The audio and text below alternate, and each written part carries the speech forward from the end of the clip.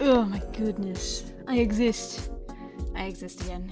I exist again. And, I feel like I had things to say, and then I went and got myself some water, and I've completely forgotten the things I was going to talk about. I think I've already learned all the game mechanics, thank you. I don't need to learn any more game mechanics. I've got all the mechanics I could ever want. What more could they introduce? Save that for the next game, honestly.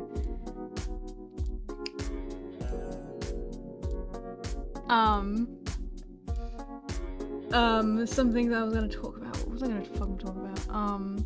The fact that I'm pretty sure one of the guys on the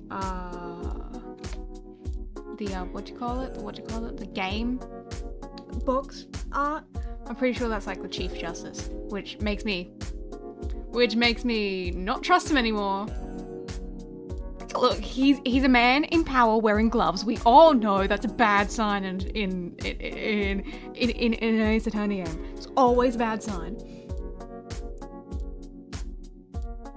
You're gonna talk about how Van Ziek's totally got my heart on the first sight? I mean, he's got a good design and he makes weird references to vampires out of nowhere, but like not directly. It's just kind of like, wow, that was weird. Okay, whatever.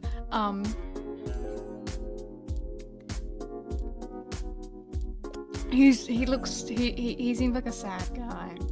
He just seems sad. One single stereotype can't be true every time. Mupai.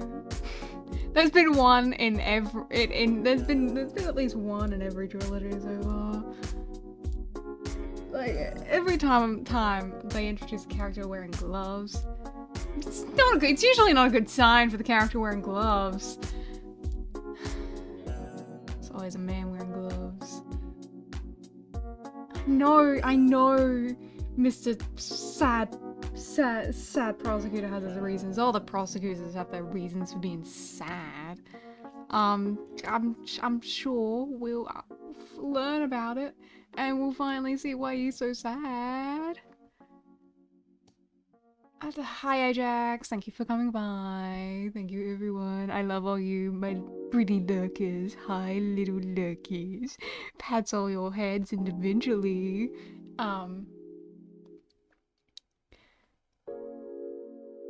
What else have I seen? I was looking at fan art and I saw a character who I haven't met yet in Chronicles, but I'm pretty sure is going to be important later. But anyway, they redrew that character as Drows. And I was like, I recognize that dance. I know a Drows anytime I see one. I didn't realize there was so much crossover between Kyushi fans and Ace Attorney fans, but I guess it kind of makes sense. They're both pretty gay.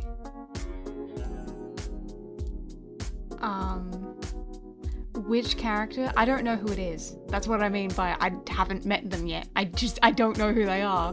The most I know about them is they look kind of like Van Ziek's, meaning they're probably going to be important.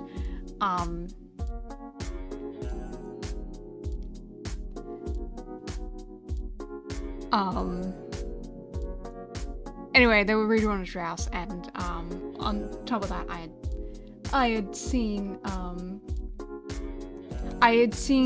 Manfred von Karma art, and where he kind of looked like Drows as well. and like I have a couple images saved that are like outfit swaps between Luke and Ronaldo and Phoenix and Miles. So I guess there is way more crossover between the fandoms than I thought there were. But it's pretty cool. It's very cool. I wasn't expecting to see so much of that crossover art. But I also don't know how popular Kyushi is in Japan. I just know it's not very popular outside of Japan. But it has to be at least a little popular considering all the shit they do for it all the time. I don't know. Look, I had gone so many streams without talking about The Vampire Diaries in No Time. It was gonna happen eventually. It's like my main interest. It's one of the main things. One of these days I'm gonna get a cute little outfit. It's like all regal and vampire-esque, and you're all gonna love it. Speaking of which, I haven't checked on the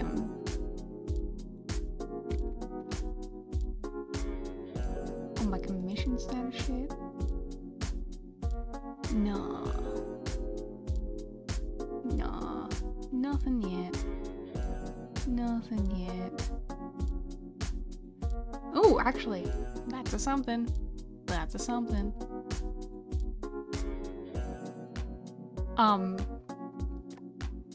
Commission-wise, I've been planning some things like... I've been planning some Valentine's Day stuff. I've got plans for Valentine's Day. Hopefully they can get done. Done by Valentine's Day. Look, I've never do anything... You can't say that about Valentine's Day. I do fuck all for Valentine's Day all the time. You guys are gonna fucking hang out with me, and it's gonna be a great fucking time. You're all gonna pay attention to me. Exactly, Mupai. You don't have plans for Valentine's Day, which is why you're gonna be here. We're all single, so we're all gonna sit here, and we're all gonna play games, and it's gonna be fucking great. And I don't care if I'm still playing Investigations by then. Fucking hope I'm not. I hope I can get through it. I can get through the last few games in the next 3 months. But if not, then it'll just be a special event, and it'll go in my one-off streams. My one-off stream playlist. It's gonna be great. I'm commissioning a lot of art for it. I have a special song cover that is gonna come out for it. So you're all gonna like it. I just need to find an artist to do the art for the cover, because I don't know how to request art like that, and it's not that I don't know how to request people to do thumbnails, it's just what I need a thumbnail to be.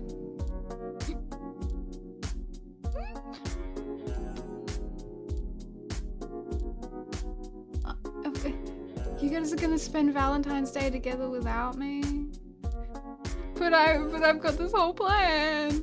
But I'm getting art, and I'm getting lots of art for Valentine's Day. A lot of art for Valentine's Day. What do you mean you cut out the middleman? I'm not the middleman. I'm the front runner. Fucking. Come on, guys, you like me, right? You guys like me. You guys love me. I know you guys love me.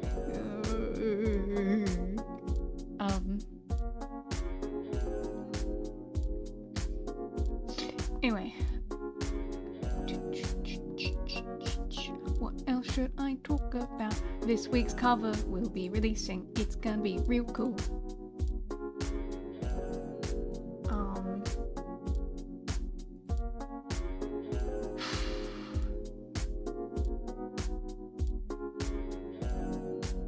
Can you guys not flirt with each other in my chat, please? I don't need to see that, thank you. Just can't believe it. Can't believe these people being gay in my chat when we what do they think this is? A gay franchise? Wow. Anyway. I don't have any food, so I might have to stop stream briefly to make pasta and shit later in the day. But you You love each other so much? Oh yeah, Moo Pie, who are you falling asleep with on call, huh? Huh, but it's not Xedius.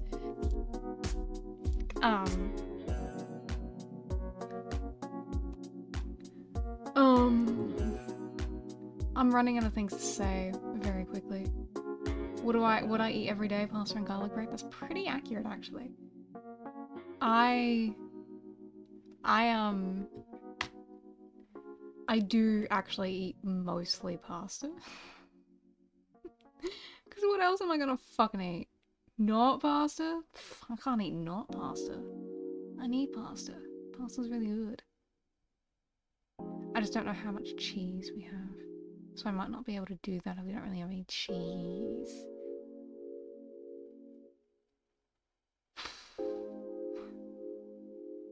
You guys are flirting and it's weird. Anyway, I'm being boring because I have nothing to say to you, even though I feel like I need to have like 10 to 30 minutes of me just talking at you to like warm shit up, like my voice and stuff, because I think you can tell that I haven't been talking for the last 3 hours. This is my this is me like at my first chat thing, like the first time I've opened my mouth, except to like tell myself, wow, I love you, Simon Blackwell. I was thinking about Simon again. I love Simon. I love Simon. He's so cool. Guys, I miss Simon Blackwell. I want Blackwell. Okay. I'm okay. Wow. I can't wait.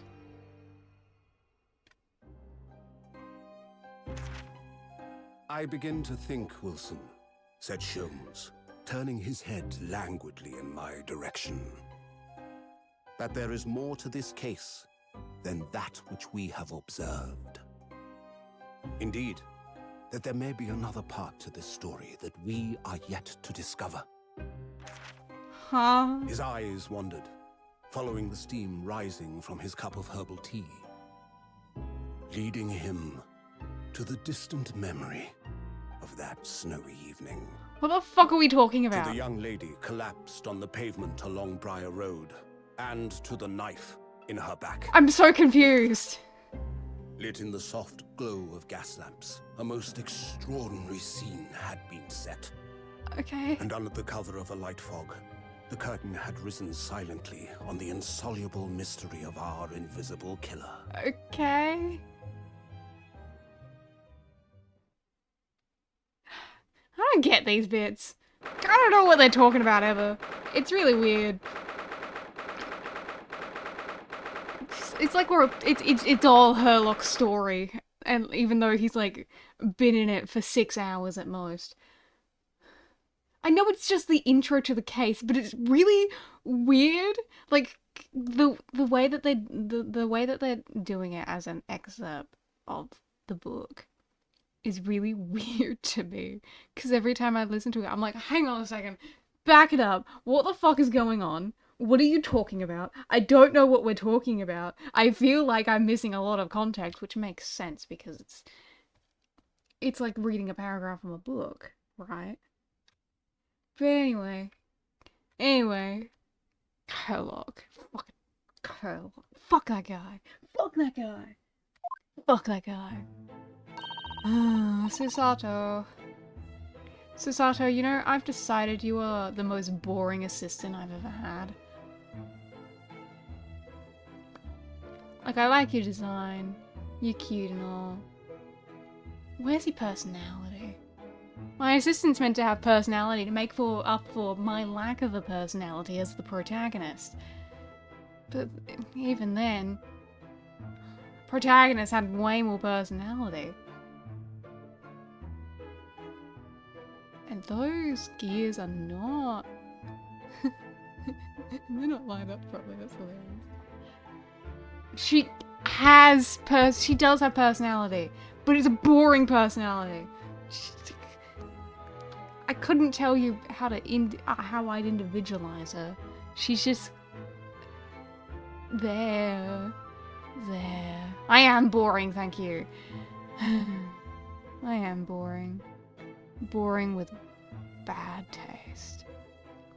Anyway, I feel like I'm just kind of jumping into this shit, but who cares? Did you sleep last night, Mr. Naruhodo? No, not at all. It was an enormous hotel, wasn't it? The rooms were so luxurious, I felt like I was staying in a palace. And with all the gas lights twinkling, it was brighter than the day, even in the middle of the night. What about the enormous beds? After my time in the SS Buda, I wasn't going to waste a single inch of that space.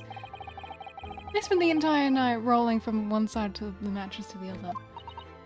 Oh, yes, it really was the sort of night you can only dream of normally. Except, when I learned that we owed £3 for the room, that dream quickly turned into a nightmare. Oops, sorry about that. The building was so impressive that the entrance was so inviting. I just wandered in without thinking. In a lodging house in Japan, that sum of money would put a roof over their head for a whole year. I did try, but I'm afraid I couldn't help but my tears when we were presented with the bill. Ugh. I really am sorry. Well, never mind. We must find some more affordable lodgings straight away, though. If we're not careful, our entire stipend will be used up in 10 days or less. London is a scary place. Oh, good morning to you at this early hour. Hello, dude. I am... You know, when I first met you, I was conflicted. I mean, look at your face. You've got icy blue eyes and sideburns. It can only mean one thing. I shouldn't trust you.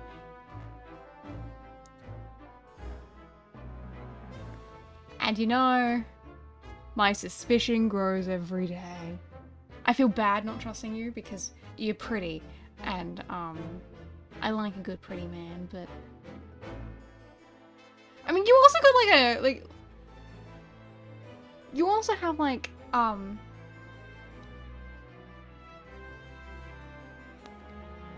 I like your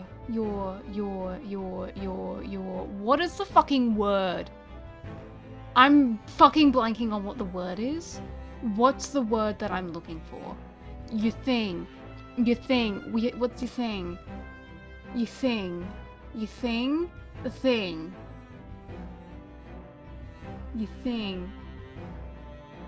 It's gonna fucking annoy me if I can't think of the word. What's the fucking word that I'm looking for? Your thing? Your thing. What's your thing?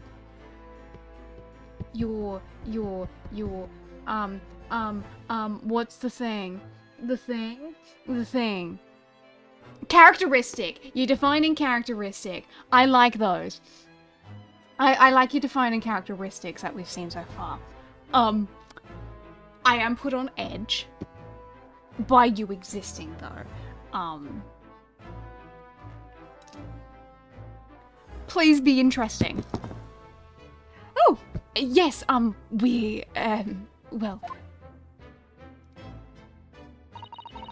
Good morning to you, Lord Chief Justice.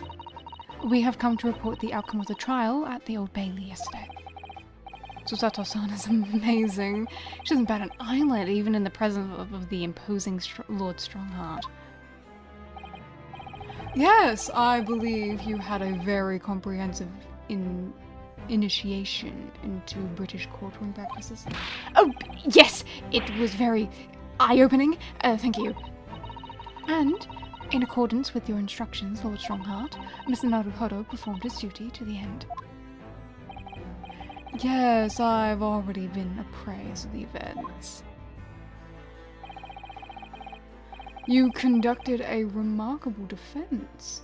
You may consider the test passed. Oh. No longer are you a student from the Empire of Japan. You may henceforth claim to be a fully fledged lawyer. My country is delighted to welcome young talent from a remote eastern island. Thank you very much. So, I'm a lawyer now. Now, in view of your new appointment, I have a fresh case in mind for you. I'd like you to take a look at it at once. I trust that it won't be a problem. Another case already? Nothing trains a lawyer better than practical experience. I'm sure. I don't sense dissatisfaction, do I? It's just that yesterday's trial ended unusually. I haven't quite come to terms with it. What's to come to terms with? The man was cleared. What more were you hoping for?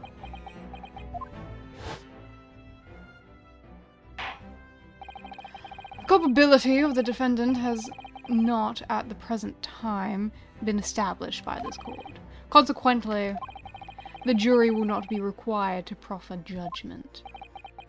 Well, Lord Van Zeeks, it's been a pleasure. So it has.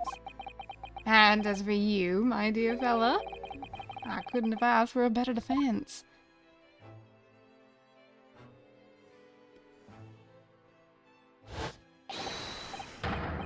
Well, yeah, that happened. You know, anytime you start laughing while you're on the stand, just assume that everyone should just assume that that person has done something wrong. If you're laughing in a court of law and you're not the prosecutor or the defense, well, that's suspicious. I just kind of wondering if Miss McGilded really was innocent. Mr. Naruhodo! It's just, I never managed to ascertain the truth, and then the trial ended. Well, you needn't let it trouble you for a second longer. Sorry? What do you mean, Lord Strongheart? Magnus McGilded passed away immediately following the trial. No! Oh, what? Mr. McGilded is dead. Wow, you said that way louder than I was giving you credit for. Why are there fucking birds in here anyway? I love your whole pocket watch thing. It makes you... Look, this whole thing that you do...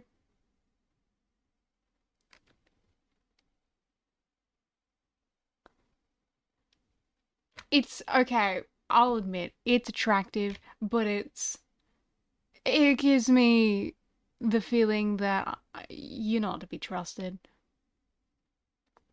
You got a fire outfit, though. I have 19 minutes and 41 seconds until my next engagement. Time enough to talk. It kind of does give me the Gant vibes, you know? I did.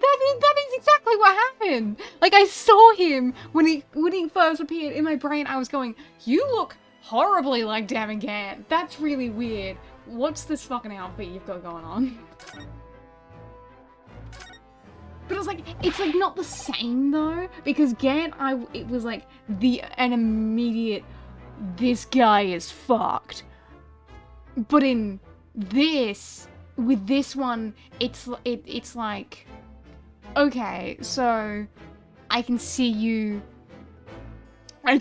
being like an okay person, but the more I hang around with you, the more I'm like, are you really gonna be a nothing side character? I'm getting the feeling that there is something going on with you. I don't understand what happened. How can he be dead? After the trial concluded yesterday, there was a great commotion in the Old Bailey. As you'll presumably recall, an omnibus had been wheeled into the courtroom. Yes, of course, that was the scene of the crime which Mr. McGilded had been accused of. Precisely.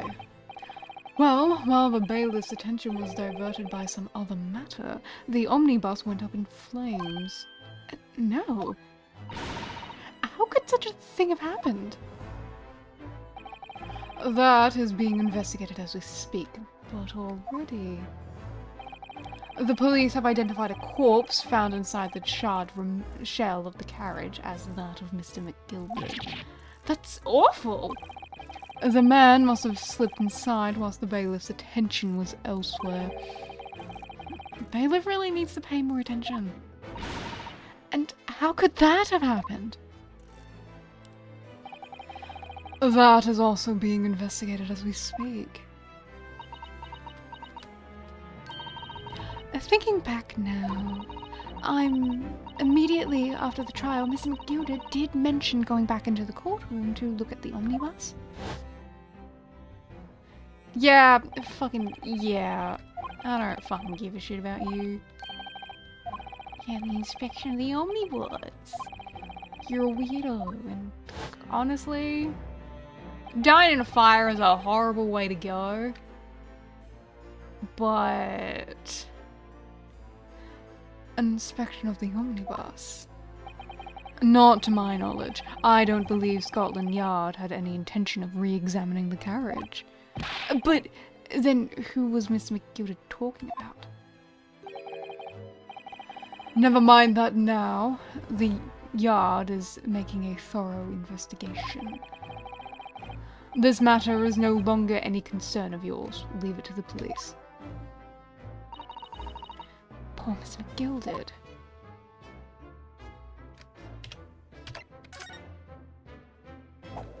Oh! But also, I can't resist a man with a cane. So, how did you find your first taste of our country's Supreme Court? Oh, well, I don't know. I mean, it was... wow. Mr. Naruhodo means that the whole experience was steeped in the solemnity of Great Britain's long history.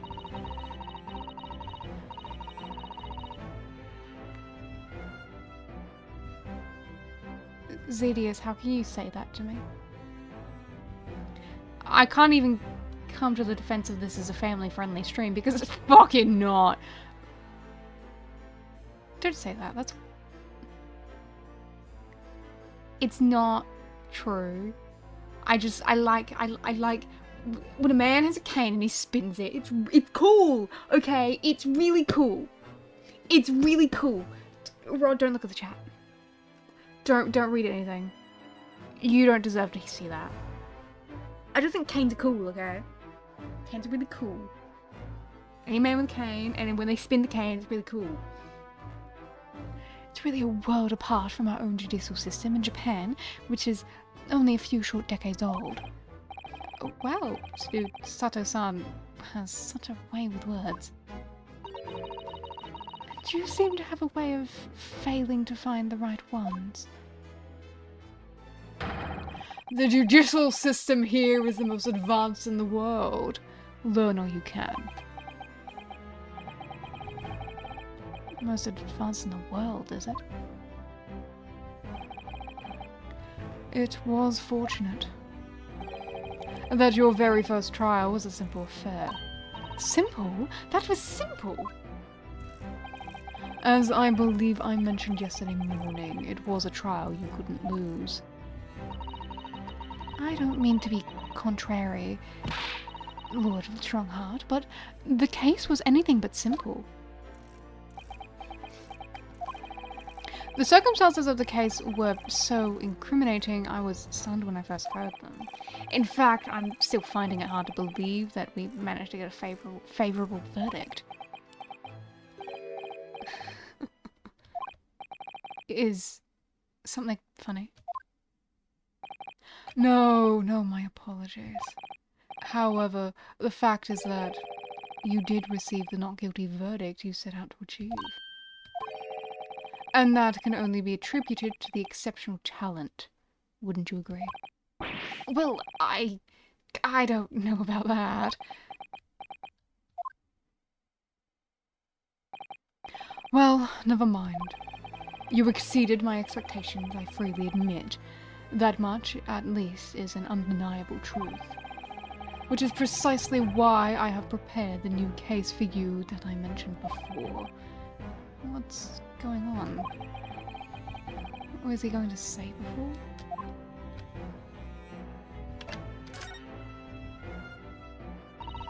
Could you perhaps give us some more details about the new case you mentioned? Don't tell me it's murder. Trial starts in 10 minutes. Don't worry, it's nothing so alarming or quite as urgent as your last assignment. In fact, this case is completely different. Oh, I see. Did he just read my mind? Why do people keep reading my mind? It's really weird. That is to say, no one has died. As yet. And the trial will not be today. There is plenty of time to research the case thoroughly. 23 hours, 43 minutes, and 19 seconds to be precise. So the trial's tomorrow morning. Is everything alright? Oh, yes. I'm just a little confused, that's all. Yesterday's trial was... well, it's left me wondering if I'm really cut out for being a lawyer. Oh, Mr. Naruhodo. I don't know if I could face standing in that courtroom again after Mr. McGilded's trial. Oh, yes, I nearly forgot. There is one similarity with yesterday's case. Once again, there is currently no one to advocate for the defense. Oh. If the situation remains unchanged, the trial will start tomorrow with the defendant unrepresented. And if that happens, I need not remind you of the inevitable outcome. The most terrible end awaits the defendant. Yes, that's right. Ugh. Here we go again.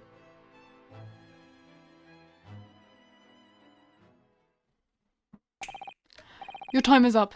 You will have to excuse me. I would advise you begin making preparations for tomorrow's trial.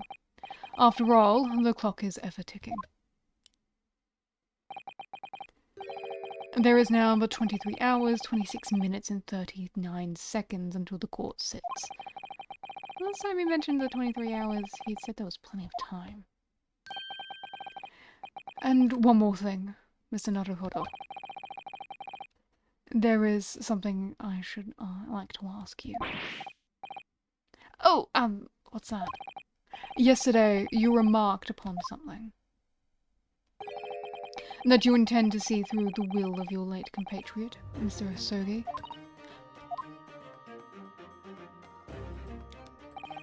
I would be interested to hear what exactly you mean by that.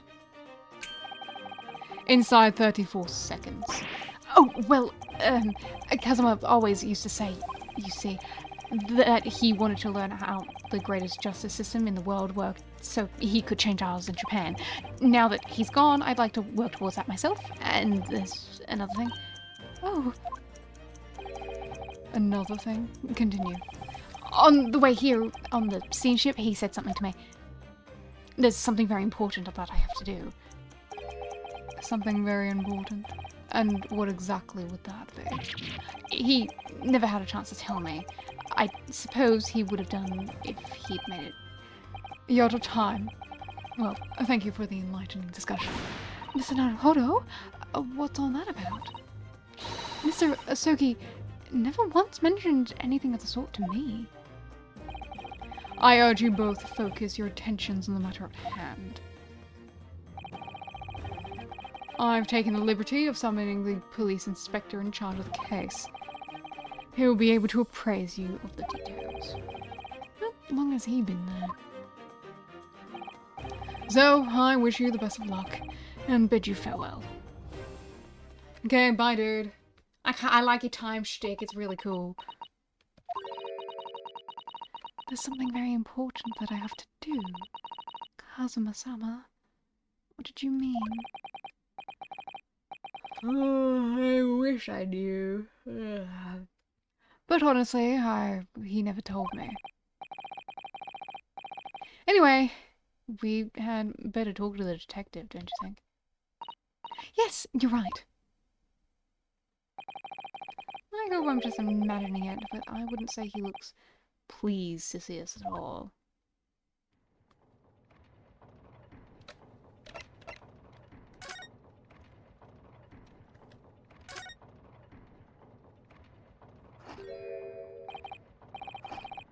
Is that how you eat wedges, mate? Could we trouble you? What do you think?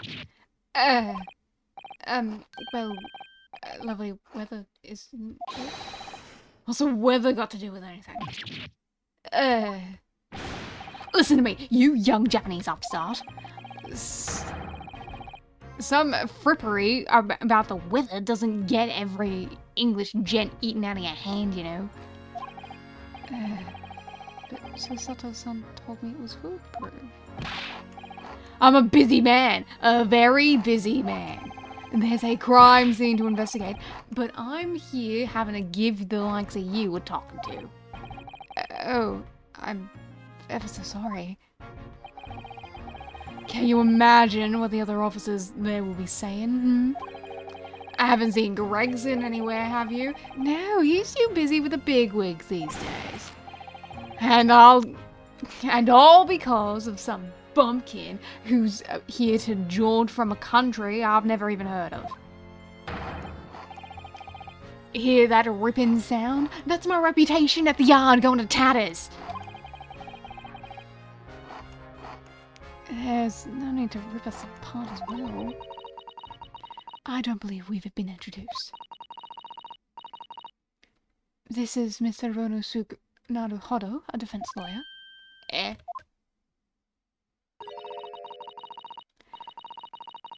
It's a pleasure to make your acquaintance. I'm Mr. Naruhodo's judicial assistant, It's lovely weather we're having today, isn't it?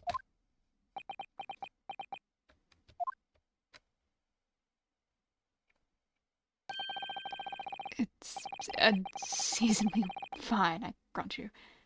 London winters don't see a lot of sunshine. Unbelievable! How did she pull that off?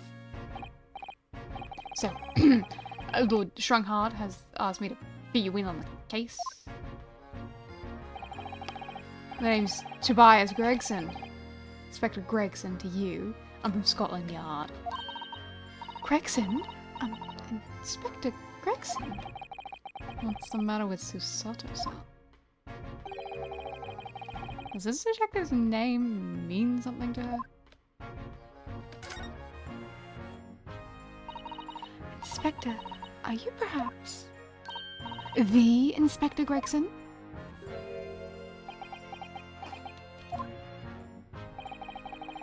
You're acting like you know this man, Miss Susato, but he's a London detective. Oh, I do know him very well, in fact. Very well? Yeah, he features prominently in The Adventures of Sherlock Holmes. In that publication. What's it called again? Rance magazine? That's right! Inspector Gregson and Mr. Sholmes enjoy a wonderful friendly rivalry.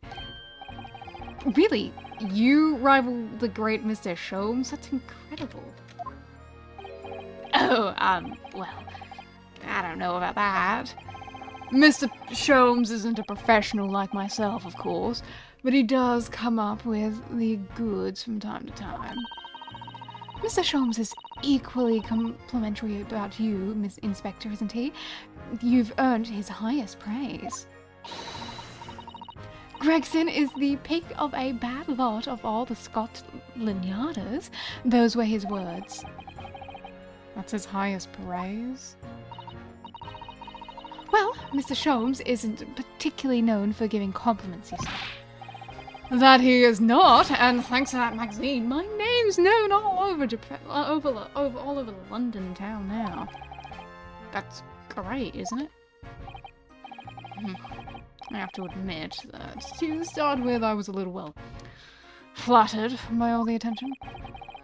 Everyone wanted to shake my hand, and my reputation at the yard went through the roof. Well, that's wonderful. No, it's not! There's nothing more sinister than the man on the street. People who are always looking at me now, they're whispering rumors about me under their breath, I'm sure. Rumors? Are you quite sure? He's changed since he started appearing in those stories. Fame's gone to his head, stuff like that. Gosh, do you really think people are saying such mean-spirited things about you? Like I said, they whisper, so I can't catch exactly what they're saying, but I know what folks are like. I'm sure that's what they're saying, as sure as eggs is eggs. I have the feeling this detective could be very hard to work. Oh dear. Perhaps a sudden rise of fame does change people.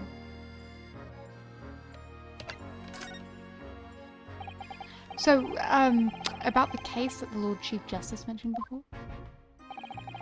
Nothing to tell, really. As far as we're concerned at the yard, it couldn't be simpler. Oh dear, that probably means that as far as we're concerned as lawyers, it couldn't be more complicated. I wish you were wrong about that, but I have a nasty feeling you're right. Young woman was walking along the pavement at Briar Road when she was stabbed from behind. Fortunately, it wasn't fatal, but she's still laid up in the hospital unconscious. That's despicable! What sort of coward would attack a poor woman from behind? I suppose you would have finished whoever it was off for the Susanto takedown, would you? This is neither here nor there, Mr. Naruhodo. Brace yourself, Runosuke. You've angered her now. Anyway, after something of a whirlwind investigation, the criminal was arrested. He barely had time for a cup of tea after the incident took place, to be honest. So, there must have been something left at the scene that led you directly to the culprit. Or perhaps a reliable witness who recognized the person in question. Let me stop you right there. You're wasting your time on this one. Sorry? There's nothing you can do. There's no way to help you bloke out. Why ever not? Simple! Prosecutor that's been assigned to the trial tomorrow is Lord Barak Van Zix. Oh. Of course it is, because obviously no other prosecutor exists and we have to deal with a sad boy. It's okay, Lord Barak, I actually like you. I like a good sad boy, I just don't know you well enough yet. Because I've had 6 less hours to get to know you. Sounds like you've heard of him then. Oh yes, we are very familiar with Lord Van Zix. Believed to be the harbinger of death itself. The Reaper of the Bailey.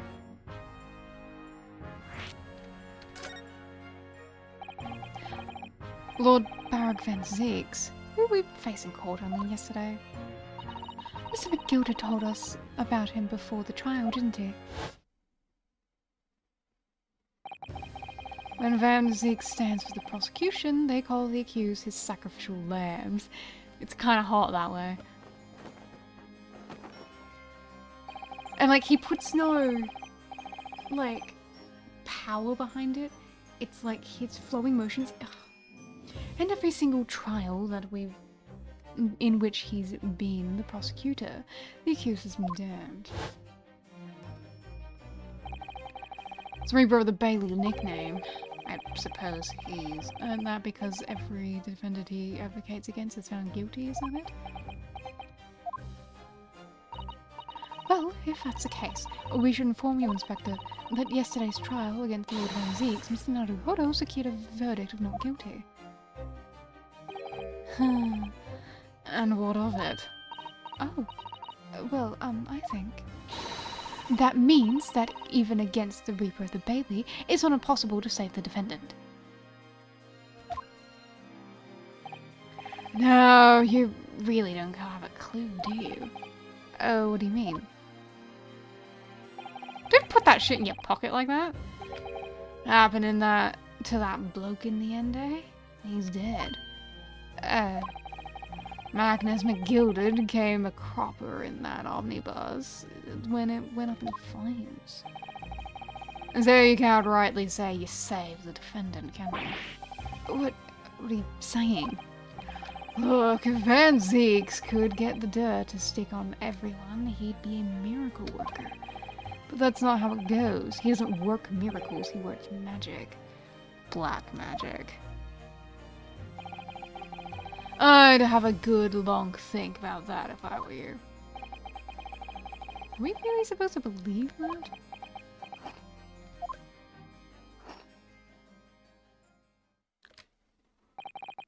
Right, well, I'll build you in as requested, and I'm very nearly out of chips. So I'll be heading back to the crime scene now. We're still carrying out a few investigations there. It was Briar Road, you said, didn't you? Where the incident took place. That's correct, ma'am. And if you head over to the holding cells, you can meet the criminal himself. You've granted him a criminal already? He's as good as good. He's as good as... Shaking like a leaf in his cell, he is. I'll give you a chuckle, if nothing else. He's inmate 53. Speak to the jailer and he'll show you the way. Inmate 53. Oh, thank you.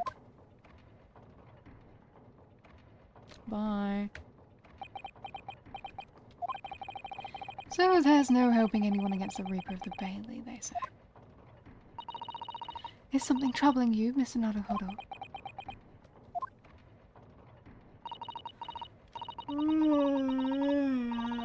To tell the truth, when I recalled the trial yesterday, I can't stop myself from shaking.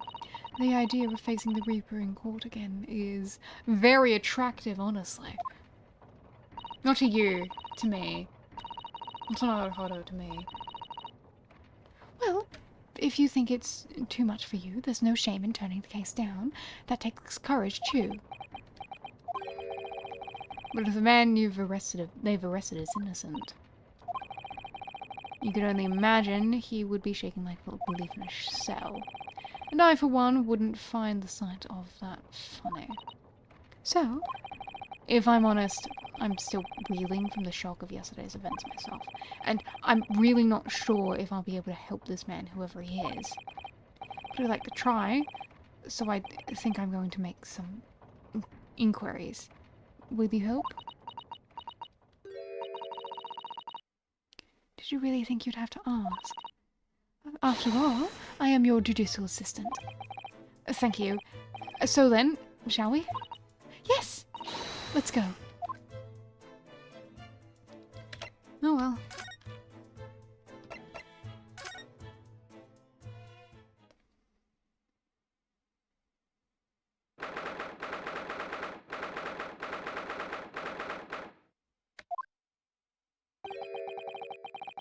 So these are British prison cells.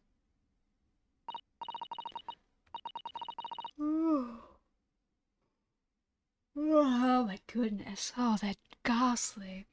Feels like a dungeon. Yes, and having experienced it in Japan myself, I can assure you that our wooden cells feel a lot cozier than these cold stone walls. Oh, don't, Mr. Naruhodo. You're making it seem worse. Apparently, our client is in this cell here, but it's so dark in the back there, I can't make out. What do we think? Inmate 53, your legal representative is here to see you.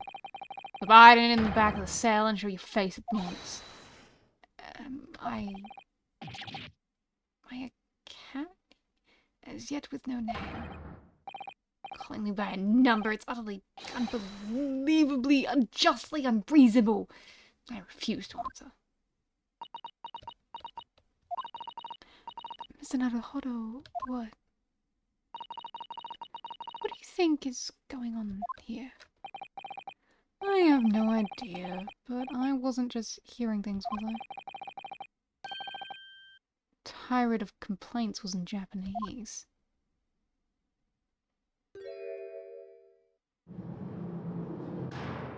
Summer dude. Excuse me, but who? Shh, quiet!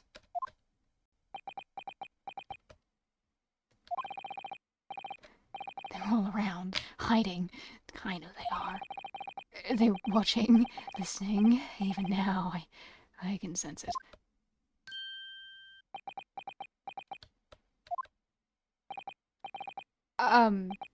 Right, so, could I... There you are! You've come to curse me, haven't you? Don't try to hide it, you're a ghost. A ghost?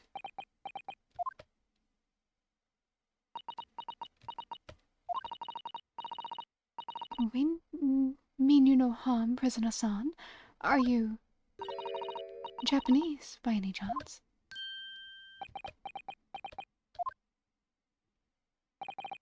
This is... beyond my wildest dreams!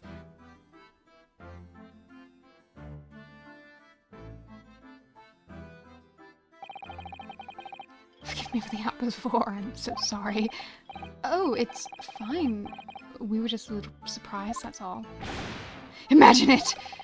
It's been 12 long months since I left my hometown, and here I am, in a frightful fix in a foreign land. So, hearing the sweet, sentimental tones of a compatriot's voice here in the damp, dark hellhole was a most monumental, moving moment. Could have guessed that our new client, Lord Strongheart, assigned us. He turned out to be a fellow Japanese. What compassion my fellow countrymen show to dispatch a first-class lawyer all the way from Japan to defend a mere foreign student. Noble, nurturing, never-failing Nippon. First-class lawyer. Oh dear, I think there's been some kind of misunderstanding here. I wonder, would you be so kind as to tell us what happened? Why you've been detained as a suspect, for example? Yes, I can. I will. Shan't just stay sullen and silent. I'm not quite sure I understand what he means, but he seems happy. Yes, he does. I just hope he actually has a good reason to be. Thank you for your cooperation. I'm a lawyer, as you said. My name is Runosuke Naruhodo. And I am Naruhodo-san's judicial assistant, Susato Mikotoba. I am a visiting student sent here by our government. Notoriously named Natsume Soseki Natsume.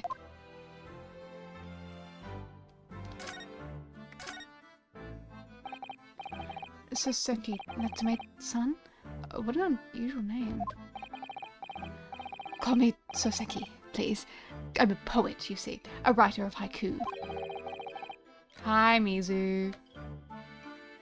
It's something of a nom de plume. A nom de plume? You mean an alias? That's right, Naruhodo-san.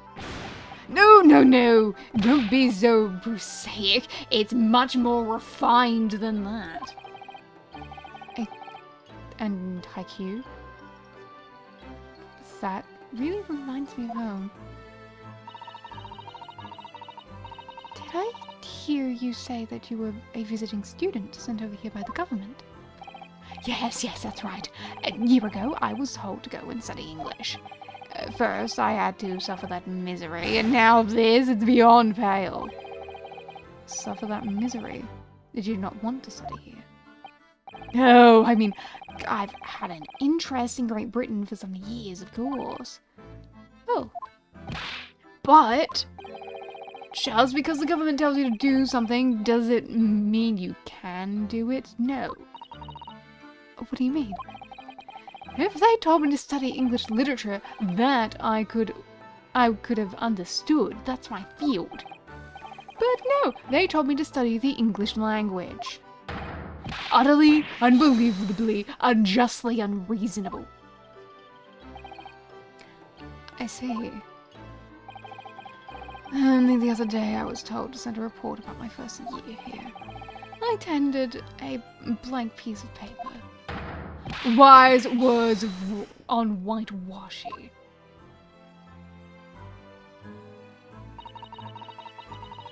You must be a man of great standing. Oh, yes, I'm so often told. Oh, how's it going so far? Well, it's been an hour. I've had 2 conversations. Well, that's not true. I've had 3 conversations.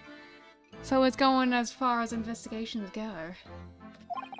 And often like to be told, it seems.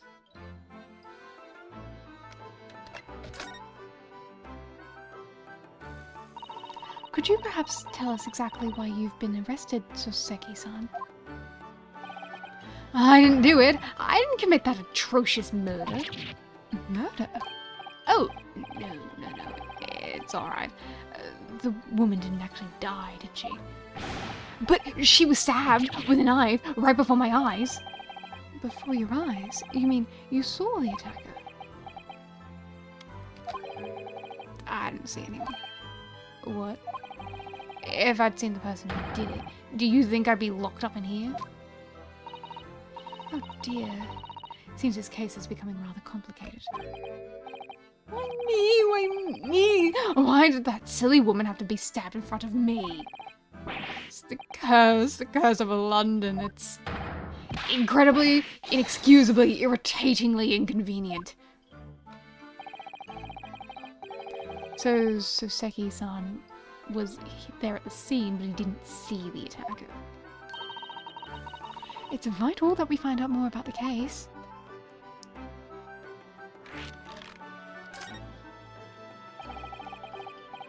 It was an accursed evening, just after the snow had started to clear and heavy was fog. I'd been at the bookshop to buy some books, and I was on my way back to my accursed lodgings. Sure the bookshop wasn't accursed too? As I was walking along the accursed pavement, I would make out a sole silhouette of another ahead of me. A woman wearing a green overcoat she was, and just as I went to overtake her, she suddenly let out a scream and collapsed into the cold, hard slabs of stone at my feet. How terrible!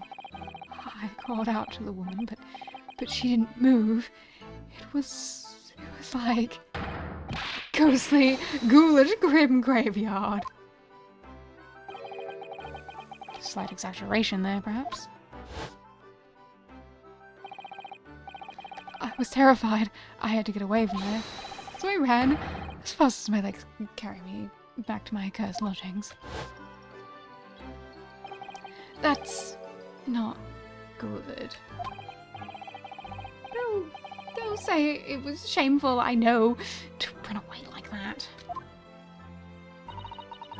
Tell me, Soseki-san, was the victim an acquaintance of yours? Don't be ridiculous. Do you think I know any of these fair-haired English, and a young woman at that? I'm diffident, shy, timid, unsure. I can't talk to people. I see. A young woman unknown to Soseki-san. And at the time it happened, who else did you see nearby? Did anybody pass you? Regrettably, apart from myself and the woman, I didn't see a soul. No one? Oh, great. So the victim was unknown to you, and there was nobody else in the street at the time. That creates something of a conundrum, doesn't it? What conundrum?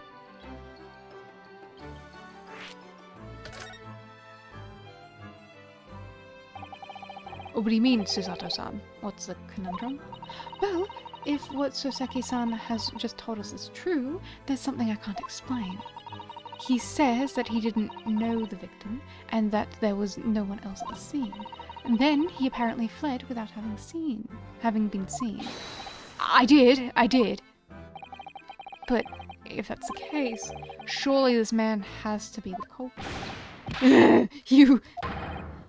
What did you just say? Nothing. I didn't say anything. Perhaps I thought that a little too loudly. Actually, that's not what was troubling me. What I was thinking was, how did Soseki-san actually come to be arrested? Sorry? He didn't touch the victim, and there was nobody at the scene to see him. So how did the police ever discover that he was there in the first place? Oh yes, she's right. It was him. That cursed great detective. He led the police to me. Of all the bad luck. The cursed great detective? Could it be the weirdo that I want to kick in the dick? I shall never forget that man's name as long as I live. With his houty laugh and his self-proclaimed greatness. Brash, big-headed busybody. So you be cursed until the end of your days, Sherlock Sholmes. Knew it! He's so lanky. Mr. Sholmes, he's going to go on the thumbnail of this VOD, isn't he?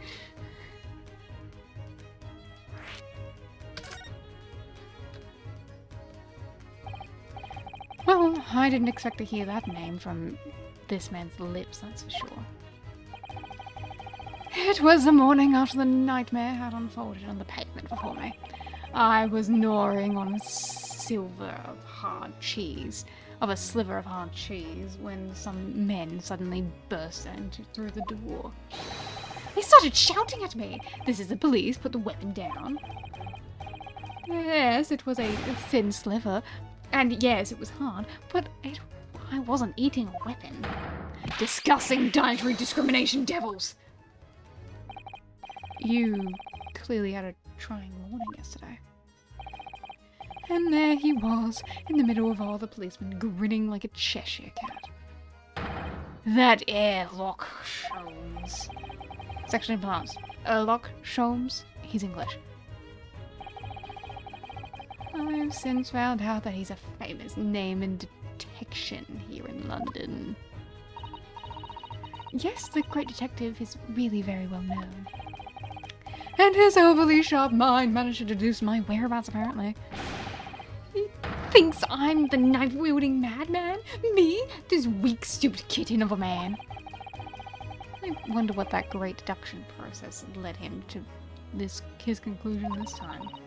Do you mean to say that Mr. Sholmes's deduction was the only reason the police arrested you? That would be really most unreasonable. Considering that we prove that he is wrong about a lot of things. Well, thing is, I was thrown into a panic when they barged in their way in. Of course you were. That's only natural. I was terrified and trembling, and they kept throwing question after question at me in impossible English. Fiendish foreign film flammery. Well, we are in England. You can't really blame them for questioning you in English. Good point. But my mind was blank. I knew I had to answer, but I didn't know what to say. So I kept repeating things like, yes I do, and I'm fine. And next thing I knew, I was in manacles, and before I knew it, I was thrown here. Oh dear. I'm afraid that's hardly surprising. I'm fine. He's not fine now.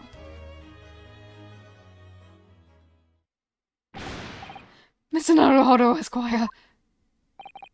Oh, you can just call me Naruhodo. And when we're speaking English, it's a simple Mr. is more than enough. Oh, yes, alright. Yes, they've really got me. This country is poisoning my mind. Please, I beg you to defend me in court tomorrow. You can tell them what really happened. You'll do it, won't you? Well, Why? Why is it so hard to say yes to me? Well, the thing is, I'm just a student like yourself, on a study tour. A student? I have defended a case in the Old Bailey. Only the one, though. But at the moment in time, I really don't know what I'm supposed to believe in. I'm confused about what justice in this country even means. Oh, Naruhodo-san. I'm not even the foreign student who was supposed to be here. I'm sort of a locum lawyer, I suppose. But, oh man, that's the mark of a defense lawyer from our great empire! It's a keepsake from a man who should have been here. He was my best friend. A keepsake.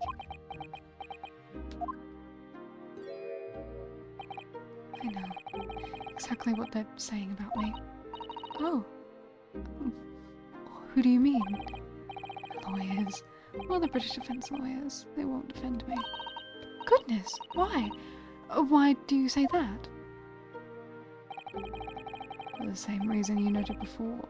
When it happened, there was only the victim and myself around, and I ran away from the scene of the crime. I'm not a fool. I know it looks as though I must be the culprit. It must be very hard for you, Soseki-san.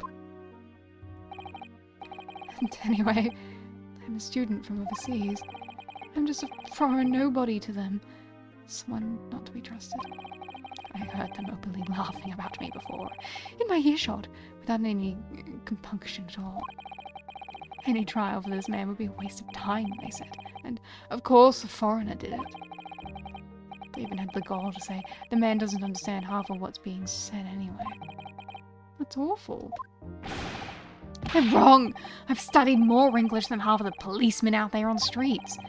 I've travelled halfway around the world to learn about these people's country and its great history. But no one here wants to listen to a man with a strange accent. They all hate me. So, at the very least, I'd like to entrust my fate to someone who can listen to me in my native tongue. You could do it, couldn't you?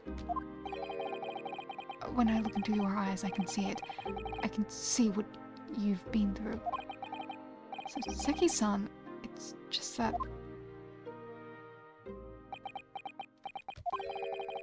Give me a little time, please.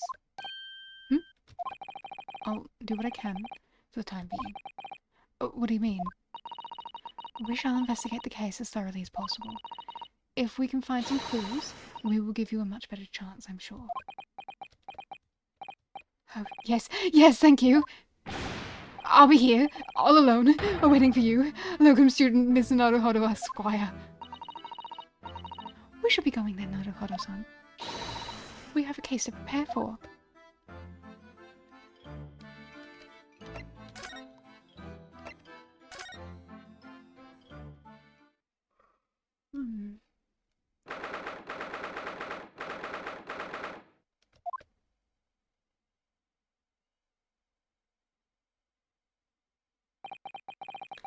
This is where it happened. Briar Road. Huh? Look, Mr. Naruhodo! Look at that regulation metal helmet. It's unmistakable. The men of the Scotland Yard are here. They're investigating as we speak. That is their job, you know. But Mr. Naruhodo, to see one with your own eyes. They're often depicted in the adventures of Sherlock Holmes, but I never dreamt I'd ever come to this close.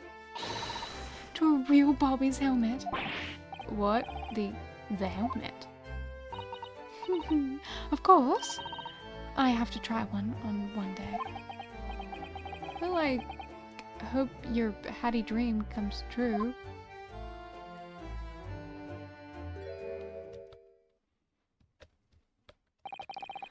What's the Japanese delegation doing here? Oh, Inspector Gregson. This isn't on the tourist trail, so I'm fairly sure you're well aware. Yes, of course. We're here to investigate. So you've been on to the holding cells then? What did you make of the criminal?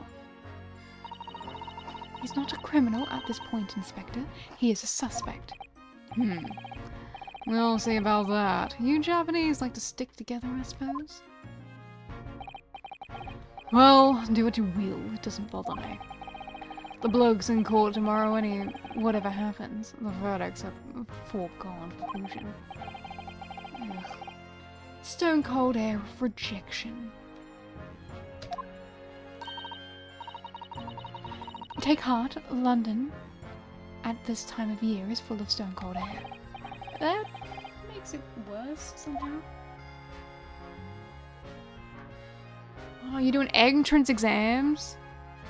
I've been doing a bunch of exams all week. That must be difficult, man. I haven't done an exam since school.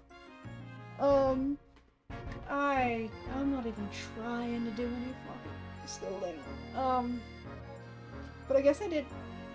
Speaking of schooling, I did sign up to do some like schooling-esque thing, mostly to like get out of the house and meet new people, which I will talk about a little bit more later because it doesn't start until next year. But depending on what happens, I might end up having to change my my scheduled days around a little bit, but you know, we'll just have to see. School is scary though. School is scary.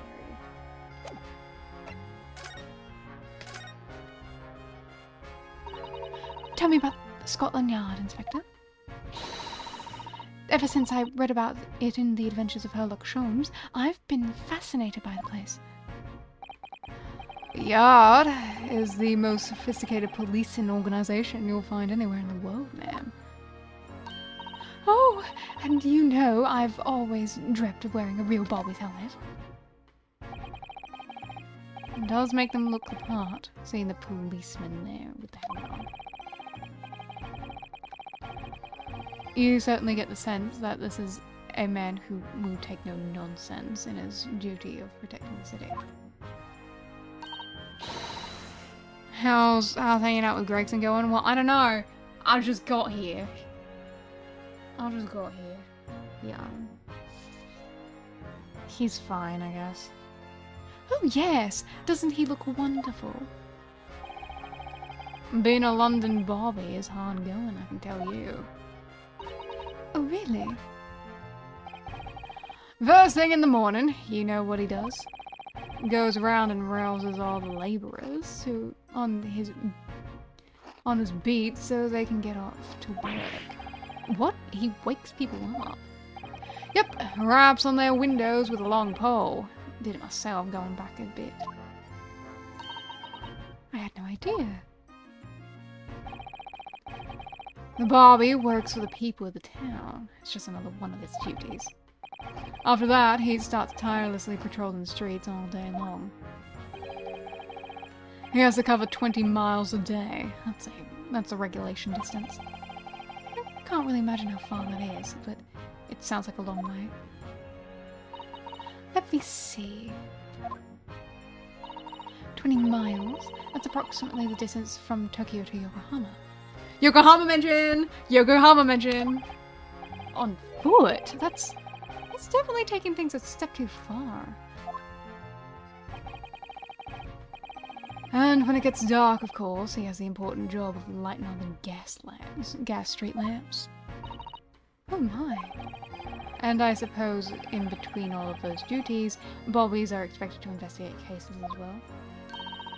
And chase after criminals trying to evade the law. I'm not sure you could call it in between exactly, or alongside, but yeah. They're expected to handle those jobs as well. We do have men keel it over from time to time, I admit. I'd always dreamt of wearing one of those helmets, as I said. But It's with a heavy heart that I shall have to relinquish that dream to you, Mr. Nuttlewater. Your heavy heart will be my heavy head if you do.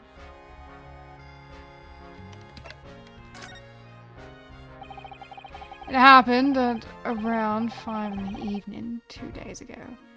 Just there, on that opening bit of the pavement. The victim, a young woman, was stabbed with a blade from behind. Is it right that the lady was still unconscious now? You mentioned she was being treated in the hospital. I never said she was a lady. Truth is, unless she comes round pretty smartish, we won't be able to find out much about her at all. Suppose that means they haven't been able to take a statement from her, of course. Here's a map of the local area I happen to have on me. You can take it if you want. Really? Are you sure?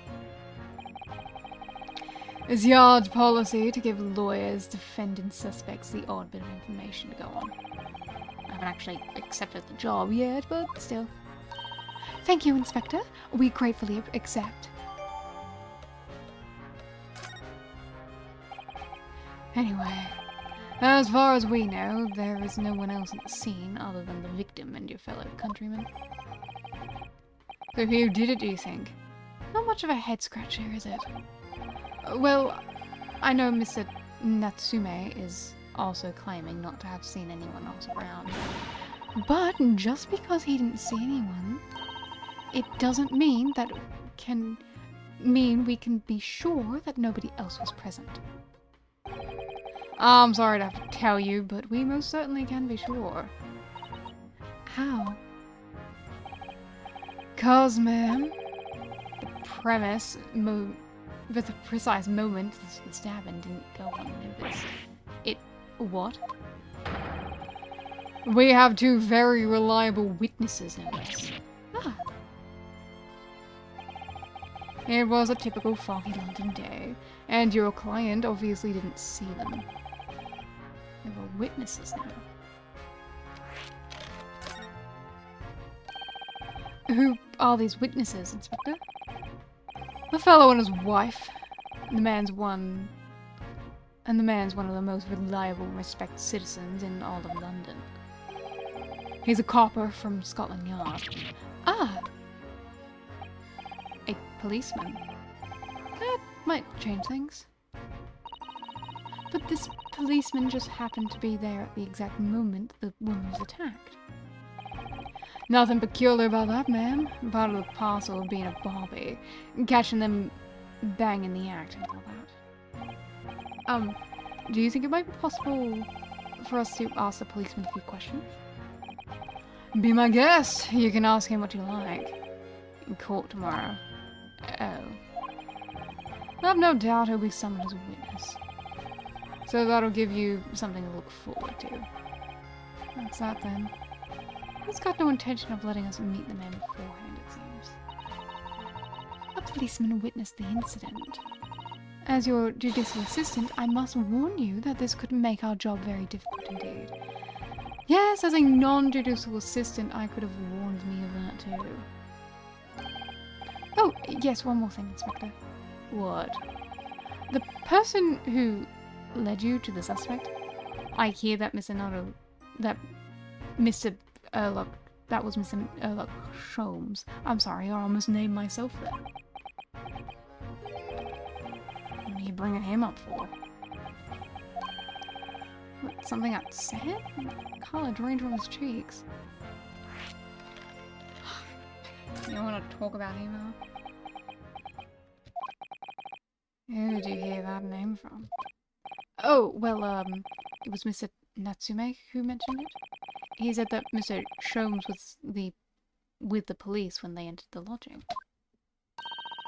I'm sure it was the result of one of Sholmes' inspirational great actions. Fiddle faddle. The man's an amateur, and I'm getting sick and tired of him showing his mug everywhere. I totally get you. Something we can finally agree on. I don't know where he gets his information from, but he turns up at the scene of the crime, wanders around spouting incomprehensible rubbish, and before you know it, he claims to have solved the case. Yes, he's quite astounding, isn't he is a great help to the Scotland Yard, though, isn't he? Jibble jabble. Have ever seen this before? Oh, yes, that's Rand's magazine. The wonderful publication in which the adventures of Sherlock Holmes appears. Yes, well, that wonderful publication, as you put it, sees fit to include several of the Yard's detectives in its stories. And you, the so-called great detective, makes a mockery of all of us. If you ask anyone at the Yard, it's a misadventure to be included in every Sherlock Holmes tale at all. Well, I suppose there is an element of that. We work our socks off, every one of us, only to be frumped by the public, thanks to the obnoxious detective. The man's as dangerous as us at Scotland Yard as he is to all our criminals. That can't really be true, can it, Inspector? Clearly the great detective and the police have a complex relationship. Deservedly so. The twitchy Japanese bloke goes on trial tomorrow. Are you going to defend him or not? Well, makes no difference to me, but I will just say this. No London lawyer worth his salt would touch this case with a barge pole. Because the prosecution is being handled by the Reaper of the Bailey, you mean? There's no way to save the man now. He's a waste of time trying. It is all a bit strange, though. Sorry? The Reaper. He hasn't appeared in court once for a good few years now. Yes, we did hear something to that effect. And the only people he usually bothers with are the real scum. The master criminals, the violent ones. Master criminals? The violent ones. That's right, he handpicks his victims, only deals with those guaranteed to go to the gallows for their sins. But Mr. Tatsume wouldn't hang for what he's accused of, surely.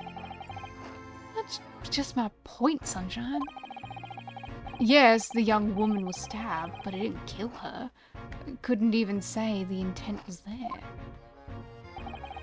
So this isn't the sort of case I'd be expecting the Reaper to want to sink his teeth into, for want of a better phrase. Well, it's not exactly a minor infraction, is it? No, there's gotta be more to it. Some reason he's taken an interest. Really? What sort of reason, Inspector? You think I can tell what's going on inside the head of a Lord of Darkness? You'll have to ask him yourself in tomorrow's trial. Are you really going to have to face a Reaper again? Lord of Darkness, as he puts it? Again? And two weird vampire references again? Why do we keep making weird, off-handed vampire references that are only vaguely vampire references? He doesn't even look that much like a vampire.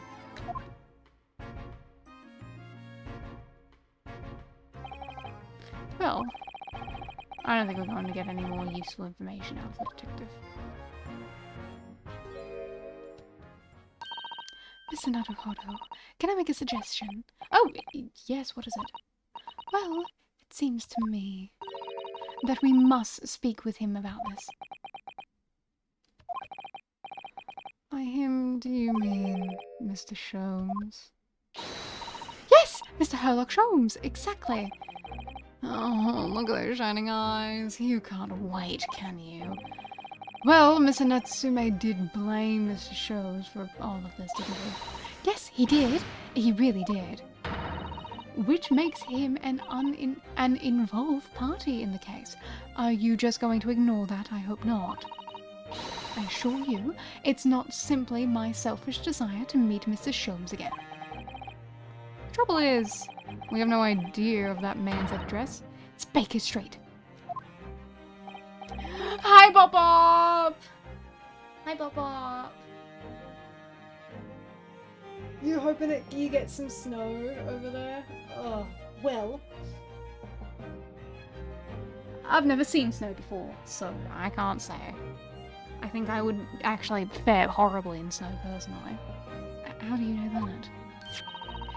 It's in the stories, of course. 221B Baker Street, the most famous address in the world. Oh, I see. Well, there's nothing to stop us from going, I suppose. We'd better try and find our way there before Susato-san gets any more excited and unpredictable. Hurrah! I'll summon the carriage. So we're having a reunion already. With the great detective Sherlock Holmes. I'm as excited as you are, Naruhodo.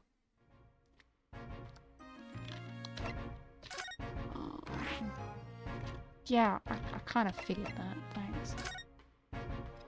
How are we going? Things are going good, except I am starving. I really should have fucking had breakfast. Oh, you want a PNG as cool as mine? Don't say that. Your avatar's super cool too. Thank you very much. It's just up there overlooking the street. Good day. Wow. Thanks again. Do we really need a cutscene for this? This is it. The residence of Mr. Sherlock Holmes.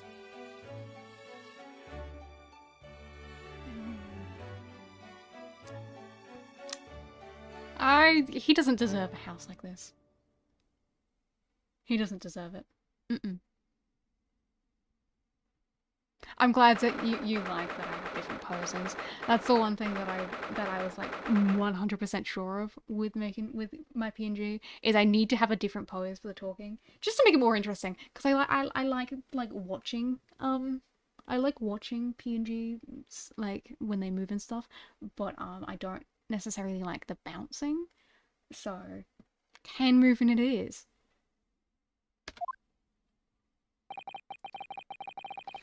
So this is where the great detective makes his living. It feels surreal to be here somehow.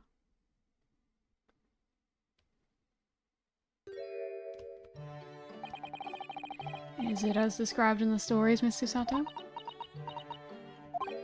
Oh, Susato-san? Many famous cases have been solved in this very room. Oh, I suppose they must have been, yes. Never read the stories, so it's hard to get quite as excited about it as she seems to be. The detective chases the villain relentlessly as he disappears into the fog down an unlit London street. Oh, the thrill of it, the romanticism. Can't you feel your heart thumping in your chest? Can't you, Mr. Naruhodo? Oh, I suppose I can, yes. So, if you don't mind, I'll just stand here and soak in the atmosphere for a little while longer. Please, don't mind me. She's obsessed. Well, it looks like our detective friend isn't home at present. Excuse me, is anybody home? Oh, do we have a visitor? Hello! Is it a big news case for Mr. Sholmes? Hello? Wait, aren't you? Oh, how rude of me. I'll go and make some tea at once. I'm sure it's the same girl. Miss Susato, did you see that girl who was just here? Oh yes, isn't it truly extraordinary? To think that the King of Bohemia came to this very room to ask Mr. Sholmes to take on his case. The King of Bavaria? King Wilhelm Grossreich Sigismund von Ormstein, of course. Sorry, I'm drawing a blank. forget the adventures of Sholmes for a moment and look over there. Tea's brewed, and I have a freshly baked cake as well. Ah, it's you. I knew it. Susato-san recognizes her too. Ah, there you are. And taking that with you as well. I was looking forward to the trial run of my experimental smoke grenade launcher. Oh, good day to you. I'm, well, the inventor, I suppose, of that machine.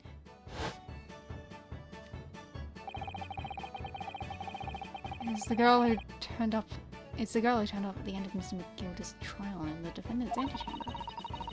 Oh, I've never met a lawyer from the Far East before. Poor you, having to get straight to work when you've only just arrived in London. Oh, yes, it was challenging. Well, try this tea. It's my special blend, you know. Oh, thank you. Is tea supposed to look that color? Oh my, what a fragrant yet mellow flavor. Hooray! It's a winner! I tried blending different leaves designed to alleviate fatigue, you see. You must be exhausted from your long voyage here, and you have another ticklish trial tomorrow. Oh, and you're to defend a Japanese man. I do wish you lots and lots of luck.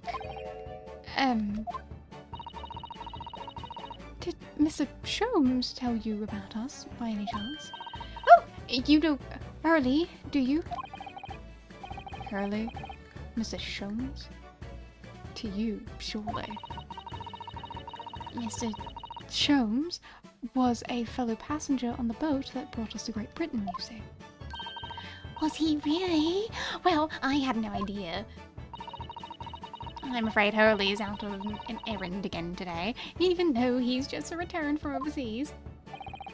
Wait a minute. You met this girl for the first time ever yesterday after the trial, and only briefly at that. Not does she know so much about us? Did she do all those things, do you think? And perhaps more to the point, why is she here in Mrs. Sholmes' suite? Oh, silly me. I haven't introduced myself, have I?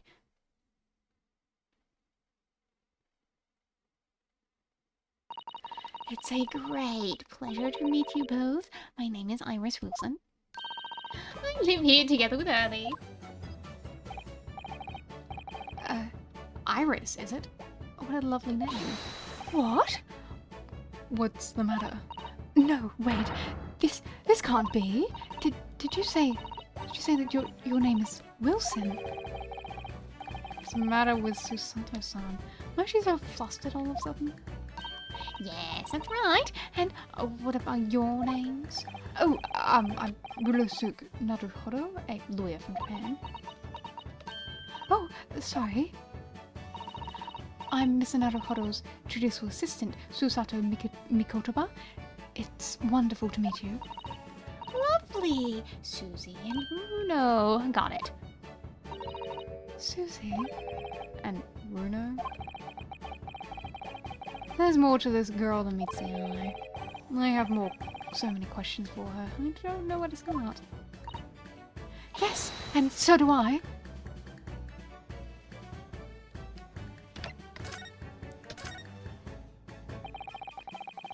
It was you that we ran into yesterday, wasn't it? At the Old Bailey? Yes, that's right. You were ever so helpful. Thank you so much. Oh no, not at all. I'm so sorry we couldn't have been more welcoming.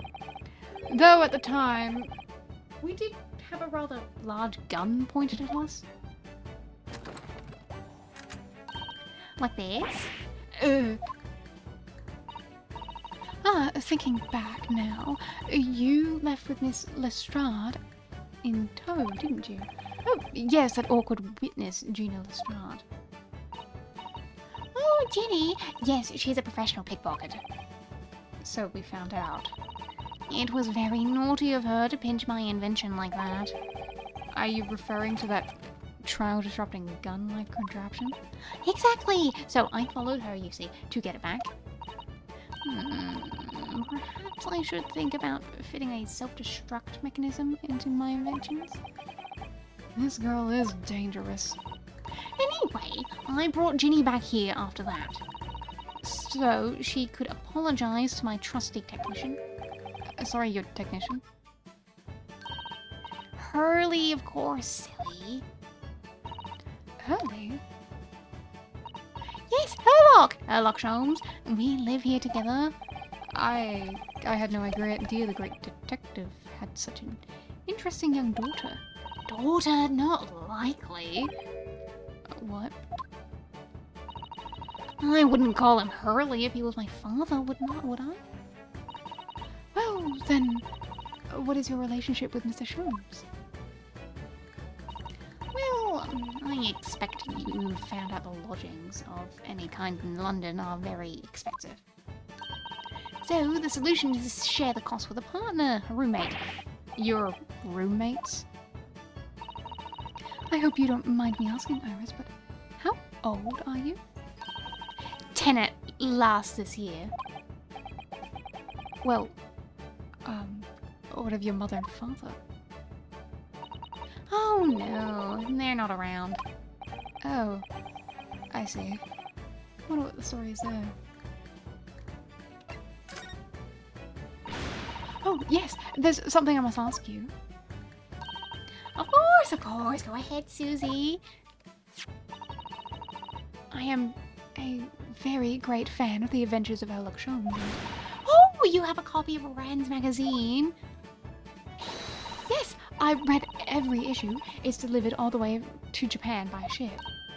Oh, this is exciting. My stories are being read in the other side of the world. My stories? That's right. Hurley is always solving these amazing cases, you see, and he tells me all about them. They really are quite fascinating. It would be such a shame if I was the only one who ever heard them, don't you think? Goodness. Last night, he was telling me about a new case he just solved on a steamship traveling from a faraway land. So I was just in the middle of typing up a manuscript for the next issue before you came. So you are the author? Yes, I'll let you in on a little secret if you like. I'm going to call the latest adventure the Speckled Band. The Speckled Band? That's certainly very familiar. Of course, I always change one or two details in the stories here and there. This time, I had the idea of making a venomous snake be the cause of all the trouble. Oh, that was Mr. Sholmes' first thought as well, actually. Yes, and of course, I know that a snake might not be a credible fit for the facts of the case exactly, but it's a story. Some poetical license is justified to make it more thrilling, I think, don't you? So, do you mean to say,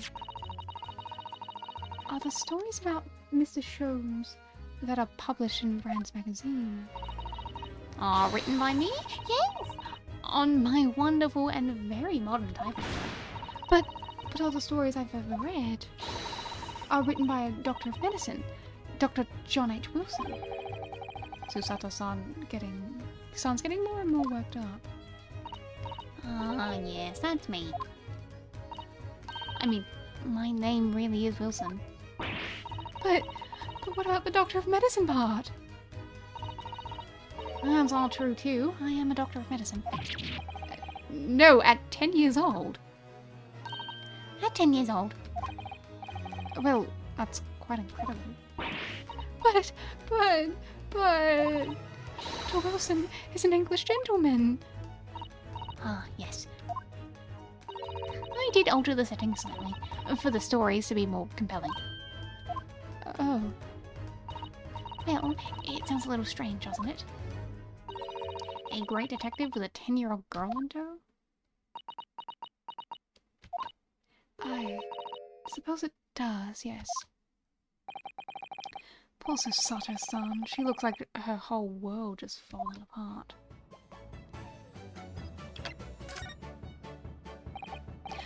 About before? Yes, yes. Oh, what's on your mind, Bruno? Do you tell me? Did you know that I was a lawyer and we'd just arrived in London? Yes. Oh, and that we have a difficult trial tomorrow. How did you know all that? Oh, that's what you mean. Please, tell us how you did it. Explain every detail. Of course, I'd be delighted, although there's really no mystery. Now, let's begin. Iris Wilson is proud to present her Logic and Reasoning Spectacular.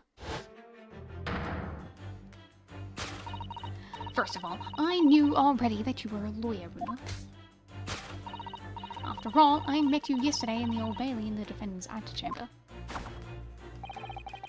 But you also said that we'd only just arrived in London. How did you know that? I observed the passport and travel ticket protruding from your breast pocket. Oh. So I was reasonably confident that you must have only just arrived in the country.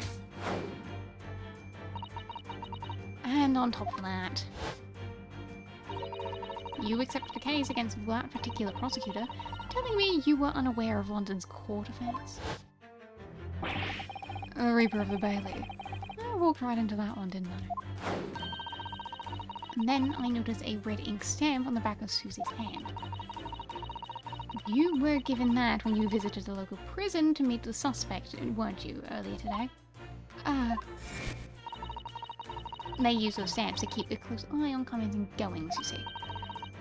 I didn't realize. And a red stamp is only used for people visiting foreign inmates.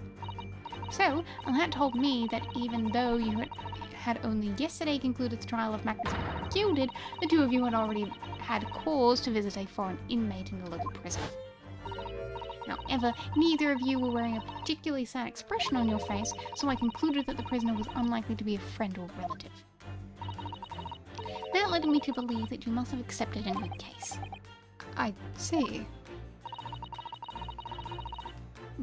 But how could you have known that the trial is tomorrow? Well, having already been home a few hours yesterday, early solved yet another case. It obviously amused him. He told me he'd caught a Japanese man who was bawling and trembling. A Japanese man? Well, clearly that must have been Mr. Natsume. Now, Bruno has a fancy Japanese sword. And I think your outfit is called a kimono, isn't it, Susie? Well, anyway, it is clear to me that the both of you come from Japan yourselves. So, I put two and two together and decided you must be defending the Japanese man early court. And there was only one conclusion those facts could lead me to. You both came here to ask Hurley about the case. Oh, Moopai hanging out with, doing Thanksgiving stuff. Damn, is that meant to be today, or is it something else? Because I don't celebrate Thanksgiving.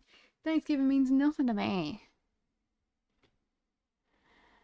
Yeah, doing couple things with Zedius, are ya? Can't believe this shit. Wow, I guess Moopai really is bisexual. Thanks for coming out. Unless, of course, Zedius is the complete opposite gender of what I imagine them to be.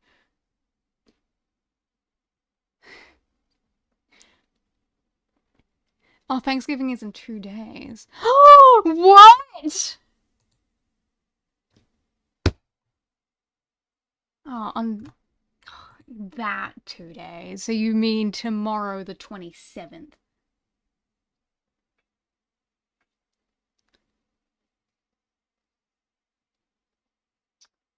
That's not exciting. But what is exciting is the 28th is Dralik's birthday, meaning that I need to get myself a milkshake. I'm gonna have to buy myself a milkshake.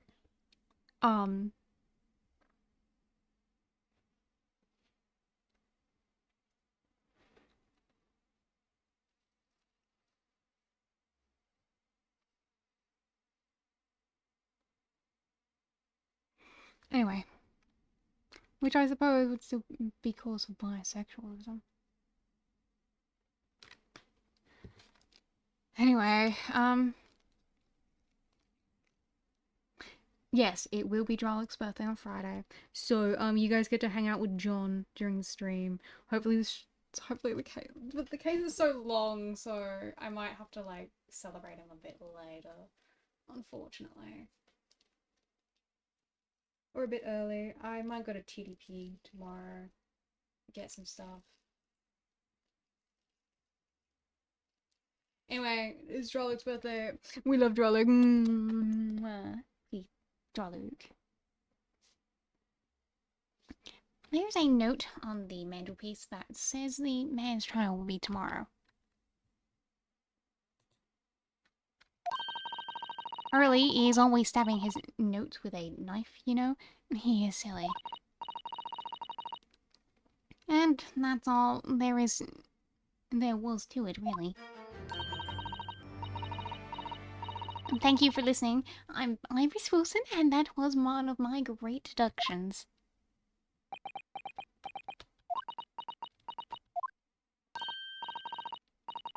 Well, was it a winner? Were my deductions correct? They were spot on. That was amazing, Iris. Truly a great deduction. You even managed the certain something of Sholmes's delivery. Oh, well, I was just copying Early's style for that. This is really very good news. You could tell us all about the case involving the Japanese man. You will, won't you, Iris, please?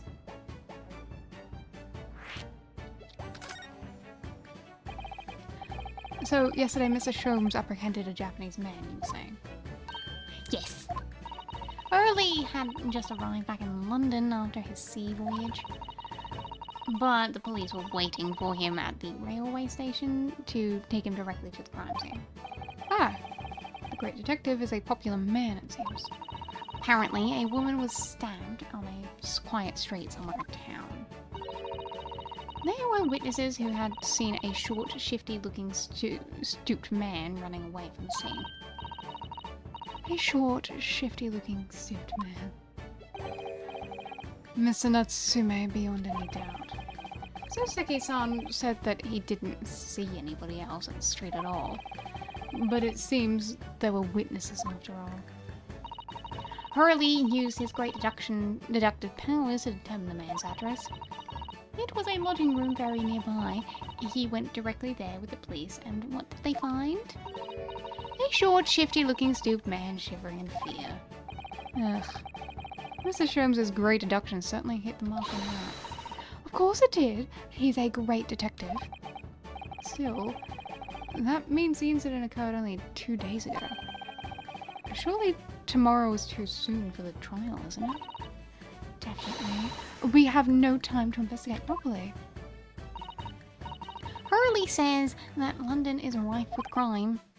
Oh. Scotland Yard is doing its best, but they can't stay on top of it, apparently. Oh dear. I hadn't realized the situation was so dire. That's why they can't afford to spend too much time investigating cases and trying criminals in court. Staff and money are both short, and crimes are usually pinned on the first suspicious person. That's terrible. I suppose it's the harsh reality of the workings of the world's greatest justice system. I suppose it is. In that case, I don't hold out too much hope for Soseki-san.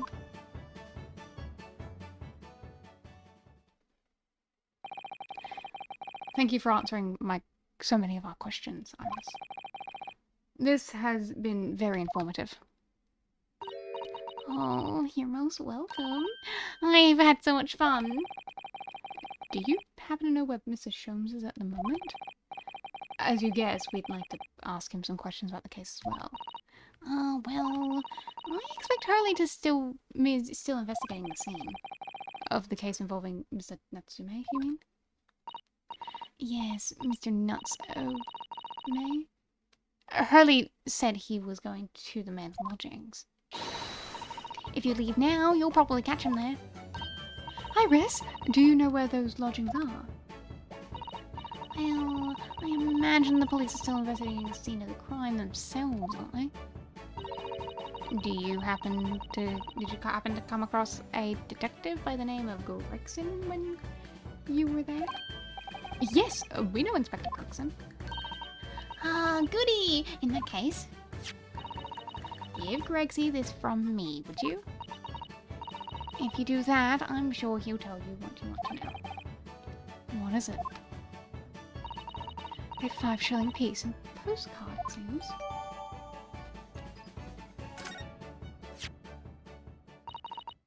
It reads, "Tell the gentleman in black whatever he wants to know. I trust that won't be a problem." Gosh, this will make the inspector help us with it. Well, thank you, Iris. We'll give it a try.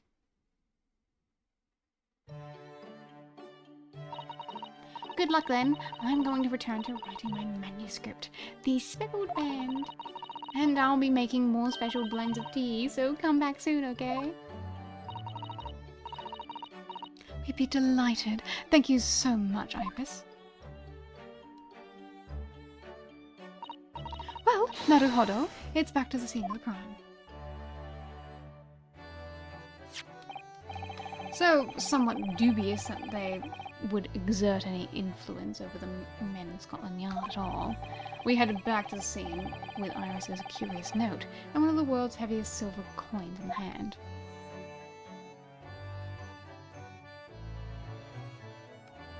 Oh, good. That means I can go make myself some lunch.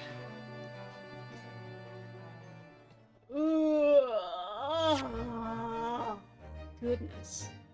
Goodness me. I'm hungry. I'm really hungry. I should start, like, buying breakfast food so I can eat before stream. Oh, goodness, my legs. What's wrong, Mubai? I'm not leaving forever. I'm going to put some food. Gonna go cook some food, and then I'm gonna come right back. Come on, dude. Give me a minute, okay? I'm gonna go see what we have in the kitchen.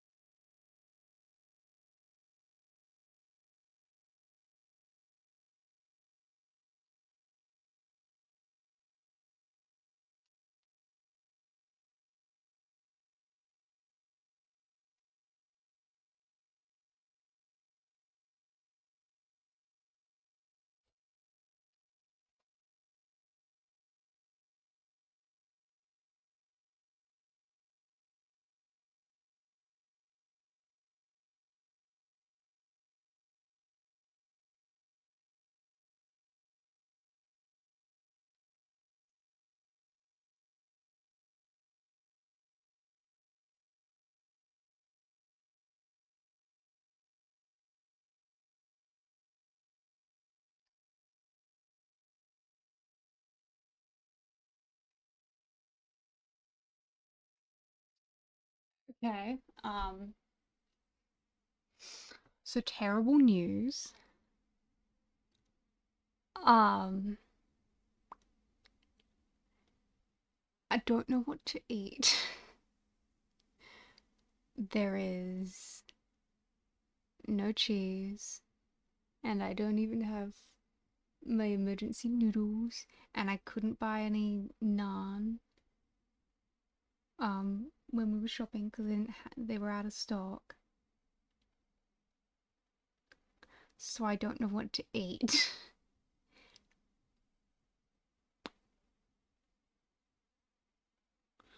But I should eat food because I need it.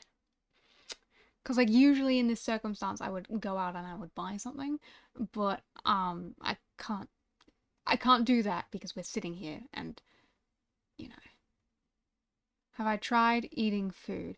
You know, you were far from the first person who has ever suggested that. Maybe I should start trying to do that.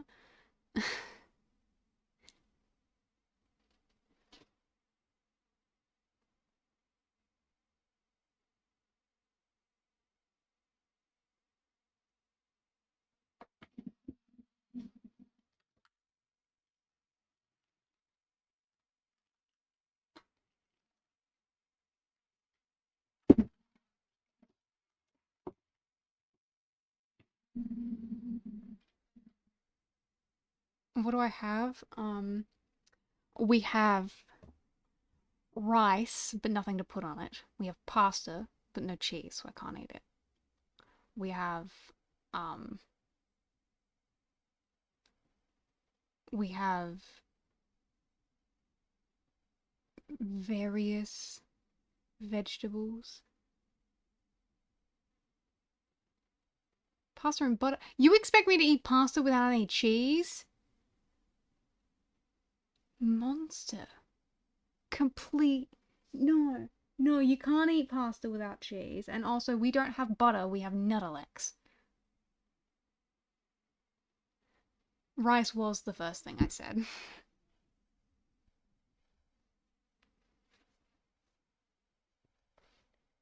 Well, if I'm having pasta, I need cheese. But there's no cheese, I can't have pasta.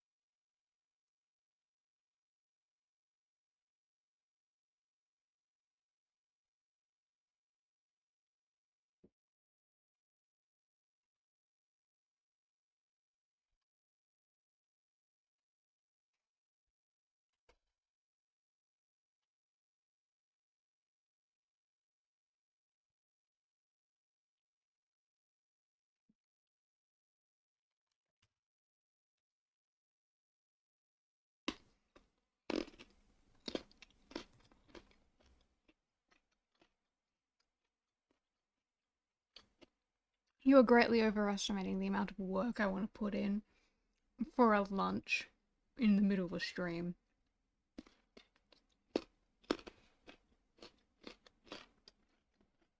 No, I'm eating a carrot.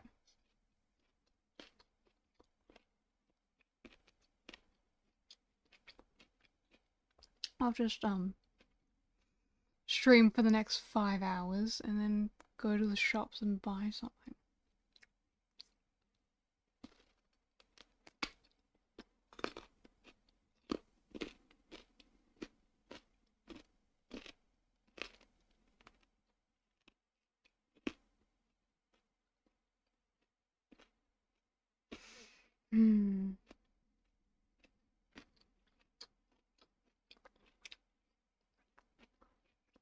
Cheese gets eaten so fucking fast in this house, I swear.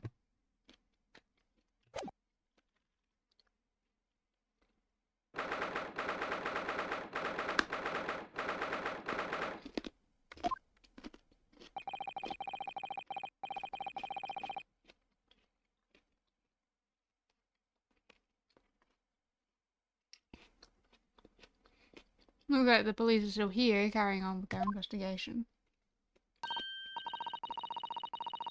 Perfect. So let's find Inspector Gregson as quickly as possible. Yes, and let's see if he'll take a break from his chips to look at this silver tip Iris gave us for him.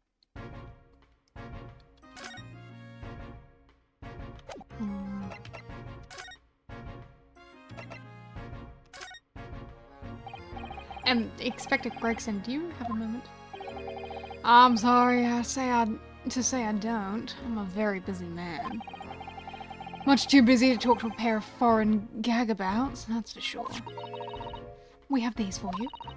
A present from Miss Iris Wilson. What? From me? From her ladyship? Her ladyship? The eared ones, come on, hand it over, that's for me. Don't wait for me to give it to you, will you?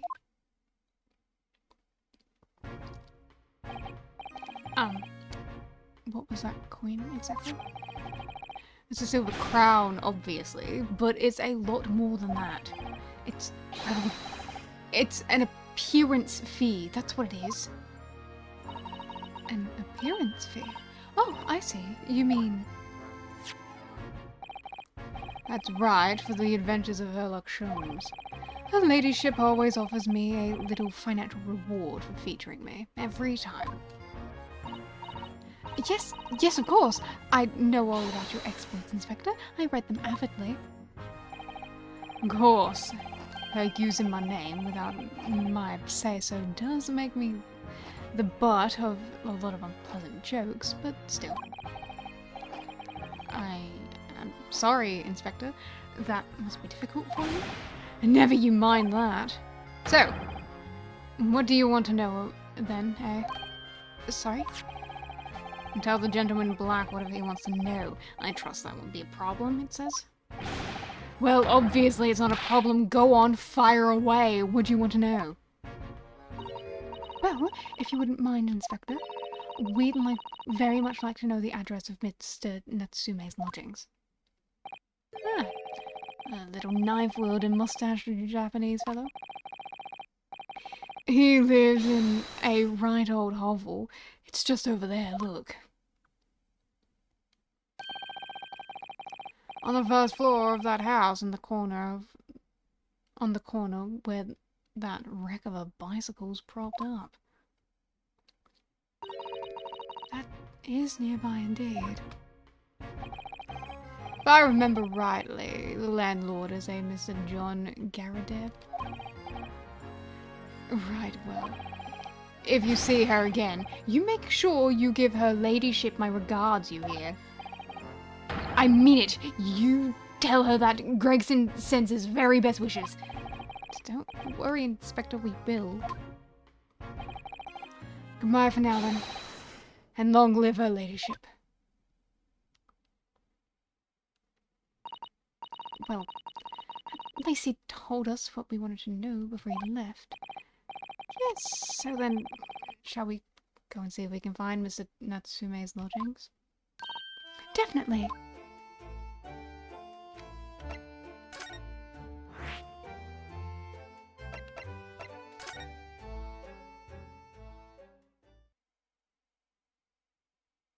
Oh, wow.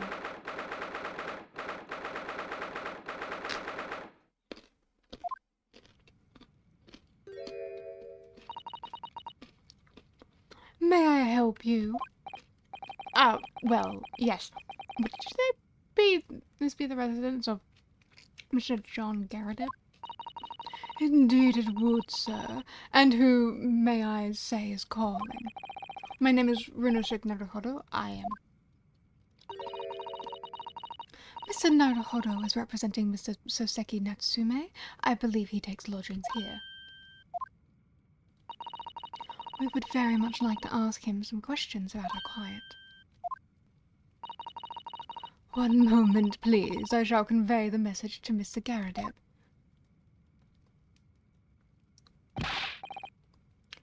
Did you see that, Miss Susato? That was a real-life English maid. I know. As I understand it, anyone of standing in English society employs a number of household staff. But that was the first time I've ever seen one in the flesh. Oh, this day keeps getting better. Certainly feels like we've really arrived now, doesn't it? We need only meet a butler and the experience will be complete. Well, I'm not sure if I'd go that far, but I understand the sentiment. Thank you for waiting. Mr. Garadeb will see you now, this way.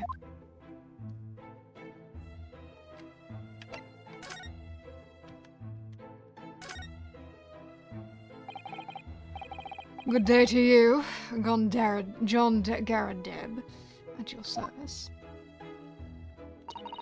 Pleased to meet you, sir. This is Runosuk Naruhodo. He is a defense lawyer. Do excuse me not getting up. Took a shot to the knee a few years back in the Battle of Maywand, don't you know? Earned a medal for my pains and had to withdraw from service. Handed over the reins to the up-and-comings. So he's a retired soldier. It's a hell of a job getting up and down stairs now. I can tell you. Don't get out much, as you can imagine. Yes, it's quite a climb up there to the second floor, isn't it? I was panting at the top of the stairs. You really must take more exercise, Mr. Naruhodo. Do you think so? Well, Mr. Garadeb, no doubt you were very courageous to earn yourself a medal. Oh, well, it was nothing. The medal was just a folderol, really. Wouldn't like to offend the general, though, so I grudgingly displayed it on the wall. Why don't you fetch it down, Joan? Let these good people see it properly.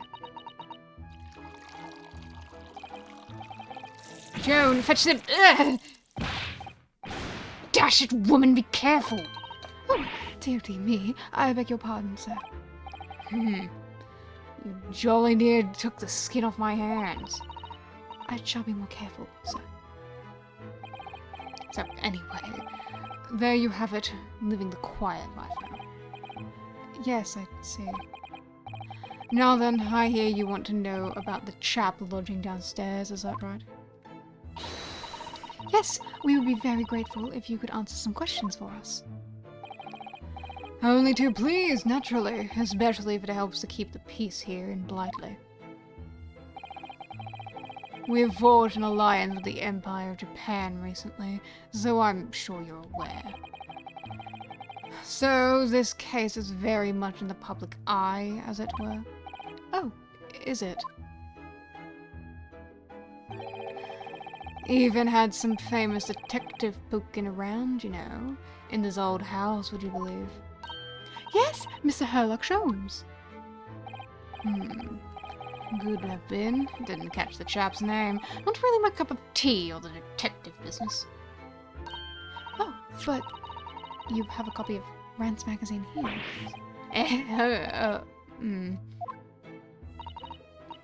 Anyway, the chap's investigation and the foreigner's room as we investigating the foreigner's room as we speak. So he's in Soseki-san's room. It's a barley nonsense is what it is. The whole neighborhood's twitching its curtains now. I don't like all this fuss. It's jolly upsetting.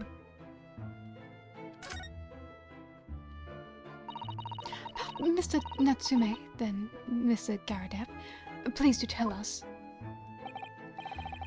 Yeah, yes, the Japanese chap. Only been lodging here for a week. Oh, just 1 week. So he moved in very recently, then. I have 2 lodgers most of the time. One on the ground floor and one just below us.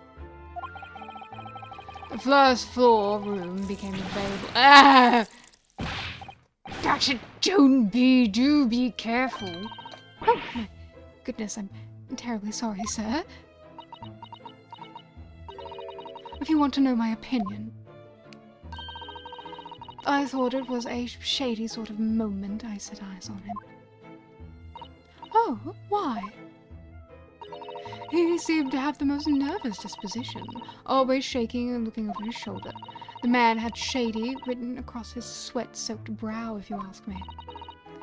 I said to myself, Joan, this man is trouble. Sooner or later he's going to do something untoward. And I'm rarely wrong about anything. We won't be calling the maid as a witness, that's for sure. Was there anything else that struck you as suspicious about the man at all?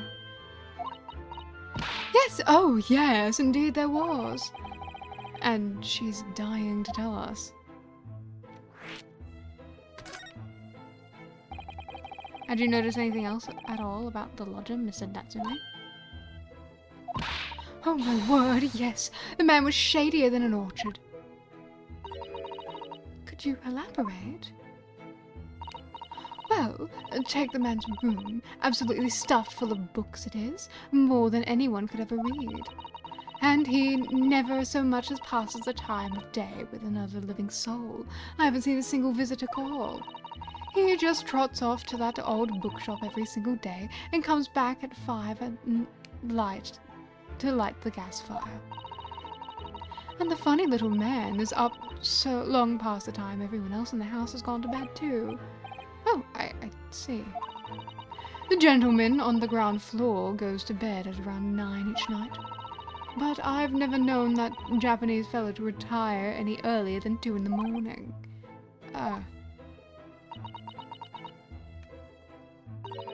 Could you clarify something, I wonder?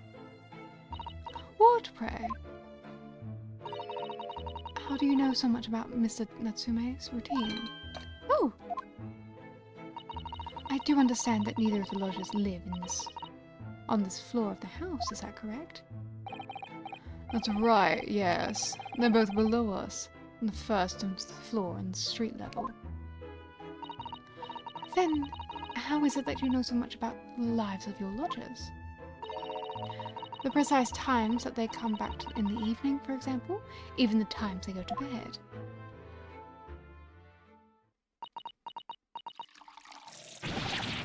Gah! Good grief, Joan, you be more careful, woman. Oh my goodness, sir. I'm terribly sorry, sir. Something doesn't add up here.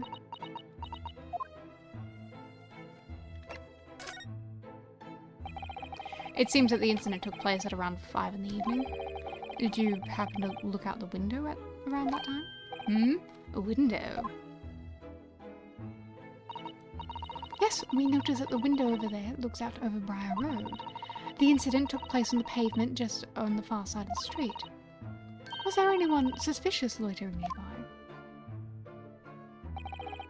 5 o'clock is dinner time in the Garadeb household. So I'm afraid I don't remember seeing anything. How about you, Joan?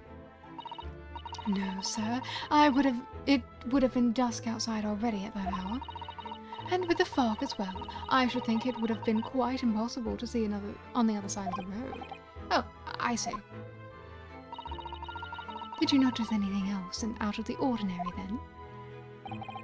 Such as... Anything at all, even if it seems unrelated. Well... yes. Was there something then? Well, it's nothing particularly significant, but around that sort of time, For the love of God, Joan, watch what you're doing. Oh, dearie me, what have I done? I'm awfully sorry, sir. To be more careful, woman. Of course, sir. If I may, Mr. Narrow-Hollow. Oh, yes. I have an exceedingly good memory, and as far as I remember, nothing of any significance took place here at that hour, nothing at all. Oh, really, Mr. Garradeb? The way you were talking before, it sounded like there might have been something. Oh, well, as I was saying, it was just a trifling matter, really, nothing of... Joan, dash it! What is the matter with you, woman?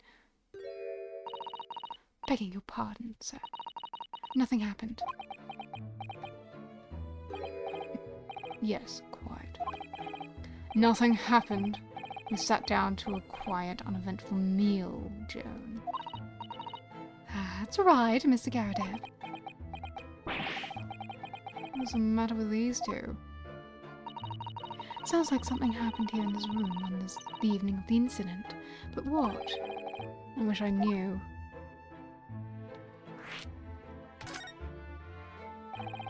Could you tell us which floor Mr. Natsume's room is on? Why, certainly, just below us on the first floor. And Mr. Sholmes is investigating there, even as we speak.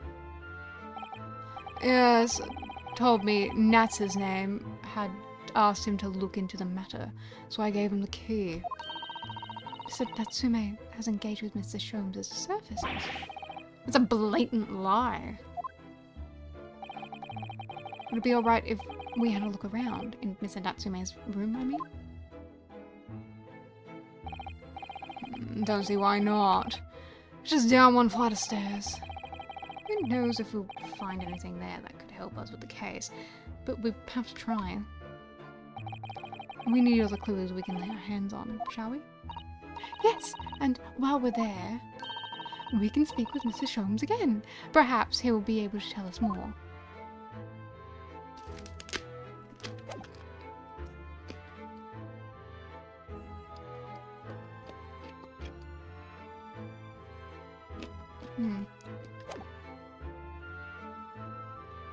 Yeah.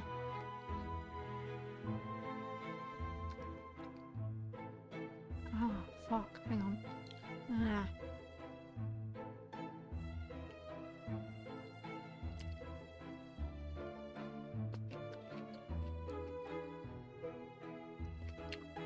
That's really annoying. I'm carrot fuck with my teeth. I hate it. It's getting in between it all. I don't like it.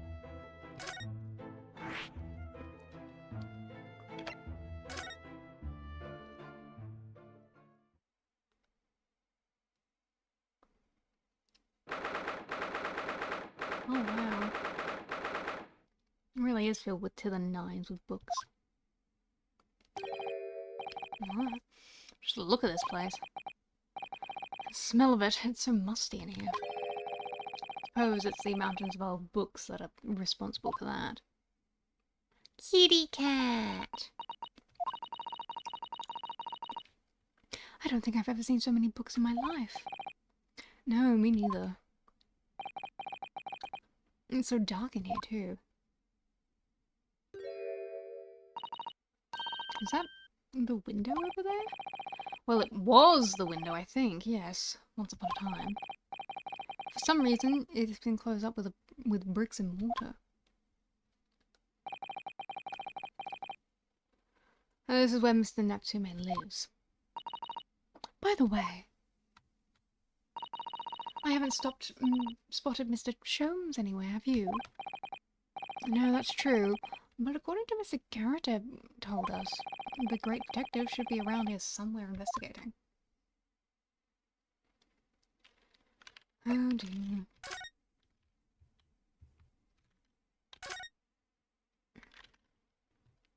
God, it really is a mountain of books. Look at all those books stacked up there. Like, they almost reach the ceiling. They're all works of English literature, and they all smell so musty. With this volume of books at hand, you'd never be short of reading material, would you? No, what a dreamy idea. And a bad dream, maybe. For me, at least. Mind you, I don't imagine the book that's at the bottom of the pile now will ever get read again. Ah, so reading is an experience that comes once in a lifetime, just as the tea ceremony teaches us. I certainly don't expect the conversation to turn down the path of tea ceremony philosophy.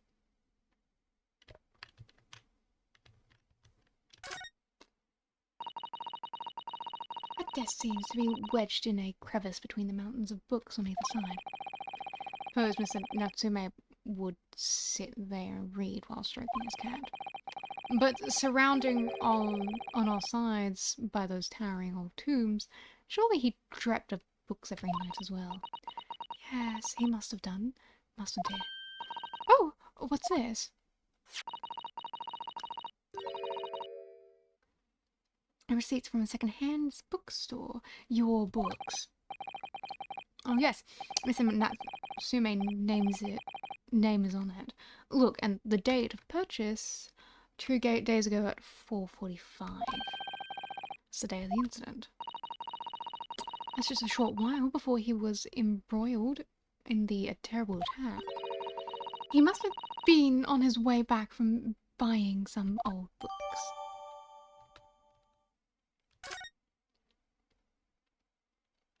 Hi, Sholmes. I knew you'd show up here. Give me a second, Sholmes. I want to make sure that there's nothing else I can look at. Look at all these balls of paper on the floor. These are notes scrawled all over them, in English. It looks like the wastepaper basket is so full that they've just fallen out. I think Mr. Natsume must have been deeply immersed in his research, don't you? Or deeply averse at tidying up his mess. I wouldn't like to speculate which is closer to truth. That can be checked.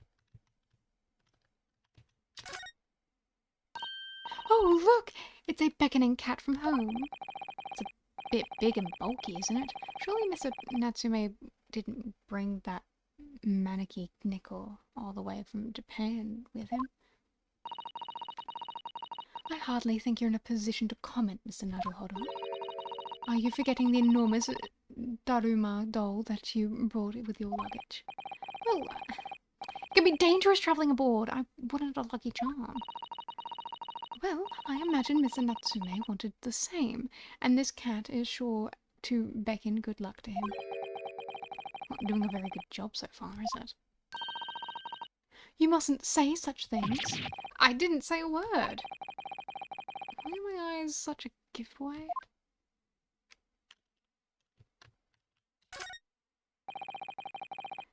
Could you even call this a window? I think so. It was a window at one time, after all. Although, all that remains is a frame and some bricks now. So really it's just a wall then, isn't it? But why would anyone deliberately brick it up like that? I'm afraid I have no idea. Ah! Perhaps Mr. Natsume painted the brick design on in a fit of whimsy. Ugh, that's alarmingly feasible. Anyway, whatever the reason, the lack of ventilation in here makes this place very oppressive. It does. I imagine being cooped up in a room like this would be extremely trying. Alright, weirdo. Ah! Look at Mr. Naruhodo! Aha! There he is! Where did he appear from? He seems to be engrossed in the pages of my book. I hope you won't mind if we disturb him. Hello, Mr. Sholmes. Ah, you two! Good day. Now, let me see. Where was it that we met? Oh, Mr. Sholmes, we were together on the SS Bureau. Yes, of course, the Bureau. And let me see, what happened on that voyage? It was Kazuma Sogi. He died tragically. But you were a great help to us. Ah, yes, of course! The case of Mr. Sogi. It was the one with the snake, wasn't it? Oh. Well, you seem to remember something of it at least. What an honor to be remembered vaguely by the great Herlock Sholmes. This is Mr.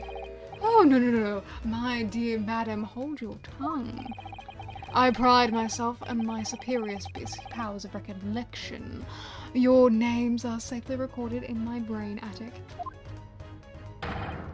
Miss Naruhodo. And Mr. Susatsu. Try the other way round, Mr. Sholmes. I lose the first round.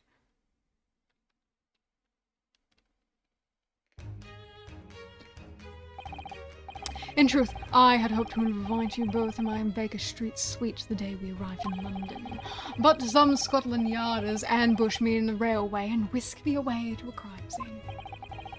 It was an entirely trivial case, of course. I solved the matter in no more than 30 minutes. So they apprehended Soseki-san in that short of an amount of time. I'm afraid the pursuance of a new case has dulled my recollection of my past involvements a little. A little? It is a mistake to think that one's brain attic has elastic walls and can distend to any extent. I do my best to forget useless facts, lest they should elbow out the useful ones. Yes, those are my own words of inimmutable wisdom, you know, from an adventure entitled A Study in Scarlet. Please, there's no need to quote yourself. I usually always remember my pearls of wisdom, but fortunately, my associate pens them beautifully. He means Iris, I suppose.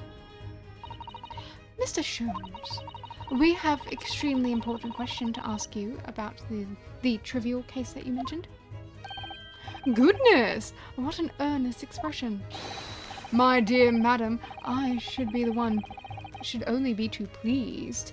And this murky room is an apt place to discuss the murky case.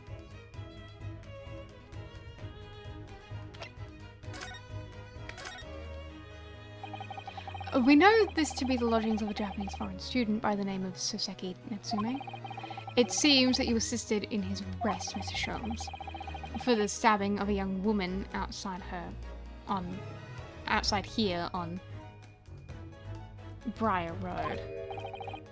Natsume. Yes, I believe it was a name rather along those lines. But Mr. Natsume denies it.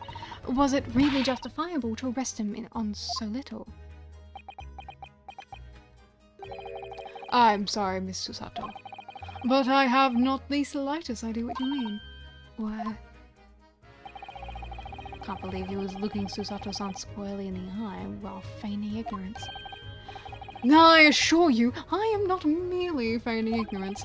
It would appear as if the pair of you are under some misapprehension. Oh, how?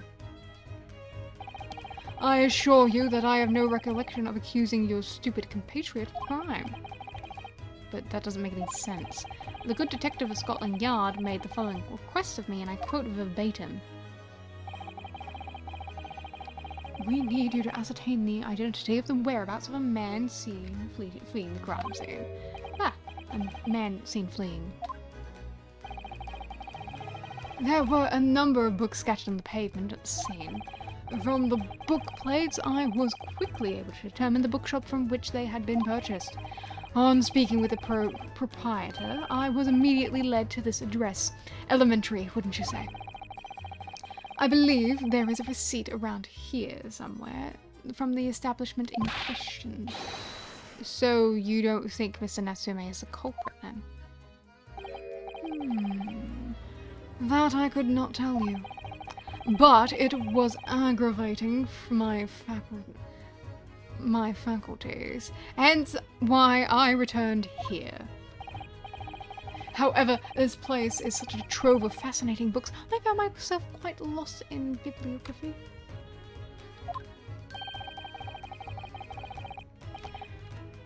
Do not be deceived into believing that I am a man of leisure. No, no, no. Oh dear. A man of distractions, maybe.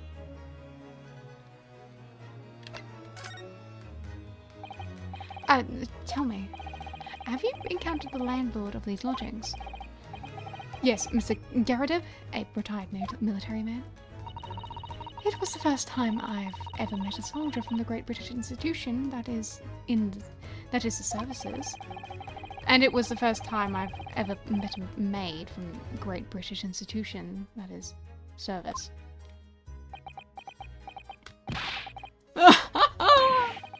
I didn't think it was that funny. I do apologize. As you may well be aware, many households in London employ a maid. Yes, I read as much in my Great Britain premiere. And so, conversely, whether or not a household employs a maid has come to betoken the social standing of those dwelling therein. Token their social standing? Sorry? Put simply, my dear fellow, those who employ at least a single maid are considered middle class. Those who do not are beneath that. In the upper echelons of society, of course, households employ enough staff to constitute a large family. Goodness, how extraordinary. As you can appreciate, for those on the precarious boundary between the middle and lower classes, being able to afford just one maid is of the first importance. I had no idea. And it is for precisely that reason that I find great stimulation in the situation upstairs. Specifically, in the retired army veteran, Mr. John Garadeb. Oh? Affable as he is, the fellow is hiding something. Whether or not it imposes on the circumstances of this case, I am yet unable to ascertain. I'm thoroughly lost as to what he means to say.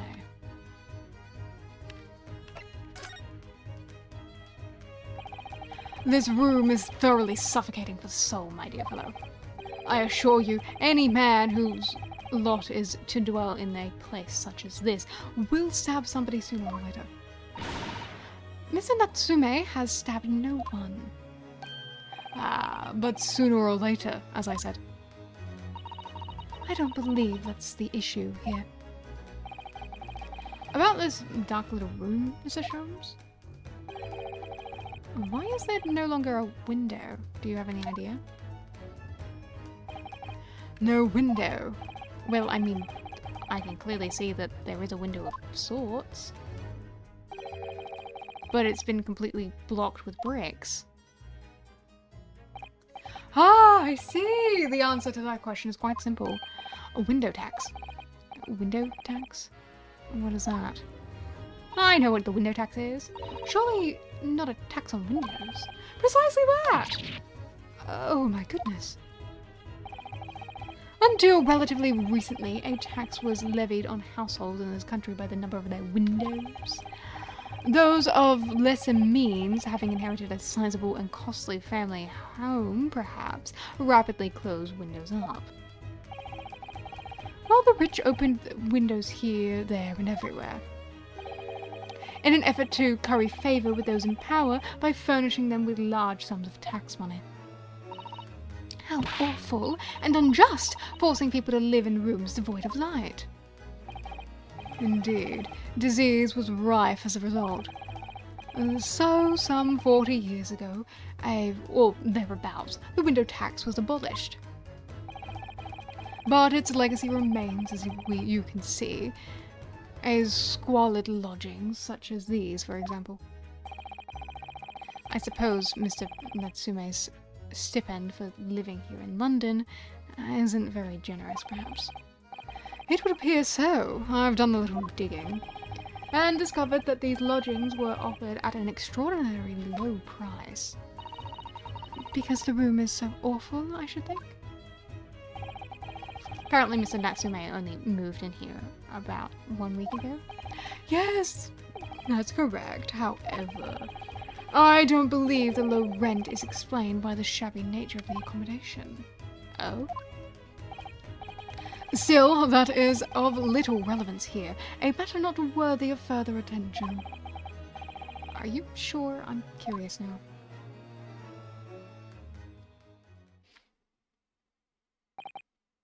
Well, I believe I've told you all I can now. Thank you, Mr. Sholmes. Ah, yes. Mr. Naruhodo, was it not your intention to become a practitioner of law? You remembered that, did you? Will you perhaps be offering your services in this very matter, I wonder? To the occupant of this room, Mr. Natsume, was it? I'm not sure. Not sure. On what grounds? Well, I actually defended someone in court only yesterday. Really? Well then, I congratulate you, sir, on an ambition realized. So promptly, too. The thing is, it's really made me question things. Am I right to believe in my clients? To trust in their innocence? Yes, trust. Mr. Sholmes, Mr. Natsume didn't do it, did he? My dear fellow, I haven't the first idea. Oh, but I thought that's why you were here. Didn't you come back to investigate? Ah, yes, that was indeed my initial intention, but there are simply too many fascinating books here. I couldn't possibly ignore them. Oh, I see. Nevertheless, there are two facts that I can state quite unequivocally. The man who fled the scene of the crime 2 days ago was the Japanese occupant of this room, and there are witnesses who swear to have seen the same man commit the crime. That is all I can say. Ah, and one more thing. Oh, what is it, Mr. Sholmes? Tell us. I cannot say with any certainty whether or not it is of relevance to this case, but I am quite sure that the retired army man who owns this property is hiding something. Mr. Garrett is. Mr. Sholmes said as much before, actually, didn't he? Anyway, at present, that is really all that plays on my mind in relation to this case. Mr. Naruhodo, as yet our investigation has uncovered nothing that could help us establish Mr. Natsume's innocence. No, you're right.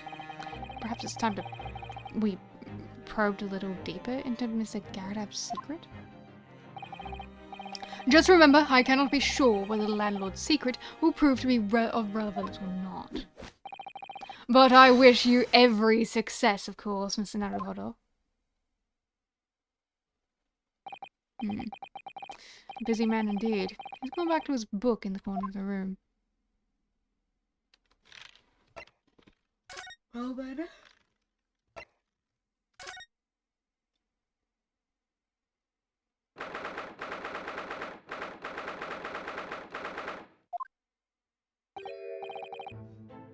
Ah, you pair again. Tell me, was the detective chap, I forgot his name, still hard at work down there? Mr. Herlock Sholmes? Ah, yes, rings a vague bell. All the detective's business isn't really my thing, I'm afraid. Well, Mr. Sholmes is in his element down there. Jolly good show. Another cup of tea, if you please, Joan. Now then, why don't you tell me— Ah! For the umpteenth time, woman, will you watch what your ballywell doing? I shall be serving dinner shortly, sir. Yes, of course. Frightfully rude of me, but I'm afraid I shall have to ask you to take your leave, if you'd be so kind. Oh, yes, of course. We are deeply grateful for all your assistance. Not at all, not at all. I don't get much chance to talk with you young foreigners like yourselves. It's been a pleasure. Best of luck and all that. Perhaps you could see yourselves out. According to Mr. Sholmes, Mr. Garadev is hiding something, and since no other avenues of investigation seem open to us at the moment, perhaps we should do some digging.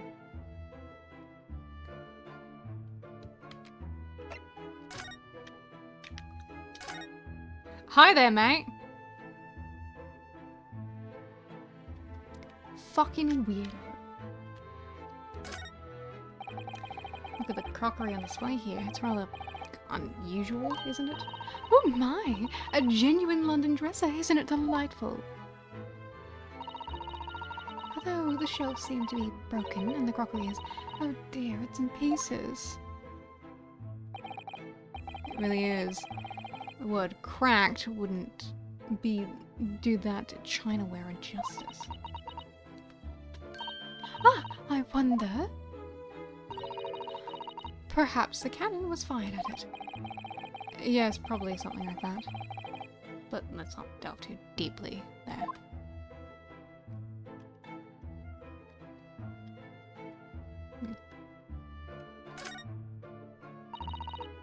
Look at that enormous screen! It must have been put there deliberately, sure. Yes, it seems like someone's trying to hide something from view.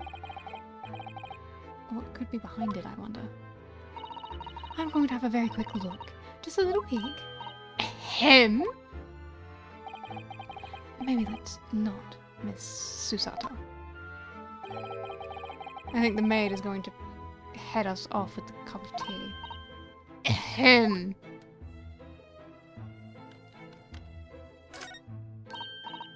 Oh, look! What a wonderful collection of cakes lined up on the gleaming silver cake set. Lined up. It looks more like someone has half demolished them. Afternoon tea is a time of indulgence, you know. It's quite the English way.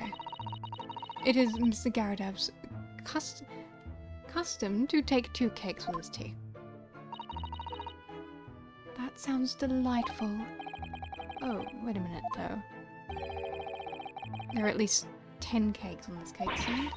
Well, naturally! And it would never do to waste the leftovers. So whatever Mr. Garadev doesn't eat, I say to myself, Joan, you shall have to tidy up. How magnanimous of you. Alright, what do you want? What's he doing over there? Mr. Sholmes? Aha! We meet again, my dear fellows. Gracious. When did you sneak in here? Oh, look, Sholmes, sir, at your service.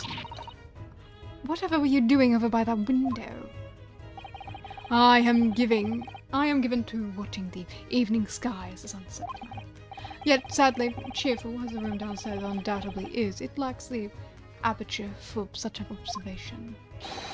So I took the liberty of borrowing a small corner of space by the window up there. Well, keeping an eye on one's window at dusk is the prudent thing to do in London, I'm gathering. Ah, and one other thing, Mr. Naruhodo. Oh, me. I thought perhaps you mightn't be in need of a certain great detective's great mind. Well, he's not talking about... is he? I didn't expect to be going through that again so soon. I was. Do you mean Mr. Sholmes? There is a mighty secret in this modest room. My eyes see even the most trivial of trifles. I take it you're prepared, Mr. Naruhodo. I think so. There is just time enough for one of my greatly admired great deductions. Let us conclude the matter before dark.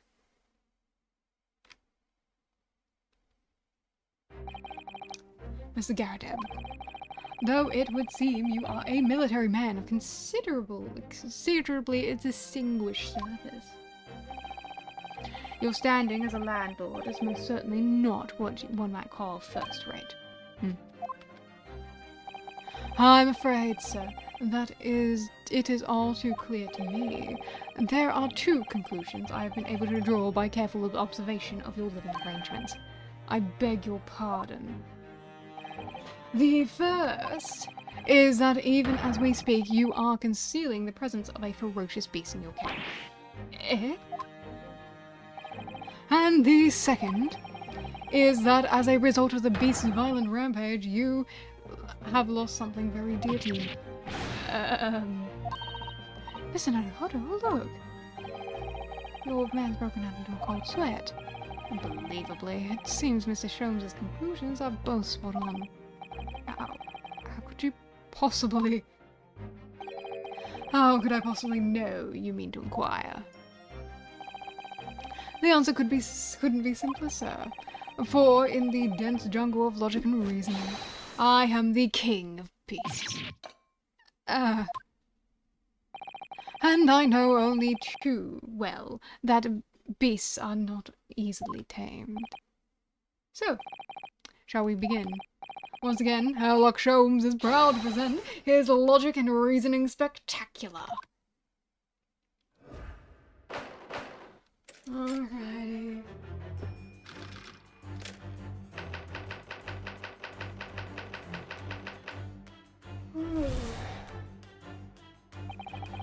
It certainly shouldn't take a great detective to see that a fearsome beast has been on a rampage of late within these four walls.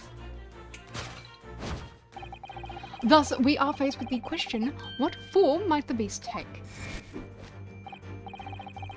Ah, for a man with a military breeding, your eyes are uncommonly candid. Your furtive glance, Mr. Garrett, leads us directly to the answer. The true nature of the beast that is rampant here is revealed by the lion statue. Yes, though an army man, you appear unimposing at best, and a fact that has fueled your admiration for the mighty lion, the king of beasts. What is this piffle, I ask you? In the end, your admiration became so great, in fact, that you had a living, breathing specimen shipped from India, which you tried to keep in this very house. What? Yet living with such a wild beast proved more difficult than you had imagined. The chilling traces of the wild rampage are still very much in evidence. Well... Yet, as we took a look around, the beast in question fails to present itself. Where could this angry creature disappear to, madam? Me? I pray you do not consider me unchivalrous, but it is plain to me that one glance in your direction... It is? Your dress pocket gives us a handsome clue to the beast's current whereabouts. For protruding from it is a handbill advertising a circus show. So, you sought to dispose of this terrifying lion, Mr. Garrett, at Batty's Circus, a traveling show currently sojourning in a nearby park. I have observed the tents. You sold the savage lion, sir, to the circus troupe. I most certainly did not. I believe I have made my point. The fearsome beast who ran amok in this room was an Indian lion, and a simple visit to the circus will reveal the lion prancing jubilantly through a ring of fire. Sure.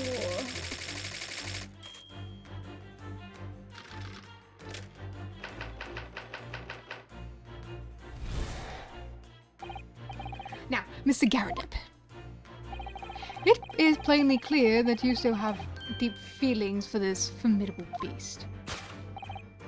Indeed, in that blithe pose, the distress this loss has caused you is veritably tangible. Your head weighs heavy on your shoulders, the pain you feel being revealed by that supporting arm. Amid fits of tears, you let your beloved beast go. The strain of losing something so dear to you is clearly visible in your visage. Nonsense, man. I simply... But what, we must ask ourselves, is the true cause of this pain? And we need only follow the direction of your gaze to answer the question. Yes, it is a pile of bills that has given rise to the pain you're suffering. Every envelope contains another demand for payment. For cartloads of meat, potatoes, wheat, and tea. Indeed, feeding your beloved has had a devastating impact on the financial circumstances of your household. And so we had no choice but to let it go. Yes, well, Now, in a final fit of rage, the ferocious beast carried out one last unimaginable attack. Unimaginable? The aftermath of which is clearly seen by observing the carpet over there. A very expensive woolen carpet, if I'm not mistaken. Oh, dearie me. What could have caused such a destructive outburst? This time, madam, I'm afraid it's you who has inadvertently revealed the truth. You're wondering how I have settled upon the answer very neatly inward. Indeed. Yes, it is explained. To explain the dire state of this carpet, we need only look at the Tower of Cakes. There is no creature more dangerous on earth than a beast with an unsatiated appetite. Was it or was it not once by a certain noblewoman, if they have no bread, let them eat cake? Food is at the heart of all tragedy, in fact. But whatever do you mean? Having tried the taste of cake, the beast, tired of the taste of cake, the beast began stalking its next prey. I'm sure I need not spell the nature of the final act of destruction carried out by the beast. There is only one logical conclusion. Worked into a frenzy by hunger, the lion attacked and ate the carpet. The teeth marks on the carpet are a perfect match for those of a lion I once saw in India.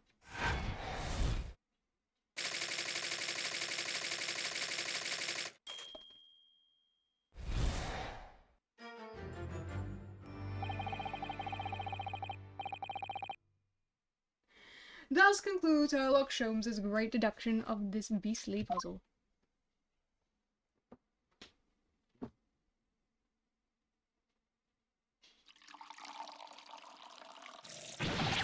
Yeah, Holmes definitely got that 100% right and didn't just say a whole bunch of bullshit that can only be true if you're fucking stupid. Oh, goodness me. What is the matter with you, Joan? You're pouring scalding hot tea all over me. Oh, I'm sorry, Mr. Cherideb. I'm afraid I didn't notice.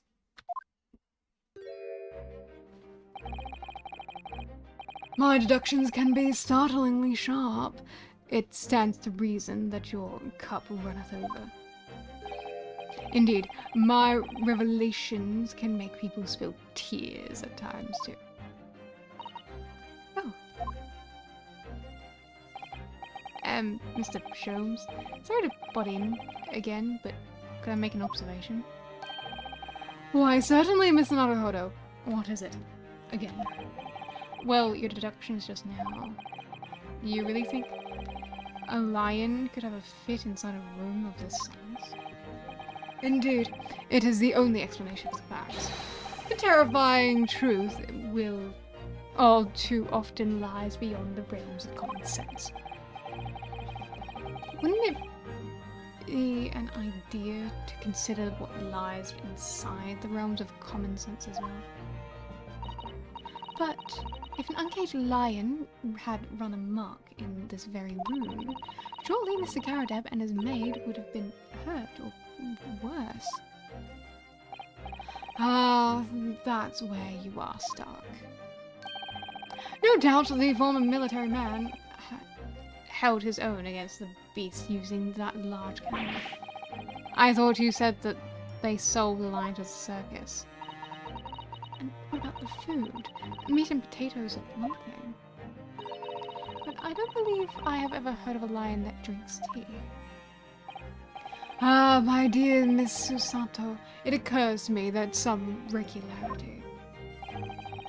That irrespective of race and breeding, whenever anyone lands on Great British soil, they are infused with a highly appropriate taste for afternoon tea. Oh, what a glorious notion. Well then, Mr. Naruhodo, it's your turn to shine again. I had a feeling that was coming. A slight massage, that's all Mrs. Sholmes' deductions need, and you can do it. Excellent! I've been waiting for my trusty partner in deduction to step forward, Mr. Naruhodo. We don't even know yet whether or not this is going to help with Mr. Natsume's case. Still, uncovering the truth is always worthwhile, whatever the motivation. At least, that's what I want to believe. Let us start again. From the beginning. Of Herlock Sholmes' logic and reasoning spectacular.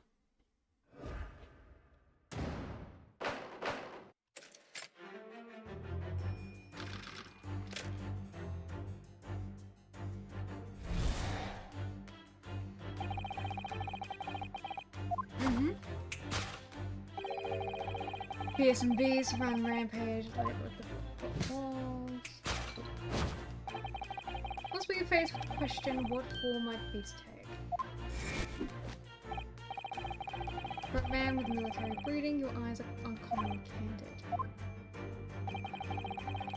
Glance leads directly to the answer.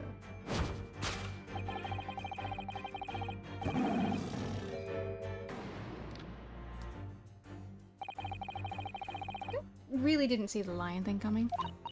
No, but if you observe Mr. Garradeb's reaction, it rather seems as though some beast did indeed run amok here in this room.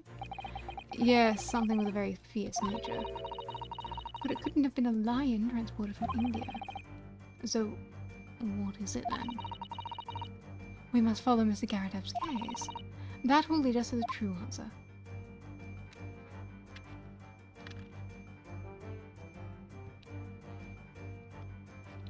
I see.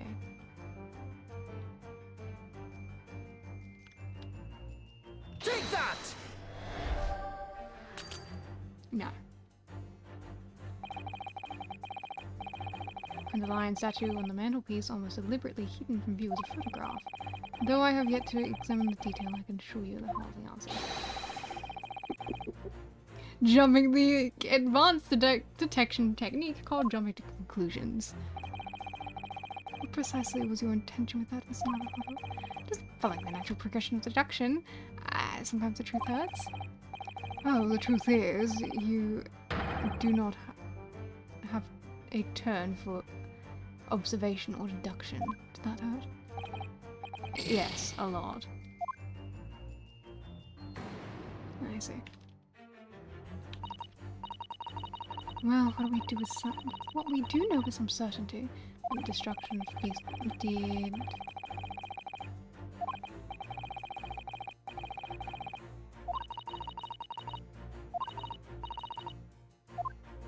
Hi, my boy.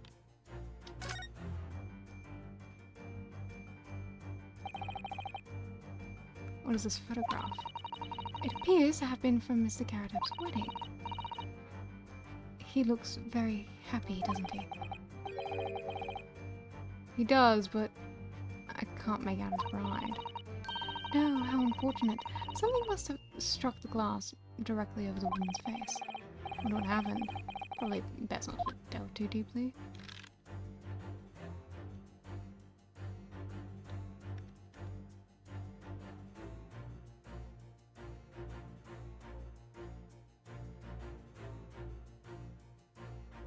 Take that!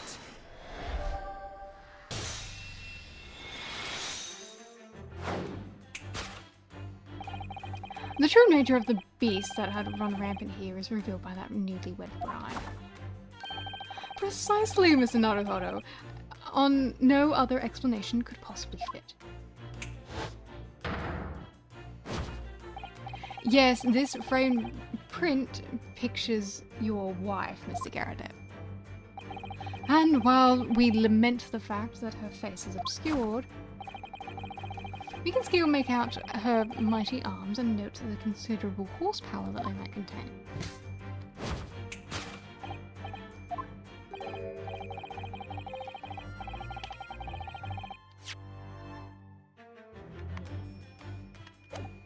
Indeed, surely any woman of such powerful constitution would be honored to be described as a beast.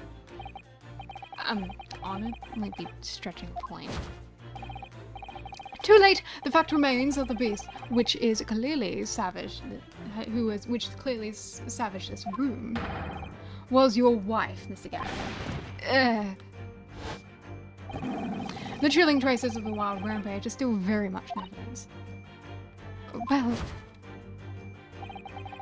yes, as we look around, the beast in question fails to present itself. Where could this angry creature have disappeared to, madam? Me? I pray you do not consider me unchivalrous, but it is plain to me that one glance in your direction, it is. Your dress pocket gives the handsome clue to which the beast's current whereabouts. The poor, fragile, defenseless woman is beside herself. Well, I don't know about fragile. Oh, dear. Anyway, Mr. Sholmes is quite right. There's no sign of Mr. Garrett anywhere. But it seems there may be a clue as to her whereabouts. A clue that this maid is trying to hide.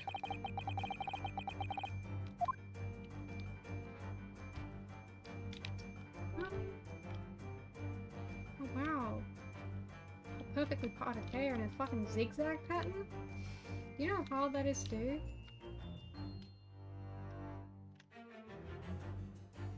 Take that!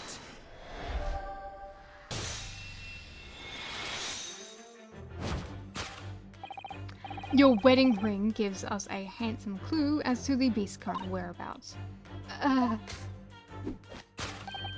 Indeed it does! That flowery badge gleaming on your finger gives you away. For it is identical to the one shown on the hand of Mr. Garradab's bride in the photographic print. In other words, you are no ordinary household maid. No! You are Mr. Garradab's lucky bride. You are Mrs. Garradab herself. Oh my word!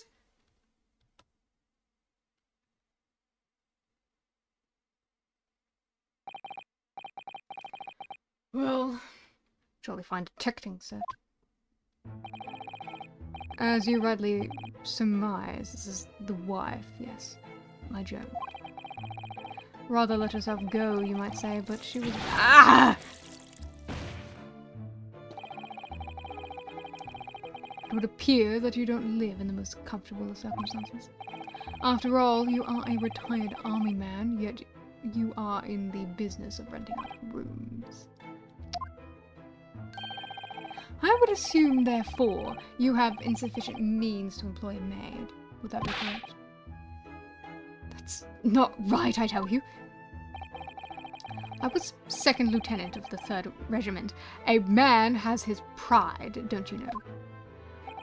By golly, it's a sorry thing, even a chap can't even— when a chap can't even afford to have a single maid in his employ. Yes, here in London, one is rather judged. A household cannot be considered worthy of society if it employs no staff at all. Though, in my considered opinion, such concerns about appearances are a folly. You mean that Mr. Garradab has his wife work as his maid? Precisely! Am I right, Mr. Garradab?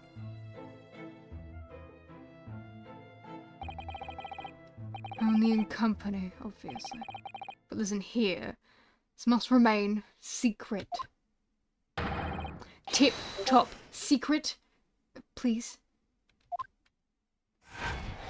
Hang on. Get baited by my Discord. What the hell are you talking about? Look.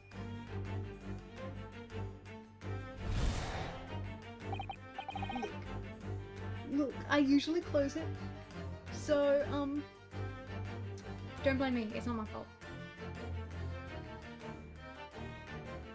Now, Mr. Garrett,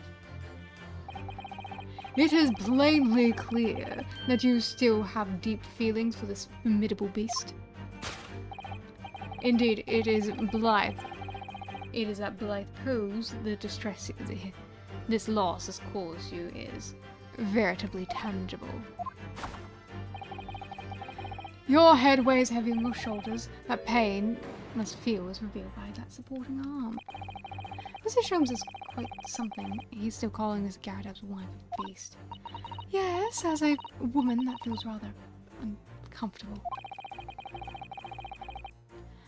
But Mr. Garrett is standing beside her husband as we speak. In other words, he hasn't lost his beloved at all, has he? Oh, how true. So perhaps that supporting arm that seems to be popping off his head has some other significance then. According to Mr. Sholmes, Mr. Garrett's pain is tangible, though. What could that pose really signify?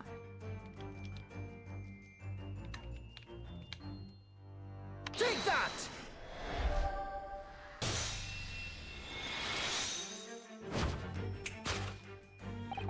Your head weighs heavy on your shoulders, the pain you feel being revealed by that slap shake.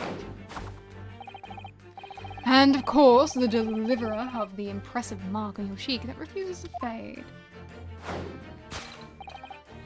Was you, Madame Joan Garridan? Oh, yes.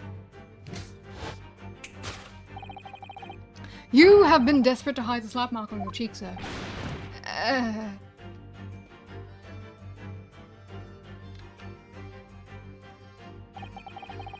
How the blazes...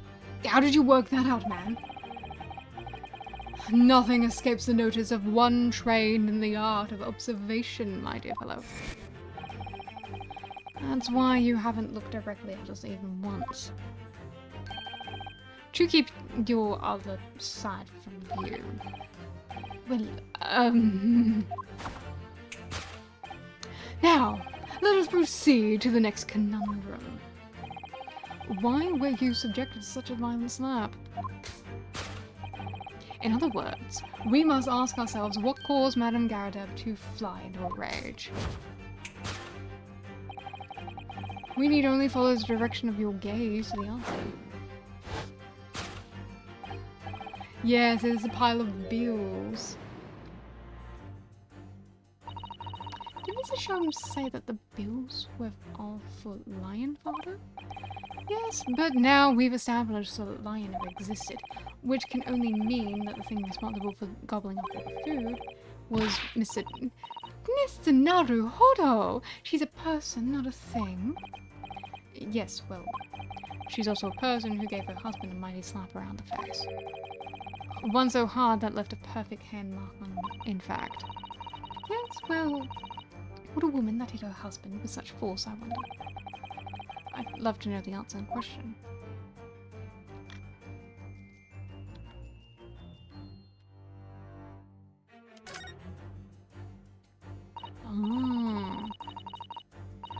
Someone must be reading a book at the moment. There's a bookmark here, look. Mr. Garridan is clearly an avid reader. Oh, wait a minute. I don't think this is a bookmark. Oh, no, so it isn't. It's a note written in a woman's hand. Oh, James, I love you. Yours, Mary. And look at the signature here. Lip marks. Made with lip marks. Oh, what a passionate and romantic gesture. Don't get any ideas, Susato-san. Oh dear, I'm sorry. So this bookmark is actually a love note then.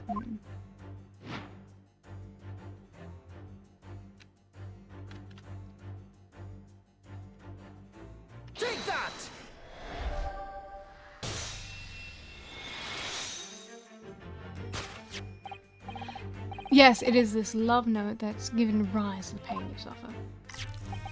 Oh, James, I love you. Yours, Mary. Passionate indeed.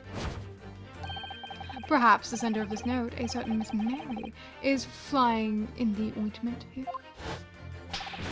here.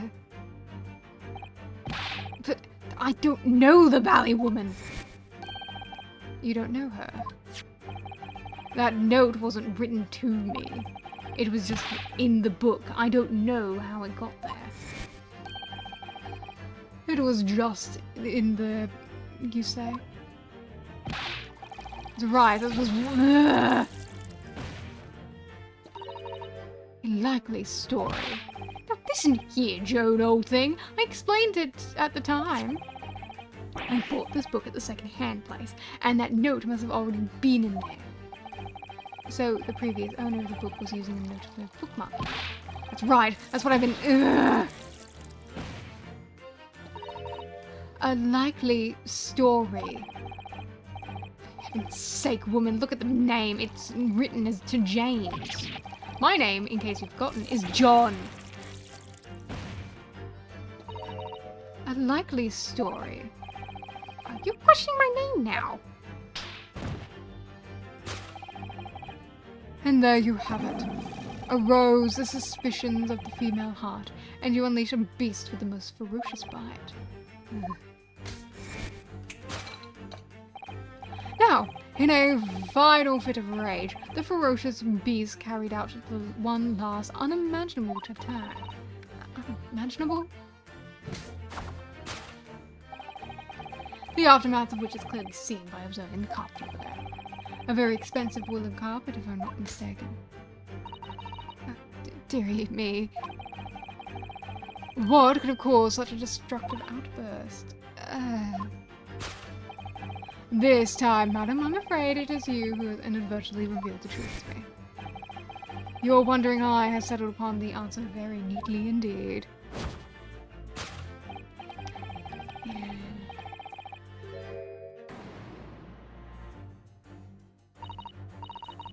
But surely Mrs. Garrett didn't eat the carpet? No, of course not. But there doesn't seem to be any doubt that the state of disarray in this room is a result of her wild temper. No, that's true. So, this is the last part of Mr. Sholmes' deduction that we need to fix.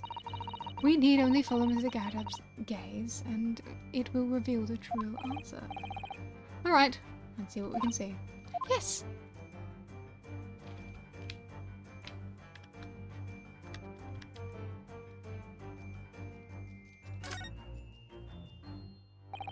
The carpet here has been ripped to shreds. Yes, and according to Mr. Sholmes' deduction, the tears match those made by an Indian lion's teeth perfectly. Oh, look here. What is it? If you look closely at the edges, you can see scorch marks. Oh, yes, you can. In that case, perhaps the carpet wasn't eaten in the normal sense at all. Let's rethink this with that in mind.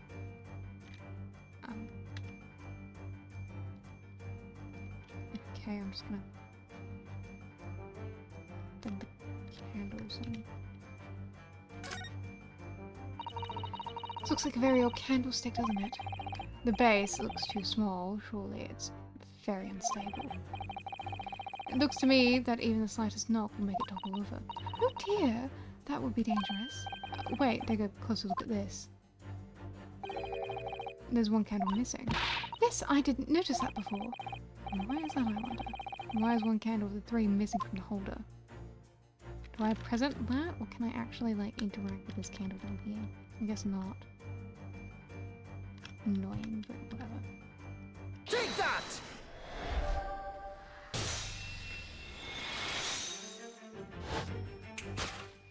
Yes, to explain the dire state of the carpet, we need only look at the candlestick. Most illuminating, my dear friend, and of course, the only possible way out of this logical labyrinth. Yes, the remnants of a ferocious attack in which the carpet was devoured are clearly visible. Indeed they are. These scorch marks at the edge clearly give the truth away. Scorch marks. It would appear that this room was the scene of a little marital altercation. Miss Garadeb's mighty arm muscles left an impression not only on her husband's face, but on the entire room. The force of her strike caused the candle to fall off the holder. And in seconds the carpet was alight, the whole corner of the room in flames. Yes, for the most ferocious beast in this world, too, is neither a violent lion nor a vengeful woman, but fire. And in this room, that ferocious beast bared his claws and ran amok. Eloquently put, my dear fellow. So you see, there is but one conclusion here.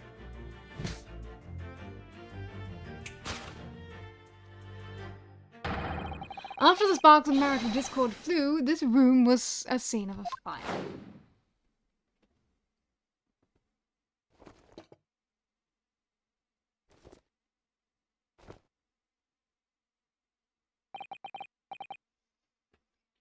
Sir Sholmes, sir, I salute you.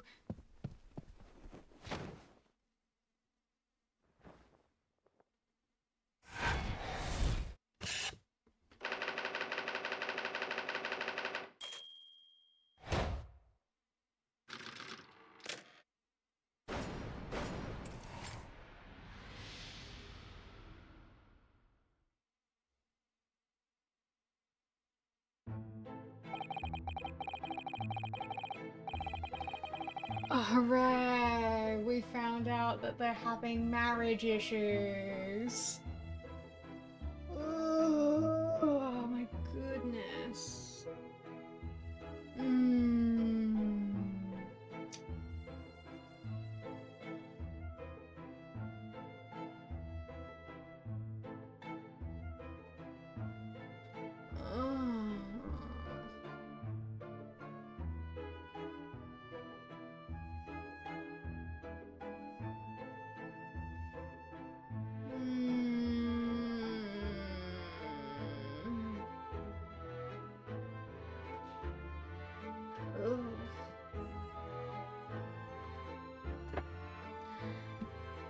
It's these dash-long winter nights, you know. Nothing to do but read in front of the fire. Luckily, there's a jolly good second-hand bookshop just around the corner. Buy all my book novels there. And in the pages of one particular novel, you discovered a rather illicit material, for which your wife admonished you harshly, it seems. Don't know about admonished. Demolished might be rather closer to the mark. And the beast is most certainly an absolute... Here we go again. And the carpet? Was that destroyed by a fire when the candle fell to the floor? Afraid to say so. Happened in the blink of an eye, you say. You know. The whole place filled with smoke. Couldn't see a bally thing. I was caught between the old stick's rage and the raging flames. You paint a torrid picture, sir. One that would be most entertaining. That's sympathy for you.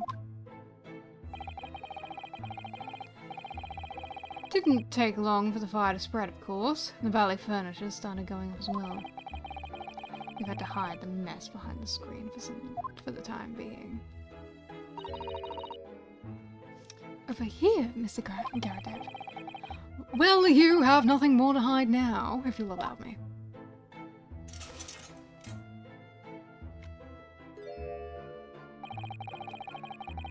And all my favourite old novels in that case. But as soon as the fire got hold of them, that was it. Whoosh. Up in smoke. Gosh. And the wife started hurling things at me. What a terrible sight it must have been.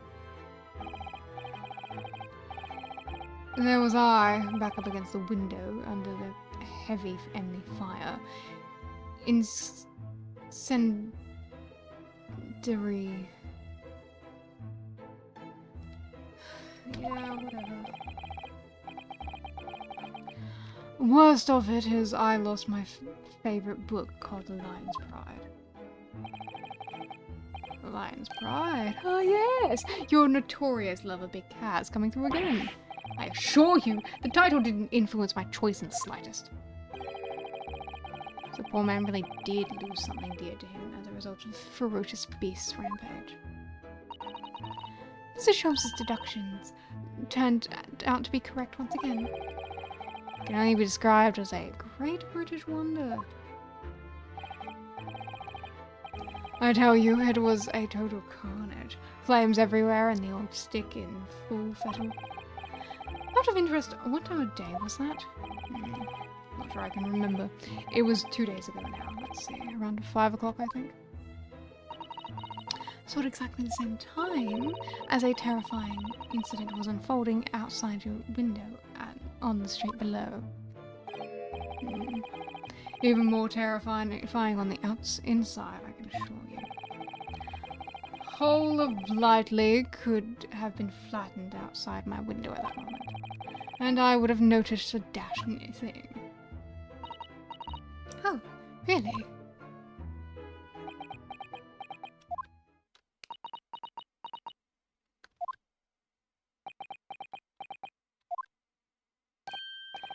Mr. Sholmes? Yes, Mr. Naruhodo, what can I do for you? Well, I think we've gotten to the bottom of Mr. Garadeb's situation now.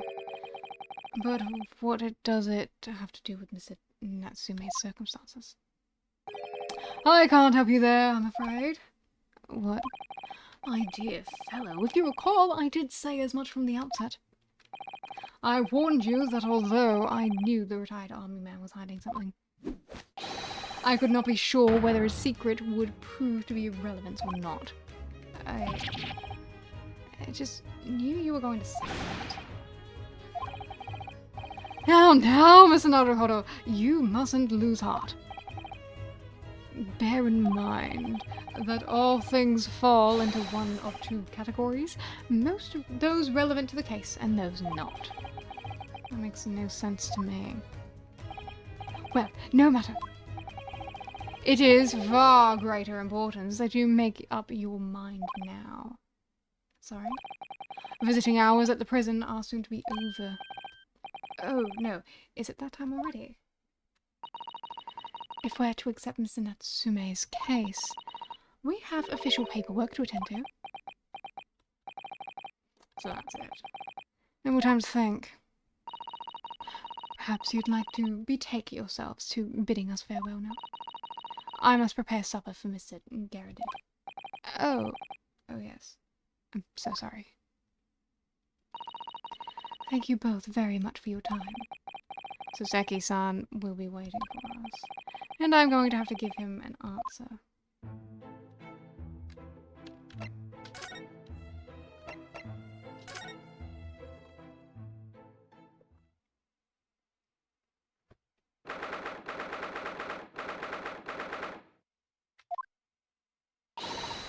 It's time, Mr. Naruhodo. We must hurry back to the prison. Yes, I know. Let's hail a cab. Oh. What's the matter? It's like something's going on over there in front of Garadeb's house.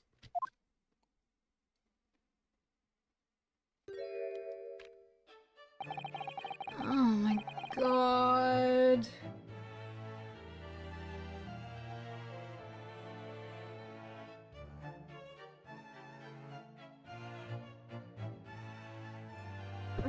I'm not in the mood to meet someone new. I know thee not, old man, fall to thy prayers. Who you calling an old man, you rum-looking nimmy-pinny? There are more things in heaven and earth, Horatio, than are dreamt of in your philosophy. This is Horatio, fella, eh? What are you on about? Excuse me? What the... Who are you now? I'm sorry. It just looked as though there might be some problem here. And my associate here, Mr. Runosuke Naruhodo, is a lawyer, you see. Eh, a lawyer? What? So I can be of... If I can be of any assistance, I'd be happy to help.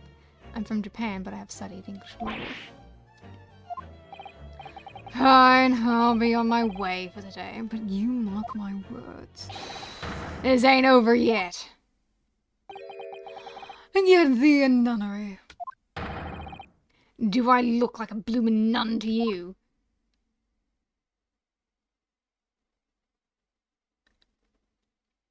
Again, really weird to see what I know, the slang I know in this game. I do hope you're not injured. Oh, fair Eastern maiden, thou art so gentle, thank you. What was that all about? There are more things in heaven and earth, Horatio, than are dreamt of in your philosophy. I'm not Horatio either. Forgive the inquiry, sir, but are you a lodger here in the Garadeb residence? Oh, fair Eastern maiden, thou art so right. Yes, I do dwell in this humble abode. I see Garadeb mentioned he had another lodger, didn't he? This must be the man. Do you happen to know the other lodger who lives in the first floor? Ah, yes, a gentleman named Natsume.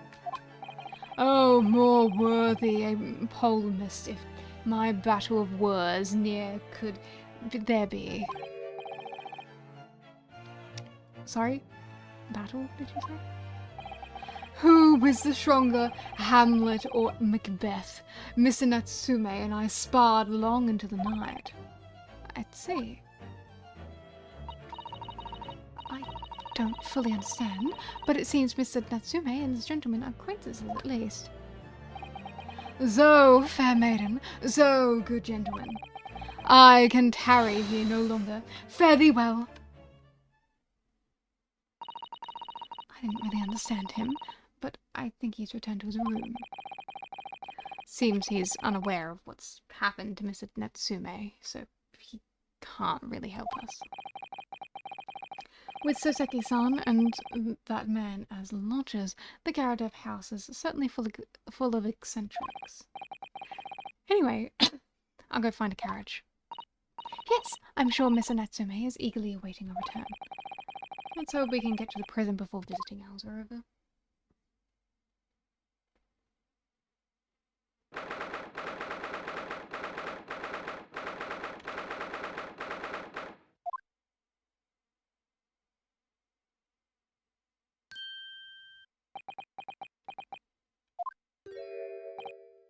Oh, it's you! You're here! You came! Welcome, student, Mr. Naruhodo Esquire. I can't believe you came back! I'm so touched! We are so sorry for having kept you waiting, Mr. Natsume. Oh no! Think nothing of it. Relax. If I were a cat, I would purr with pleasure at the company of such fine compatriots. Noble, nurturing, never-failing Nipponese! Oh, no. Let's not get carried away. Oh, I quite agree. There's nothing more reassuring than familiarity of one's native land. On the other hand, it is thorough friendship transcending international borders that one truly appreciates the fact. Such is my belief, at least. Oh, it's you!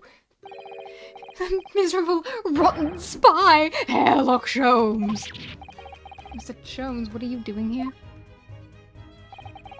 I have no intention of doing anything, per se. Save observing, of course. Whatever do you mean, Mr. Sholmes? Well, I have encountered some curious reading material in that gloomful room, and having unmasked the secret identity of that eccentric pair, I decided I should drop in on my way home to see how divested his friend is faring. For room? At least your accommodation here offers a window, my dear fellow. In that sense, it is a superior option. Anyway, I must commend you for your taste in books. My day has been a delight and cost me not a penny. You! How dare you, Airlock Sholmes!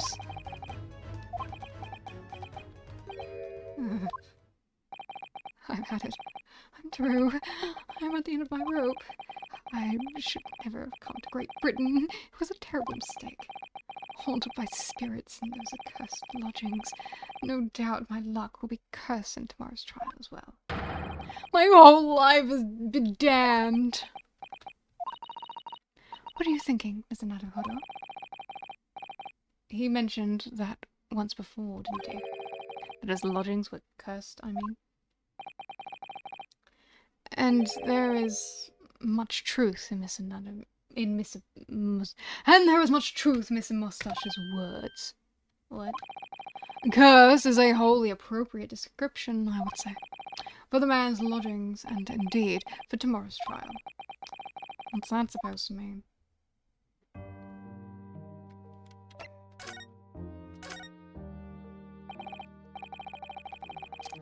Mr. Natsume, what did you mean by what you said just now? About the trial tomorrow being cursed. Oh no. Why are you looking so grave? You're making me nervous. I was just getting carried away, that's all. I didn't mean anything by it. Oh, I see. It's really agitated him. You don't know. The trial really is cursed. Are you referring to the prosecutor? The Reaper of the Bailey? Reaper? Oh no! What do you mean? Please, tell me, surmise succinctly in 16 silent words. No defendant has survived a trial in which the Reaper stands for the prosecution. Ever. Oh my goodness! Can it really be true? That was 16 words exactly! Yesterday, Mr. Naruhodo successfully defeated someone against the Reaper. But then, after the trial was over, the defendant passed away in unusual circumstances. Miss McGilded. What? Ah, I am impressed, Miss Susato. You have an eye for detail. Actually, the Lord Chief Justice told us. Mr. Jones, surely it can't be that, having failed to have the accused convicted, Lord Van Zeeks killed the man himself. Oh, no, he couldn't have, surely. You have some wondrous notion. Sorry? The man isn't a mass murderer. He's a court prosecutor, my dear fellow. Oh, yes. Why, of course he is. Of course he is! Then why are you trying to scare me? It could be said, however, that the real truth about the man is even more terrifying than your hypothesis. What on earth do you mean by that?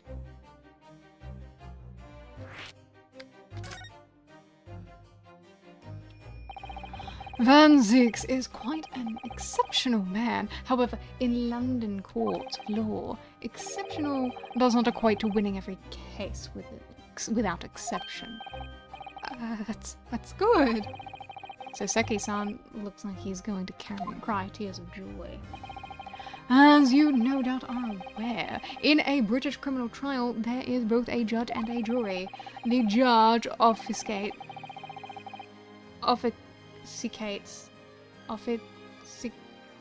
officiates based on the letter of the law, whilst the jury offers public opinion and common sense. It is an excellent system whereby the defendant's guilt is considered from several points of view. However, public opinion in particular is somewhat easily manipulated. Right. Criminals, and corrupt lawyers for that matter, can use it to their advantage. By any means at their disposal, contriving evidence, calling imposters as witnesses, and so on. By such underhanded means, those who would want are able to sway the jury. Which means that even in the light of irrefutable evidence, the prosecution can fail. But it means the wrong verdict can be passed. And sadly, it is from time to time, my dear madam, that it is simply the reality of the situation.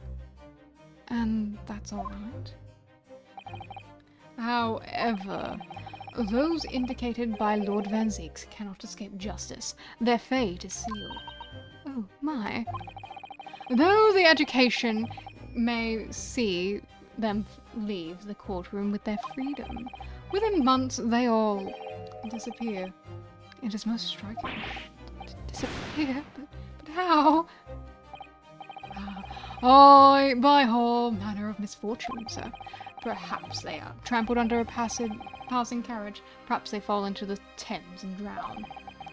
Perhaps they are suddenly overcome by a raging fever, or perhaps attacked by a highwayman. Oh, no. All examples of reality of events here in London, I'm afraid, Mr. Naruhodo.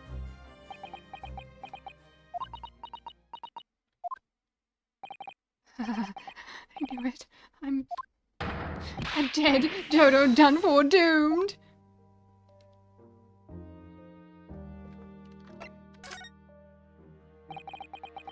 When you say cursed lodgings before, you were referring to your room at Mr. Garadeb's house, I assume?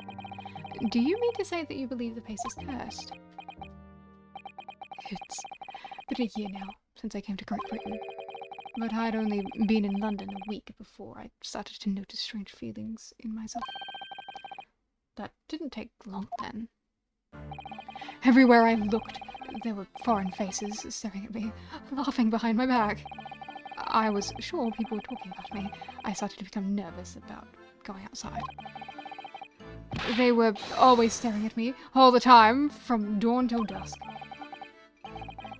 So I shut myself in my room, but even that didn't help. The fear wouldn't go away. You must have been very lonely, having been away from your homeland for such a long time. I've had to move a number of times, most recently to the room on Briar Road a week ago now. Yes, why did you choose there? It seems a little inconvenient. The rent is cheap. I have so little money, it appealed to me straight away. Of course, I asked why it was so affordable. The landlord just simpered and said, "The room is cursed." Oops. He quickly tried to cover his mistake, but it was too late, so I told him. If you have something to say, then say it, but if not, don't mention it in the first place. Yes, well said.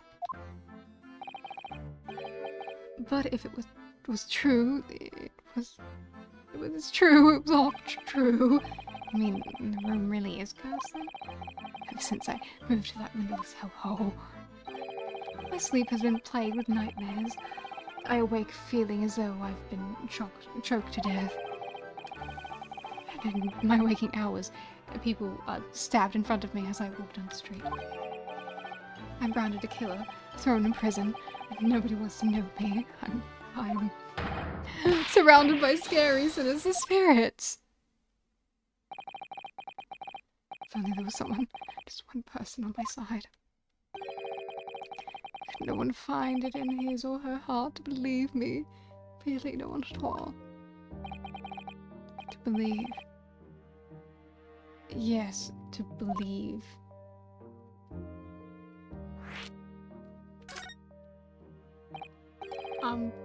Mr. Jones. Ah, me, Mr. Naruhodo. Pray, what can I do for you? It's about the case on the SS Buda, if you recall.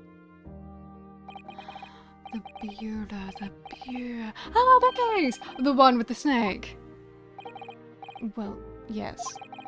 At that time, I was a suspect. But you believed in me, and you listened to my side of the story. And you helped us investigate. I did I? Interesting. What I want to know is why? Or why did you believe me? I see. Yes, you mean...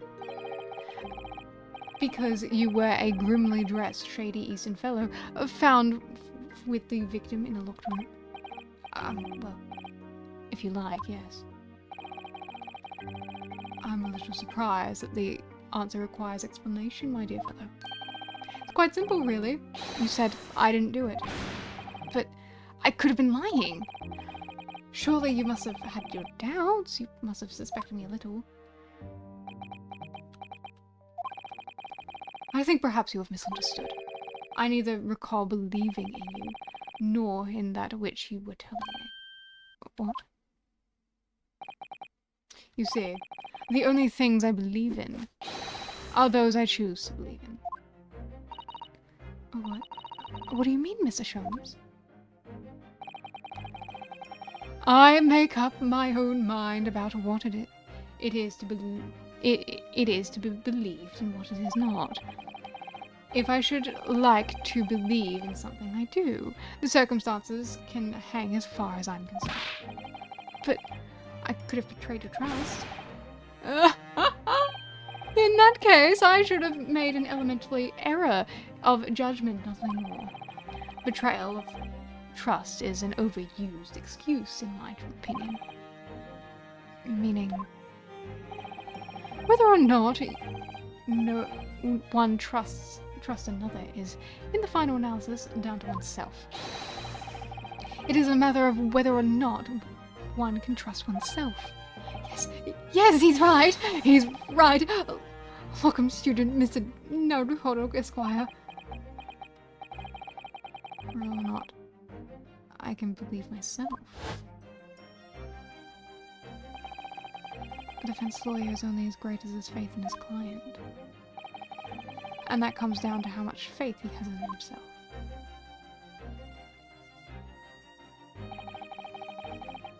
You're so right, Casimir.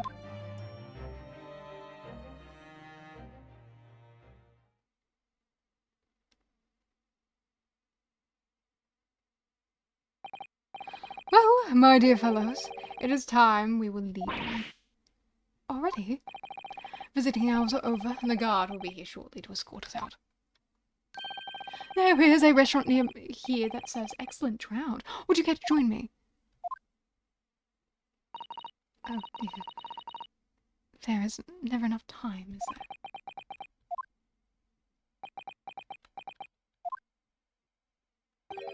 there? Mr. Natsume, if you would like, in the trial tomorrow, I'd be happy to represent you. Welcome, student Mr. Naruhodo, Esquire. As I said, I only experienced British courtroom for the first time yesterday. And although the man I was representing was found not guilty, I lost sight of something crucial. Something crucial. What to believe in. The defendant, justice, or the truth. How to believe, even. But I think I've finally worked it out. I've decided I must believe in myself above all else. Trust my instincts. Yes, Mr. Naruhodo.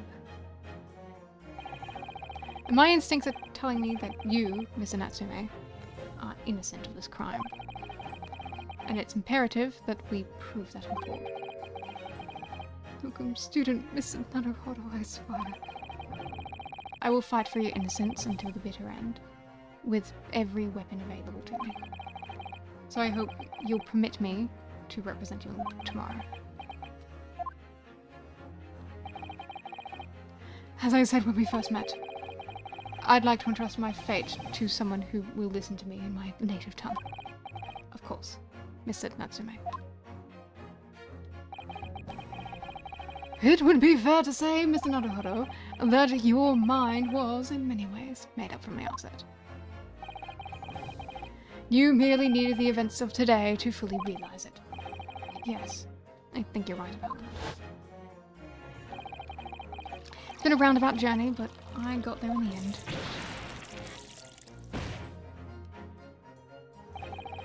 Miss Susato. Yes. Would you be willing to stand by my side tomorrow and help me in court? Absolutely.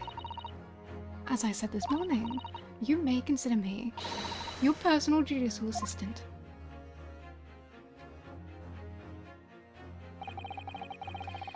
The shocking events of yesterday's trial still weigh heavily on my mind, but it's time to stop looking backwards. Kazuma believed in me, and Mrs. Sholmes believes in me now too. So, it's time. Time that I learned to believe in myself.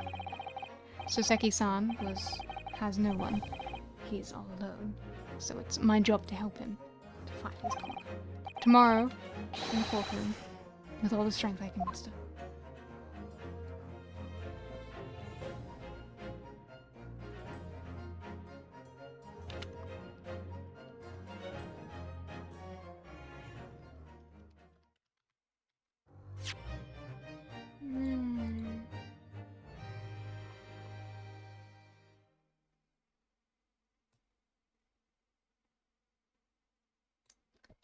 Wow.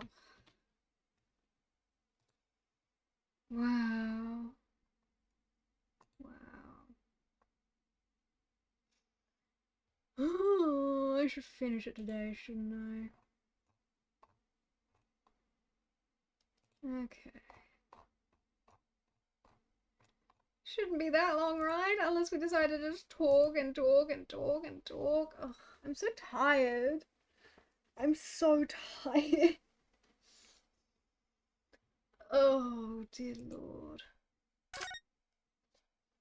Oh my goodness. You know what I deserve? I deserve a drink.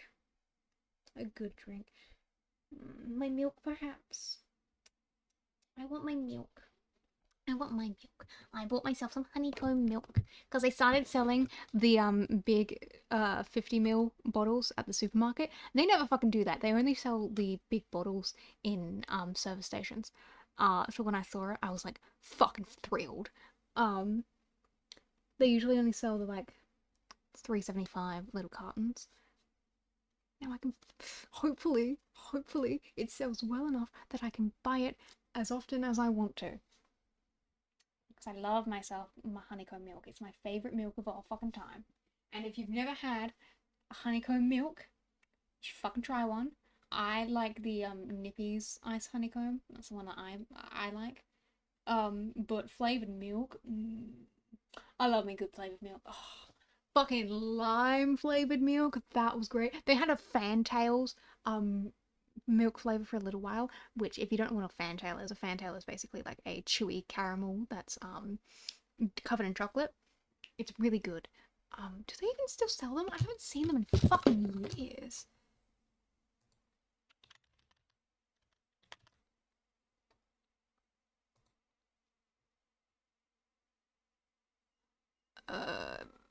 No! They discontinued production in mid-July of 2023 due to declining sales and aging machinery. Bull fucking shit. I can't believe they do that to me. Fantails are like so iconic. Goddamn Nestle.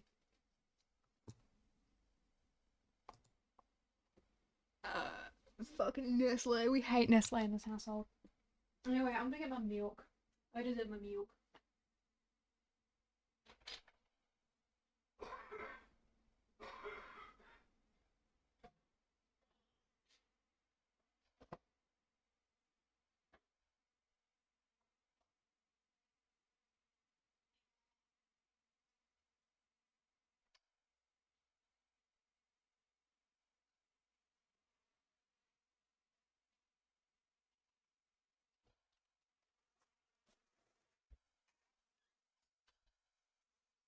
Milk time! Nom nom nom.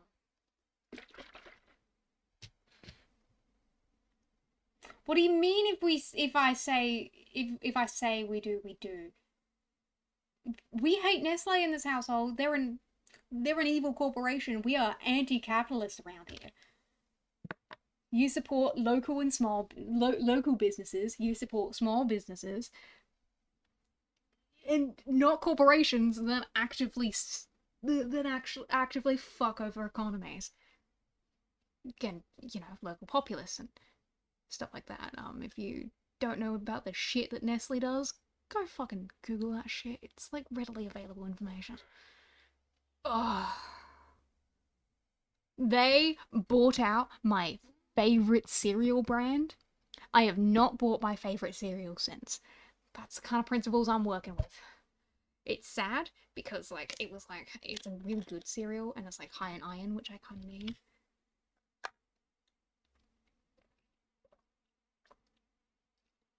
You know, it was one of my old man cereals because if you don't know, I am simultaneously a 15-year-old girl and a 45-year-old man.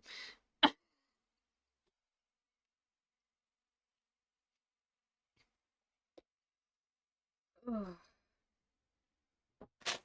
Anyway, I got milk. I have nacho chips because I'm still hungry.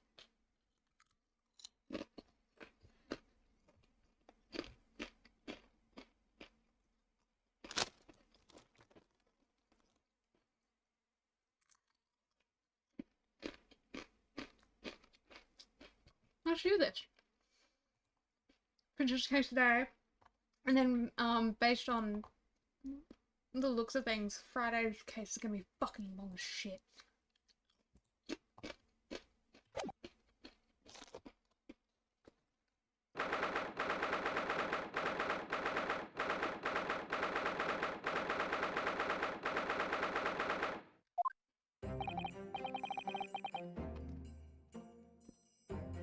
Well, I never expected this.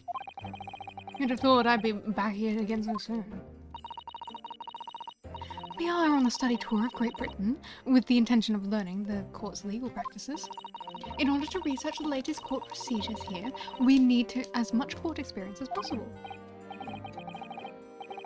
Well, yes, I suppose that's true, but for the person in the dock, we may well as be his or her one and only time in court. It could be life-changing. In which case, treating it as research may seem a little crass. Well, when you put it like that, you're quite right. Good morning!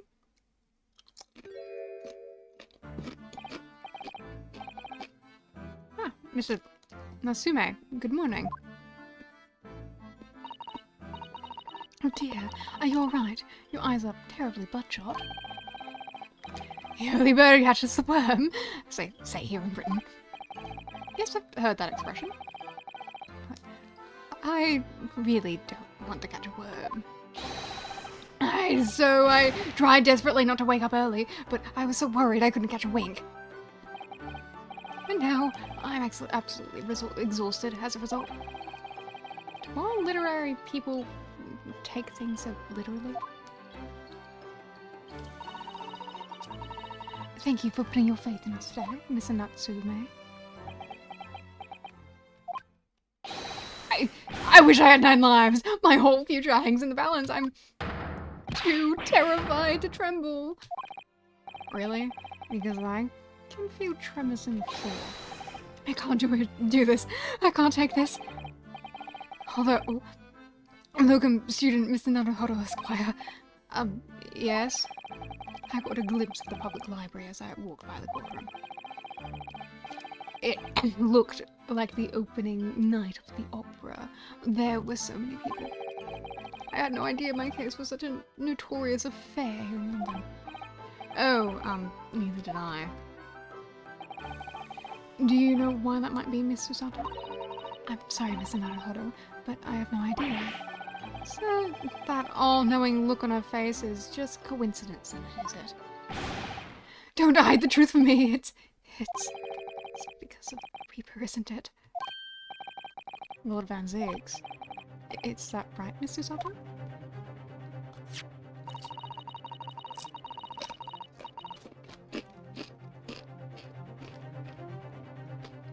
I purchased as many different newspapers as I could this morning, and yes. Lord Van Ziggs is on the front of every one. I knew it.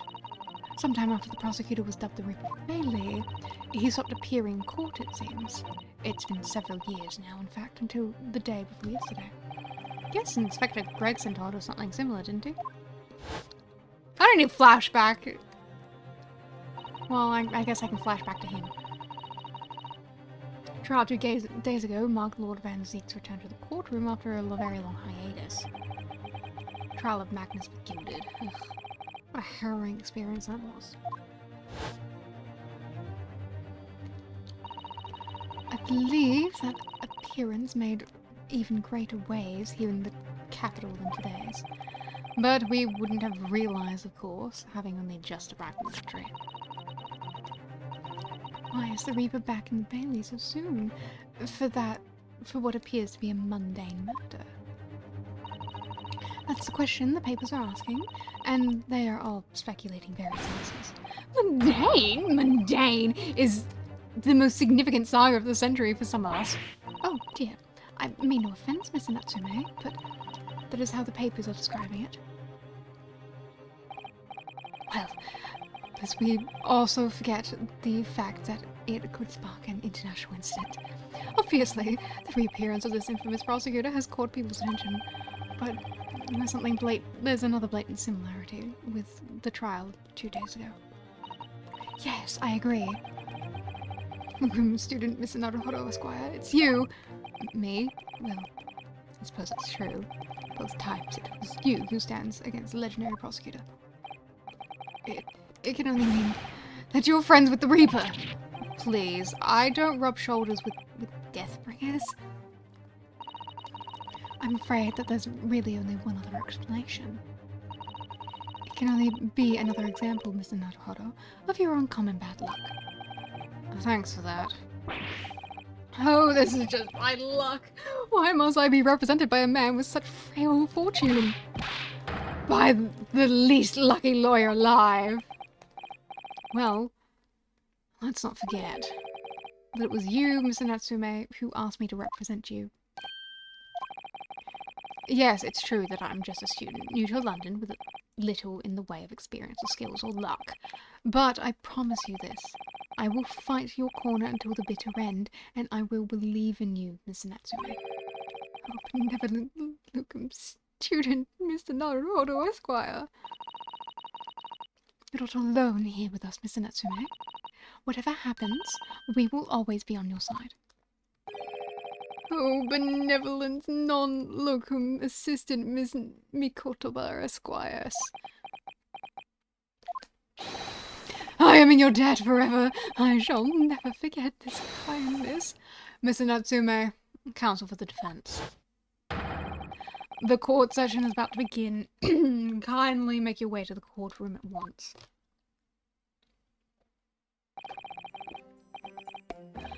Alright then, Mr. Natsume, it's time. Let's go. Yes! Yes!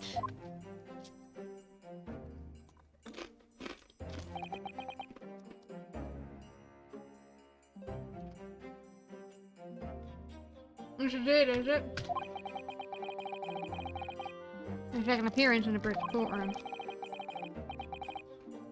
And my second trial against the Reaper. I hope you're watching out for me, Kazuma. This time I won't let my faith waver. I believe in my client to the last. Just like you believed in me. I believe I can do this now. I'm ready for this fight.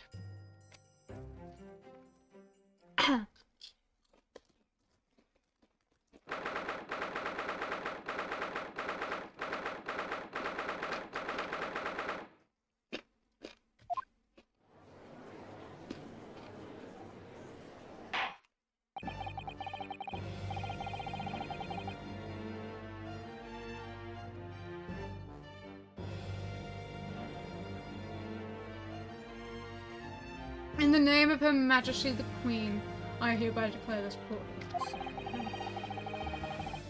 I now call upon the counsels of the prosecution and the defense to declare their willingness to proceed.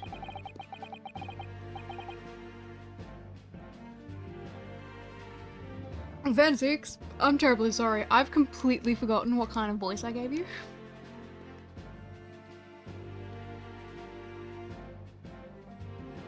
It wasn't anything special, was it?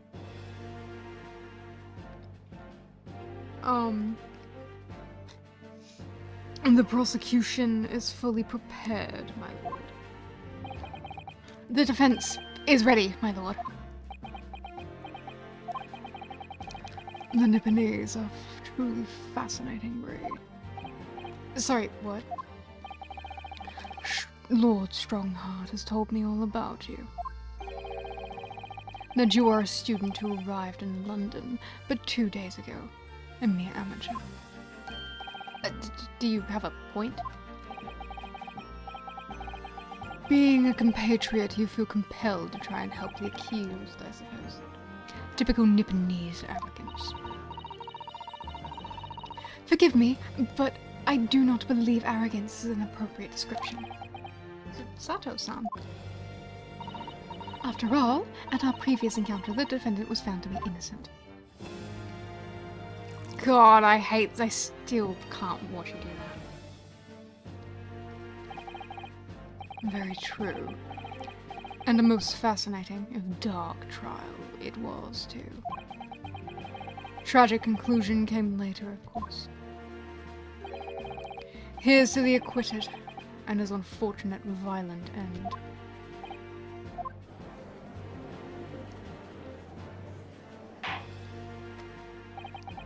Thank you, counsels. I see both sides are in fine fettle. Now, ladies and gentlemen of the jury, are you ready to carry out your duties here in the court as impartial members of the public? Ah! Reusing models, easy. You never know when you might be down on your luck, but I believe in fair play for everyone.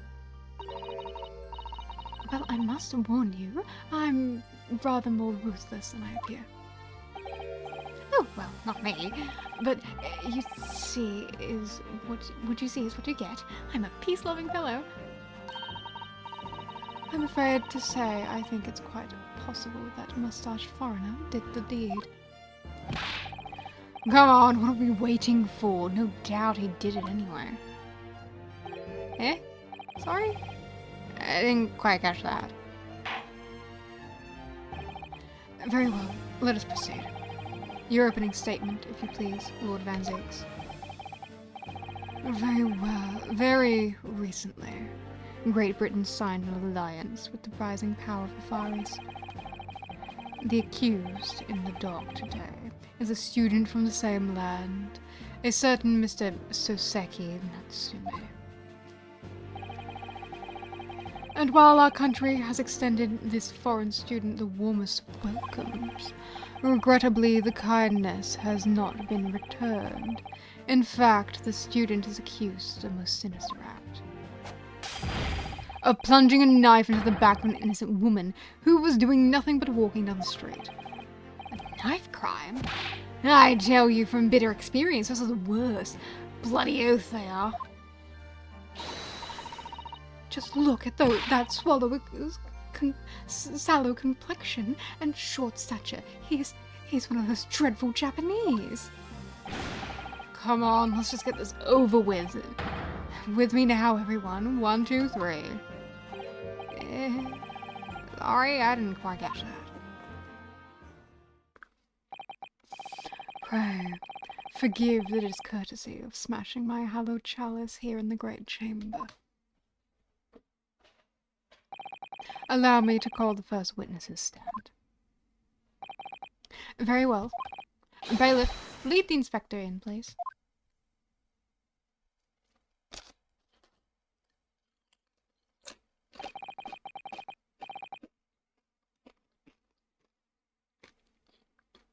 Your name and occupation, please.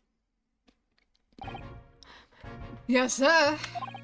Tobias Gregson, Detective Inspector at Scotland Yard. Would you please summarize the events of the case for the court, Inspector?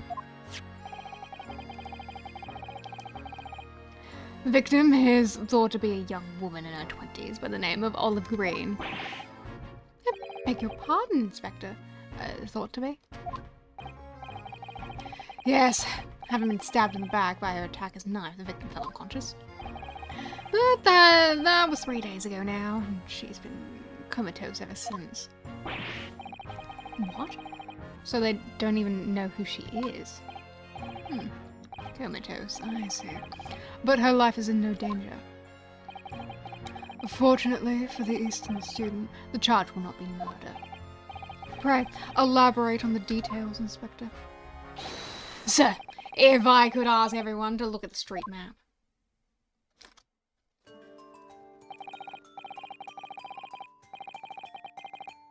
As I mentioned, the incident took place 3 days ago, at around 5 in the afternoon. It happened on the pavement alongside Briar Road, a wide thoroughfare for horse-drawn vehicles. It had not long since stopped snowing as the victim's Green was walking down the street. Out of the blue, she was approached from behind by the accused and stabbed in the back.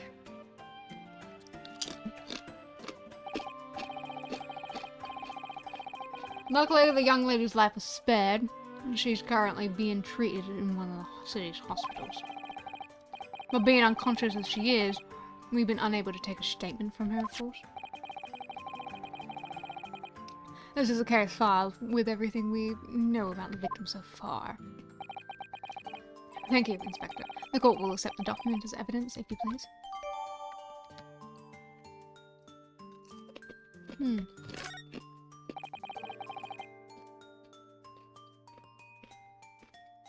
What of the weapon that was used? Sir, I have it here. It was removed from the victim's back. Ouch. That big thing is starting to make me scared to walk down the street now. With a heavy blade like that, almost anybody could have been able to stab a poor woman. Even the scragged-looking Sasaki-san, I suppose. A common or garden jackknife, I would say. Rather nondescript. Thank you, Inspector. The court accepts this blade into evidence. Now then, what do we know of the motive? Money or valuables, I presume? From what we can tell by looking at the woman's possessions, it seems like she's a poor student herself. Hard to imagine she would have had anything much worth pinching, my lord. I see. Well, in that case, are we looking at some deep-seated resentment towards the victim? I'm afraid I couldn't say. Apart from visiting second-hand bookshops, the defendant, Mr. Natsume, doesn't appear to get out much. At the moment in time, we haven't been able to establish any sort of connection between him and the victim. If theft and grievances have been ruled out as a motive, what reason could Mr. Natsume possibly have had for stabbing the young woman? Yet you arrested the man in spite of that, in a totally unjustified and heavy-handed way. Objection!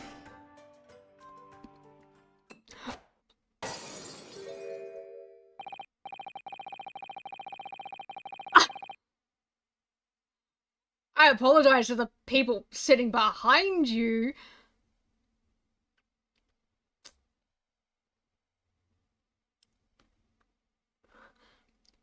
That was the hottest thing you've done so far.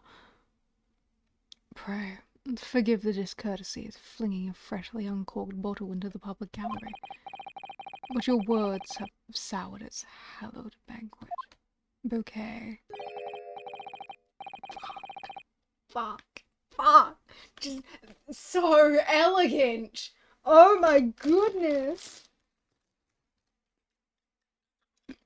He really is too rich, honestly. Like, if he has like a million of the same glass and is willing to throw away a bottle of wine like that, even though, as he said, freshly uncorked. Like, I know wine was pretty common back in the day, and it might have been cheap even. But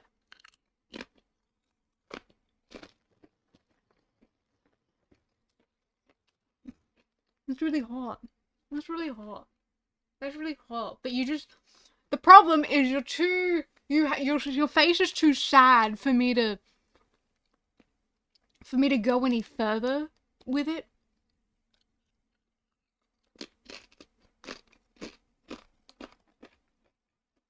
needed an edge to it, you know? I like a good sad man. I mean, you look at my simplest, it's just sad men all around, except for a couple outliers.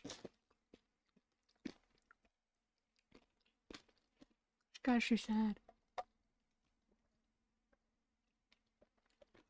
For it is you, my learned friend, who is being heavy-handed here.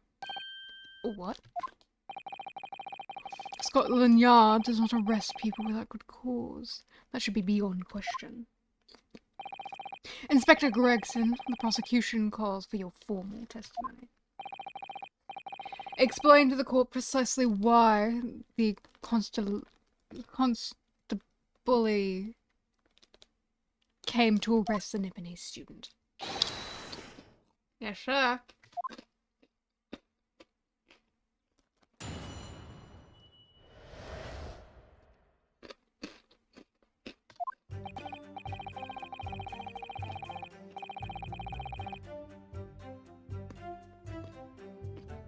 As I said, it was 5 o'clock in the afternoon when the incident occurred. There was an unusually light fog. Visibility was reasonably good, and there was no one else about but the victim and the accused. Out of the blue, the victim was stabbed from behind and subsequently collapsed on the pavement. The accused ran off, scattering his belongings all over the floor. Those being a number of old books he'd just bought, he was on his way home from a bookshop, it seems. It was just a matter of working out who the books belonged to, and we found the bloke to arrest him.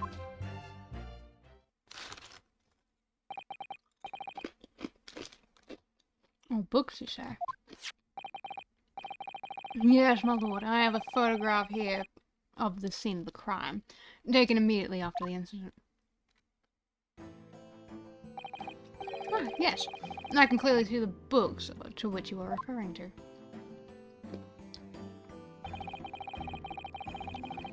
I will take that photographic print as evidence, please, Inspector.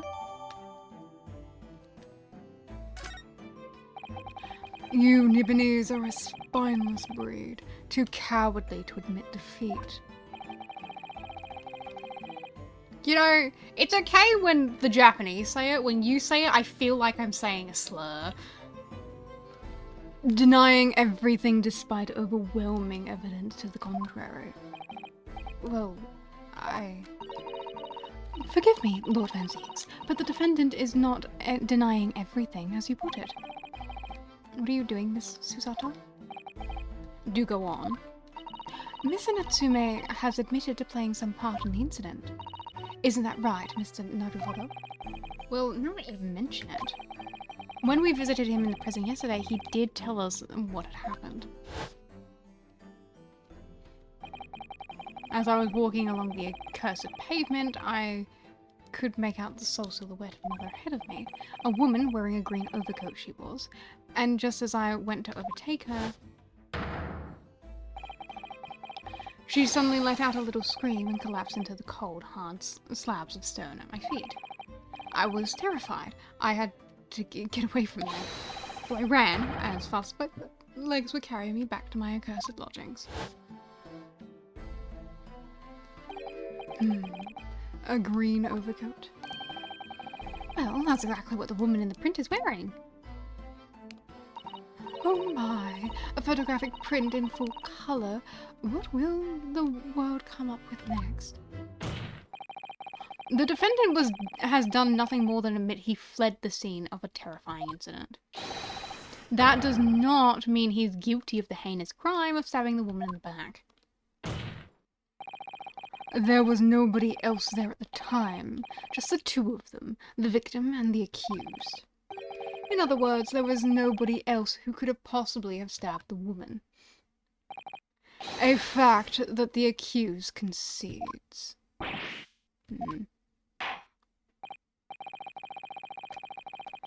It seems this cross-examination could prove to be pivotal, counsel.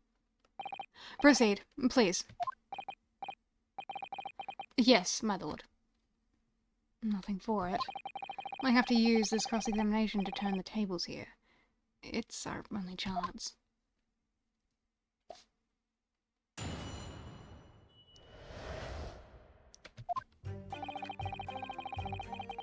5 o'clock in the afternoon when...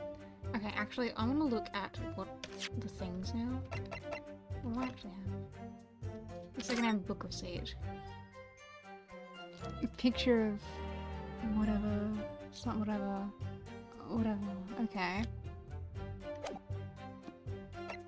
That's the map. Young woman rendered unconscious following a stab wound to the back. Olive green. Female, stout build, early 20s. Pavement, location of pavement, Briar Road on the east side. Rowley Beach was the reporting officer. The victim remains unconscious. Her name was gleaned from her personal effects. Other details are unknown. Apart from a single stab wound from a large knife, no other signs of injury were observed. The assailant was seen running away by the reporting officer and was successfully arrested the following day.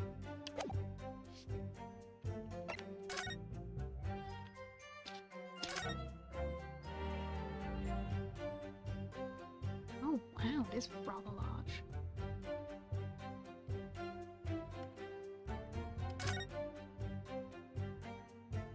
Oh, look here, Mr. Naruhodo. Look just at the tip.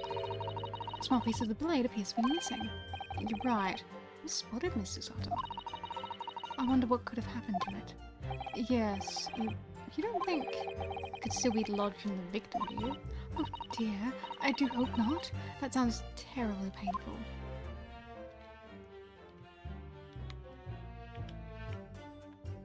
Let's see. Well, I'm sure that'll be somehow important.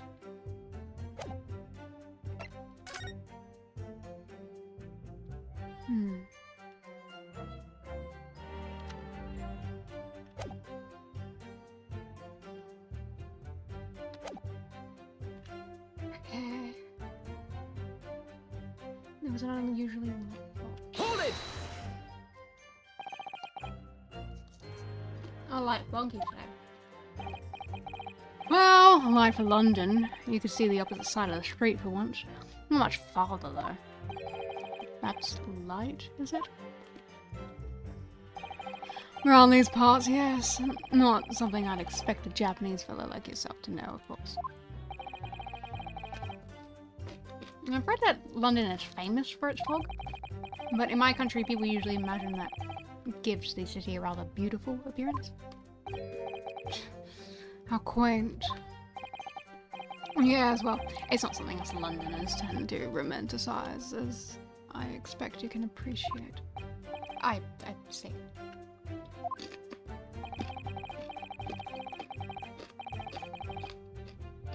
This time of year, the fog causes a large number of accidents, especially when it's heavy.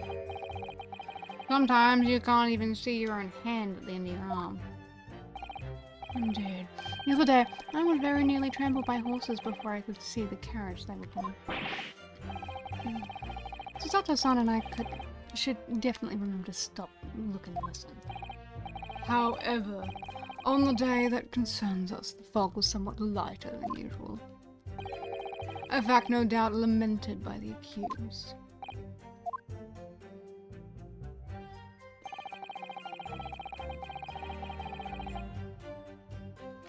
Hold it! How are you able to state that with any certainty? Quite simply, my learned friend. Because that is what the witnesses of this crime have told us. Yeah. Inspector Gregson mentioned the witnesses yesterday, didn't he? That's right. One of them is a policeman, I believe, from Scotland Yard.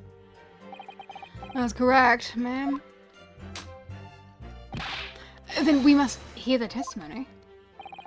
The prosecution will, of course, call them to the stand, should it be necessary. But wait a minute. At 5 o'clock in the afternoon, in the middle of winter, it would have been dark already. No matter how light the fog might have been, no one could have seen. I'm unaware of the situation in your tiny island in the east. But here in the capital city of Great Britain, all main roads are illuminated in the night by gas streetlights. The prosecution believes there would have been ample light by which to witness the crime. Quiet. Here in London, for the first time in history, mankind has completely conquered the darkness. Which means we really need to hear those witness statements. If I could just get through the fog of this cross-examination, maybe we'll be able to. Seems the counsel for the defense is taking stock.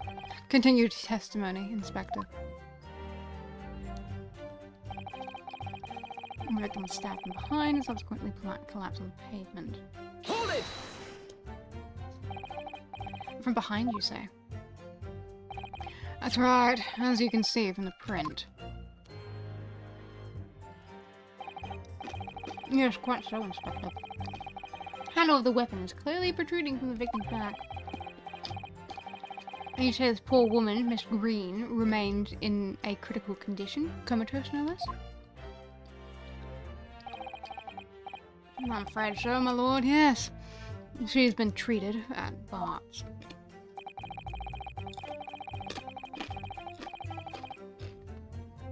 I was hopeful that she'd come around before the trial started so I could take a statement, but it wasn't there. That is indeed a pity. It would have been most illuminating to hear the victim's own account of events.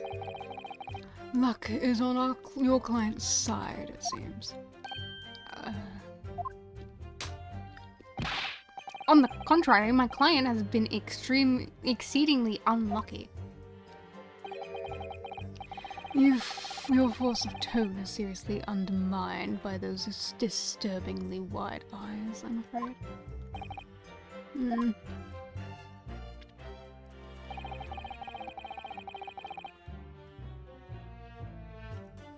Hold it!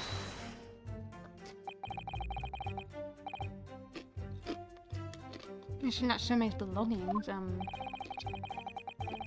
think you'll find it here all here in the photographic print of the crime scene. Yes, the 3 books on the floor. That's right, my lord. Second-hand books, they were. Irreparably damaged after falling in the snow, of course.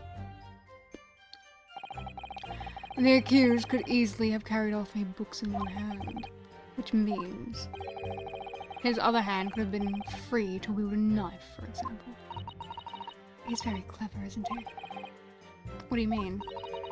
He's made it extremely hard for you to assert that Mr. Natsume had his hands full with books.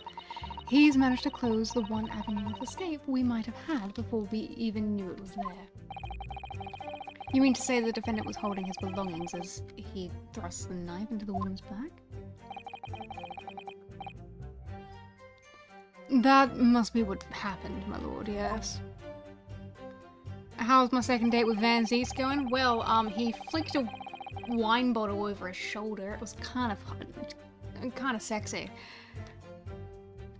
Hold it! The defendant apparently visits a second-hand bookshop on a daily basis. Yes, so I understand. A shop full of old English literature. I commend the accused on the lofty subject matter of his scholarly attention. Bloke's room was sacked floor to ceiling with those musty old books. Can you tell us more about the bookshop in question, please, Inspector? Well, if I must, I'll have to ask you to look at the street map again, I'm afraid.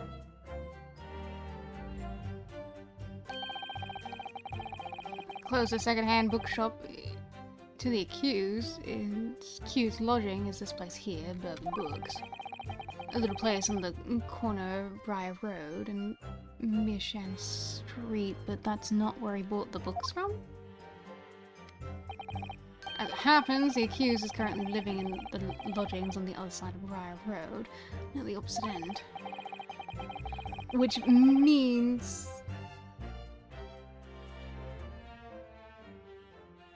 Oh, you guys are just talking about what case we're at, yeah. Yeah, we are on the 4th case. Which means it doesn't take a genius to work out the route he would have taken home.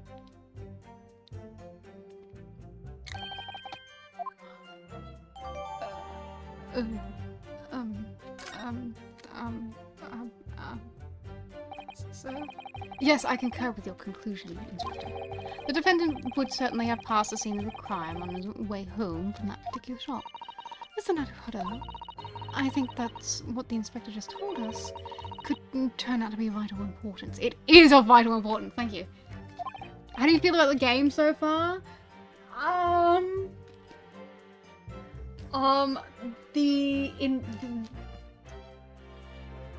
don't know. I don't know. Like, I'm happy to be doing trials and stuff. The investigation kind of bored me, but I do like, doing the deductions because they're easy. Because they're easy. I like doing them because they're easy. I was just very bored during the investigation. I do feel better now that we're doing the actual fucking trial bit.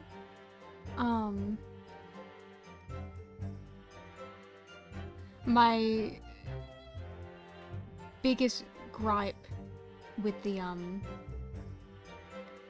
doing like the investigations is purely the fact that I don't really have a character that I'm looking forward to seeing during the investigations. Like think about it. Like for the last games, right?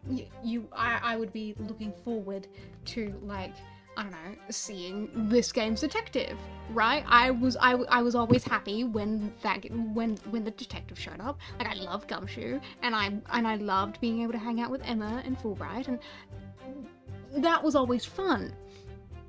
And so even if there was like other parts of the case that was boring to me, I would always have that to look forward to during the investigation, which would kind of push me along, you know? Whereas with this one, it's not that the characters are bad. I just don't care yet. I have been playing for like I don't know, over 20 hours, and I don't care about anyone yet. Like, no one is like particularly interesting to me. No one's like grabbed my attention personality wise. Like, I like a lot of the characters' designs, and I like the like certain characteristics, but no one as a whole is like someone I would like put in standing with other characters. I would have put in like my A's and my S tiers, you know. And it sucks because like I love watching like British TV, and I like watching British mystery shows. Not that I've ever seen anything Sherlock related, but just other British mystery shows. I like watching them, and I can like see how they like the stereotypes and how they would work in that screen setting. As game characters, especially Ace Attorney game characters, which like I've come to understand as being eccentric, they're just kind of boring in comparison. Like, maybe they're just too grounded, and that's why I don't like them. But I just hold no interest in any character. So it's kind of just like, okay, well, we're doing this now, and we're doing this now, and now you've shown up, and hi you, I guess you're here now, and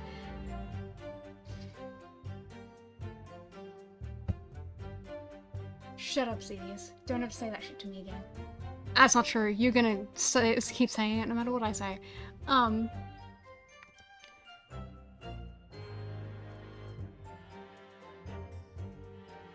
Not hear a single instrument outside of the time it takes place. Yes, I did notice that. I like that kind of attention to detail. Like the typewriter sound. Like, the typewriter sound was cool. It's just so loud and abrasive on my ears that I hate it. This game does hold your hand for the first 3 cases. And in that regard, it feels like 1 and 2 are one big game, back to back, and it just builds up in a sequel. Yeah, Damangan from a single case, yes. Yes, Damangan is one of my favorite characters. But to be fair to Gan, I also like a lot of other characters that are single case characters. Fucking Luke at me, fucking love that guy. I love his fucking case, and one of the best cases in the whole fucking franchise, if I might say so myself. And I liked Basil. And Basil is such an unimportant character that she was even cut from the anime. She shows up. She's not even a witness in the court. She just shows up and is like, yeah, that guy was my employee, and then fucks off again. She was great. What other one-off characters do I like? I forget their names. I've been meeting so many new people across so many new games that I'm just blanking on so many fucking names. But yes, I love Damangan, and I love that case, and I love Damangan, and I love Damangan.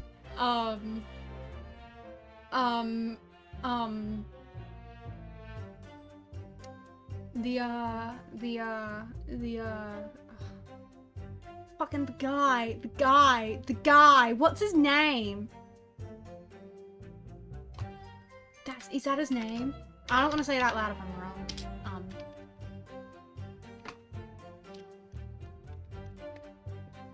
Yes! Window Tornado! I love that guy too. I like that guy. That guy's pretty cool. I like that case too. I got to hang out with Blackquill. Oh, Blackquill, I miss you. What, other one-off characters that I like. Anyway, regardless, the point is that, you know, my point being that I get to have, like, cool, interesting characters that are, like, eccentric and larger than life. And these characters in this game are fine. But compared to them, they feel more bland. Like, they do have their complexities, and they do have depth, and I understand why people like them. I need a bit more drama, though, man! I need drama! Can we talk about full spoilers of the Apologesis trilogy? Abso-fucking-lutely. The only thing you can't talk about is games I haven't played yet, so that includes Chronicles and Investigations. Everything else is free game.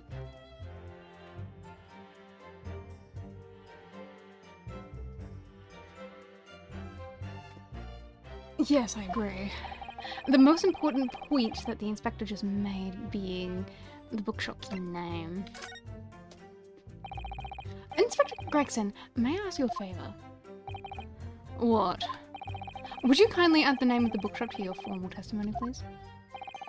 I believe it may be of vital importance. Maybe? Oh, well, you know, I mean, yes, it could be a very important clue. Very well, not that I can see it being any great significance, but please revise your testimony accordingly, Inspector. Yes, sir, my lord. Whatever you say. Could the man be any more sardonic? What a great word choice, Naruhodo. Sardonic. I love that word. Great fucking word choice. Anyway, just letting you know.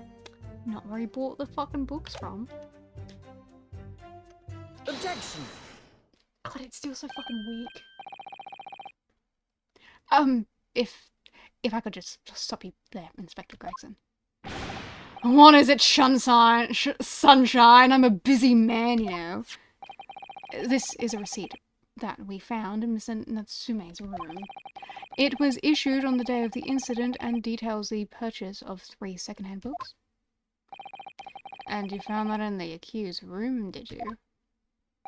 Yes, but the point is not where the receipt was found, but the name of the shop printed on it. I feel like we aren't getting mainline Ace Attorney 7 is because they wrote themselves into a corner. They now need a whole new story, either just with Phoenix and Athena, ignore Apollo, or use him and juggle 2 countries. A new story and 3 lawyers and cram it in 5 cases. And that is basically impossible if the Korean law also needs to be there. See, my thing is, if I, personally, with the whole coulda in thing, with Apollo not being there, I feel like you could definitely do it. You could 100% do a game without Apollo. Just treat Apollo like how you treated Miles Edgeworth when he fucked off. Just have him be like mentioned like one time, and we're all doing our own shit. Apollo's off doing his own shit, and then maybe at some point he comes back and it's like, "Hi, I'm visiting you guys. How are things going? I missed you." Like, you could totally do that. I did. The jumping between the 2 countries was very interesting to me. I did enjoy that. I did enjoy that, mostly because getting to go back to Japanifornia, I got fucking incredible cases. I got good cases. Japanifornia gave me good cases. I liked those cases because I'm a fucking sucker for those sorts of cases. I love them so much. And it was really cool to see to be like to have like the meanwhile shit and stuff. But that was, and that was cool. But I do think it would be 100% possible to do that shit. Like, you don't need Apollo if, in the event that they ever decide to do the Ace Attorney 7, you don't need Apollo there. His story is more or less concluded, right? I think it would be interesting to have Athena be more of a front runner, because while she was always there in the Apollo games, she never got she didn't get a whole lot of spotlighting. So I think if we could like focus on Athena as our young 20-something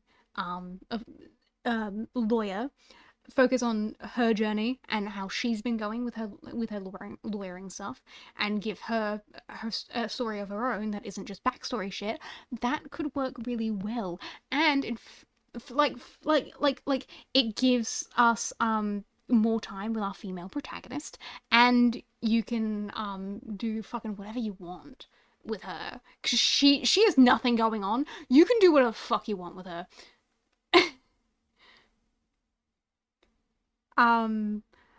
Like, I know that people talk about Ace Attorney 7 all the fucking time, and it going on and shit, and I don't expect it to happen. I'd acknowledge it would be cool, and if it does happen in the next 3 years, I don't know, you guys can slap me or something. I don't know why you want to, but you know.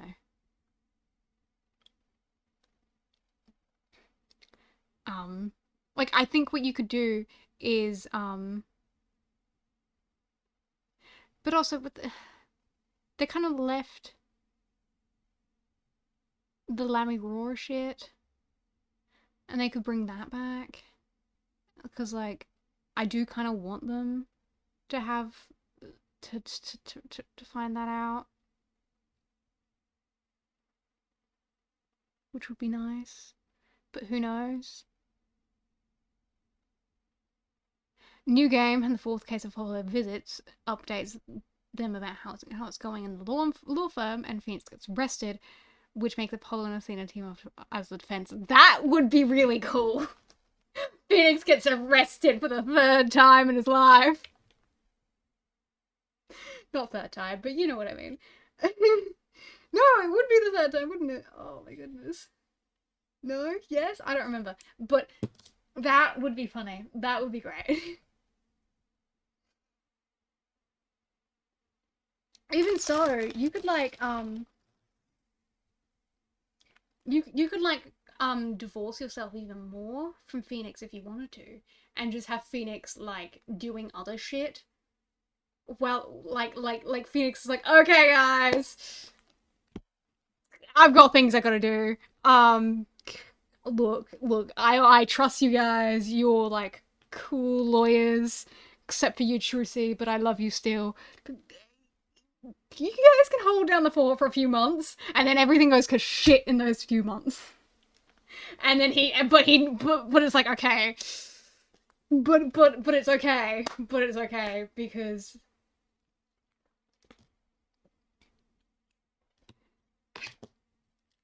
like we like you don't even need Phoenix there. I think you could go the game without having Phoenix at all, and I'd still be into that. Um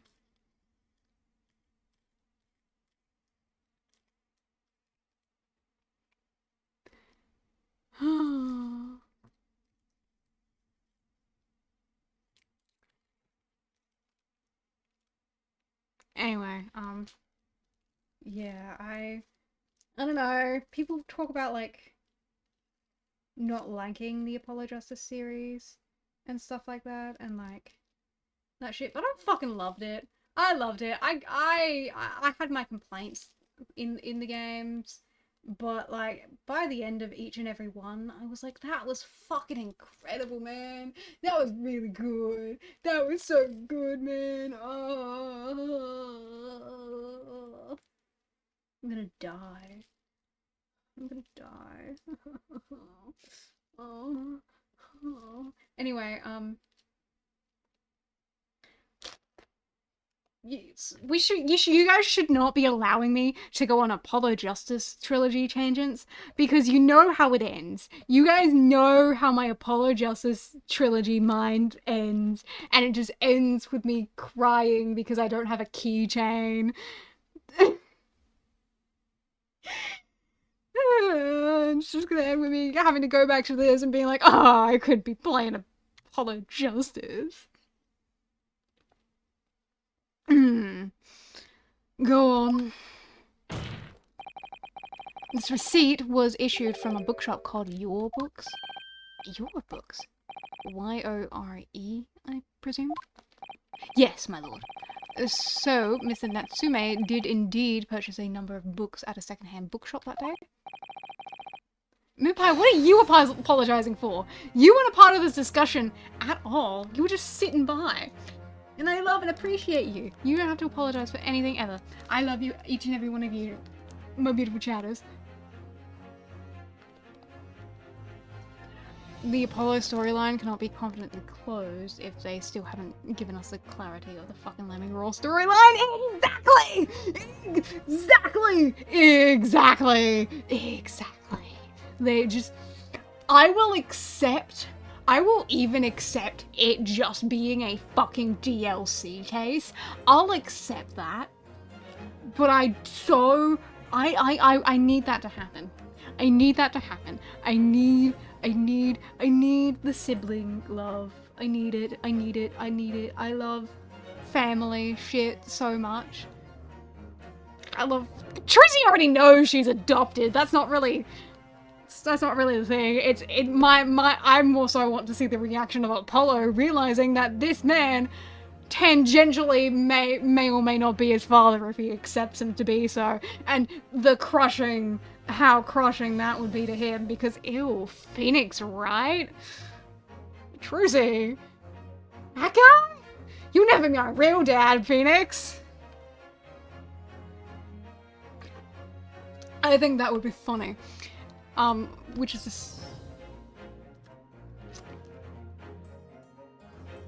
to say that,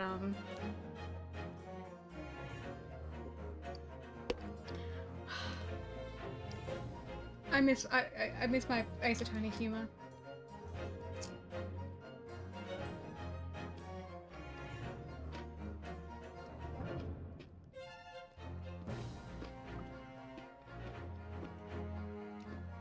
However, the bookshop in question was not Bourbon Books. What? Inspector, do you know of this other bookshop? Yes, sir. Your Books is another secondhand bookshop, not far from Bourbon Books. That is, it's just that.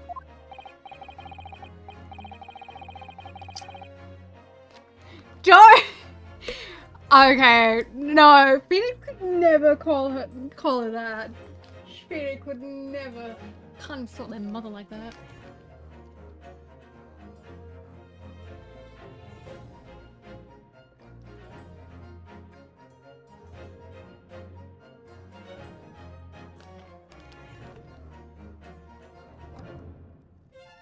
Ugh. Oh, good lord. Good lord, good lord. But still. I think, like, because in my brain, imagine their mom was just that much of a party girl? No. No, couldn't be. I mean, look, she was a magician for a little while there.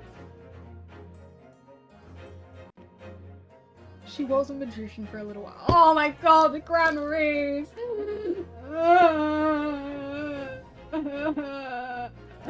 I love you, Valon. I miss you, Valon. Oh, Valon. You're making me go on. You're making me think about things that I shouldn't be thinking about. Why are you making me think of a better time when I'm stuck here in Chronicles? Well, it's such a small place. I didn't think the accused would have known about it. Objection! But in fact, that is the bookshop where the defendant visited on the day of the question. And this receipt proves it. Objection! Yes, for what difference it makes. Wherever the man purchased his musty tombs, it makes no difference to the final analysis. I disagree. I mean, after all, I have a street map here, if that might be of help. Oh, yes, thank you. Have a look at this, please. If the defendant had been returning from Bourbon Books, then yes, they would have most certainly have passed the place where Miss Green was attacked. However, if we take into account the fact that he was actually at another bookshop, Your Books, it may very well turn out that he wouldn't have passed that location at all. Could that be true? My. It rather depends on where this other bookshop is, but I do declare it may be a possibility. Is that right, Mr. Lawyer, sir? What you just said? Absolutely. It absolutely could be right.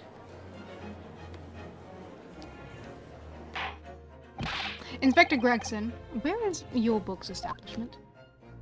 Well, obviously we looked into it. Turns out that Your Books, just here on the other corner of Meersham Street going east.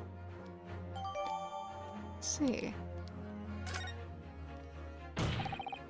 There you have it. As you can clearly see now, there's a distinct possibility. No, Ronosuk, don't get disheartened now. There is still a distinct possibility that he didn't pass by didn't go down that street at all. Don't get fucking disheartened right now. You can still make the argument he was taking the scenic route.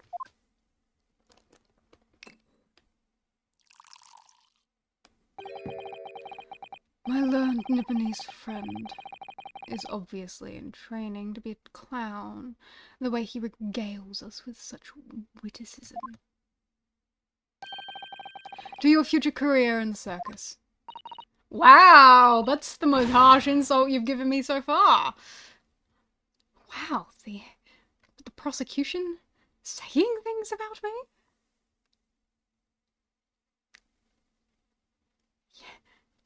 It's been so long since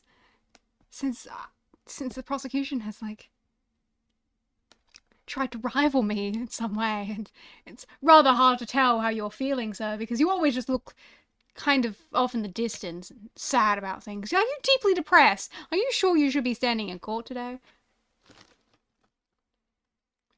You put that glass down now, or I'll put it down for you.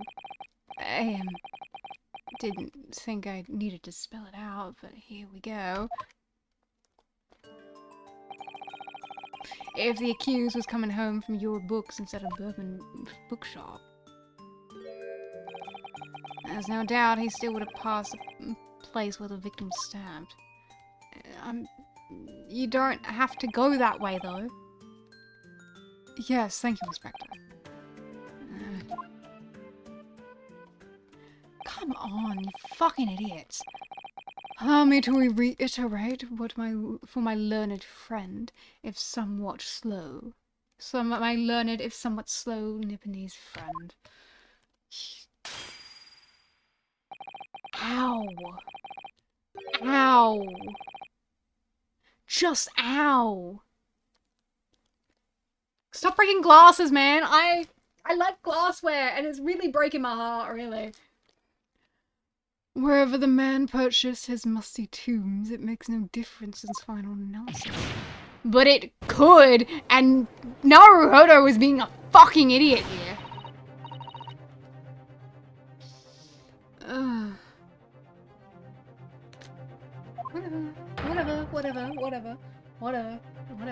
Whatever. They're always a bit stupid.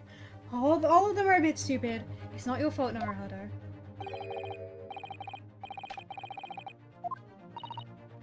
Mr. Naruhodo, we mustn't give up. What do you mean? If the prosecution's assertion is correct, the members of the jury may very well decide that Mr. Natsume is guilty. She's right about that. We must consider the assertion just put forward by the prosecution very, very carefully. I think that Soseki-san must have passed by the location of the incident.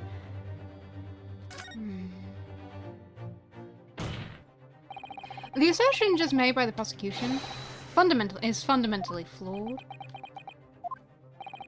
Explain yourself, counsel. Yes, my lord. You can see what I mean on this map. When returning from your books to his lodgings,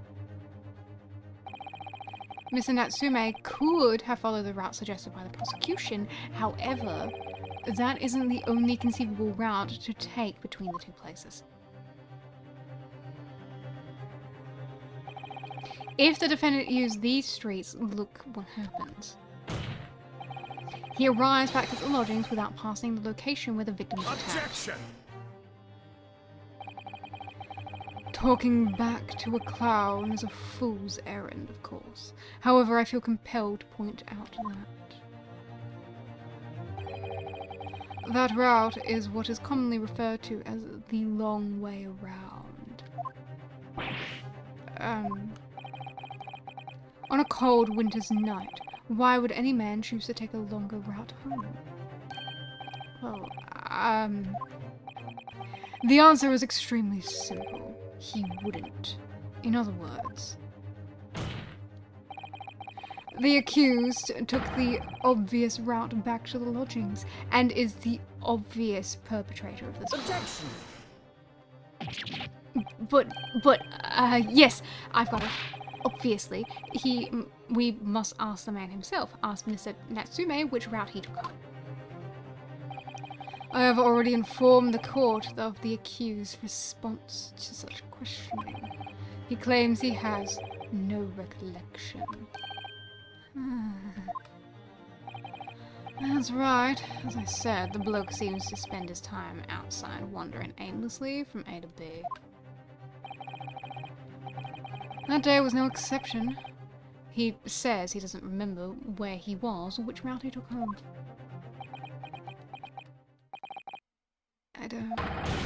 I don't believe this.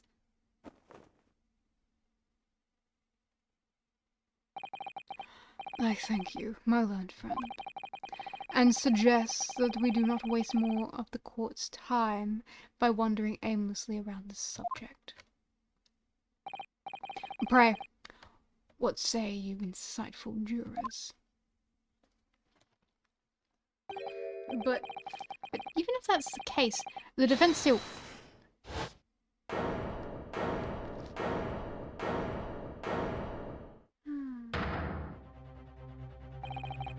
I agree with Lord Van Zix. Wholeheartedly in every way. What? I don't believe it. Does this mean... We members of the jury are completely convinced now. With absolutely no concrete evidence? Fucking fuckers. Very well, in that case I hereby call upon the members of the jury to present your findings to the court. Guilty! Guilty. Guilty! Guilty. Guilty! Guilty. Well, you guys all have fun with this.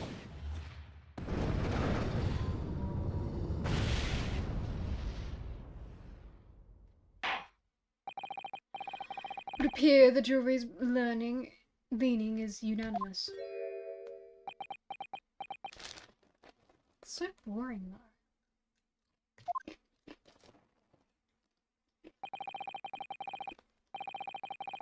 To the insightful members of the jury, I applaud your brave resolve. You serve Queen and country admirably.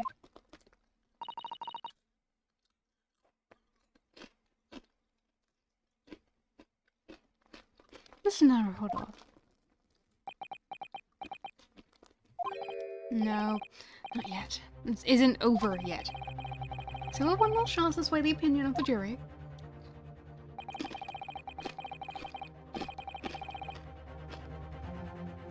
I have to tip the balance of the scales the other way. You have to turn this around.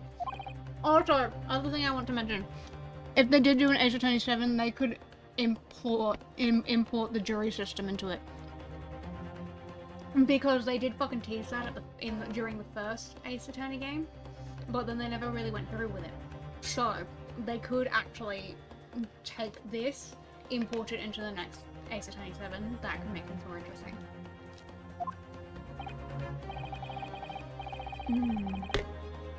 Those are the eyes of the quarry, not yet willing to give up and die.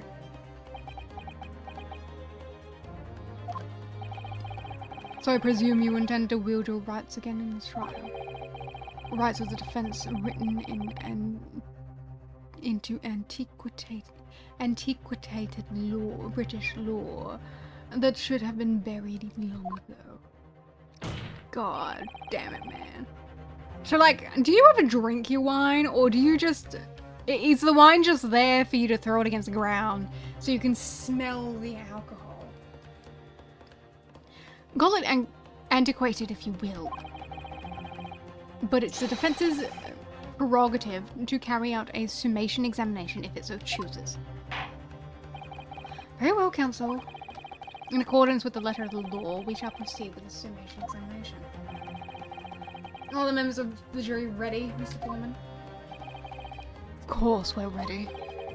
I'm all too familiar with that Nipponese whippersnapper and his uncouth refusal to throw in his alley. Very well then, ladies and gentlemen of the jury. You will each explain on what grounds you have determined the defendant to be guilty.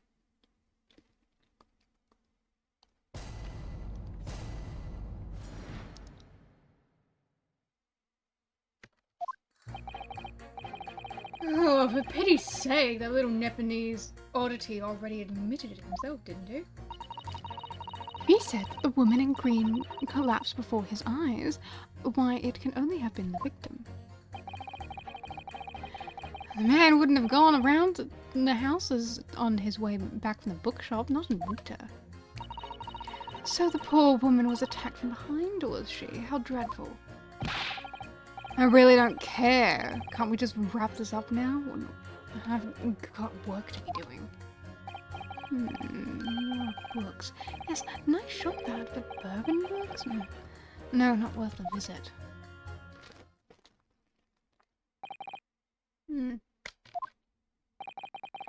With only minor exceptions, the reasonings for finding the defendant guilty are too clear. When the stabbing occurred, the only two people at the scene were the victim and the accused. And the accused himself has admitted to seeing the victim in a green overcoat sink to the ground before his eyes. Furthermore, we have heard that from the inspector that the defendant fled the scene. I must say, I would have ample grounds to convict this man already. Oh dear, even the judge appears convinced that Mr. Natsume is guilty now. Ugh, why did he have to run away like that? And how are we supposed to believe in some phantom attacker that nobody could see? This is impossible. How can I possibly make a case for the defense? Mr. Naruhodo, this is no time for grumbling. If we want to force the trial to continue, yes, I know we have to turn the tide. Must make the jurors change their minds. Well, 4 of them at least. Exactly. We have no choice, but to forge forward. You have the floor, counsel. Begin your summation examination. Yes, my lord. Ow. I need to keep this trial going somehow. Whatever it takes. Come on, Rudosuke. You can do it. Alright.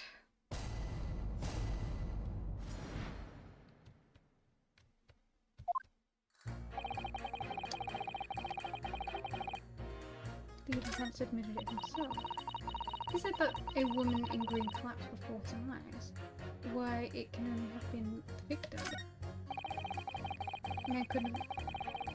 Wouldn't have gone around the houses on his way back to the window. The poor woman was attacked from behind, was she? How dreadful.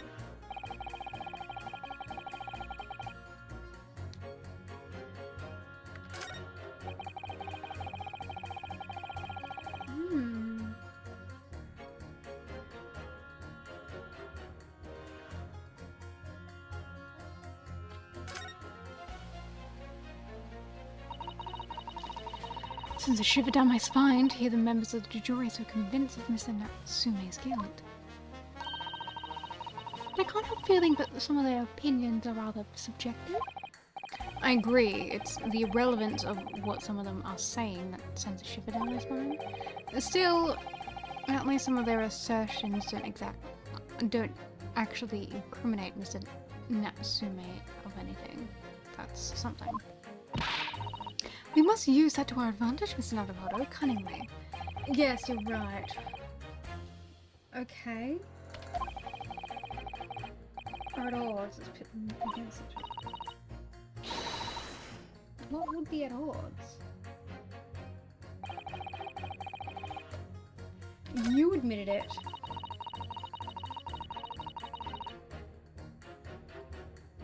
If the woman collapsed, it must have been the victim. He wouldn't have bothered walking around the houses.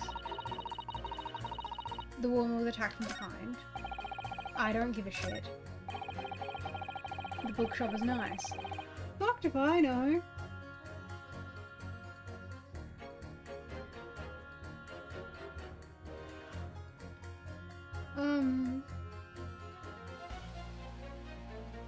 You can fucking press this shit! Ugh, my goodness. Why would I want to... Why can I press this shit?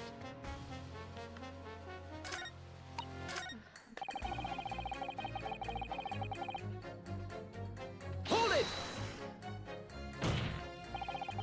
Man's life is on the line here, sir. This will take as long as it takes. Don't get clever with me now, son. My life's on the line too, and so is my family's. Likely you wouldn't understand, but a labourer like me can afford to take time off. I don't work, I don't eat, and neither do the wife and kids. Oh, I see. That must be very hard. I go to the union every morning to find out what needs doing, and if you're late, then the work's taken. It's tough. This time of year, there's water and gas supply pipes bursting left, right, and center. Now, after cheap labor to get the roads dug up to fix it, it's a hard slog from dawn till dusk it is. So, you were out digging the roads on the day of the incident as well, weren't you? That's right! In fact, if I remember rightly, I was on the road on the corner where it all happened, by the old bookshop it was. What? Another coincidence. That's right. Mishkam Street. Mishkam Street. On the map, Mr. Naruhodo, there are only 3 named streets. Juror number 5, I need you to add that information to your formal statement, please. What's the point of that? Can we just get this business over with now? Please, sir, it's important. Fine, I'll do that.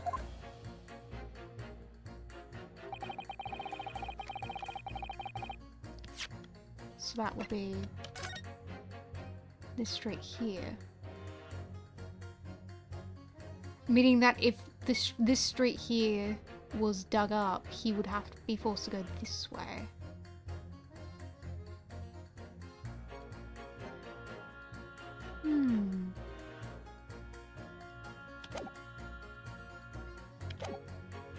Meaning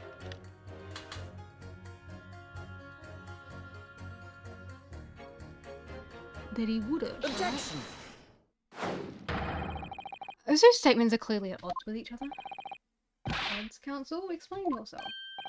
Please don't point. It wasn't me, I swear. What? I just want to get this done and dusted. Find the culprit! We're only halfway through. We're only part 1 of this fucking trial. Well, juror number 3. Oh, me, sir. What do you mean? Juror number 5's words just now are extremely significant. Let's take a moment to consider the implication of what's been said on a map of the local area. On the day in question, Mr. Natsume visited the bookshop to purchase a number of secondhand books. And on the same day, we now know that there were works being carried out on Mishkam Street, making it impassable. Which means the defendant's route home could not have taken him along Mishkam Street and down Briar Road. Oh, yes, of course. What do you think, sir? Well, yes, you can't argue with that, really, can you? We must have had a good 2 yards or more of pavement up. Every gentleman and gentlewoman that came along had to turn around and go the other way. So, the only conclusion is this. The defendant must have taken a longer route back to his lodgings. Yes, I suppose he must have. I suppose that must be right. Juror number 3, you said the following. The man wouldn't have gone around the houses on his way back to the bookshop, but we see now that he had no choice. Yes! My lord, Mr. Judge, sir, if I may. Yes? I don't think in all good conscience I can say the man's guilty now. Yes, I'd like to see that the trial continues so we can get to the bottom of what really happened.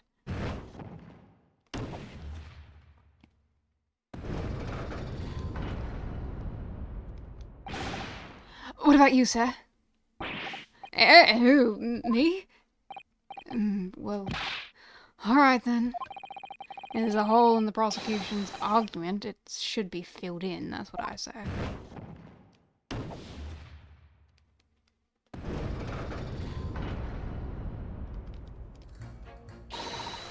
Oh, well done, Mr. Naruhodo. That was wonderful. Well, we've managed to change a couple of minds at least. It's strengthened our position somewhat. Yes, and it will prompt the other members of the jury to reconsider their stance as well. And they'll be asking themselves if their current leanings are really right or not. Now, if we could just identify one more clue or discrepancy, that would make them stop doubting Mr. Natsume. We might be able to tip the balance completely. Yes, that's exactly what we've got to do. Van Zieks is looking to bring the trial to an early conclusion. That's what we have to prevent by whatever means we have at our disposal. Thank you, Counsel.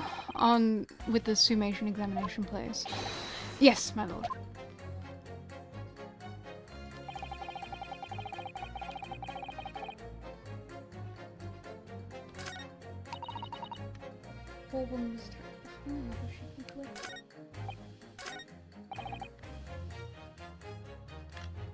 Hold it! Hold it? Hold what? No, what I said was hold it. What I wanted to ask was, do you visit your books often? I like the old books they have there, yes. I enjoy reading them over a nice cup of old tea. That's my daily routine, you see. The same thing every day, including the day you're all talking about. And at that time, what time did you visit your books on the day in question? Well, I was picking up books in there all afternoon, and it would have to have been just before 5 when I left. That's my daily routine, you see. Same thing every day, including the day that you're all talking about. Just before 5, you say? Exactly when the victim was attacked. Are you sure about the time? Oh yes, no mistake there. I remember it well. I'm not about to forget the day in a hurry, not after the dreadful time I had. What do you mean?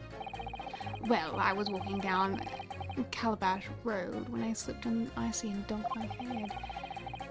It's always worse after the snow stopped falling. That's when it's most slippery.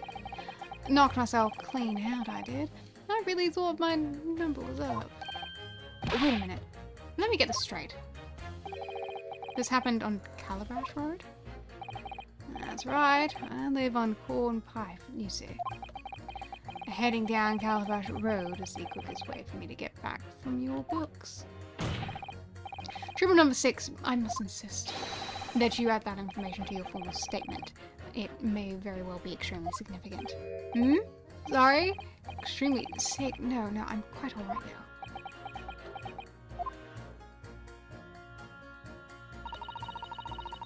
Yes, I know.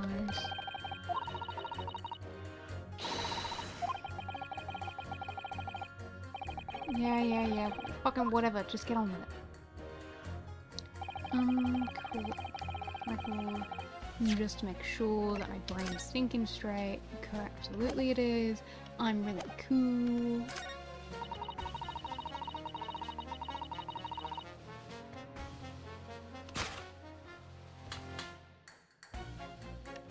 Objection! These two statements that clearly show the flaw in the juror's reasoning. Flaw? What are you talking about, counsel? Well, juror number 2, juror number 6. Whatever do you mean, sir? I think perhaps the old man didn't hear you. Unbelievable. It's not like I was loud or anything. There was at least one fact in which we can be sure of here. The bookshop receipt from the defendant's room clearly indicates that on the day of the attack, he had been in your books and purchased a number of second-hand titles. He then returned home on foot. But the man says that he has no recollection of his return journey. That's correct. But what if he does remember it? What he does remember seeing is someone appear in front of him on the way. Someone in a green overcoat who suddenly collapsed on the pavement before his eyes. Yes! We were all aware of this. The poor young woman who was stabbed, obviously. Objection! Can we really be sure of that, madam? Like, whatever do you mean? I'm sure you heard juror number 6's account of what happened to him that day. That same afternoon, there was somebody else apart from the victim, who was wearing a green overcoat and who fell over on the icy streets by Milford. Oh, my goodness. You mean...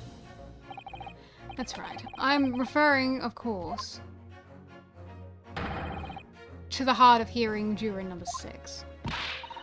Are you really suggesting that the person in the green overcoat whom the defendant saw collapse in front of his eyes was a jolly good gentleman on the end of the bench here with me today? That is entirely possible, yes. After all, the old man had a somewhat similar build to the victim. Oh, look at that. My goodness me. Sorry? You need a pee.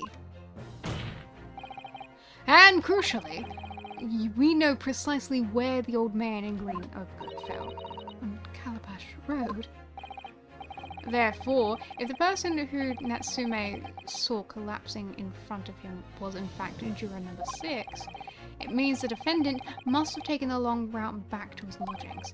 And if that's true, then clearly the crime scene on Briar Road, where the woman was stabbed, was not on his way home. Oh, bye. Idiot old man. If you hadn't been so daft as to be roaming about there, we would have boxed this out hours ago. Oh, and really, what were you thinking wearing such a befuddling coat? What did you say to me? Is it a crime for the elderly to walk the street these days? Is it a crime to slip over the ice? Is it a crime to keep up with the latest styles and wear a beautiful green overcoat, is it?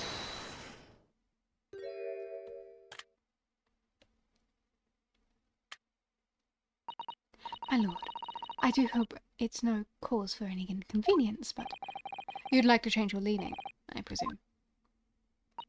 I do declare that I would. I should like to call a verdict of not guilty. Thank you. And I would too. What? Is it a crime to change your mind, is it? Well...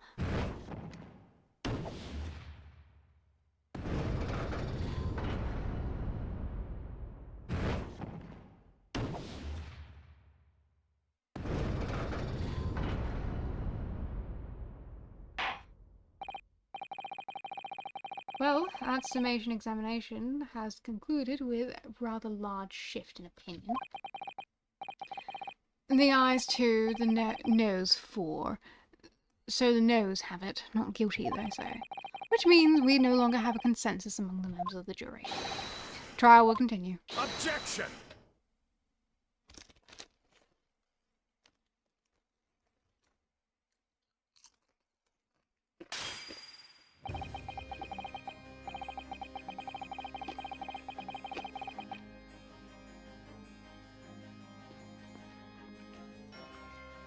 Could it seem curlish of me to drink from my hallowed chalice moments after raising an objection? Nah, I did a lot. I am a time-traveling spirit, I approve of you. Only to crush it in disgust. Pray forgive the discourtesy. Lord Van Ziggs. Seems I must retract my early remark. What do you mean? I mistakenly credited these jurors with intelligence by describing them as insightful. Why do you keep... I'm sorry. Why do you keep... We don't need to be calling the jurors idiots, Van Ziggs, just because I raised valid points against their opinions.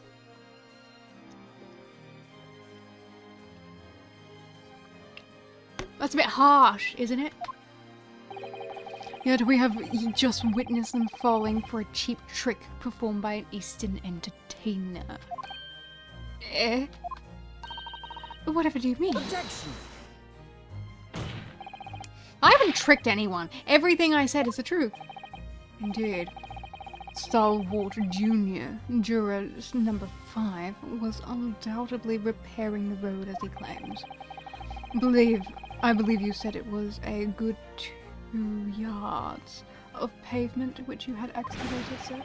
That's right. It took me the whole day, and they paid me a measly 2pence for it. Now my learned Nibonese friend tell me. Do you have any notion of the distance that 2 yards represents?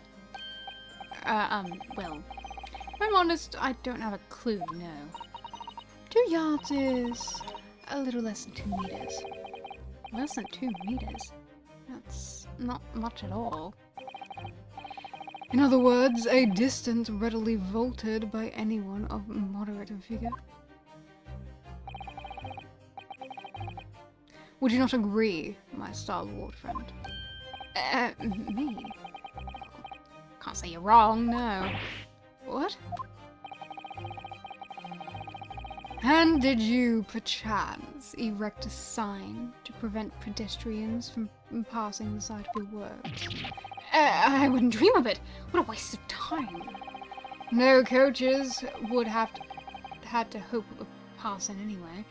We just turn our gentlefolk at the back when they come.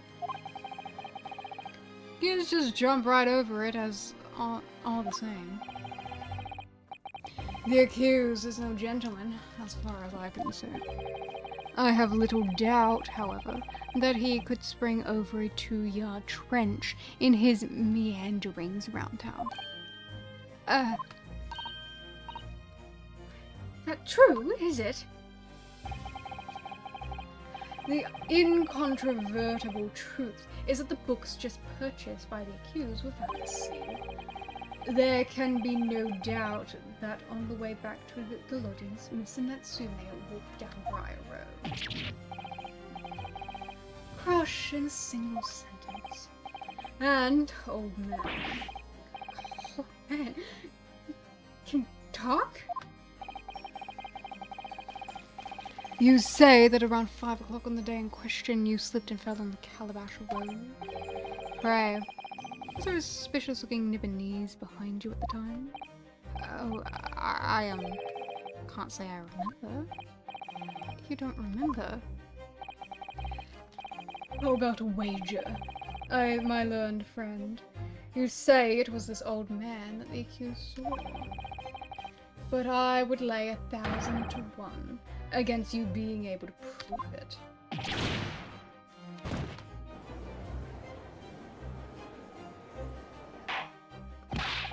Order! Lord Van Zeeks, explain yourself. My lord. If you had such a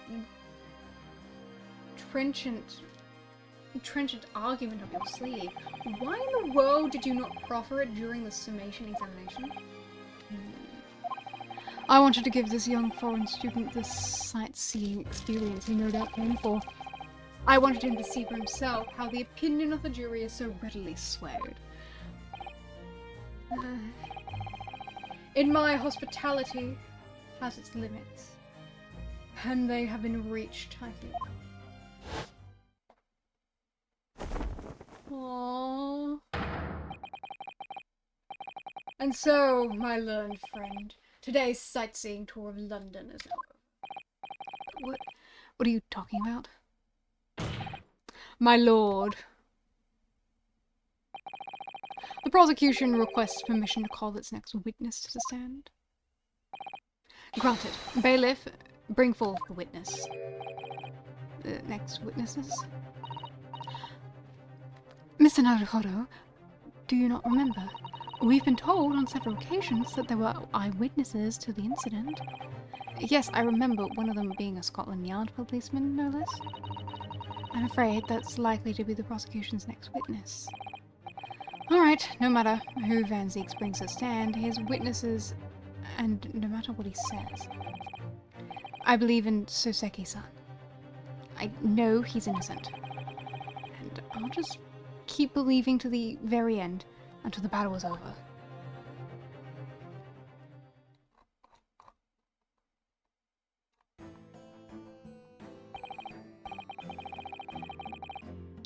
Witnesses, please say your names and occupation for the court.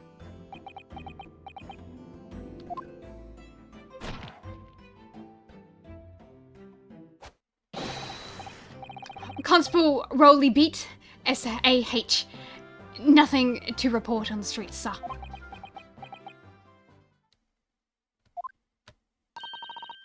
I'm Mrs. Beat. Patricia's my name. I'm proud to say I'm this young town hero's wife. You both look 12. What's the story here? Well, in truth, we've not been married long. In fact, we celebrated our first anniversary only the other day. No, it was your husband I was asking about? He seems tired. Hardly surprising. Whilst being an honourable occupation, patrolling the beat is the most demanding work in the world. Oh, really? I'm sure I've heard that before, actually. Indeed, apart from the rare off days, our galleon's officers trudge some 20 miles a day, you know. They patrol boarding houses and pubs, collect taxes, survey the streets, check the meters are reading true. And they're responsible for keeping the streets clean and lighting and extinguishing our street lights. There are a number of items on that list that don't sound much like policing duties at all. I wouldn't just be falling asleep on my feet. I have collapsed long ago. But it goes without saying that a policeman's primary duty is the apprehension of criminals. Even when he's off duty, a constable is expected to investigate and resolve any crimes on his beat. For the London Bobby is a man of honour. And a man of slumber. On the day in question, this man and his wife were walking down Briar Road in the opposite direction, and they witnessed the incident as it occurred. Is that not correct, Mr. and Mrs. Beat? That's right, sir. Isn't it, Raleigh? Constable Raleigh Beat, SAH. Nothing to report on the streets, sir. What a great witness he's going to be. Very good. I'd like to hear your formal testimonies now, please. You will tell the court exactly what you saw on the afternoon of the incident. Yes, sir! See? Even more blue eyes!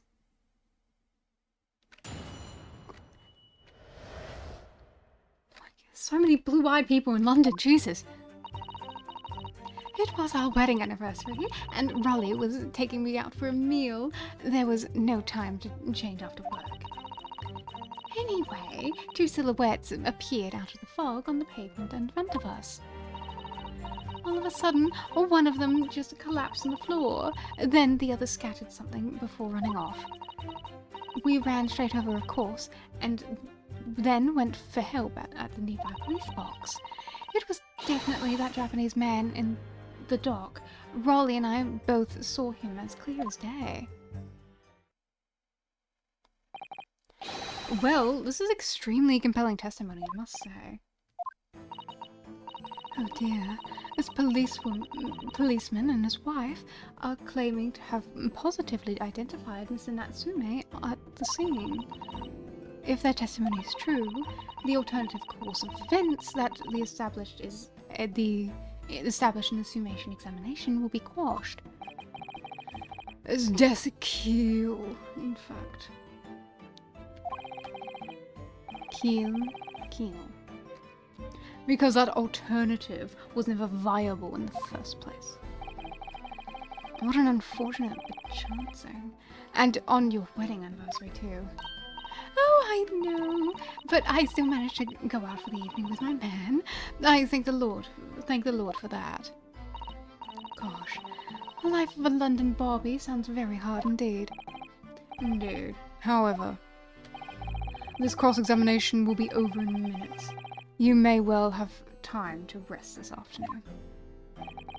What do you mean by that? My learned friend, the witnesses saw the face of the man fleeing the scene. They are testifying under oath that it was nothing, without doubt, the accused, Mrs. Soseki Natsume. And one of these witnesses is a policeman, no doubt. So you appreciate the gravity of the situation, I'm sure. Except that the man's so tired his wife has to do all the talking. Enough preamble. Counsel for the defense. Commence the cross-examination, please. Yes, my lord.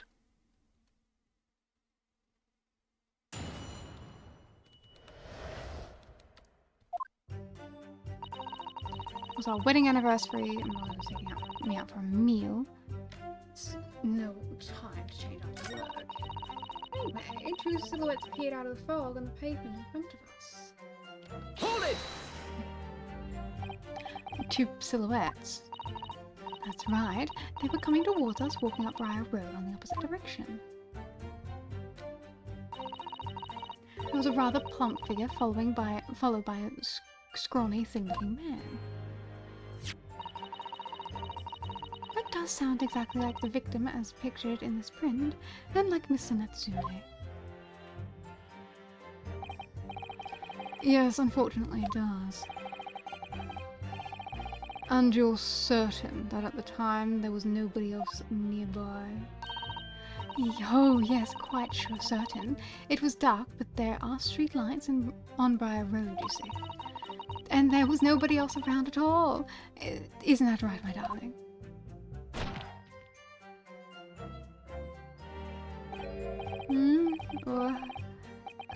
Yes, that's right. Of course there was light fog on the ground.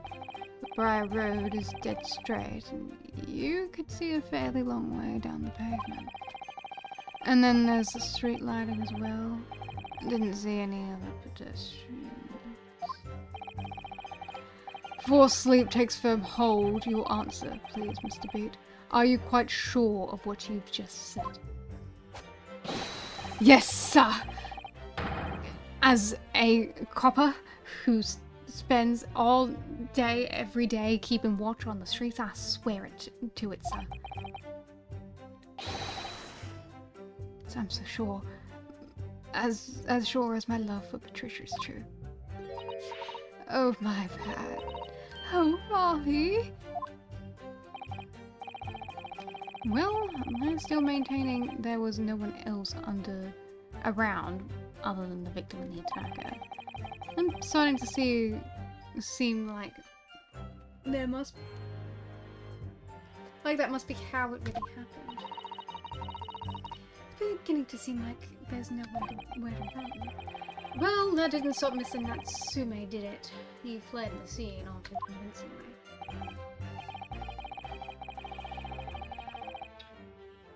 Thank you. I believe we have a reasonably clear idea of the situation just before the incident. What happened to in the crucial moments that followed it?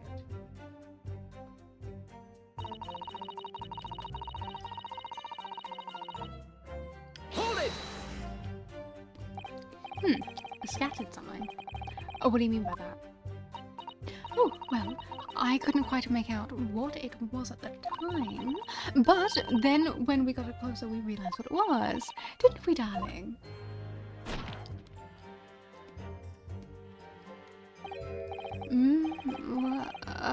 Yes, that's right. It was some old books. I see. Old books. Yes, sir!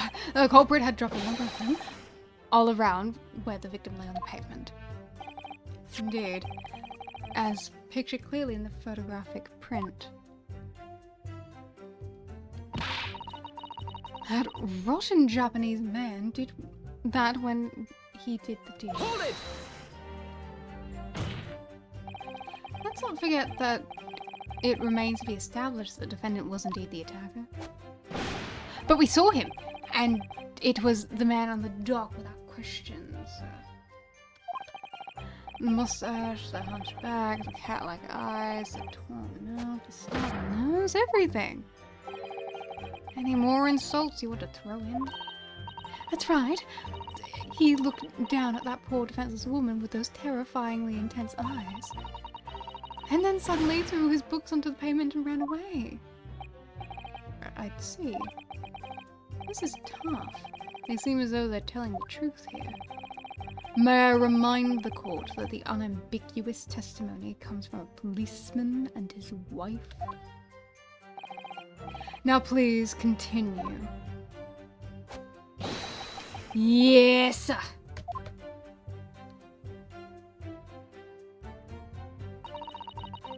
I straight over and then went for help at a nearby police station. Hold it! Was it your husband who went to fetch help? No, I went. I may not be a police officer myself, but I am a proud wife of one after all. Isn't that right, my darling?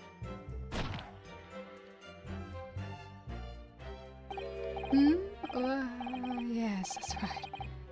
I asked Mrs. Beat to go. I was off duty at that point. But Bobby's never truly off duty, of course, so I felt obligated to stay and guard the scene. Very laudable, Mr. Beat. Preserving the scene of the crime is a task of considerable importance. That's why I sent Patricia, you see. I told her where to find the right police box. Forgive my ignorance, but what do you mean exactly by the right police box? Depends on the crime's location, you see, as to who deals with it. Where the woman was stabbed wasn't exactly on my beat. So I told Patricia the way to the police box for the beat the incident fell under so she could go and report it. I ran there as quickly as I could and asked for help from the Bobby on duty. There is nothing more potent than a young couple in love working together, you know. And thanks to your swift response, the case was quickly resolved. The actions of two model citizens. Oh, please, you're making us blush, isn't you, darling?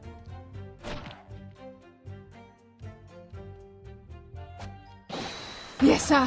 What Patricia said, sir. Let's move on, shall we?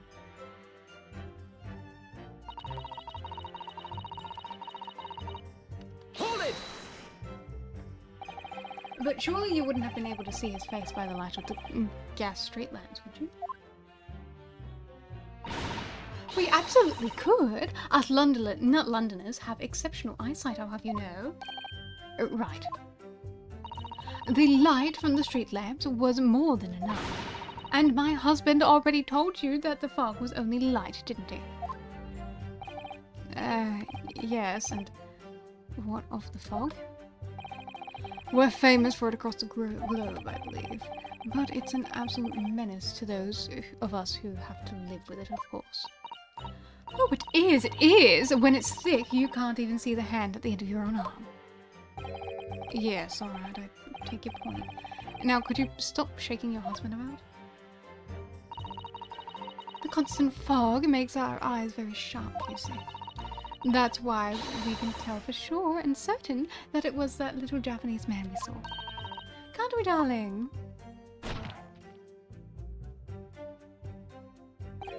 Yes.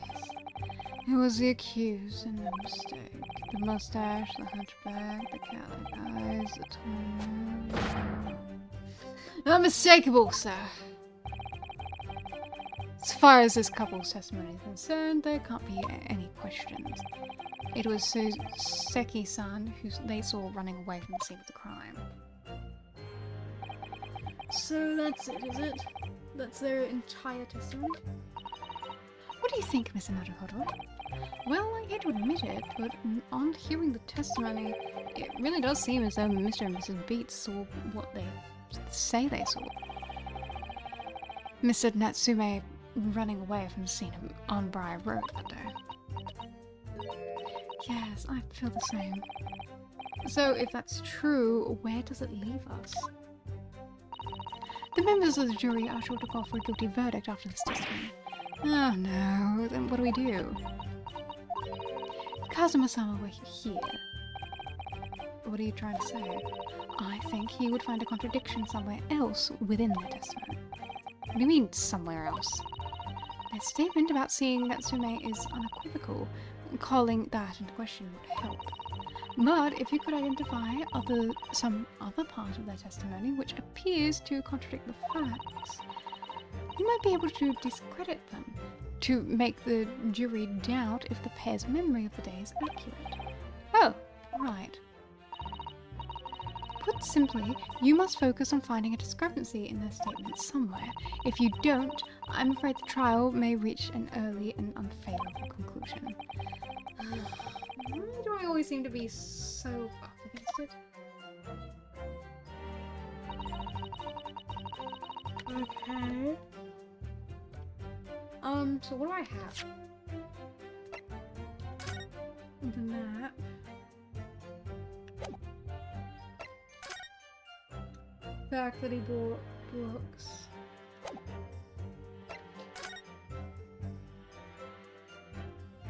On the east side. Okay.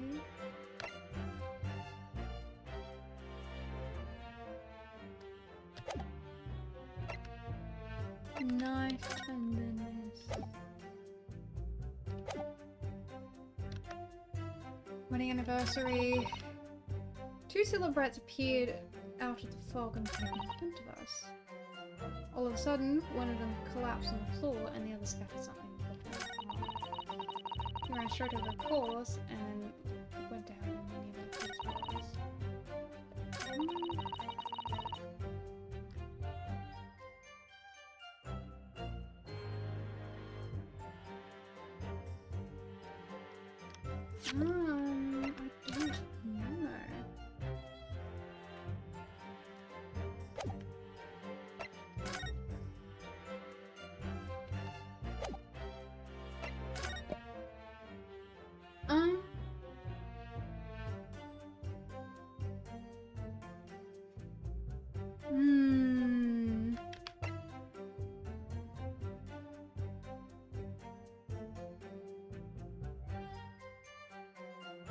Single stab wound from a large knife, no other signs of injury were observed.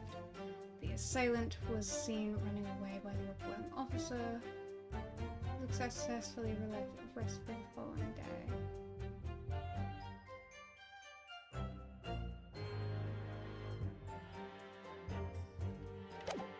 I'm surprised she didn't have any other injuries, considering she fell onto the icy fucking pavement.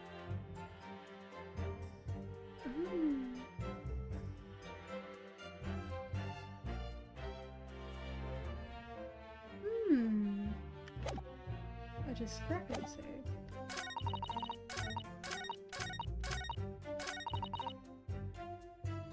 Two silhouettes appeared out of the fog on the pavement in front of us. So you would have been walking... So you're saying that you were walking up this way?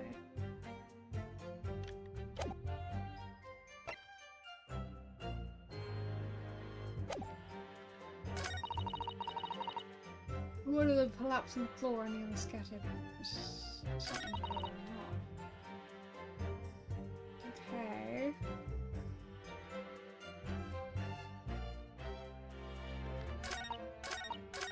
Hold it! No time to change after work, you say? Are you also a member of the police, Mrs. Fett? Oh no, sadly not. It's a job for strapping young men only. Women, children, elderly can't even apply. Well, I think you can probably see why children and elderly can't do the job, can't you? I think Raleigh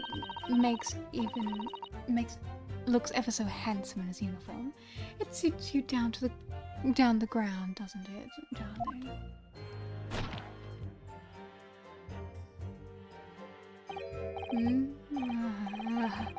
I just finished my beat. Pat and I were heading back to the station. I was actually planning on getting changed there. Is he talking in his sleep? This is creepy. Oh no, Raleigh. I much prefer you in your uniform. Sometimes I don't recognize you when I see you in plain clothes. dear. That doesn't seem healthy. Kindly adhere to the point. You're going for a meal after you finish the beat for the day, correct? That's right, sir. Yes. Although I was fit to drop, to be honest, after spending the whole day on the beat. But policing is my life, as long as I'm the proud owner of this. And also of my city and my queen to the end. What's that? A warrant card, sir. Proof that I'm a London copper. It was the noble founding principles of the force written on it as a reminder to all us policemen and us to patrol the streets of London town and uphold the peace of common man. Sir, and for such a noble cause, I cover 20 miles every single day without fail and without a break. Because I know that the plodding of my boots is all Londoners need to hear to feel safe and secure. So, fighting crime doesn't appear to come into it. But sir, just on that particular day, I was looking forward to celebrating my wedding anniversary. Mrs. B put up a lot with being married to a Barbie like me. I wanted to show my dear wife how much I care. Oh, Pat. Oh, Polly. Oh, what a charming couple. Their young love is such a joy to behold. If a little over the top, perhaps. And then, kindly describe what happens next. Mr. Lawyer, sir, can I ask you something? Oh, of course, what is it? Well, you keep asking us all these questions about everything we've told you, so... It seems like you don't believe our testimony. Is that right? Is it? Well, out with it! What? No. Oh, no, it's really not that at all. My husband's a policeman, remember? And I know what I saw. I remember every last detail, everything, like... Oh, I know. What about the books the man dropped? I could tell you the names of every single one. I could. Every single one. And you dare question how reliable my testimony is? That will do, Mrs. Speed. No, it won't do at all. That Japanese lawyer has no idea what I'm capable of. Even if I decided to forgive him for insulting us, I don't think for a minute that Raleigh will. I really didn't mean to cause offense. Please, put your husband's fists down. Perhaps you would like the opportunity to supplement your testimony, Mrs. Speed? Might that appease you? Oh, thank you, my lord. That would settle things nicely. Wouldn't it, darling?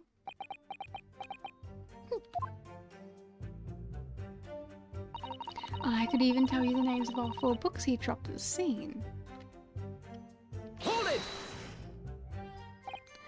Yes, we know that there were books dropped at the scene of the crime, as you say.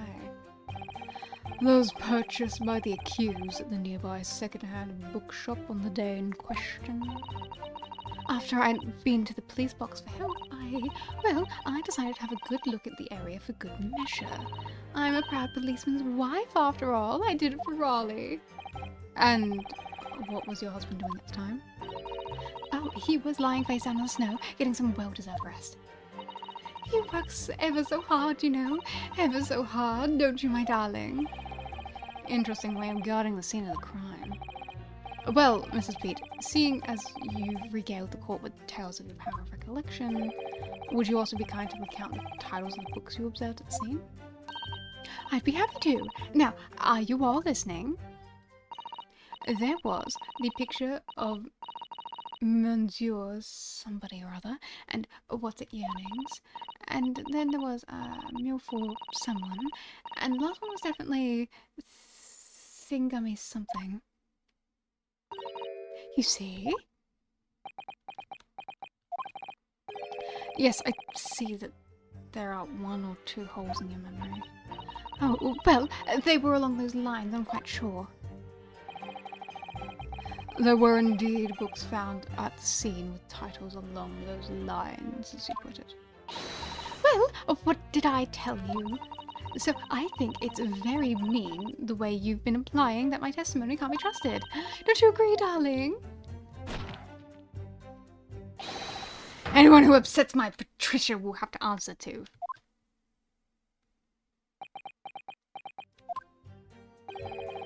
Terrifying. Yes, she really is. So what is it? Oh, what do you think, Miss Avocado? Well, I hate to admit it, but on hearing the testimony, it really does seem as though Mr. and Mrs. Beats saw the sick I saw.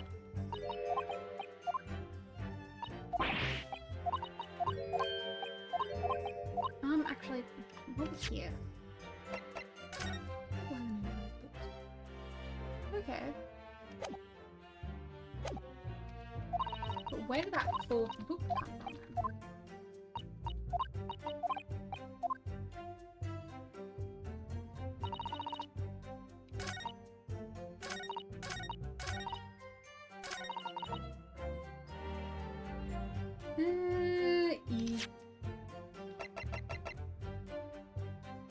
Objection! So, you're saying that there were 4 books? That's right, I remember all of them. The picture of Monsieur somebody, what's it, yearnings, a meal for someone, and thin gummy something. I'm sorry, Mrs. B, but there is a fundamental flaw in that statement of yours. Oh, no! What flaw? Simply that at the scene of the crime, there were only 3 books, not 4. What? Have a good look at this photographic print of the scene of the crime. As you can clearly see, there are only 3 books. But no, that can't be. I saw them. Oh, I know what it is. Yes, you can't fool me. Sorry? It's that big, dead, old lump of dead body. The lady so large, her corpse is blocking the view of the 4th book, that's all. Let's at least try to remember the poor woman isn't dead, even if we're insulting her size. Well, I'm sorry, Mrs. Beat, but Mr. Natsume could not possibly have dropped the 4 books you describe. Why not? Fascinating. And from your assured tone, something you can readily substantiate with evidence, I presume? Evidence. Yes, I can, Ronosuk, don't you worry. Counsel, you will present evidence to substantiate your claim or withdraw it. What proof do you have that the accused did not drop 4 books? Take that! The evidence is right here.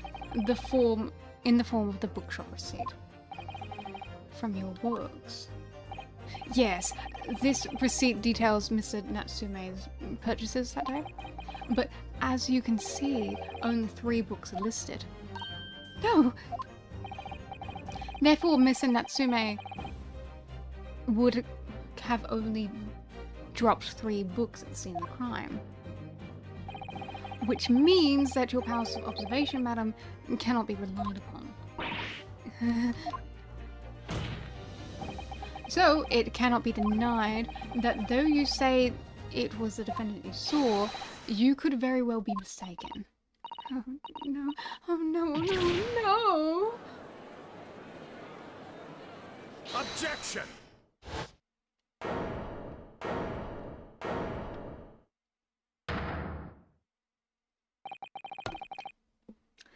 Plainly evident that it is your powers of deduction that cannot be relied upon, my learned Nipponese friend. What? What cannot be denied is that these 2 witnesses saw the accused running from the scene. A fact that you know very well. You have no hope of disproving.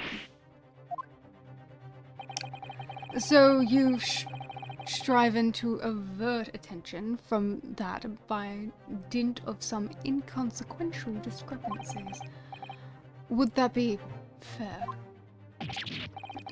He sees right through me.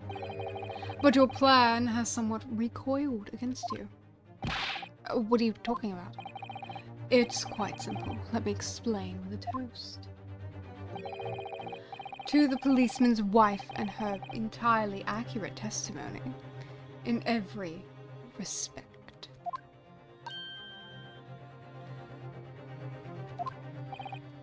Feeling envious of the lovey-dovey couple? I don't know, man. I don't know. You see, the matter is up for debate. At the scene of Briar Road, a total of 4 books were most definitely found. But what about the photographic print? It only shows 3 books. Quite right. Only 3 can be seen in that print. That print? You mean to say... You have incredible aim. Allow me to present another. One that shows the victim's hand. I don't believe it. It's the 4th book. As you will observe. The 4th book was hidden from view in the original print by the victim's torso. No.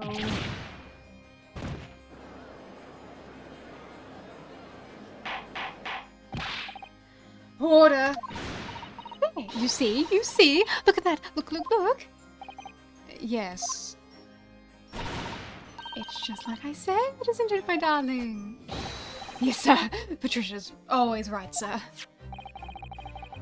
Let me study the receipt for the books purchased by the accused on the day in question. Mrs. Beat, the titles once again, if you please. Oh, yes, of course. The picture of Monsieur somebody or other. The picture of Monsieur Lecoq. Oh, what's it, Yearnings? Canterbury Yearnings. Meal for someone. A meal for Gabrior, in fact. As the court has just heard, the witness remembers the titles flawlessly, save for a few minor details. Mrs. Beat's powers of recollection can only be described as exceptional. Did you hear that, Rory? The gentleman paid me a compliment. Yes, sir. Flawless, sir. Patricia is flawless. But there are only 3 books on the receipt, and Mrs. Beat mentioned 4. There's nothing surprising about that. Clearly, the 4th book is that which is shown in the photographic print. I'm sorry, counsel, but does that not seem odd? Why should the 4th book be omitted from the receipt? It's not odd at all, my lord. As the photograph clearly shows, the 4th book was found in the victim's clutches. In other words, it belongs to the victim. The victim was holding her own book. I wonder, what became of that 4th book? Obviously, it wasn't overlooked by the investigation officers of the Scotland Yard. I have it here as evidence. You will submit that, the aforementioned photographic print to the court, please, counsel? My pleasure, my lord.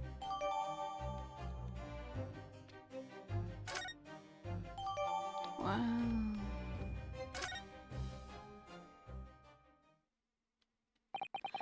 The prosecution rests. I have nothing further to add. What? You seem surprised, my learned friend. But your resistance until now has been in vain. Entertaining, yes, but futile. The spurious, longer route on to the accused's lodgings that you try to establish in your summation examination, and the attempted discrediting of the witness's powers of recollection in your cross-examination. Futile? I walked right into this, didn't I? You see? Everything we've said is true. Isn't that right, my darling? Yes, Pat. Marry me, Pat. So, perhaps the ladies and gentlemen of the jury would like to reconsider their positions.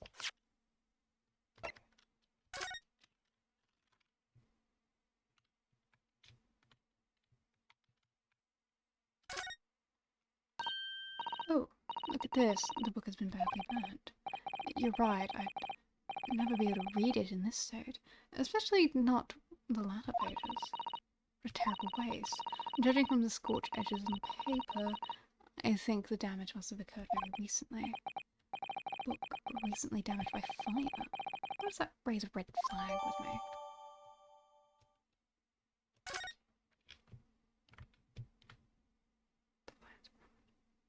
That's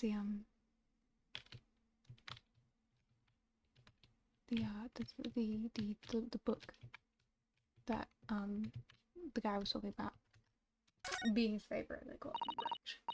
Let me see, the book title was A Lion's Pride. I'm afraid I don't know any English literature at all, so it wouldn't be something I've heard. Wait a minute. Lion's Pride? That's strange. I think I've heard of a book by that name before, and very recently too. It's a title I recognise too, Mr. Naruhodo. Let me see. Should the court waste any more time on the Nipponese travesty? Or is the decision you have to make all too apparent already? You have heard all of the witnesses and seen all of the evidence. This trial has run its course. Mr. Naruhodo, I'm afraid we are in terribly precarious position. I know, but if I fight back in the wrong way now, I could very well just make matters worse. Think, Konosuke, think. What do I do now? Objection! I'm not done yet. No, my learned friend, it's over. That last cross-examination was your final chance to establish a credible defense, and you failed. The die has been cast. There is no more room for debate. Well, it might be over as far as you're concerned, but I can't think of what to say. If I may, Lord Van Zeeks, it seems whatever boorish is close down to the debate. It seems somewhat boorish to close down the debate at this point. Your insignificant little Eastern Isle must be a lawless hole indeed. For a lowly judicial assistant to have the audacity to intervene at a moment like this. Oh! I am, to my shame, still a very inexperienced lawyer. So you will have to forgive me, but I consider my assistant's advice essential and her opinions invaluable. Mr. Naruhodo. One of this land's great guiding principles is tolerance, so the court will hear you, madam. Go ahead, Mr. Sato, please. Very well. Pray, what insight can you give us? What have we all overlooked in this matter that you see fit to pursue further? Well, the court has been presented with new evidence, but only after the last cross-examination finished. I see.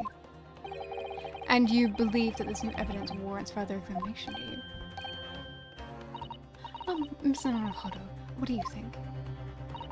It's just possible that the new evidence might be decisive proof that we've been waiting for. The judge is sure to ask the members of the jury to announce their leanings in a moment. And of course, he's sure to ask you to explain what the crucial piece of evidence is and why. And we must take this opportunity to examine the newly presented evidence as thoroughly as possible. Yes, I understand, and thank you, Miss Susato. This is it. Susato-san has managed to win us one last chance here. Can't let it go to waste. The defense wishes to present evidence, my lord. Very well. The defense may present one further piece of evidence. Evidence that apparently offers a profound insight into this case. And that has hitherto been overlooked. Take that!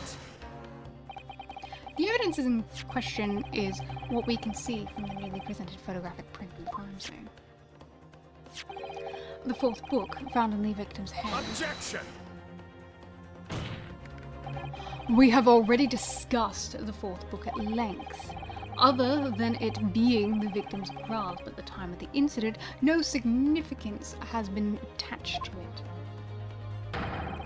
Pursuing the matter further would be flagrant.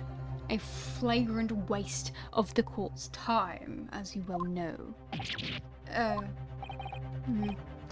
Yes, I'm afraid, counsel, I must concur with the prosecution on the matter.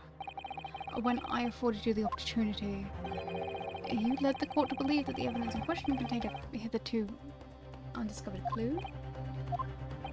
So I must insist that you elaborate, counsel. You will identify the clue at once. Do I make myself clear? Oh, yes, my lord. It's Naruhodo. I believe the prosecution is trying to avoid thorough examination of the evidence, which means you may very well be on the right track. Yes, I think we might be. So, counsel, precisely where is the vital clue in this case, which this fourth book conceals?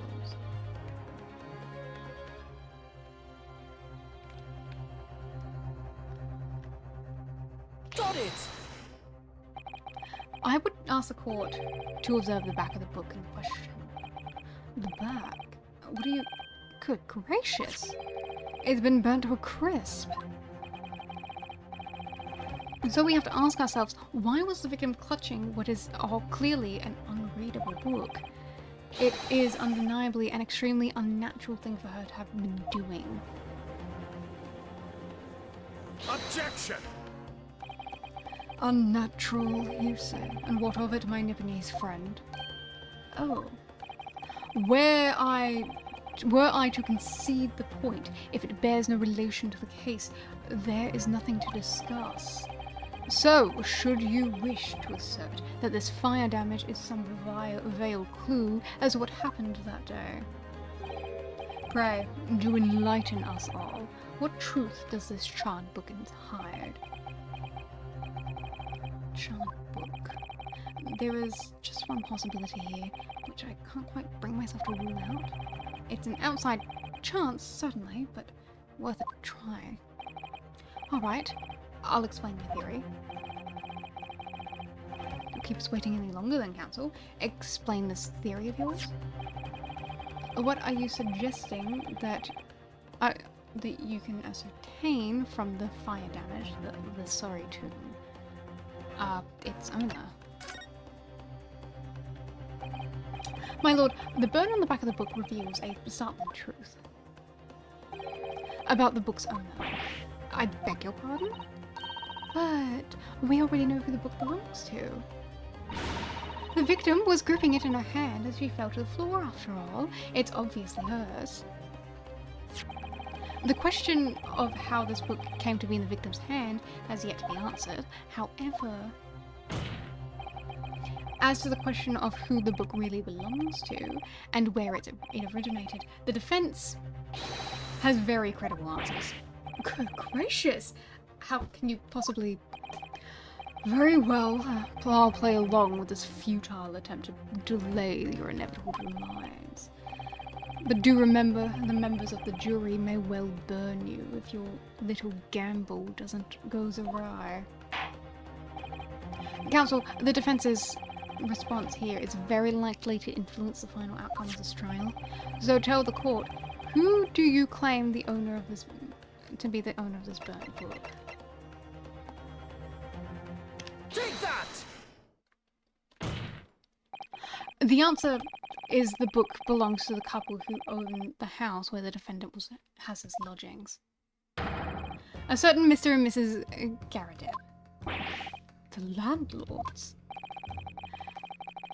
And whether this is some extraordinary coincidence or some kind of fate at work, I don't know, but of all the people in London, one of the 6 chosen for jury duty is in this court today.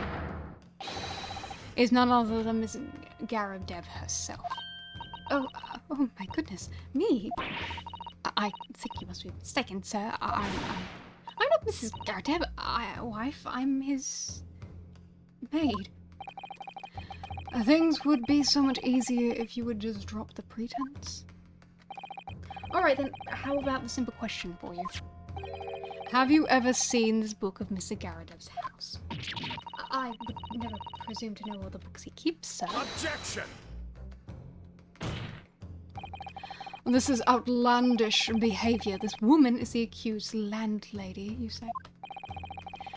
You implicate this hard-working member of the public. You besmirch her without a shred of evidence. Your actions are unforgivable. This is not mere conjecture. The defense happens to know that on the day in question, it's at almost exactly the same time as the victim was stabbed in the pavement below. Another incident was taking place in the room on the top floor of Mr. and Mrs. Garadev's house. Good lord! And what sort of incident, counsel? A fire, my lord.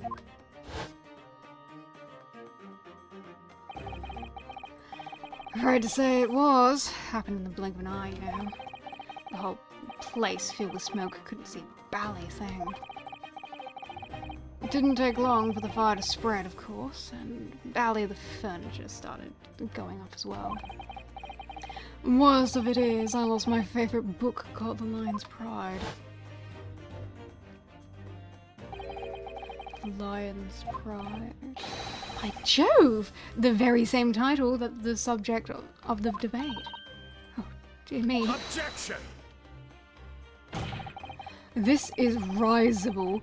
All you've told the court is that a book by the same name was involved in a fire, in which case it would be reasonable to assume that it was burnt to ashes. And entirely unreasonable to infer that it magically removed itself from the scene of the crime. Perhaps it would make more sense if I told you that the cause of the fire was a marital discord. Without going into details, it appears that Mrs. Garadev was considerably enraged. Apparently, she continued to attack Mr. Garadev even amid the flames. Oh, how awful! I can't even imagine how being so horrid to one you love, can you, Raleigh? Absolutely not, sir. My Patricia would never raise a finger against me, sir.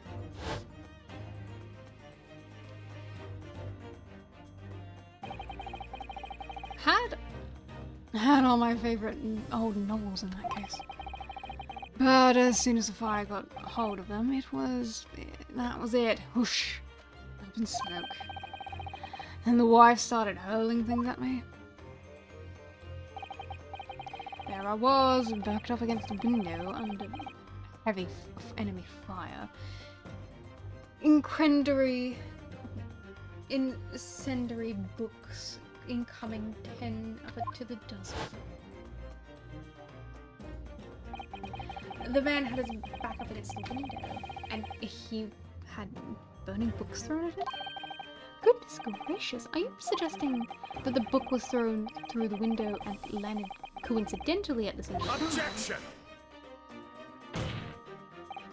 No, a thorough investigation of the surrounding area was conducted the very evening of the incident, and there was no report of the Garadev's window pane being broken.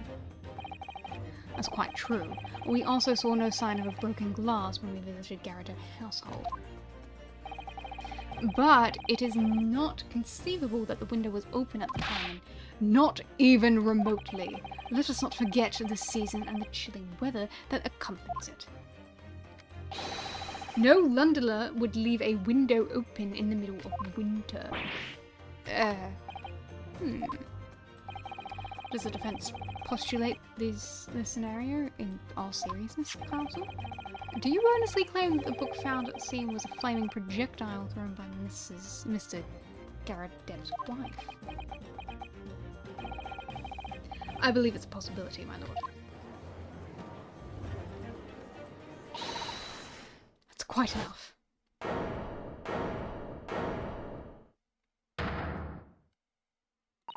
Well, I hope that everyone can see you for what you are, you little foreign trickster. You call yourself a lawyer, but you're just a coward, a mean coward. Really? claiming that a little tiff set the whole neighborhood alight, honestly. Implying that I'm merely posing as a maid for appearance's sake. How could you? It's nothing to do with beastly case, not any of it. All you've done is sully our family's name. No, I assure you, that was never my intention. Dragging an upstanding citizen's name through the mud simply to divert attention from your failing defense. I should box your ears. That's what I should do. It's utterly unforgivable. Too right. There we go. How long have we sat here now listening to this Nibonese spouting out his fancy foreign theories? But think about it. At the end of the day, the only person who could have possibly have stabbed the victim is that little hunchback with the mustache, and he ran away from the scene too. I do declare you're right. It's true. Yes. What did I tell you? Makes sense to me. Hmm? Well, it would appear that ladies and gentlemen of the jury are once again in full agreement. What is your position, Lord Van Zix? In truth, my lord, I feel these have unnecessarily protracted proceedings. But then one must always exercise patience in order to savour the best vintage. No, wait. The mystery of the fourth book still has... If books are your predilection, my learned friend, study them in your own time.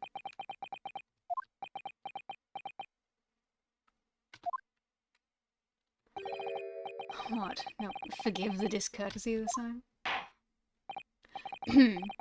In this case, ladies and gentlemen of the jury, you will now state your individual discussions regarding the defendant's culpability in the court. Guilty!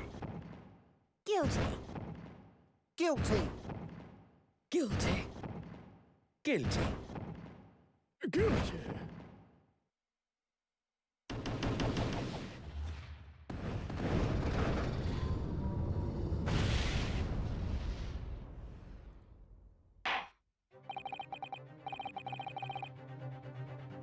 Thank you for that unambiguous response. It's twice now. It's over. So, Naruhodo, don't give up. Miss Susato? Have you forgotten? The battle isn't over. You're not suggesting. Of course, the defense has the right to another summation examination at this point. You could still convince the jurors to change their minds. You have one more chance. My lord, the defense asked to exercise its right to a summation examination? You believe you still have tricks up your sleeve? I don't intend to trick anybody. I intend to uncover the truth. This is no time to be downcast. As long as there's a chance, I hope to stay strong and determined.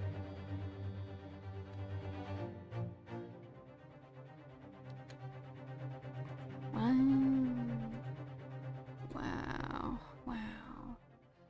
Okay. Come on, let's get you over and done with.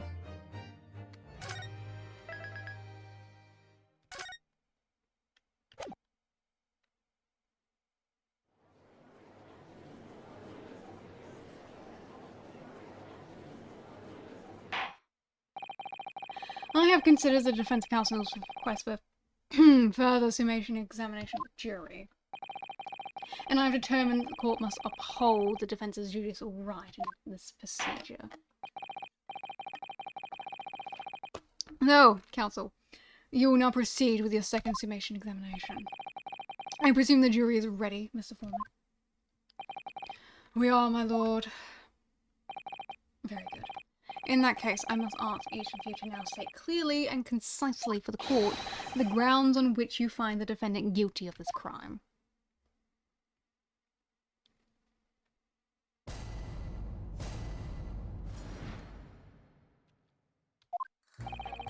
The accused left behind evidence at the scene, didn't he? Those 3 books of his. If there was some novel alternative explanation about how the victim was stabbed, I might reconsider.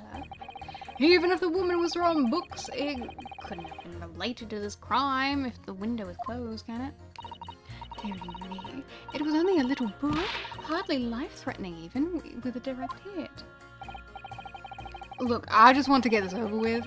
If I don't bring home some pay tonight, I'll be in a tiny bit of trouble.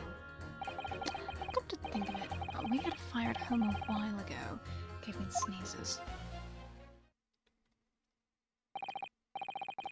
Yes, considerably more tangible argument from all the members of the jury this time around, it seems. With one notable exception, of course. My learned student friend was unable to find fault in the previous witness testimony. So the court must accept the fact that it was indeed the accused seen fleeing from the scene. And moreover, no one else was even at the scene to commit the crime. Well, if the eyewitnesses are correct, it would seem as if the conclusion is somewhat set in stone. I fail to see how it can be argued any other way. That means, I'm afraid, that during the summation examination, it's essential that you establish some other tangible explanation for the facts. But how? What would constitute a tangible explanation here? Isn't it obvious? Who stabbed the woman and how? Those two details are all you need to provide. Simply give a name and a method by which the attack was conducted. And here I was thinking this might be hard.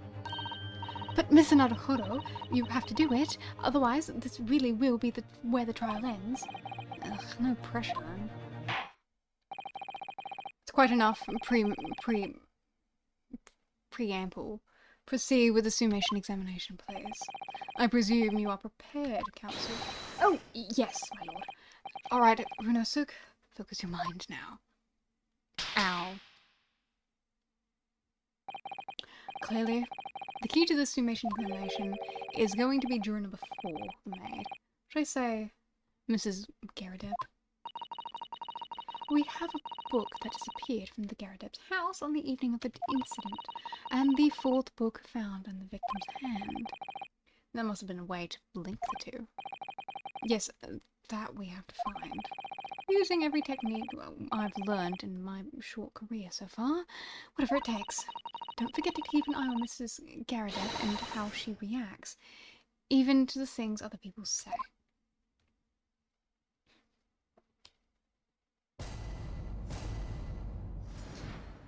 Okay.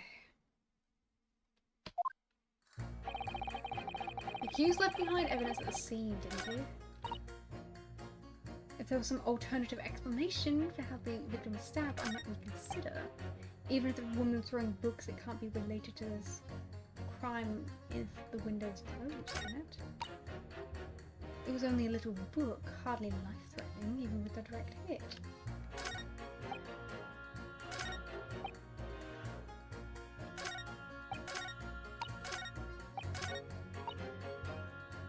Hold it! So, you might be willing to change your decision, you mean? Oh my, such a delight on your face, but I'm afraid I shan't be swayed by emotion.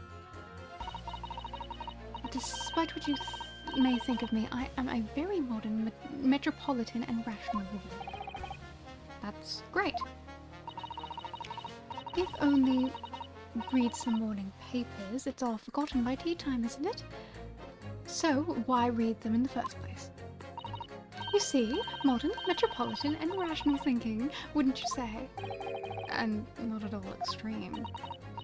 As I see it, an overwhelmingly suspicious Japanese man has been implicated by overwhelmingly strong testimony. So, despite one or two minor puzzlements, I do declare that the man is overwhelmingly guilty. Modern, metropolitan, and rational logic, wouldn't you say? Overwhelmingly. But as modern gals are always delighted to embrace new fads, you know. So I'd be only too happy to consider an exciting new theory if you could come up with one. I'd be happy to do that too, if only I could. Let's do our very best not to disappoint the modern metropolitan young woman. Right. I'm glad you omitted the rational there. Hold it! But what about the possibility that the window was open?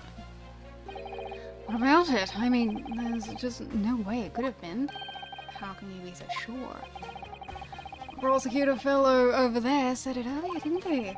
Winters in London are no joke. You don't want to invite that sort of cold indoors. So, no, that window wasn't open. Us Londoners like sitting it by the fire and staying warm, see? But you can't categorically state that the window wasn't open, could you? It just wasn't, and they wouldn't have opened it.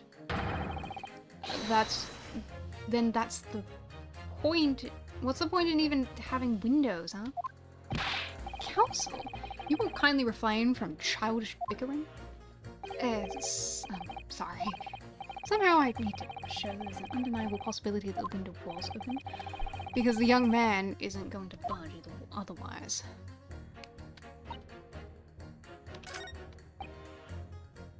Hold it! I'll press you. You want to get this over with? How can you sit there and say something like that? A man's future is at stake here. Well, him and me both then, like I said before. What? I told you already. I'm a day laborer, aren't I? If I don't bring home some readies with me tonight, you'll find me floating face down in the Thames tomorrow morning. What? You heard me. My missus isn't one to mess around, you know.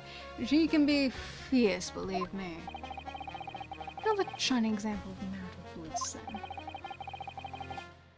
A situation like this cropped up the other day. It's, well, Did you know, it's funny, but I can't quite remember. Sorry? It was too frightening, that's the thing. I must have blocked it out. Helpful. I wonder if Mr. Beat will ever be dragged into the Thames by his scarf. Don't even go there, Mrs. Susato. There must have been a way to jog his memory about this. Hold it! Does that have anything to do with your decision about the defendant's culpability in this case? Sorry? What's that? You have to speak up, lad. Could you tell us more about that fire? It was last winter. My grandchildren baked me a lovely cake on my birthday. It had 75 candles on top of it. What a sickly old it was. You put candles on a cake? Was it like some kind of devil worship? Of course not! It was an angel cake to celebrate my birthday, of course. It seems like the common custom here in Great Britain, Mr. Navigato. Anyway, I busted on my puff to blow them out. Only I must have blown wrong somehow. The flames didn't go out, but the candles went flying all over the room. The furniture caught and everything went up. The whole place filled with smoke. It definitely sounds like devil worship to me. And by the sneezes, I presume you mean a cold. How did you catch a cold from the fire? What a fiasco it was. The grandchildren, bless them, threw water over me as I tried to put out the flames. And then, because the whole room went up and filled with smoke, of course, we had to open all the windows to clear it out. Windows? A biting winter air rushed over me like the devil dancing on my grave, it did. I caught a terrible cold from it. It put me in a hospital for a while. I won't forget that birthday in a hurry. It was devil worship all along. But something about the old man's story is playing on my mind for some reason. You need to demonstrate who, apart from Mr. Natsume, could have attacked the young woman in the street, as well as how he or she could have done it. Yes, but once again, the jury's statements are full of personal prejudice. A lot of them seem convinced they're right, even in the face of logical arguments to the contrary. I think you're going to need to pit them against each other, forcing them to accept an explanation. I don't necessarily need to find contradictions between their assertions, just a connection that might do the trick. Alright, I'll see what I can do. If anything stands out, I'll go for a strike. That's the spirit.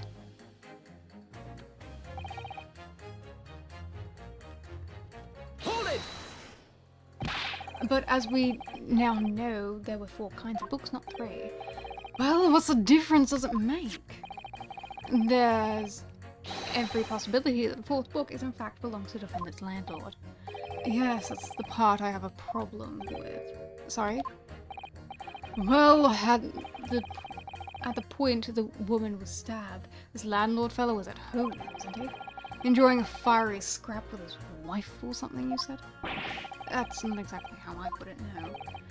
Well, anyway, the point is, the fellow and his wife was somewhere else when it happened. I think that's what you call a strong alibi. So it couldn't have been the landlord who did it, which only leaves the Nipponese fellow. Honestly, I can't see what all this palaver's about. It's a done deal, isn't it? I suppose it is, since I've nothing witty left to say.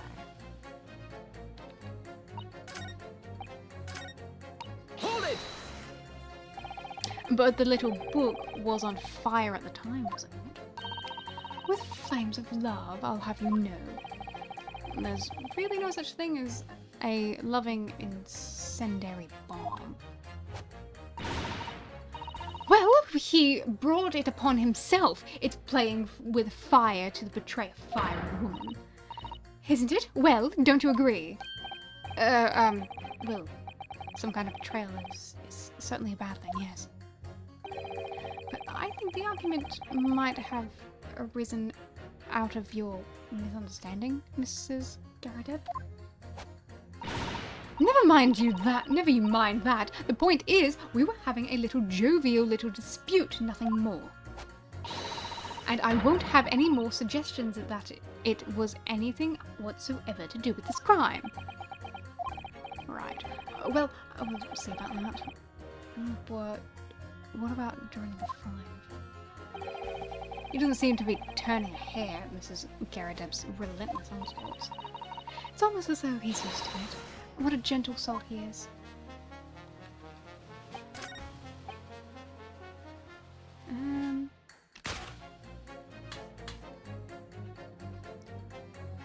Objection!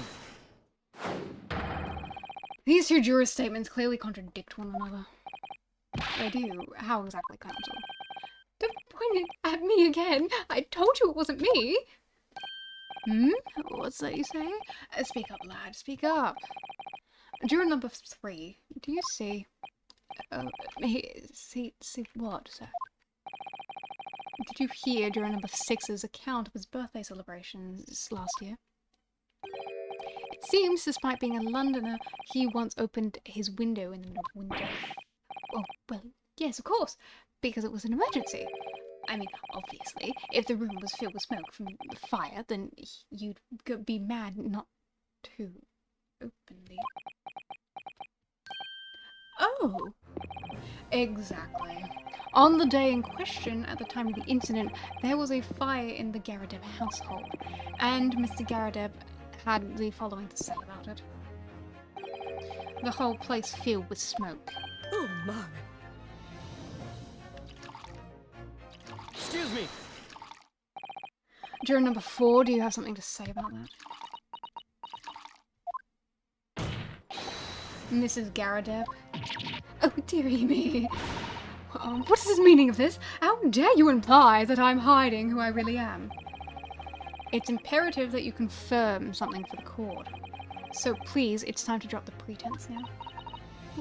What is it? When the fire started in your house that day, did you or your husband open the window? I beg your pardon? What are you insinuating? The room would have been thick with smoke after the carpet and bookcase caught fire as they did. In a situation like that, it's inconceivable that you wouldn't have opened the window. What if we did? Oh, all right then. Yes, you're right. My husband was frantically trying to open the window, which can't have been easy since I continued to give him a justly deserved book battering. Even though your house was on fire? Oh, you never stop throwing until the anger subsides. It would be terribly bad for the nerves to do otherwise. Of course. I should have realized. That's a significant step forward, Mr. Naruhodo. You've managed to establish that the window was open. You simply must have that added to Mrs. Garadeb's formal statement. Now that you mention it, yes, the window was open at the time. I'd clean forgotten that it was true. But it was true. Hold it! The fourth book found at the scene of the crime shows very obvious signs of fire damage. And the title of the book, The Lion's Pride, the same book, in fact, as the book that Mr. Garadeb told us he had been reading. Well, I really couldn't say. On the day in question, did you or did you not? Did you or did you not throw at your husband the copy of The Lion's Pride that he had been reading? I did. It was the first thing I could lay my hands on, so I hurled it straight at him. And now you come to mention it, yes. He was rather enjoying reading it, you're right. Why did you not reveal this information to the court from the outset? Because I couldn't, you insolent little man. I didn't remember. At times like that, you pick up and throw whatever you can lay your hands on, as well, you know. I really don't. I barely noticed I was throwing a book. Oh boy! Much less a little, less the title of it. Excuse me! What is it, juror number 5? You know, something. I've remembered what it was. That memory I'd blocked out. I was listening to what this granny was saying. Brought it all flooding back. What are you calling a granny, you cheeky devil? I'm Mrs. Garadeb, or the maid. I'll have you know. Man doesn't even flinch. Please tell me that's not because he's so used to being hit all the time. It was about 2 weeks ago now. I just got back home after work, like. I put my hand in my pocket for the wages I'd been earned that day, and I nearly died. There was a hole. Every last penny had dropped out. Oh dear, what a disaster. You haven't heard the half of it, boy. Oh. The wife was cutting up some chicken at the time. I could hardly get the word out. But I told her straight. I've lost a day's wages, love. Next thing I knew, the blade was whistling past my ear, stuck into the wall next to me, it did. About an inch deep. No wonder. Just terror. I could smell it then, you know. That god-awful stench of the Thames. I was sure I was going to end up face down in the muddy banks that night, I can tell you. Now, that's a real disaster, isn't it? I'll never use the word lightly again. Anyway, the point I'm trying to make is this. When women lose their rag, they'll throw anything at you. Knives, hatchets, hammers, you name it. Listen, Naruhodo, you mustn't think that all women are so short-tempered and unrefined. No. I wasn't thinking that. Robbing household objects at people is, well, it's so uncivilized. At least attack with honor, using a bow or the like. What attack? Were you going to attack? Never mind. Anyway, this man's words could be rather significant, I think. Alright. We'll come back to the bow and arrow thing later, if I dare. Ooh.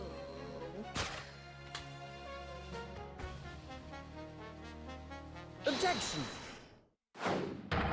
Those two statements clearly have a deeply significant connection. Good grief, you mean they don't contradict each other? Explain your accounts all at once. Juror number 2, do you think perhaps that this could be one such novel alternative? Oh my, what do you mean? An alternative explanation as to how the victim was stabbed in the back. Oh, what are you talking about? You've demonstrated that the 4th book, The Lion's Pride, that was found in the scene of the crime, originated from Mr. Garadev's room on the top floor of his house. Therefore, it's equally possible that the same other object besides the book could have found its way from the Garadev household to the street below. Eh? What's that now? After all, Mrs. Garadev could have thrown any number of different objects at her husband. Isn't that right, juror number 5? Number 4. What are you insinuating now, you little beanpole? I'm beginning to think that ever since the true origins of the book have come to light, perhaps she's had a feeling this might be what happened. Now you listen here, you Eastern Galar. As the foreman of this jury, I demand a straight answer. You give us the yarn about some other object making its way out of the house, but what? What was it? I'm really taking a big gamble here. That was a bold accusation to make, but I haven't any real evidence to back it up. But I'm certain that, at the very least, this warrants further investigation. Alright, Mr. Foreman, I'll try to explain the defense's theory.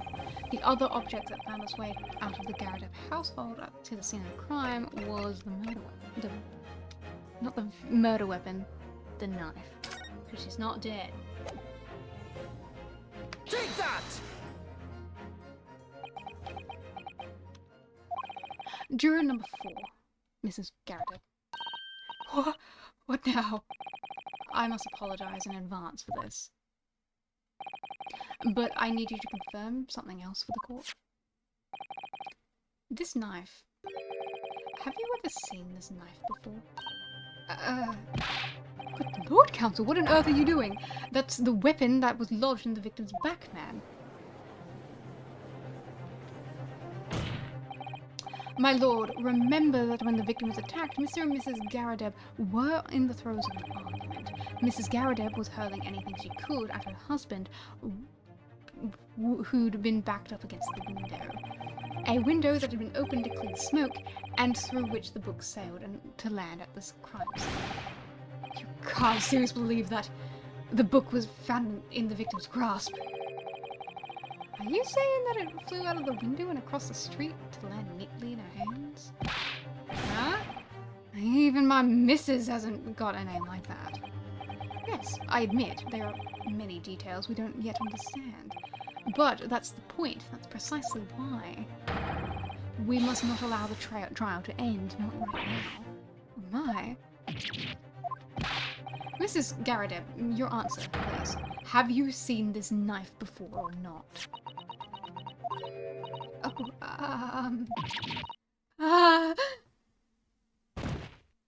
Oh dear.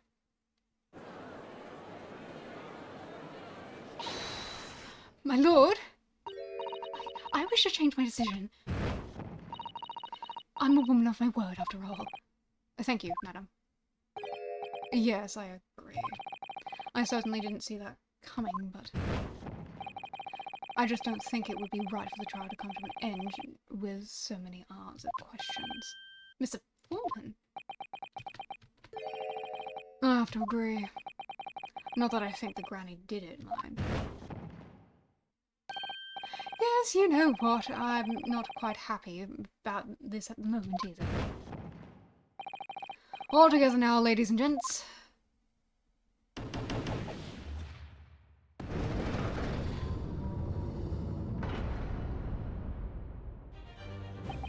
We did it.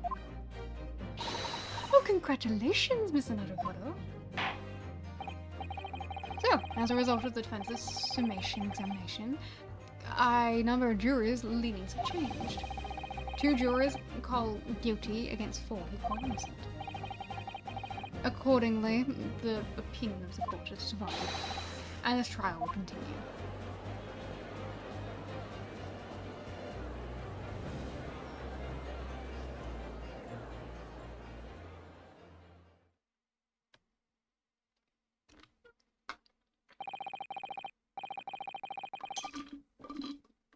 Now then, Lord Van Zeeks, how does the prosecution wish to proceed?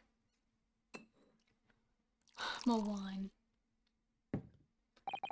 Honestly, I'm glad you're not drinking all this wine, because otherwise you would be fucking drunk by the end of this trial. But you're wasting a lot of good wine.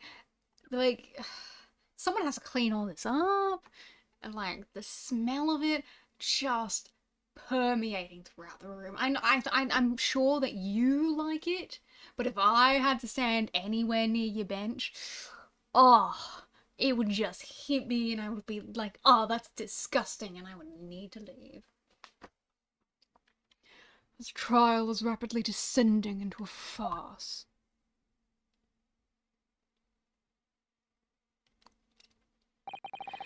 Like a corked wine, the first few sips are bitter enough. But what follows is so pungent, it's good for nothing save the gutter. If I may, Lord Van Zeeks. The defense has just put forward a credible alternative explanation for what happened. Credible? Is that what you considered your considered opinion, Mr. Foreman? The defense's argument is a joke to which I barely know how to respond, but let me start by insisting that you must all familiarize yourself with the relative positions of those places being discussed. What do you mean by that? What's his angle this time?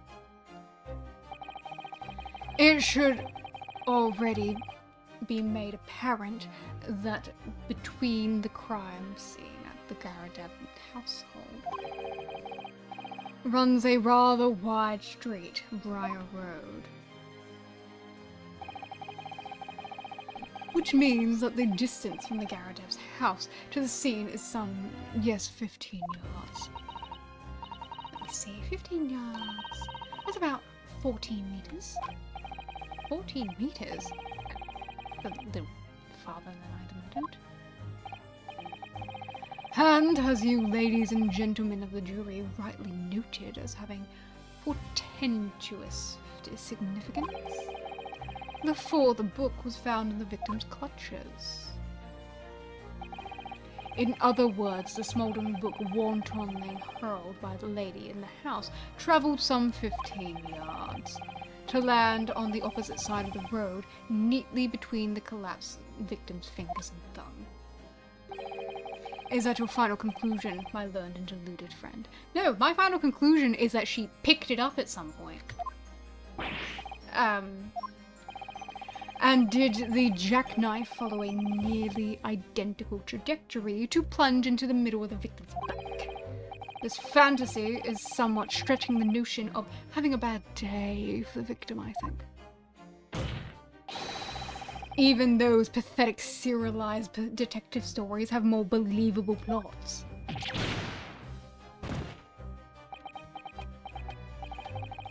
There's nothing I can say to that. That prosecutor loves the sound of his own voice. Miss Susata. Serialized detective stories are pathetic, aren't they? How dare he? Maybe let's pick our battles here? My lord, might I be allowed to speak? As judicial assistant, you may speak for the defense. Yes, go ahead. The prosecution may consider the idea a fantasy, but what the defense has postulated was believable enough to persuade the jury to change its meaning. And as such, the court has a duty to explore the alternative explanation as thoroughly as possible. To that end, jury number 4, Mrs. Joan Garadeb, must be called to testify and submit a cross-examination. Saints alive! A cross-examination of a juror.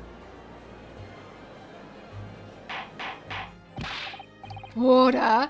Well, this is highly irregular.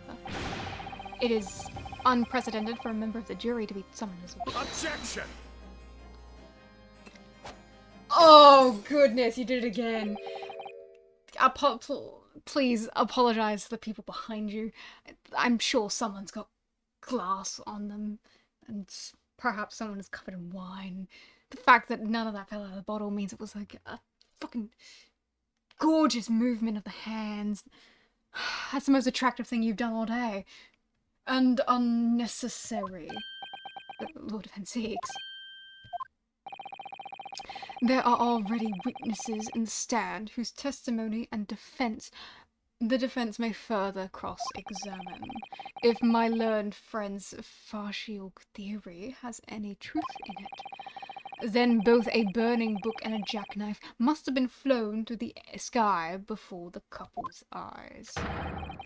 And we must assume that they would be able to testify accordingly. What say you, witnesses?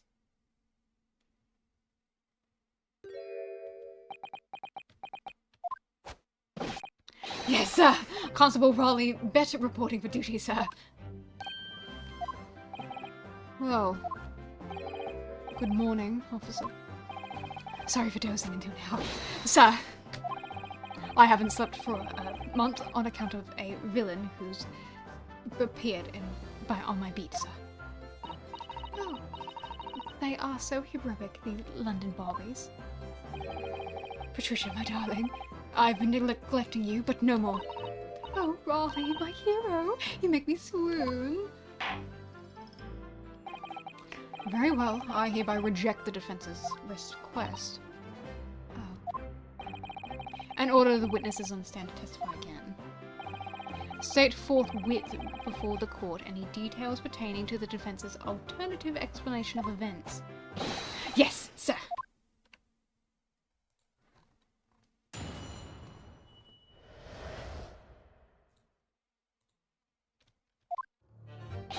This case has nothing to do with Mr. and Mrs. Garridebs. Believe me, a London Barbie is good for his word. You see, sir, the windows on the top floor of the Garrideb house are top-hinged casements. Obviously, if anything had been thrown out of the window, it would have been seen. I did leave the scene to go fetch help, but my trusty Raleigh was there to make sure nothing was disturbed. I didn't take my eyes off the crime scene for one moment, sir. Nothing strange to report on that front, sir. Well, this is quite startling. Top-hinged casement windows.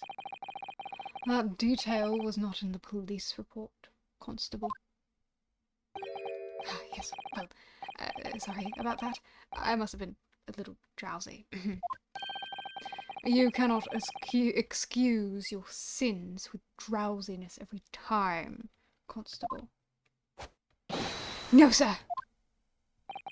I'm sorry, but what exactly is a top-hinged casement window? And you cannot excuse your ignorance with such trite remarks, my learned friend. Of course, sorry. I found it, Mr. Naruhodo. Cast your mind back to the windows in Mr. and Mrs. Garrideb's room. Alright, I'll try.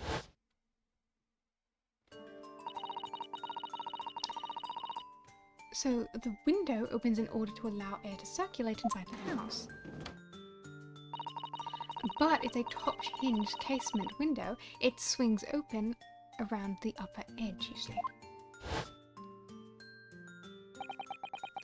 I'm glad you've rectified your ignorance. A casement window's most prominent feature is its stay, the metal bar which prevents the window from being opened beyond a certain amount. It prevents its opening. This is all news to me. Absolutely correct, sir. In other words, if a book or knife had been thrown through the open window, it would have clashed against the pane and fallen straight down to the pavement below. No. You see the problem, then? Good. Your education in Windows is complete. There was never any possibility of either the book or the knife travelling 15 yards over the road. That is, unless the window pane had been shattered. Something we've discounted already. That can't be. Did you see that, Raleigh? That young Japanese man just collapsed in agony. Oh yes, my darling, I saw it. I saw how he crumbled before me. Oh, Raleigh, you're so strong. How's this happening? I haven't even started the cross-examination yet, and already my argument's been destroyed. Counsel, if you could drag yourself upright again, the court awaits your cross-examination. My lord. Oh, good. Another desperate situation.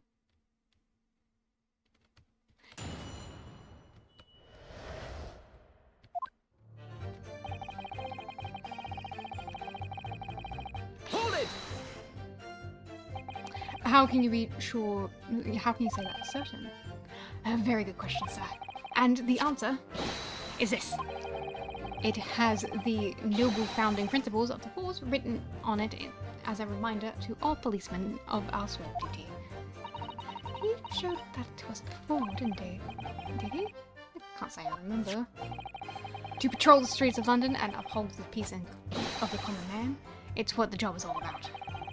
And that is why I can stand here today beside my long-suffering wife and tell you a Bobby's good for his word. Well, rubbing my tired eyes admittedly, sir.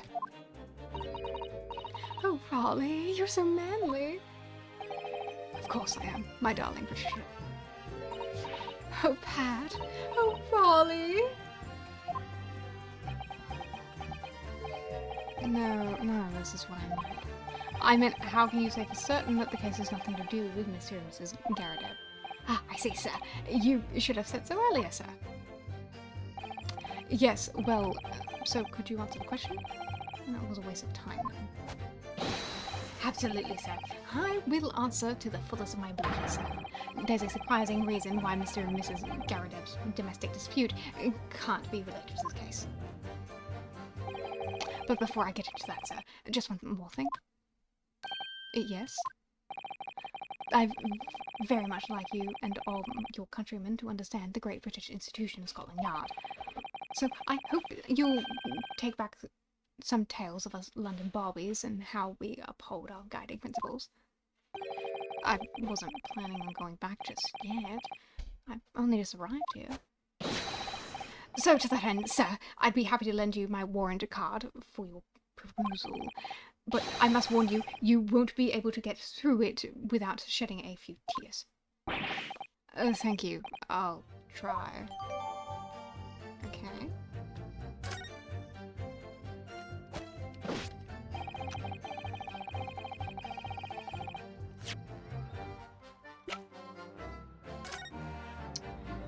Item 1. A policeman will strive to preserve the peace within his allotted beat. Item 2. A patrolling officer is expected to walk 20 miles around his beat every day for the furtherance of community relations. Item 1. Any crimes fall under the jurisdiction of the beat in which they are discovered. Item 2. When a crime is discovered on his beat, a policeman must assist with initial investigations to help detectives. Okay. Interesting. Hold it! By which you mean they don't fully open, is that correct? Yes, sir.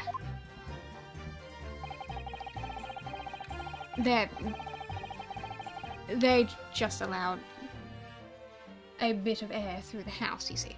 So, they're restricted to how much they open. And therefore, anything thrown out the window from outside the room would simply strike the pane and fall to the street directly below. For clarity, allow me to mark the map. Here is the location where the objects would have fallen. Yes, directly opposite the scene of the crime on the other side of the rather wide road. Would it have been so hard for somebody to mention the top-hinge casement thing before? Well, I have another question for you, Constable. And what would that be, sir? How do you even know? Why would you have any idea of what sort of windows Mr. and Mrs. Garadab's house is furnished with? Ah, well, sir, that's very simple. You see, I helped with the investigation yesterday. Excuse me! Do you have something to add, Miss Beat? Sorry. You look, well, delighted. Is there some particular reason for that? Oh, I was just remembering, that's all. You really were so lucky. Lucky? What do you mean? Well, of course, I feel terrible for the poor woman who was attacked. Don't misunderstand me, please. But we were just so lucky it didn't happen on Brawley's Beat. It was so close, you see. Oh, I didn't realize. Oh yes, that street, Briar Road, that's the boundary between Raleigh's Beat and the next one. Isn't that right, my love?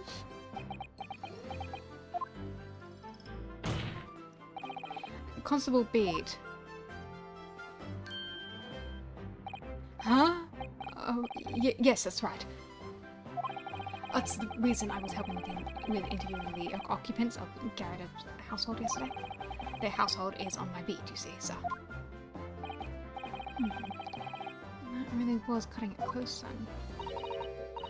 Constable, I wonder if you would clarify something? If the Garadab household is on my beat, does that mean that the pavement next to it is as well? Outside is the Garadab's house. Yes, ma'am. The pavement on that side of the road is part of my beat. I see. I was unaware of that. Just think of the woman. If the woman had been attacked just on the other side of Briar Road, we would have never been able to go for that meal to celebrate our wedding anniversary.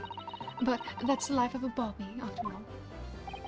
Extraordinary people are Bobbies, tirelessly working for the benefit of all others. Do you know what I think? I think it was the good Lord's way of rewarding my Raleigh for all his hard work. Don't you think so, my darling? Must be it, Bat, my love. That must be it. I think perhaps we should make sure we have the information officially on record. Leave it to me, Miss Naruhodo. I'll take care of it immediately. The pavement where the victim was found lies just outside Constable Beat's beat, the border of which runs down the middle of Briar Road. And now it's my turn, I think. Obviously, if anything had been thrown outside the window, we would have seen it. Hang on.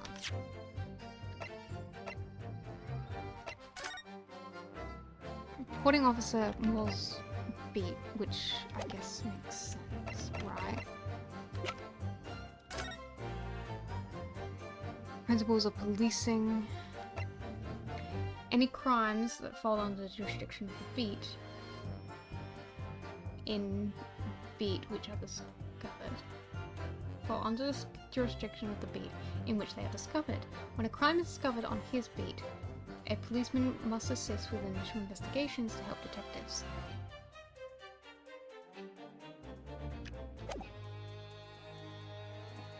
So, if it wasn't his beat, then why was he reporting and investigating it? I guess is the question. Because that technically makes it out of his jurisdiction, right? I don't know. It's a bit confusing to me, honestly. Hold it! But according to my notes here, the sun had gone down already and it was so dark. Oh, but Raleigh and I were strolling along, gazing at the night sky and looking for our lucky star. Sorry? The star that will guide us to eternal happiness. Can't it guide you to answer the question? If a fleeting book had cut across the sky in front of us, it would have lit up like a shooting star. And if I'd seen a shooting star, I would have made a wish upon it. Let Raleigh be an inspector, I would have said. 3 times at least. Of course, that was the smog and everything. What with smog and everything, we couldn't actually see any stars. In short, are you trying to say that neither a book nor a knife crossed the sky before you? Yes, sir. That is correct, sir. Sure as the night sky in London is stars, sir. Certainly seems like they're telling the truth. And then we saw the poor woman fall to the ground, so we ran straight over to help her. I did leave the scene to go to fetch help, but my trusty Raleigh was there to make sure it wasn't disturbed. Took my eyes off the crime for a moment.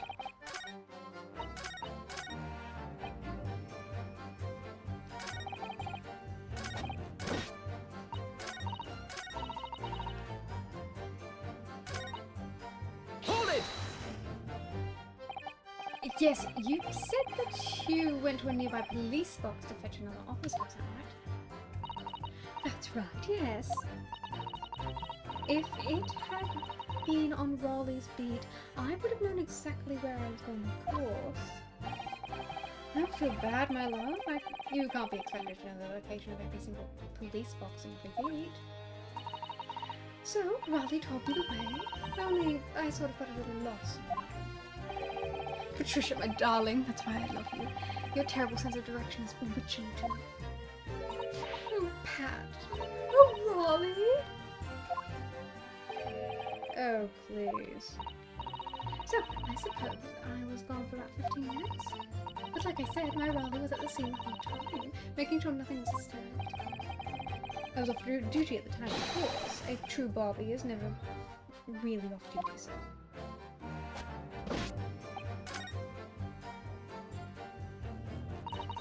I'm so sorry, Miss Anavapado. I had no right to speak out. What do you mean? I requested the cross-examination of Mrs. Garadeb without consulting me, even if the judge did deny me. Oh, I see. Well, I agree with you. We do need testimony from Mrs. Garadeb if we're going to get the truth of the matter. Do you really think so? Well, think about it. If no matter how far it is across the road or how the window opens, Mrs. Garadeb's book found its way to the scene of the crime somehow, didn't it? You're right. And then there is Mrs. Garadeb's reaction to me showing her the knife. The woman's hiding something, I'm sure of it. You're right again. We need to use this cross-examination to cover the clues. We'll get to the bottom of this one way or another, I swear.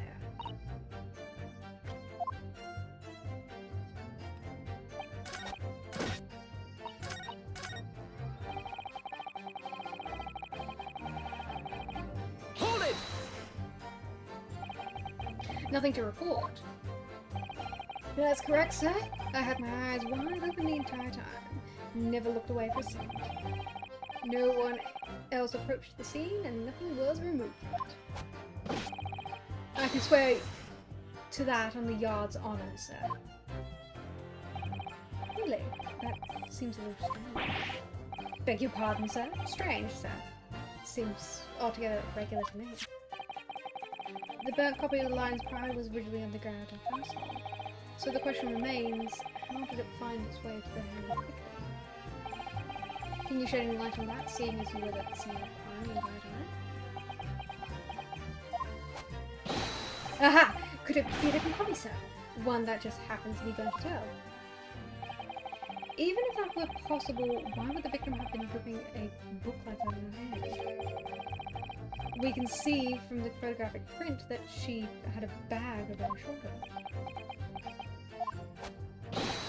Well, sir, the book was in the lady's hand from the moment we arrived at the scene. Is that so? There's something about that statement that's not sitting right with me. The two mysteries of how the knife ended up in her back and how the book ended up in her hand. There must be some common thread between them. Can I ask you something? Please, Mr. Lawyer, sir. Oh, yes, of course. What is it? Well, you're doubting us, aren't you? I can tell. What? I wasn't really. I mean, what's she doing? Please, just because I'm a woman, it doesn't make my testimony any less valuable. You might just see me as the wife of a policeman, but I'm a woman of my word, I am. I really don't remember ever suggesting that I doubted you.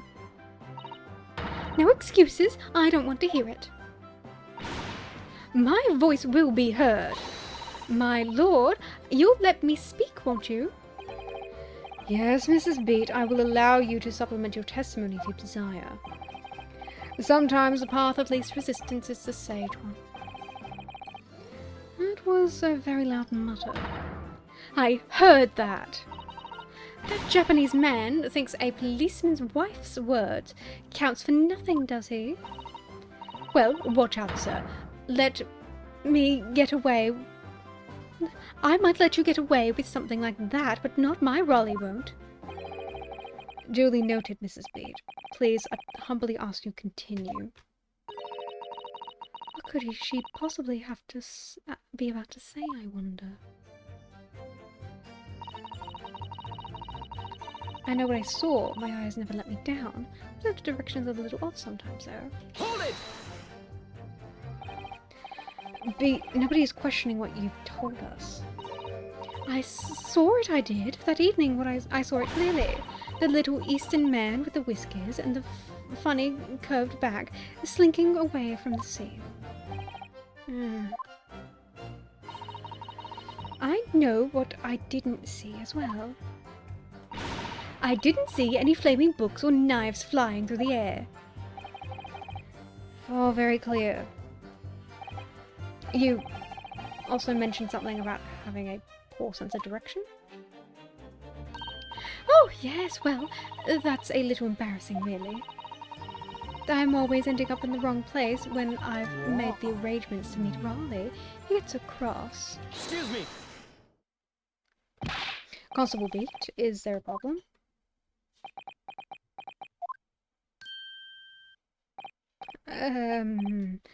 No, sir. No problem, sir. Did your wife's remark just now bring something to mind, perhaps? Oh, well, in a way, sir. Yes, sir. I was just remembering that the same thing happened that evening as all. You mean Mrs. Beat lost her way in the night of the incident? Well, you see, I sent her off to find a police box in the next beat over from mine. And she was gone for a fair bit longer than I was expecting. I thought she'd be back in less than 10 minutes, but my darling was gone for a good 15. Oh, Raleigh, you're such a tease. But the reason I was so long was because of the bouquet, silly. The bouquet? Sorry, what bouquet are you talking about? Oh, it was a present for our wedding anniversary. Raleigh's so romantic. He saved up for it with farthings and halfpennies, so he found in the gutter while doing his rounds. Guess how romantic. I'd forgotten all about it until just now. Had you, my darling? Oh, yes. But that was just between us. Not talking about it with anyone else, darling. You just have to promise. Really? Oh. What was that all about? Constable Beat looks very obviously troubled during that exchange. I'm afraid I can't afford any useful insights, Mr. Naruhodo. But I'm quite sure of one thing. We have to ask Mrs. Beat about the bouquet. Mrs. Beat, this bouquet you just mentioned, I'd like to you to add the details about it to your testimony, please. Oh, really? Yes, I'd love to.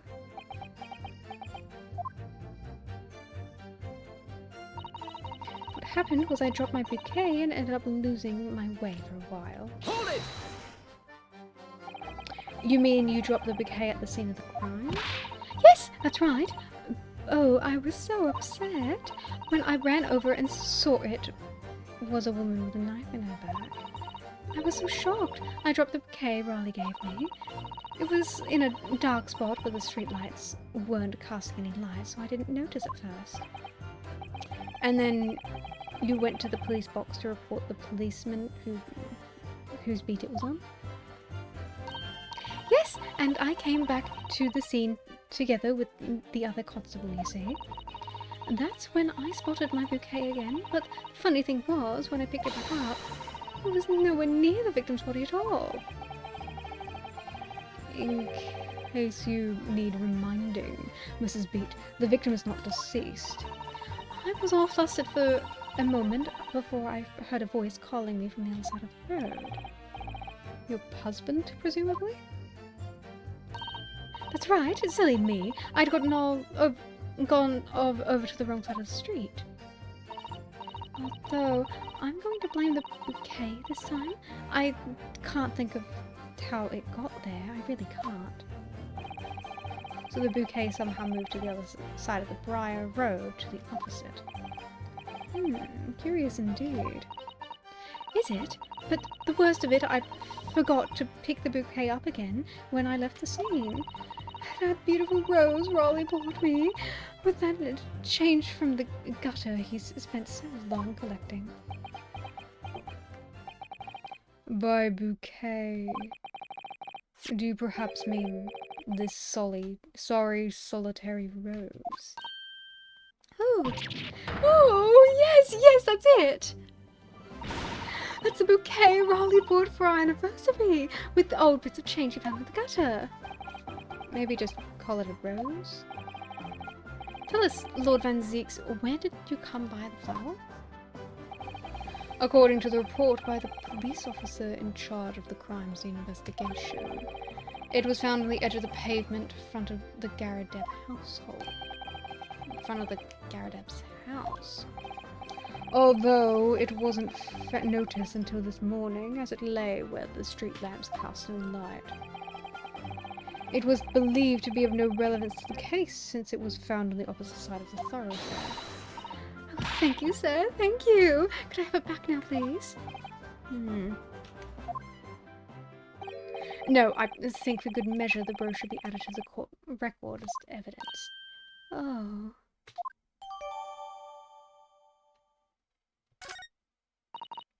But it's a symbol of our love. I want it back after the trial. Do you hear me? I want it back. Good grief, rest assured that I shall do my very best to not forget, Mrs. Bede.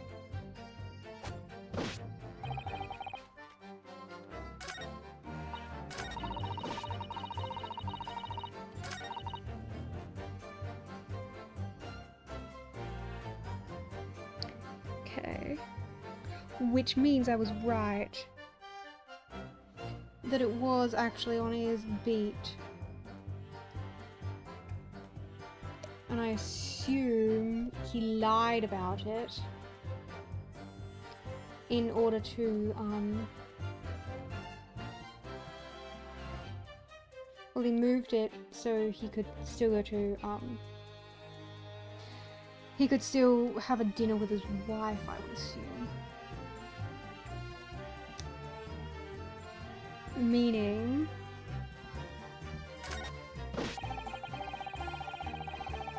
nothing strange reported on that front, sir.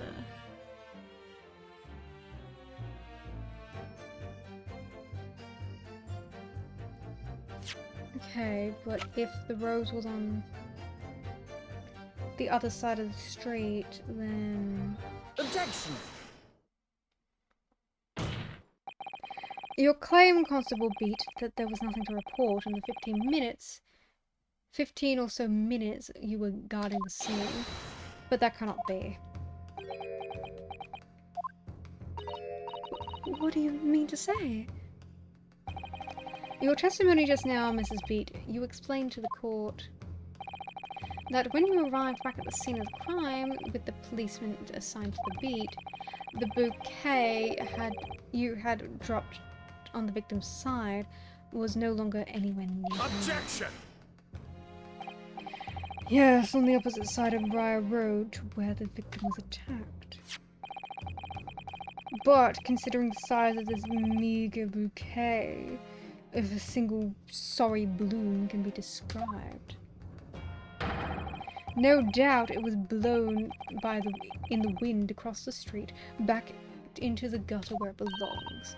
Meager? Objection! But if that were the case, why did Constable Beat not testify to the fact?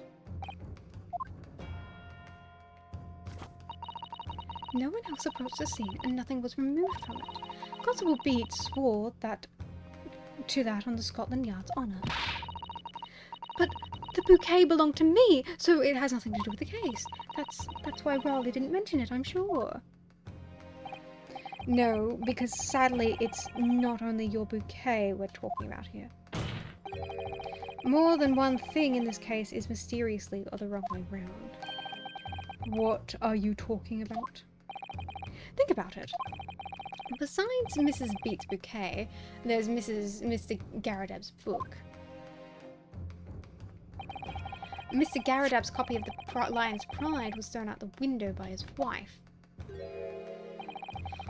Would have struck the pane of the casement window and landed here on the west side of the street. And yet, it was actually found here on the opposite side of the road in the victim's hand. Meanwhile, according to the testimony we've heard, Mrs. Beat's bouquet, she should have been dropped here at the scene of the crime on the east side of the street, but in fact, if it was actually found here on the opposite side of the street in front of Mr. and Mrs. Garradab's house. There's no logical explanation for those things, unless somebody deliberately moved them.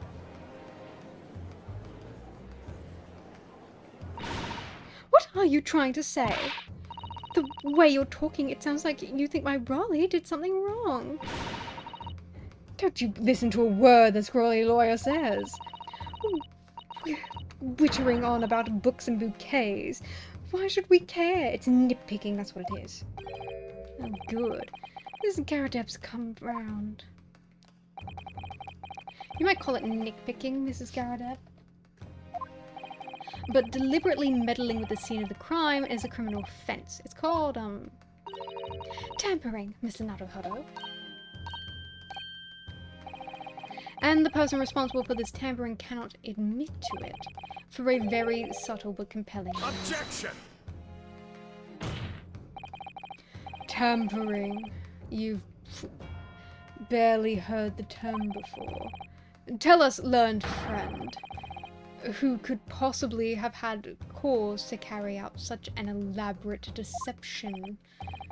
Yes, there is someone who tampered with the scene of the crime that evening. All the evidence and all the testimony points to the one particular person. Counsel, I must demand that you substantiate this conjecture. Who are you saying is responsible for tampering with the scene of the crime? Take that! Obviously, there's only one person who it could have been. Constable Raleigh Beat. It was you. What? A policeman? A member of Scotland Yard? What nonsense! How would my Raleigh do such a thing? There's no one straighter than my husband. No Barbie works more tirelessly for the people of London. Mrs. Beat, you said in your testimony that your husband asked you to go to the nearby police box to fetch the officer on duty. The 15 minutes that you were absent from the scene is the only opportunity anyone had to tamper with. You're making it up. It's all nonsense. It's all lies. What about the Japanese man with the whiskers? I bet it was him. He did it. Objection! If that were true, Constable Beat would have seen him do it. And forgive me for pointing out, but when you dropped your bouquet, Mrs. Bate, it was after the defendant had fled the scene. Well... Objection! First you make accusations about the landlord and his wife, and now you incriminate a policeman as well. But your accusations lack of one very important thing. You claim the crime scene was tampered with, but there is only one reason anyone would commit such a reckless crime: to hide something. That's right. But my husband and I just happened to be there, that's all. So why would we have anything to hide? It doesn't make any sense. You've offered no motive for this alleged tampering, and until you do, your accusations are nothing but empty threats. Constable Bede had a very good reason for wanting to tamper with the scene of the crime. That's the key to this entire affair. Listen, Otto, have you managed to solve the mystery? Counsel, you have made a very serious accusation against a London police officer. If you are mistaken, I'm sure I need not point out that your reputation as a lawyer will be irrevocably damaged. With that stark warning in mind, you will now explain to the court the motive of this alleged tampering. Yes, my lord.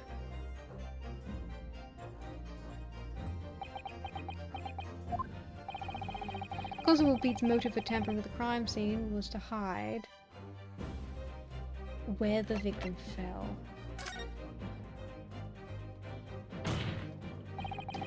Where the victim fell to the ground. That is what this Barbie had to cover up at all costs. What? Where the victim fell? You mean where she was attacked? What are you talking about? We told you at the very start, didn't we? On the pavement on Briar Road. It would have... We saw it happen, remember? It was right there. If anyone didn't know already. That's certainly what everybody has been led to believe. But, in fact, that isn't where the victim was stabbed at all. What? What?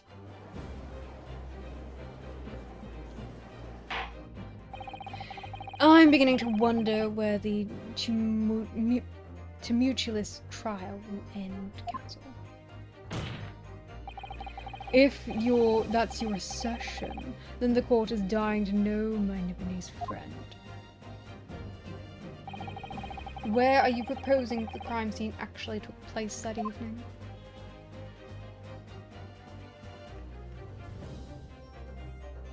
Take that! But that's on the opposite side of the road. I don't understand. On the evening in question, Mr. Garadeb's book fell directly down from the open window above, and your bouquet, Mrs. Bate, never moved at all. What did move was the scene of the crime itself. Good gracious! Objection! Perhaps you haven't been listening to the ample testimony the court has heard. But these witnesses both say the moment the attack took place. That's right. I saw it with my own eyes. It was 5 o'clock in the evening and already dark. There was a typical long fog on the ground. When you saw the incident unfold and ran to the victim's aid, that was actually the west side of Briar Road. No, that's not true. It can't have been. Constable Bede then arranged for you to be absent for a while by sending you for help. And during the 15 minutes you were away, he transplanted the crime scene. He moved all the things shown in the print, the victim herself, the 4 books, and moved everything in fact to the pavement on the east side of Briar Road. Extraordinary. But the constable overlooked one thing. What? What did he overlook? The bouquet, I presume. Exactly. The prosecution told the court just a few minutes ago that the discovery of the rose bouquet, Lord Van Zeek said it wasn't noticed until the morning as it lay under where the street lamps cast no light. Yes, it couldn't have been seen in the dark, obviously. Which is why it was only the bouquet that was found in the original position on the pavement on the west side of Briar Road. And that is the defense's theory as to what really happened that evening. How do you respond? Constable Raleigh Beat.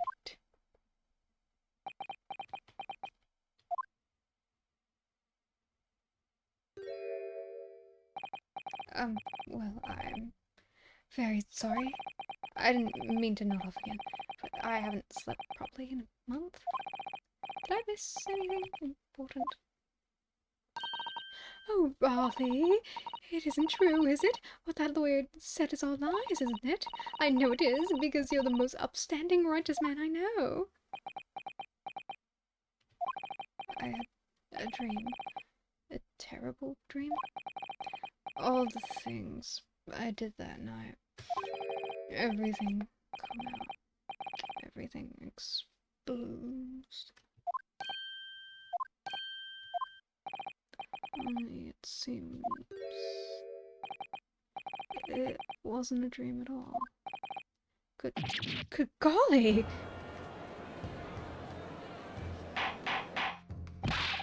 Order! What on earth is the meaning of all this? Raleigh, why? Why would you do something like this?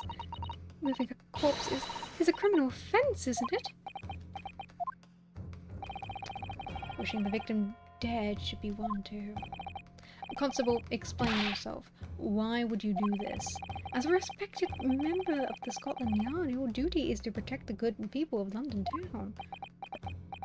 I can't say so. What? Really, I'm ever so sorry, but about it all, but for damaging the Yard's reputation, for everything. I have a possible explanation for why, on this particular evening, Constable Beat felt compelled to move the scene of the crime. I can think of one reason. What? How could you possibly know? You, a foreigner, presuming to understand the mind of a Scotland Yard policeman? And yet, Lord Van Zeeks, it is this foreigner who has uncovered the startling truth of the matter thus far. I believe it would be beneficial to the court to hear this extraordinary young lawyer's theory. Counsel for the defence, if you please. Yes, my lord. Now then, I think you had better show us some evidence. At once, my lord. England, Japan. Makes no difference where you come from, human emotions are the same. And I think I have a fairly good idea of the feelings behind the man's actions. Give us the motive behind his actions? Yeah. Take that! I realise that I'm a foreigner in this land, and I have only just arrived from Japan. Which is why all of this information about London's so-called bobbies is completely new to me. I've learned that through honourable patrolling, the beat is the most demanding work in the world, for example. Keeping the peace, looking after citizens on the beat, in all kinds of ways. There's no doubt that the young Bobby is charged with a great deal to each day, certainly. But for this Constable Beat, the day in question was special. Special? How? On account of the bouquet, my lord. Oh yes! It was our very first wedding anniversary. Constable Beat had worked so hard to be able to afford this simple gift for his wife, and was looking forward to taking her out for a celebratory meal when he and Mrs. Beat stumbled upon a crime along Briar Road. When he saw the shadowy figure through the fog collapse to the pavement ahead of them, it must have gone through the man's mind. Sir, just on that particular day, I was looking forward to celebrating my wedding anniversary. Mrs. Beat put up with a long lot being married to a Bobby like me. I wanted to show my dear wife how much I care.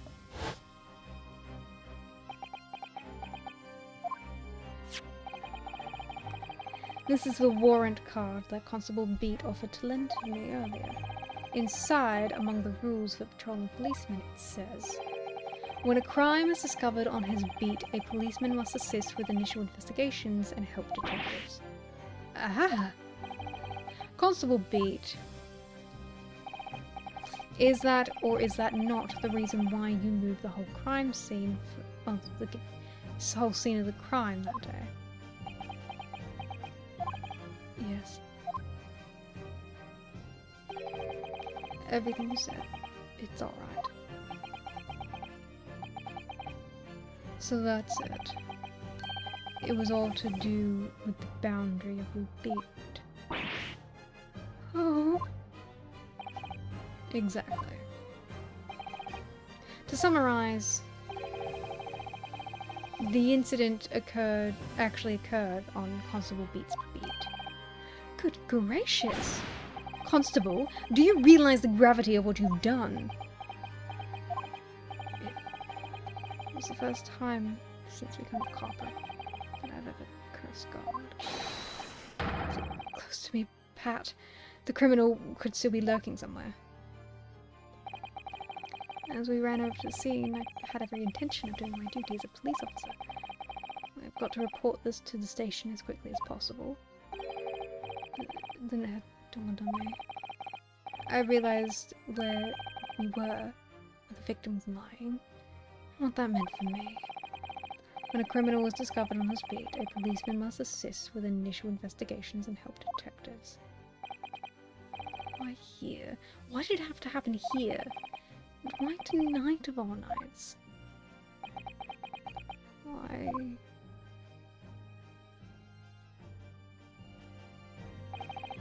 It's a cop's job to guard the scene of the crime, so I told Pat she'd have to go to the nearest police box and fetch whoever was on duty there.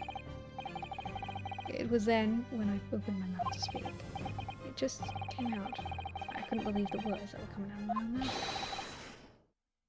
This is the next beat to mine, Pat.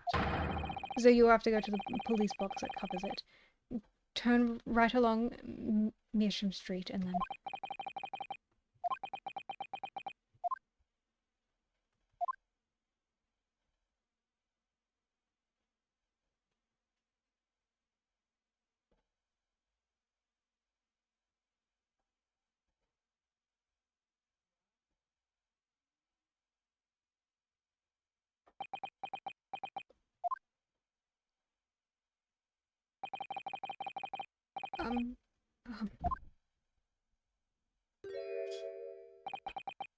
I'm sorry.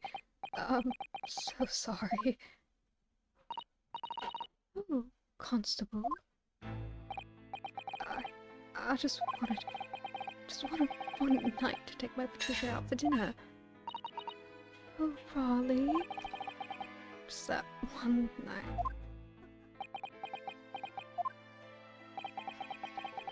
You knew that if the incident was on your beat, your evening of celebration would be ruined. And so you decided to move the entire crime scene out of your jurisdiction. Just across the street to the east pavement of Briar Road, which falls under the neighbouring beat's care. You see, I thought, well, I was sure the victim was dead, you see. I beg your pardon. Oh, of course he did. Otherwise, my Raleigh would have left the poor woman in the would have never left the poor woman on the freezing cold pavement. I see your meaning now. God. God got me back for my sins, didn't he? That's why I missed the rose I bought for Pat. Oh no, Raleigh, that was my fault. I should have never dropped it in such a dark place. I'm so sorry, Raleigh.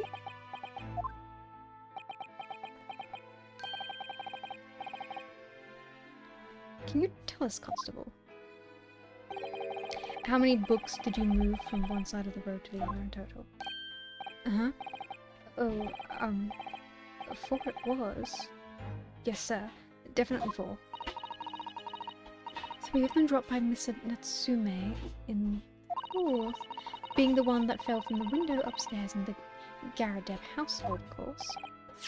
But what made you place this book in the victim's hand?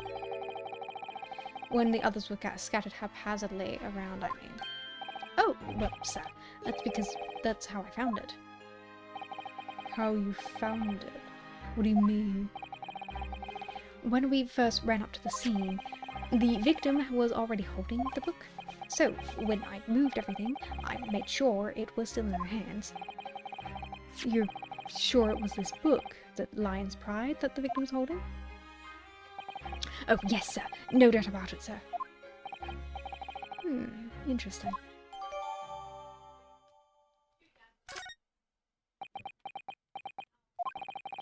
I thought it was an open and shut case at the time, you see.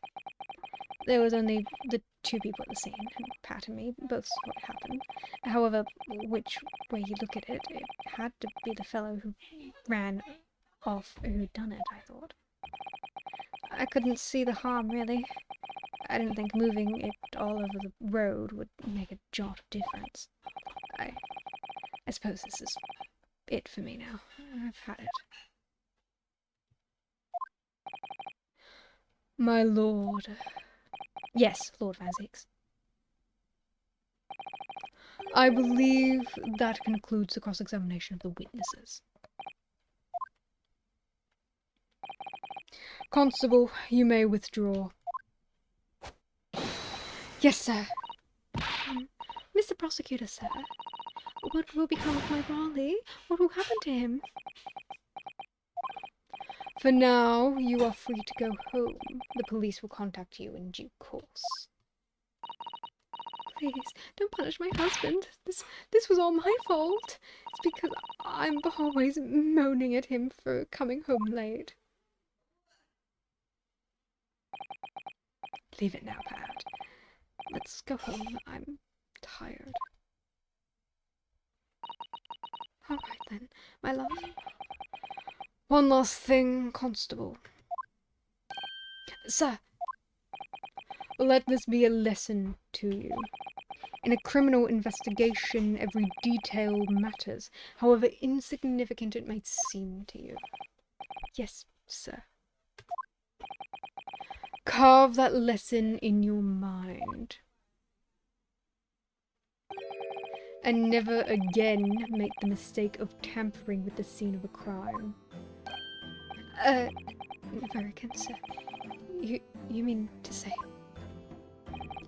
Leave now. This trial is not yet over. Sir!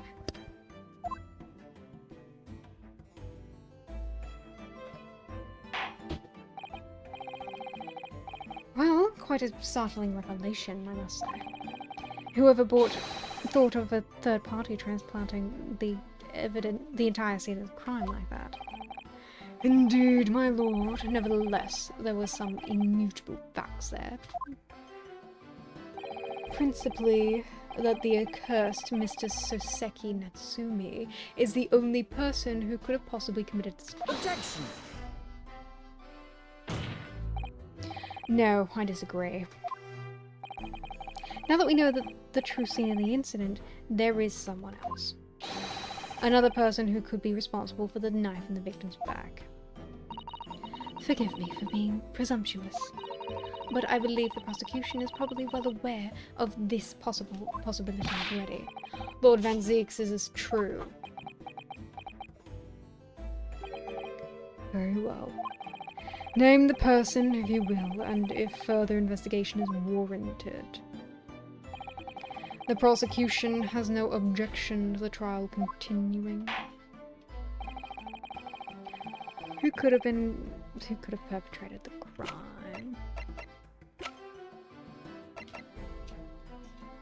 Take that! The defense would once again like to request the cross-examination of a new witness, my lord. Once again. My assistant made the same request earlier.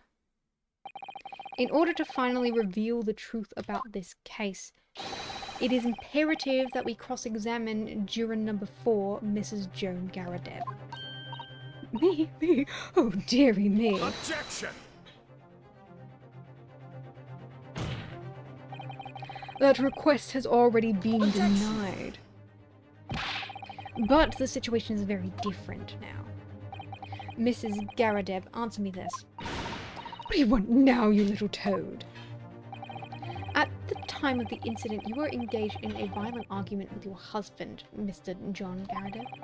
In the course of the argument, a minor house fire was ignited, and to clear the smoke from the room, your husband opened a window that looked out over Barney Road.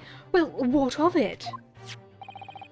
You threw this book at your husband when he was cornered in the back against the window. Upon striking the pane on top of the hinged casement window, the book plunged directly down, finding its way to what we now know to be the true scene of the incident. Yes, and as I said, what of it? During the argument, you were beside yourself with rage, and as such you threw not just books, but anything you could lay your hands on. So, let me ask one more time, Mrs. Garadeb. This knife, the one removed from the victim's back, have you really never laid eyes on it before?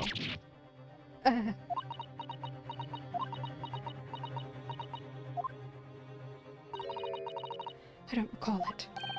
Seriously? Am I supposed to remember everything I picked up and threw at my husband? And anyway, the man over there is in all the regalia said members of the jury didn't testify, didn't he? Conveniently, yes. Objection! No, I have no recollection of saying that at all, juror number 4. Oh! Make no mistake, you jurors are not special in any way. You are not immune from the judicial process. If you know something about this knife, madam, let the truth come out. But that's just a common old garden knife. It could have come from anywhere. We have several like them at home. If one went missing, how would you expect me to know? What's that? Are you joking? What are you saying, please, Mrs. Garadeb? Now listen to me. I refuse to believe all this nonsense. I won't bear the thought that I'd injured someone. How do you hear? I couldn't bear it. Oh, the poor woman. So, yes, I want evidence. I want to see hard evidence if you're going to insist on this being my fault. You're going to have to prove to me that I threw the knife if that's what you think. Come along now. Chop chop and do your worst. Well, Mr. Naruhodo, if I had evidence like that, believe me, I would have thrown it at her already. Then take the stand, juror. Oh. The prosecution does not object to the defense's request to cross-examine this woman. Thank you, Lord Van Six. I'm going to have to testify. Juror number 4. As I'm sure you will appreciate, having observed it with your own eyes today. Witness testimony can lead to the most extraordinary truths being unearthed. Truths of which the witnesses themselves may not even have been aware of. Oh, dearie me. So I demand your full unadulterated testimony, Mrs. Garradeb. And mark my words, in this court of law today, we shall extract the truth. Do you concur, counsels? Certainly, my lord. Oh, that's what I'm hoping for, my lord.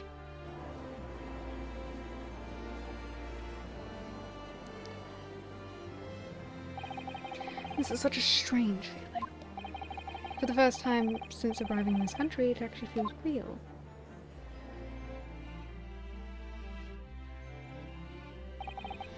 I'm here in the Old Bailey and I'm a lawyer. Well, I'm glad you're enjoying yourself, mate. Witness, state your name and occupation. Oh, yes, my name is Joan Garradeb. And I'm, well, I'm a juror and such like. Sounds like even she doesn't know if she's a housewife or maid. What? The court has assigned your testimony is required in order to clarify matters in this case. Do you understand, madam? Yes, my lord. You will tell the court everything that took place in your household on the evening in question. And I warn you, do not attempt to hide the truth. Oh, dearie me. Chin up, Joanie. Not to worry about now. Oh, I didn't know you were here, John.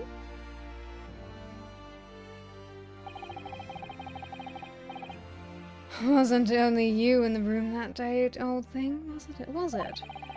Rather think I ought to testify as well, don't you? But what about your knee, dear? Don't you worry about that. Hardly notice it. I'm not the sort of chap to leave a comrade to face disciplinary action alone. Oh, John. I presume you were Mr.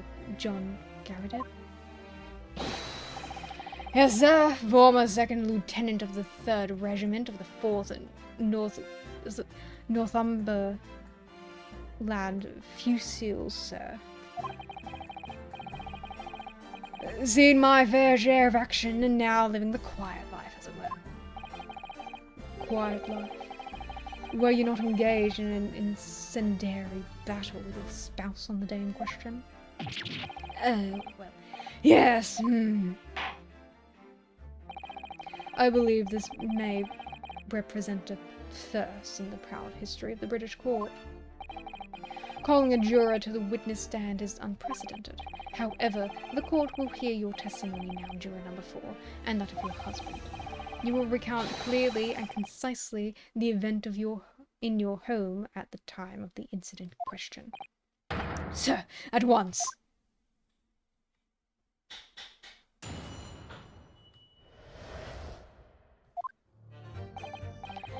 Yes, on the day you're referring to, the wife and I did have a bit of a skirmish. Can't recall the reason now. Knocked a candlestick over and set a fire to the carpet. Soon had it out, though, and got the window open. Meanwhile, I was picking up whatever I could find to throw at him. Plenty of knives around our place. Can't say I'd notice if 1 or 2 were missing, I'm afraid. If that bally thing the victim's back really was one of ours, oh, you'll have a job proving it, I think. It sounds as though it was quite the battlefield in your household that evening. Although an entirely one-sided assault, it seems. The enemy caught on the hop, sir. Had no choice but to dig in and take defensive measures. To be honest, if the enemy had kept shelling us for another minute, we'd have been toast. Of course, a veteran such as myself is only too aware of that on every battlefield. You're just a gnat's whisker from death at any moment. Are we still talking about a marital quarrel here? Well, I must say, it's dubious that this testimony will shed any light on the origins of the jackknife. In combat, one's focus narrows such that surroundings are barely noticed. These witnesses may not be able to offer anything more than what they have testified already. This may be a dead end. Van Zieks may well be right. Well, whatever the chances, we only have to have the last cross-examination to uncover the truth, Mr. Naruto. Yes, I'm afraid so. Well, very well, counsel. Begin your cross-examination.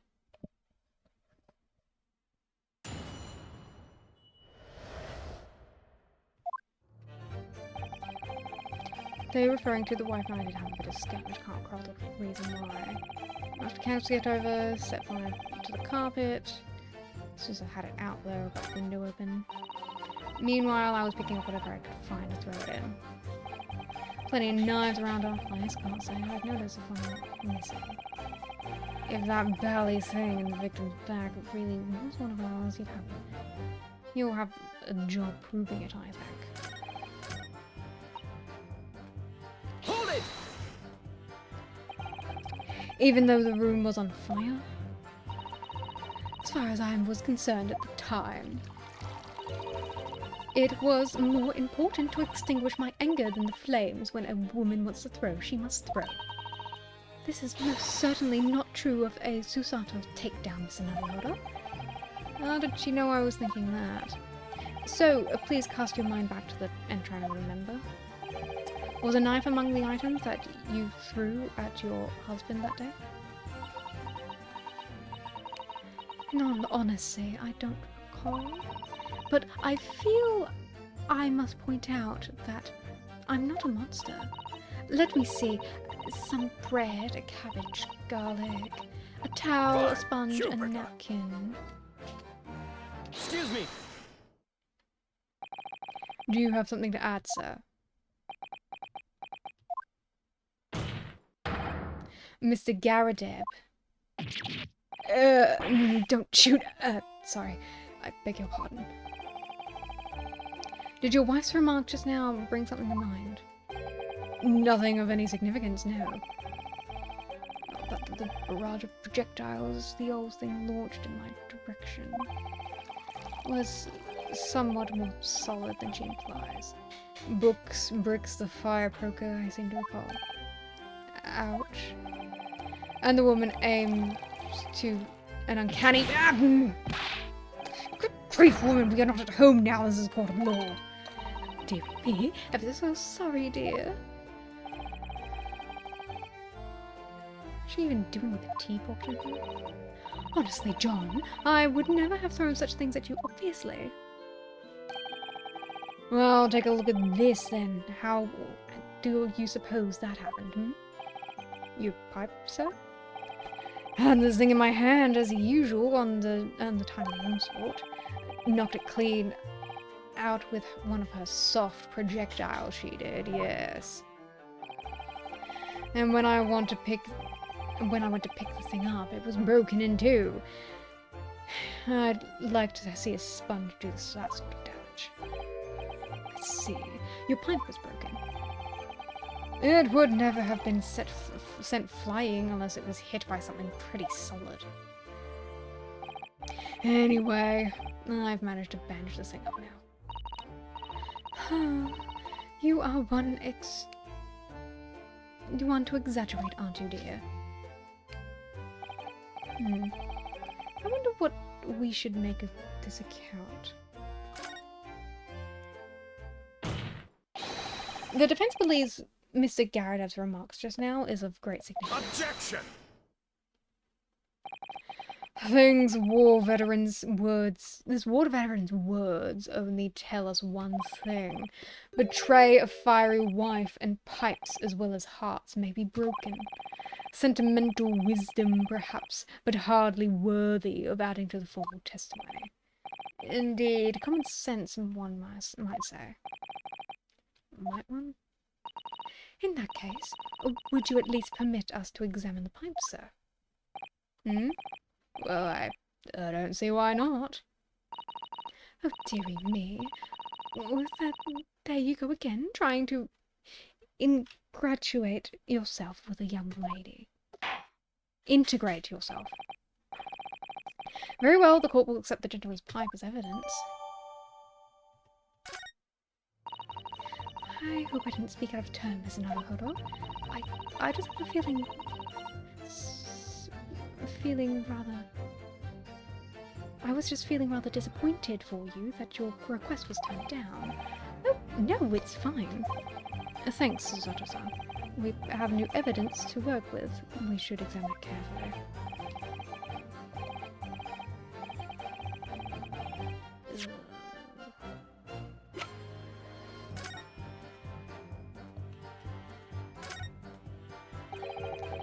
Looks like it looks to be in a sorry state with that bandage around it, doesn't it?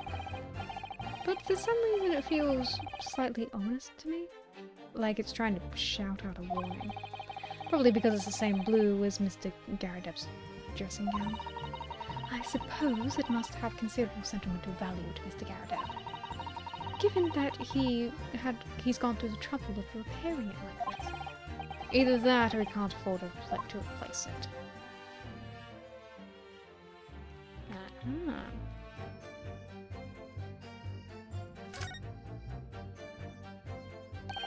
Oh, there's something just twinkled inside the chamber of the pipe there. Yes, I saw it. There's something stuck in there, I think. Let's turn it over and give it a shake. Why, what's this? A tiny fragment of metal. It looks like the tip of the blade or something. Tip of a blade. Surely it couldn't be... Let's see.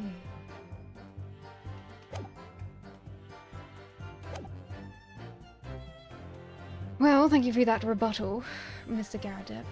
Now, if you could return to the crux of the matter. What can you tell the court about the knife used to attack the victim?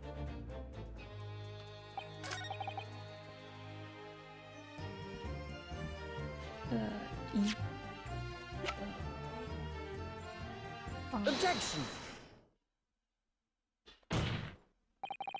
Mr. Garadeb, could I ask you to take a good look at this piece? You can ask, but I can't see a bally thing. You can't? He used to call me Dead-Eyed Deb back in the regiment, but of course, that was some time ago now. Even when I'm trying to enjoy a large print book by the fire these days. I struggle to tell a B from a D and a P from a Q, to be honest. Oh, he does, dearie me. It's rather wearing being asked about every other letter in every other word. You must be very dizzy.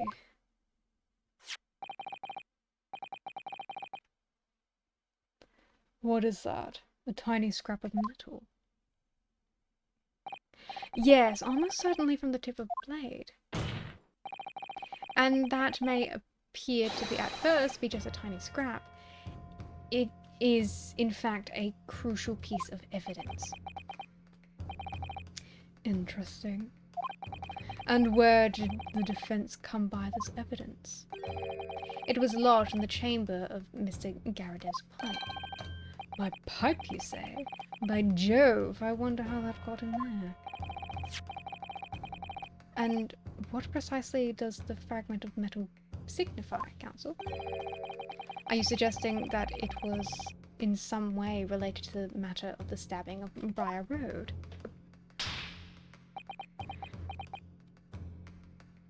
I am.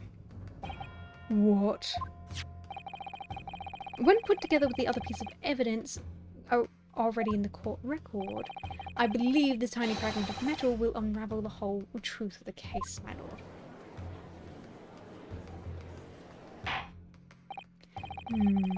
You appear rather confident in that extraordinary statement, Counsel. Very well then, present the pertinent evidence to the court. What evidence when paired with the fragment of metal, allegedly reveals the truth of the entire case. Take that! This is the knife that was found in the victim's back. If you look closely, you will see there is a small piece on the tip of the blade that is missing. A common issue with the inferior blade sold on unsavory street markets. Criminals who use them regularly leave the tips lodged in the victim's bones. And what of this particular knife? No doubt its tip has suffered a similar fate, now languishing somewhere near the spine. Objection! No, that's not the case. The tip of this particular knife's blade is the very fragment of metal we discovered in the chamber of Mr. Garadev's pipe. See, he barely even reacts when I heard him in the hard with evidence. He's just a sad boy. Good grief, Lord Van Zeeks! I don't believe it. The knife came from the crime scene, and this fragment of metal are a perfect match. Good golly gosh! Order. Is this some sort of Eastern sorcery? This is no magic, my lord. This is a miracle. A miracle? So Van Zeeks has figured it out, has he? Counsel, explain this extraordinary coincidence at once. Yes, my lord. The crucial point is we have to ask ourselves here is when did the fragment of metal find its way inside Mr. Garadev's pipe? Something that was clarified for us in the most recent witness testimony. Yeah, I had this thing in my head as usual at the time of the onslaught. Knocked it clean out with one of the soft projectiles she did. Yeah.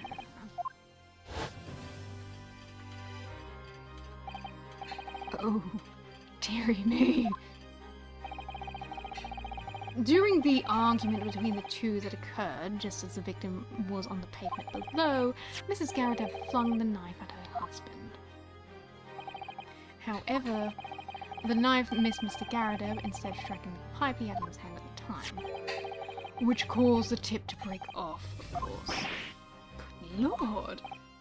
Yes, and that is when the tiny tip of the blade found its way inside Mr. Garadev's pipe. The chances of that are 1,000,000 to 1. And yet, there's no other credible explanation for how the tip of the blade ended up in the pipe. Then, after losing its tip, the knife ricocheted off the pipe and fell out the open window. In short, this knife, which fell from the window of the Garadev's house, is the very same knife that struck the victim in the middle of the back on the street below. Oh gosh! Oh dear! Oh. Objection!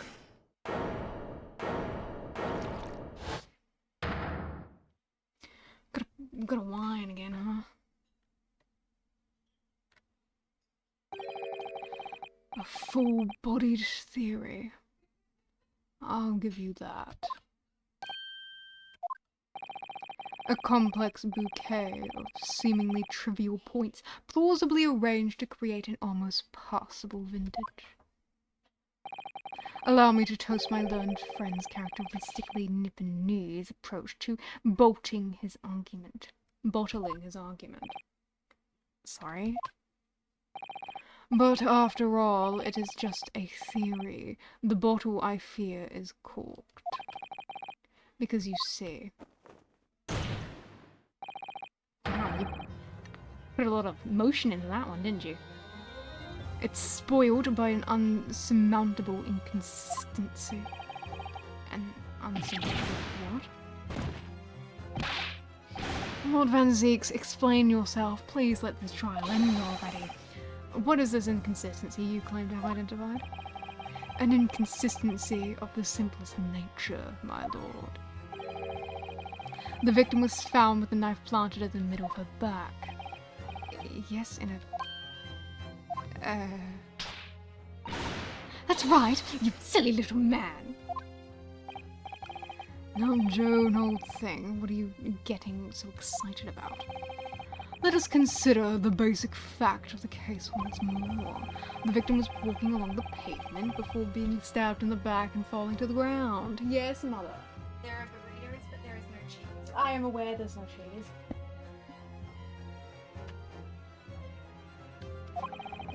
Burritos for dinner, yay. If the knife that struck her had fallen from above, there's no possible way it could have planted itself in the victim's back. No! No!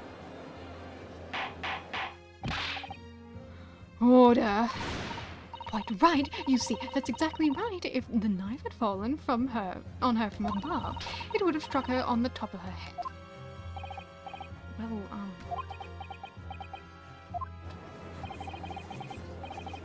got a loss for words. Look, I knew it. I liked his theory to begin with. I don't know, though, what really did happen. It would appear the defense has made rather spectacular blunder. If the theory has even one inconsistency, it cannot stand. Your theory, my learned friend, is history. Look at you! Oh, he gained a new emotion.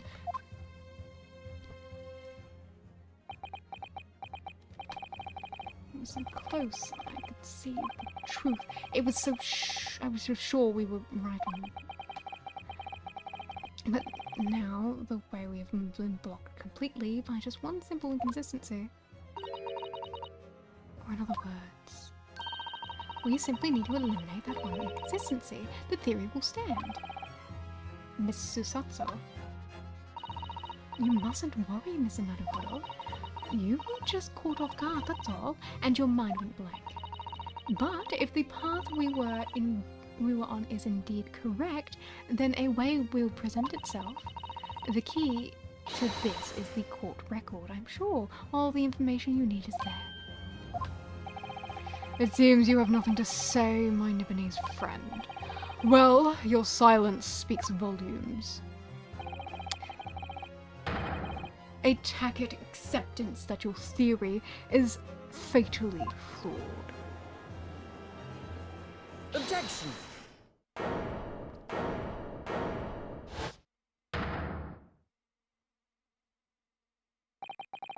This inconsistency doesn't mean I was on the wrong track.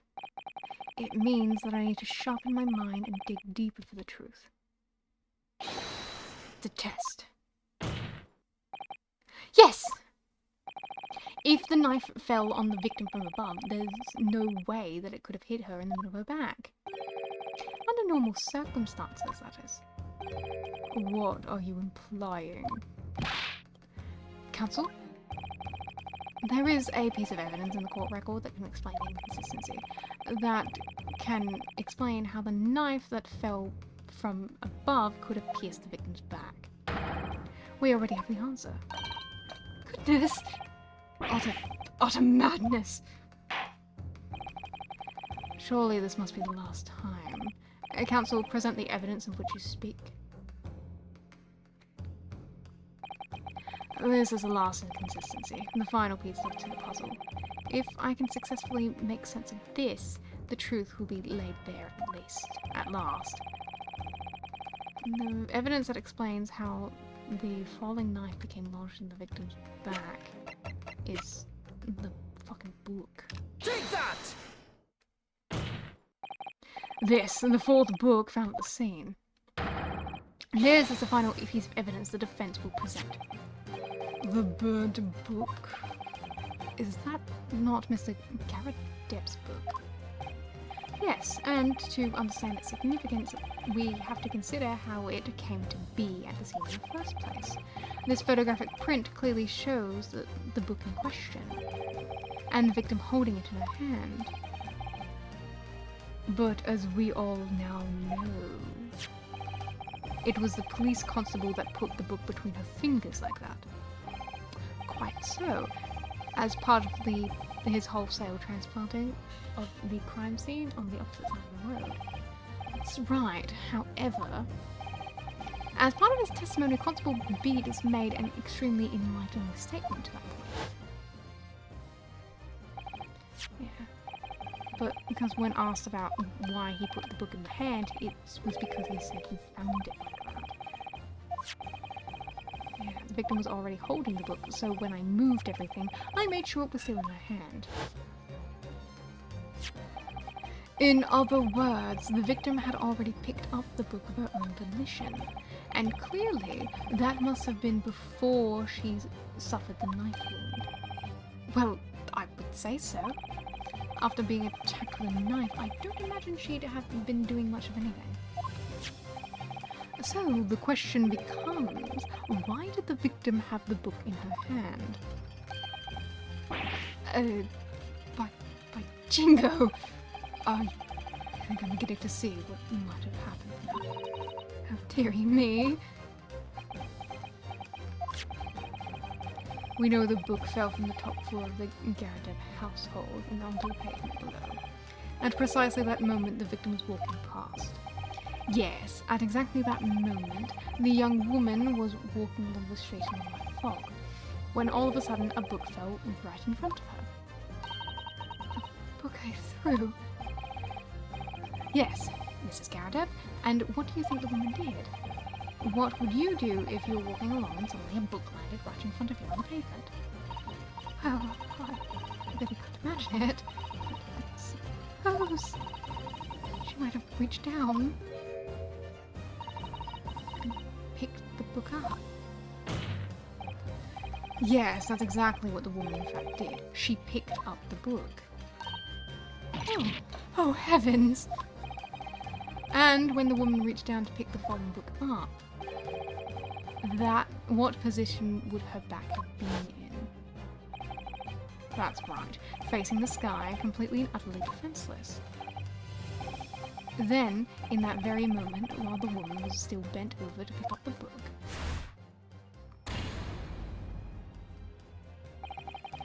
the next object fell from the room above, the jackknife, straight into the middle of her back. And at that same time, walking by chance directly behind Mrs. Green, was the defendant, Mr. Suseki Natsume. Well, I never! It appears to Mr. Natsume that the woman simply collapsed on the floor, in the dark and the fog. He didn't see the knife falling from above. Ha! And from the other direction, the constable and his wife saw no one but the victim and her apparent attacker. So there never was a real culprit to run from the scene in the first place. No, this was nothing more than a series of unlikely events that culminated in an unfortunate accident. And that is the real truth behind this case.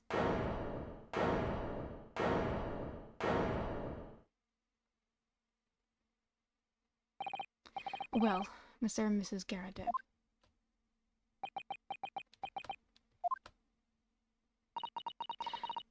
The very first time you showed me that knife, I had my suspicions. I wondered if perhaps it might have been something like that. There, old bean. Poor Mrs. Garadeb. Of course, I never meant for anything of the sort to happen, but it was all my fault, wasn't it?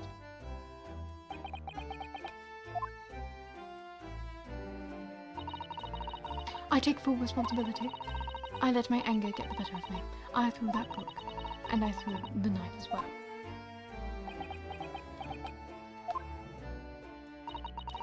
John, dear. It's all right, I know. I'm ever so sorry. Truly. I'm sorry.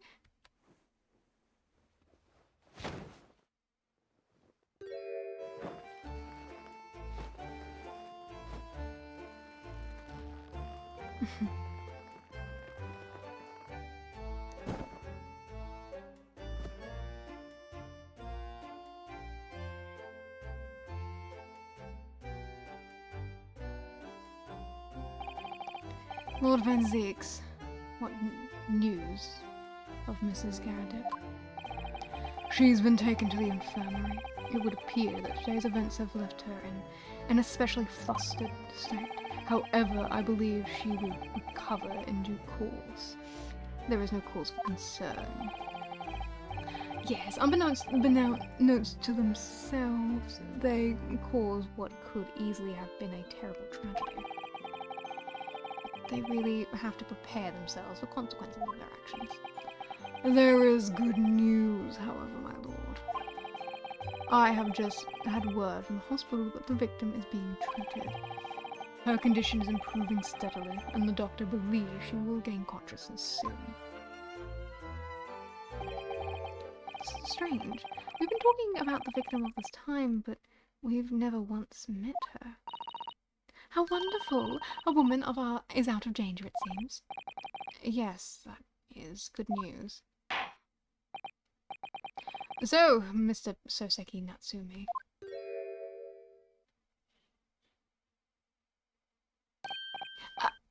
Yes. On behalf of my fellow countrymen, I would like to take this opportunity to beg your pardon, sir. You came from our distant your distant eastern homeland to study in our great British culture, and have been repaid with immeasurable unkindness. Please accept our heartfelt apologies.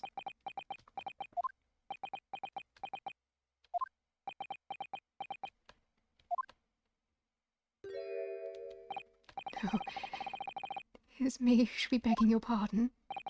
Oh, no, Mr. Natsumi. That evening, the young woman just collapsed on the pavement before my eyes. I jumped to the wrong conclusion again in my confusion. What conclusion, sir? I was sure that the woman was dead. Yes, Constable Beat said the same thing, didn't he? He thought she had been killed too. I suppose she must have looked completely lifeless.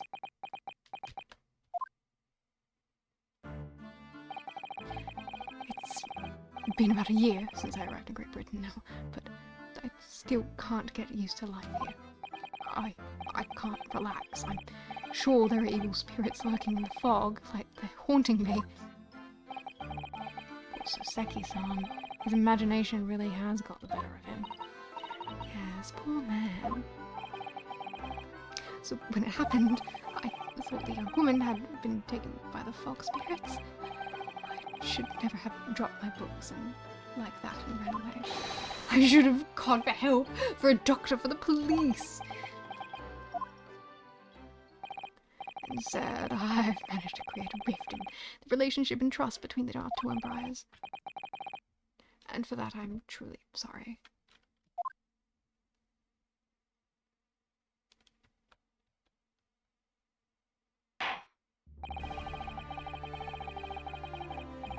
One could indeed say that some sort of mischievous spirit has been at work here, I think. One that created a chain of unfortunate mishaps. We were befooled by this spirit and led to those conclusions. But thanks to Lord Van Zeeks and our young lawyer here from the east, that chain has now been broken and the spirit exorcised. I heartily commend you both. Oh!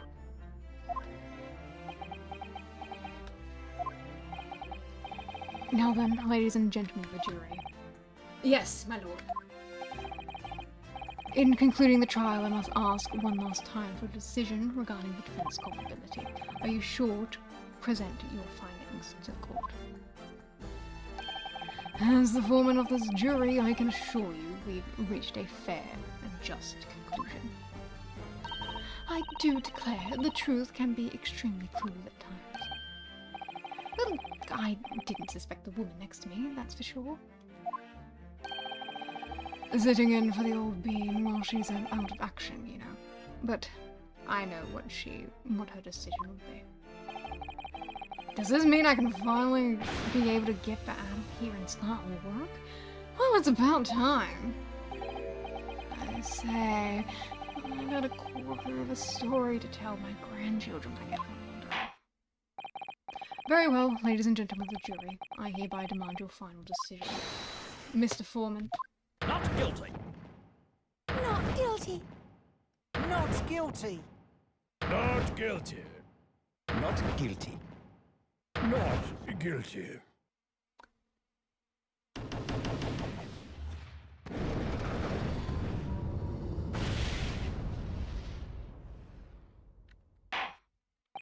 Very well, Mr. Soseki Natsume, I hereby pronounce you. Wow.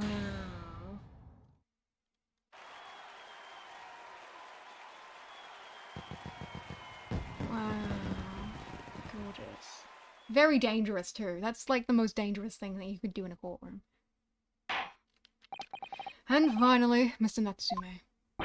Oh, yes, Lord, sir. You are now a free man once more.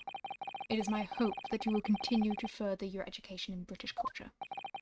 And may you never again be brought before me. Oh yes, sir, of course. On my life, I swear I'll never set foot in a courtroom again. I'm transported to tears. Thank you, counsels. Court is adjourned.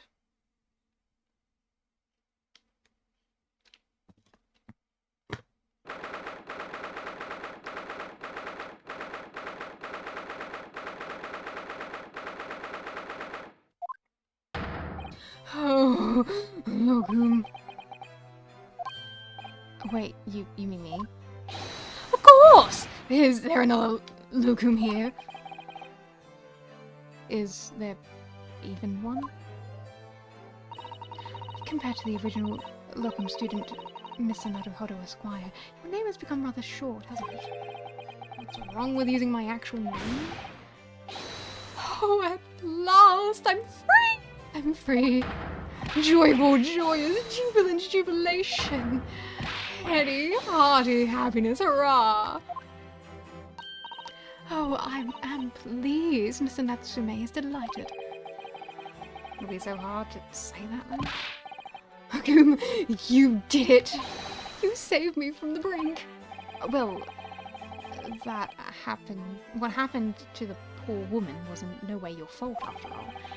And I'm just glad everyone can see that now. No, not that. Lovely, loyal, Locum lawyer. Yes. I mean, as I said before, I have just never gotten used to life here in Great Britain. Every time I look out over my shoulder, I see foreigners. I see towering brick buildings. And from high up windows, I see them looking down at me, laughing. Look at that little hunchback. Oh dear, I'm sure it's all in your head, Mr. Natsume. But today, you Locum lawyer gave my gloom the boot. You stood firm behind the baronial bench before all those babbling British. You battled to the bitter end, laying bare the baffling truth. And then I beheld the blinding fireworks among the beams of the Bailey's roof. I bellowed, "Behold the best barrister ever born!" Well, that's very flattering, and we're very pleased for you. This has given me a wonderful anecdote to recount to my old friends back in Japan. Ah, an anecdote. So, what's to become of all my hard work? Ah, there you are, my dear fellows. I apologize for keeping you waiting. I roused late this morning. Oh, Mr. Sholmes, what a pleasure to see you. I see I am here not a moment too soon. A disaster has been averted, I'm glad to say. Oh! The trial shall begin presently, Mr. Naruhodo, and I wish you the very best of luck. It's just finished. What? No, then my haste was in vain. Why, it's you, Sherlock Sholmes. Oh, Coffee Spencer. This is Mr. Natsume, the man you had arrested, Mr. Sholmes. Ah, I see. I failed to recognize you at first. Our previous encounter had taken place in the gloom, either of your bleak lodgings or that prison cell. I simply couldn't place that curious face in the light. Charming. This is your fault, Sherlock Sholmes. You're the reason I had to go through that terrible ordeal. I'm going to give you a piece of my mind. My apologies, sir, but I assure you I have placed you now. You're the fellow who abandoned that poor young lady and ran off, are you not? Had she been taken to hospital more urgently, I feel perhaps she would have regained consciousness by now. Oh. But it was unavoidable, I'm sure. We are but human, after all. Anyone would have been shaken by such an experience.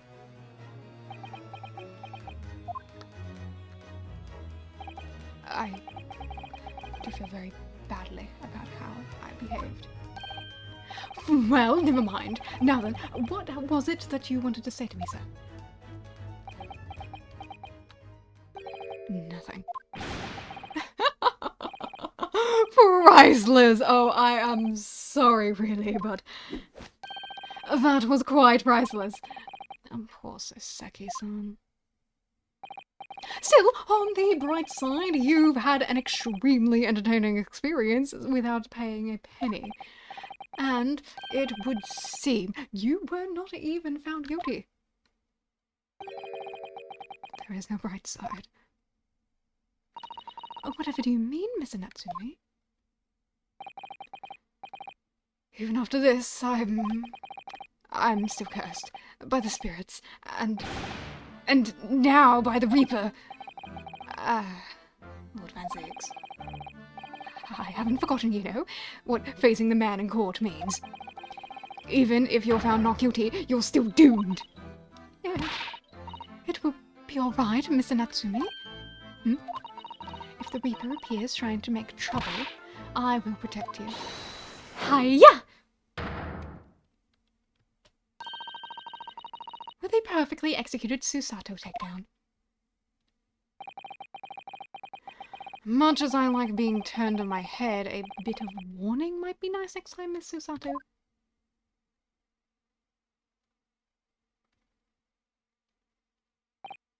So, Mr. Natsume, what do you intend to do now? You mentioned something about recounting your experiences to your friends back in Japan?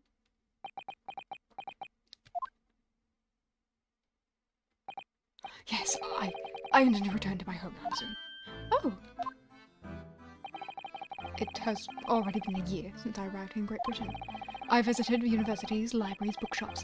I've been honoured with the tutelage of professors. I've learned so much about the wealth of literature here and the city it has shaped. And I've come to realise that it is my calling to sail home and tell my fellow countrymen about it. That is very touching, Mr. Natsume. Or, in perhaps less veiled terms, you wish to withdraw halfway around the world to escape the terror of the Reaper's curse? That is not it at all! The more I learn of literature, the more this strange feeling crawls at my insides. I feel compelled to return to my roots and attempt to pen the work of my own. Oh, I see. A work of literature by Soseki-san. Could be interesting read. And what about Miss Susato and yourself, Mr. Laruhodo? Sorry, what about us? Will you return along to Japan alongside your mustached companion? Why would we? A week has not yet passed since we arrived in London. And only now does it feel as though we have finally found our feet. And you are a accommodated in a hotel at present, are you not? That's right, but we need to find lodgings before it bankrupts us. I've calculated we can only afford another 10 nights before our entire budget is exhausted. Well then, you could take my lodgings. Oh, the windowless room. But that is what it lacks in windows. It more than makes up for with a floor, a ceiling, and walls. Great. And of course, I'd be happy to leave behind the accursed evil spirit. Oh my, an evil spirit? Oh, yes. It tries to suffocate you while you sleep. It's an infallible wake-up call. Something tells me that's just your cat. We'll think about it, if that's alright.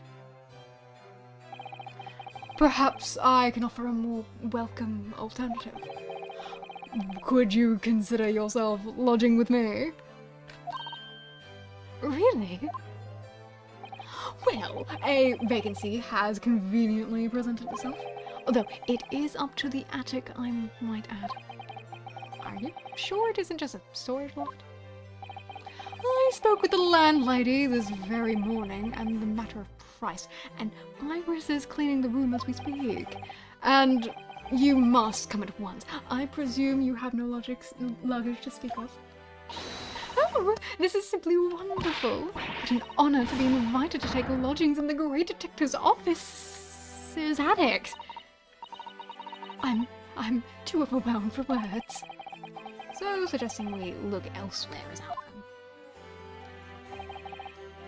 then. Then it's settled. Iris will prepare a welcome dinner this evening. And you must come to Mr. Natsume, I insist. I don't know what to say, but thank you. And yes. Wonderful! Then I'll go and complete the paperwork for your formal release, Mr. Natsume. It shan't take long.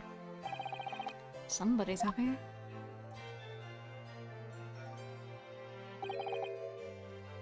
Lokum, I knew you wouldn't let me down. I'm truly delighted to have met you here in London. Likewise, Mr. Natsume. It's been a privilege meeting you too. It's a shame that we're going to have to say goodbye so soon. Well, I've come to realize that I belong in Japan. But, Lokum, we'll meet again someday. Yes, I'm sure. And hopefully by then, I'll be a successful lawyer. Hopefully by then, I'll be a successful wolfer. Well, my dear fellow, our carriage appears to have arrived. Shall we go, Mr. Naruhodo? Yes, Mr. Sholmes. I've little doubt Mr. Natsume will be released in time for dinner this evening. And so, with Soseki-san's innocence successfully established, we rode with Mr. Sholmes to what was to become our new home, 221B Baker Street.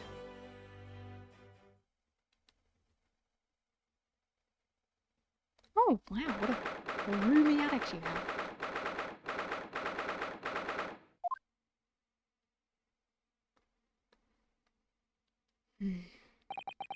So this is to be our new office, yes. Our office. I rather like the sound of that.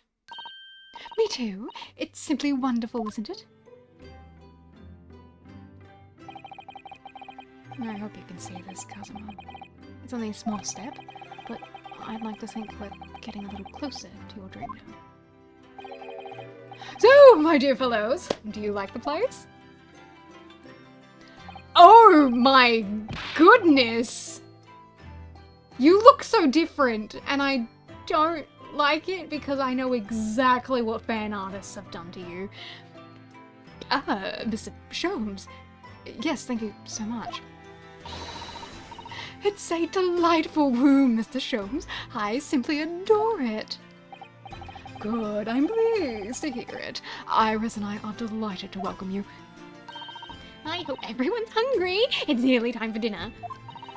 We'll eat as soon as Mr. Natsume arrives. We have a lot to celebrate. Iris, you must let me help you. All right then, Susie. You can be in charge of the salad.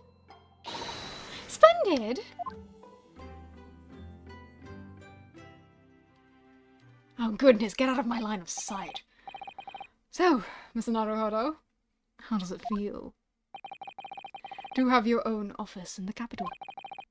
It's very exciting, actually. I can't help wondering what adventures await us. Those were precisely my sentiments when I first established my office in on these premises. Until I discovered the dark truth about the city of London, that is. Sorry. London is a glorious place full of wonder, opportunity, prosperity, mirth. But the brightest of lights cast the darkest of shadows. Shadows? What do you mean? Well, I believe you're well aware of the murkiness that lies behind London's facade already. So, once again, Mr. Naruhodo.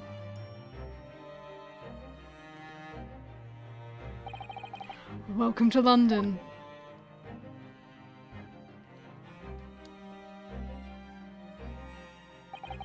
Of course, at that time, I had no idea of the significance of those words Mr. Sholmes so casually spoke. But it wasn't long before my turn came. To lift the facade and see the true depths of the murk that lay behind it. Oh, wow. Oh, goody. That took me an extra 3 fucking hours.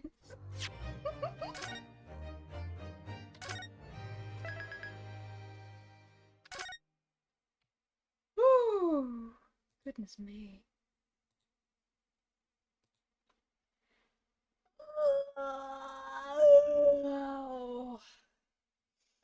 Oh, goodness me, goodness me, goodness me. Well, that just leaves the last case of this game, and then we'll be all done. And we'll be all done, but something tells me that that case is gonna take fucking ages. Just a long time. Oh, and I really don't want to have to do a fucking other 15-hour stream. So, we'll just have to see, how much we get done on Friday, it seems. Actually, how long is the case? Theoretically speaking. Theoretically speaking, you've got your investigation part 1, which is fucking ages.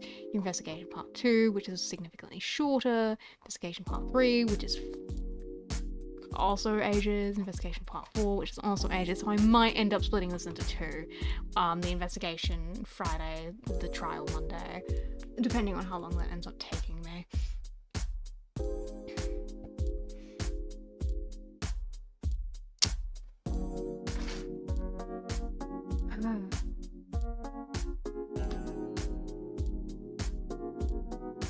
See, I can definitely see why people like this game, you know? Like, it's got okay characters and, like, I definitely see, like, all the appeal that's there, right? It's just not appealing to me, right? Like, if it's an Ace Attorney game, but it takes itself way more seriously than the other Ace Attorney games. Like, there's not been a lot of random bullshit. It's kind of been going, right? And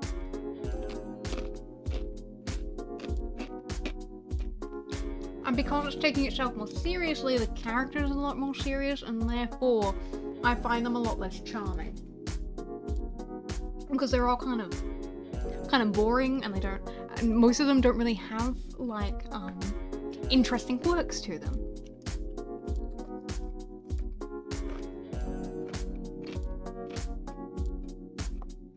Which is upsetting, to say the least. Like, what I like about the Ace Attorney games is the characters.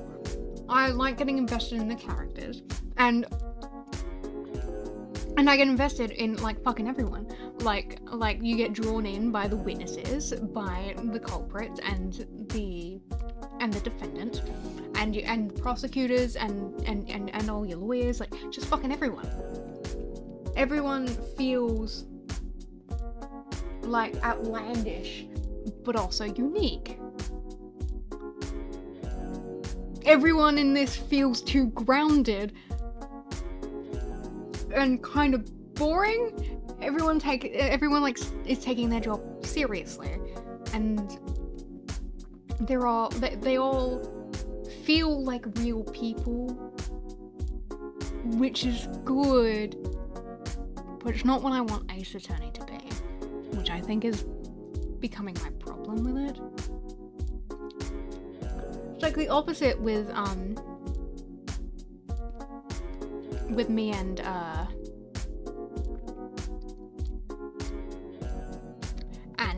SCR2, right?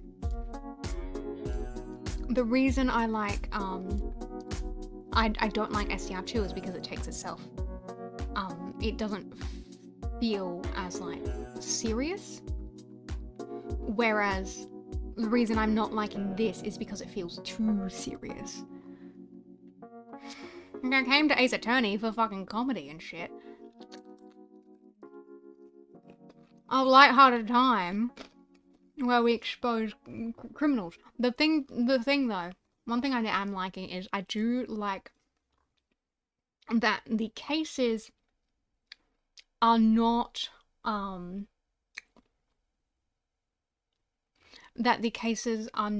all murder. There's, like, variety in the cases, and I am kind of into that. It's been like accidental murder, it's been straight up murder, accidental murder,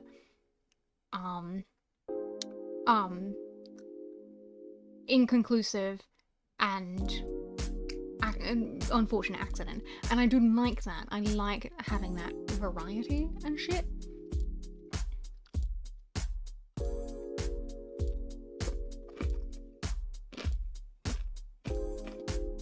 At the same time, though, I'm not feeling it, you know? I'm not feeling the Ace Attorney-ness like I feel like I should be.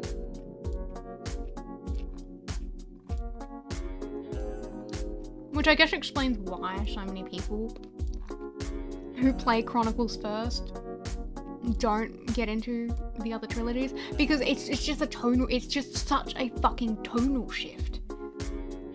It is such a huge tonal shift. Playing them back to back, you can, like, definitely fucking tell. And I think it might even be more obvious when we start playing Investigations. Which, gosh, I can't fucking wait to get back to. No, I felt so bored in that investigation. I was getting so fucking bored.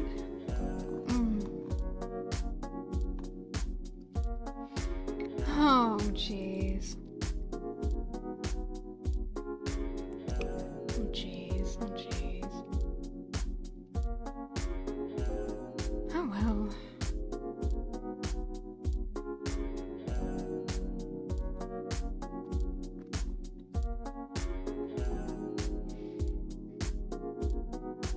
Yeah, but I can't say the game is, like, bad, right?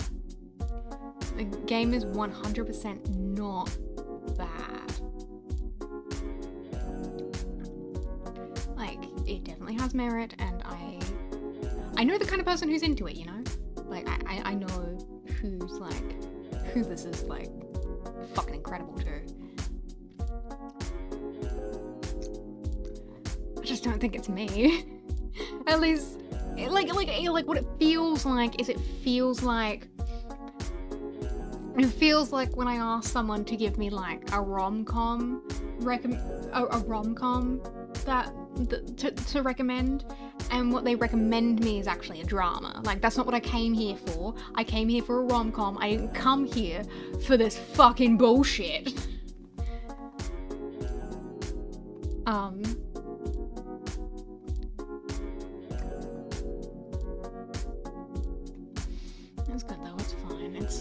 it's all fine and dandy, actually.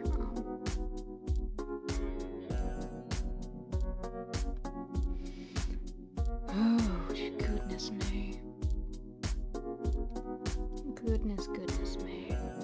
But, y'all stuck around. We all had a good time. I'm sure we all did. It's been going well. Yes, end of stream, Mupai. Yes, it is, unfortunately. Because we finished the fucking case. It went well, actually. It went very well. It went very well.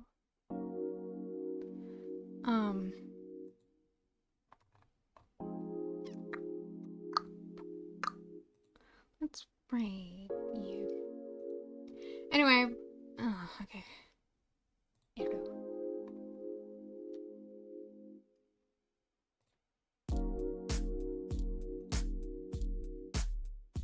Okay, so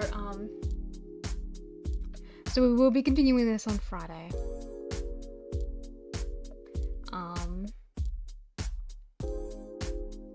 I might end up splitting it into two. I probably will, to not have a long ass fucking stream, because I could do that for Spirit of Justice. Can't do this for this game. I don't think I can.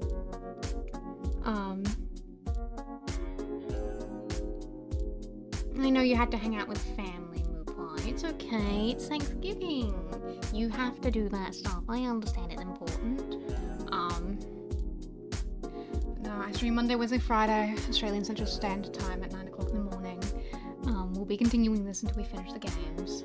And then we'll do investigations, and then we'll do those for a while. And it's all gonna be great.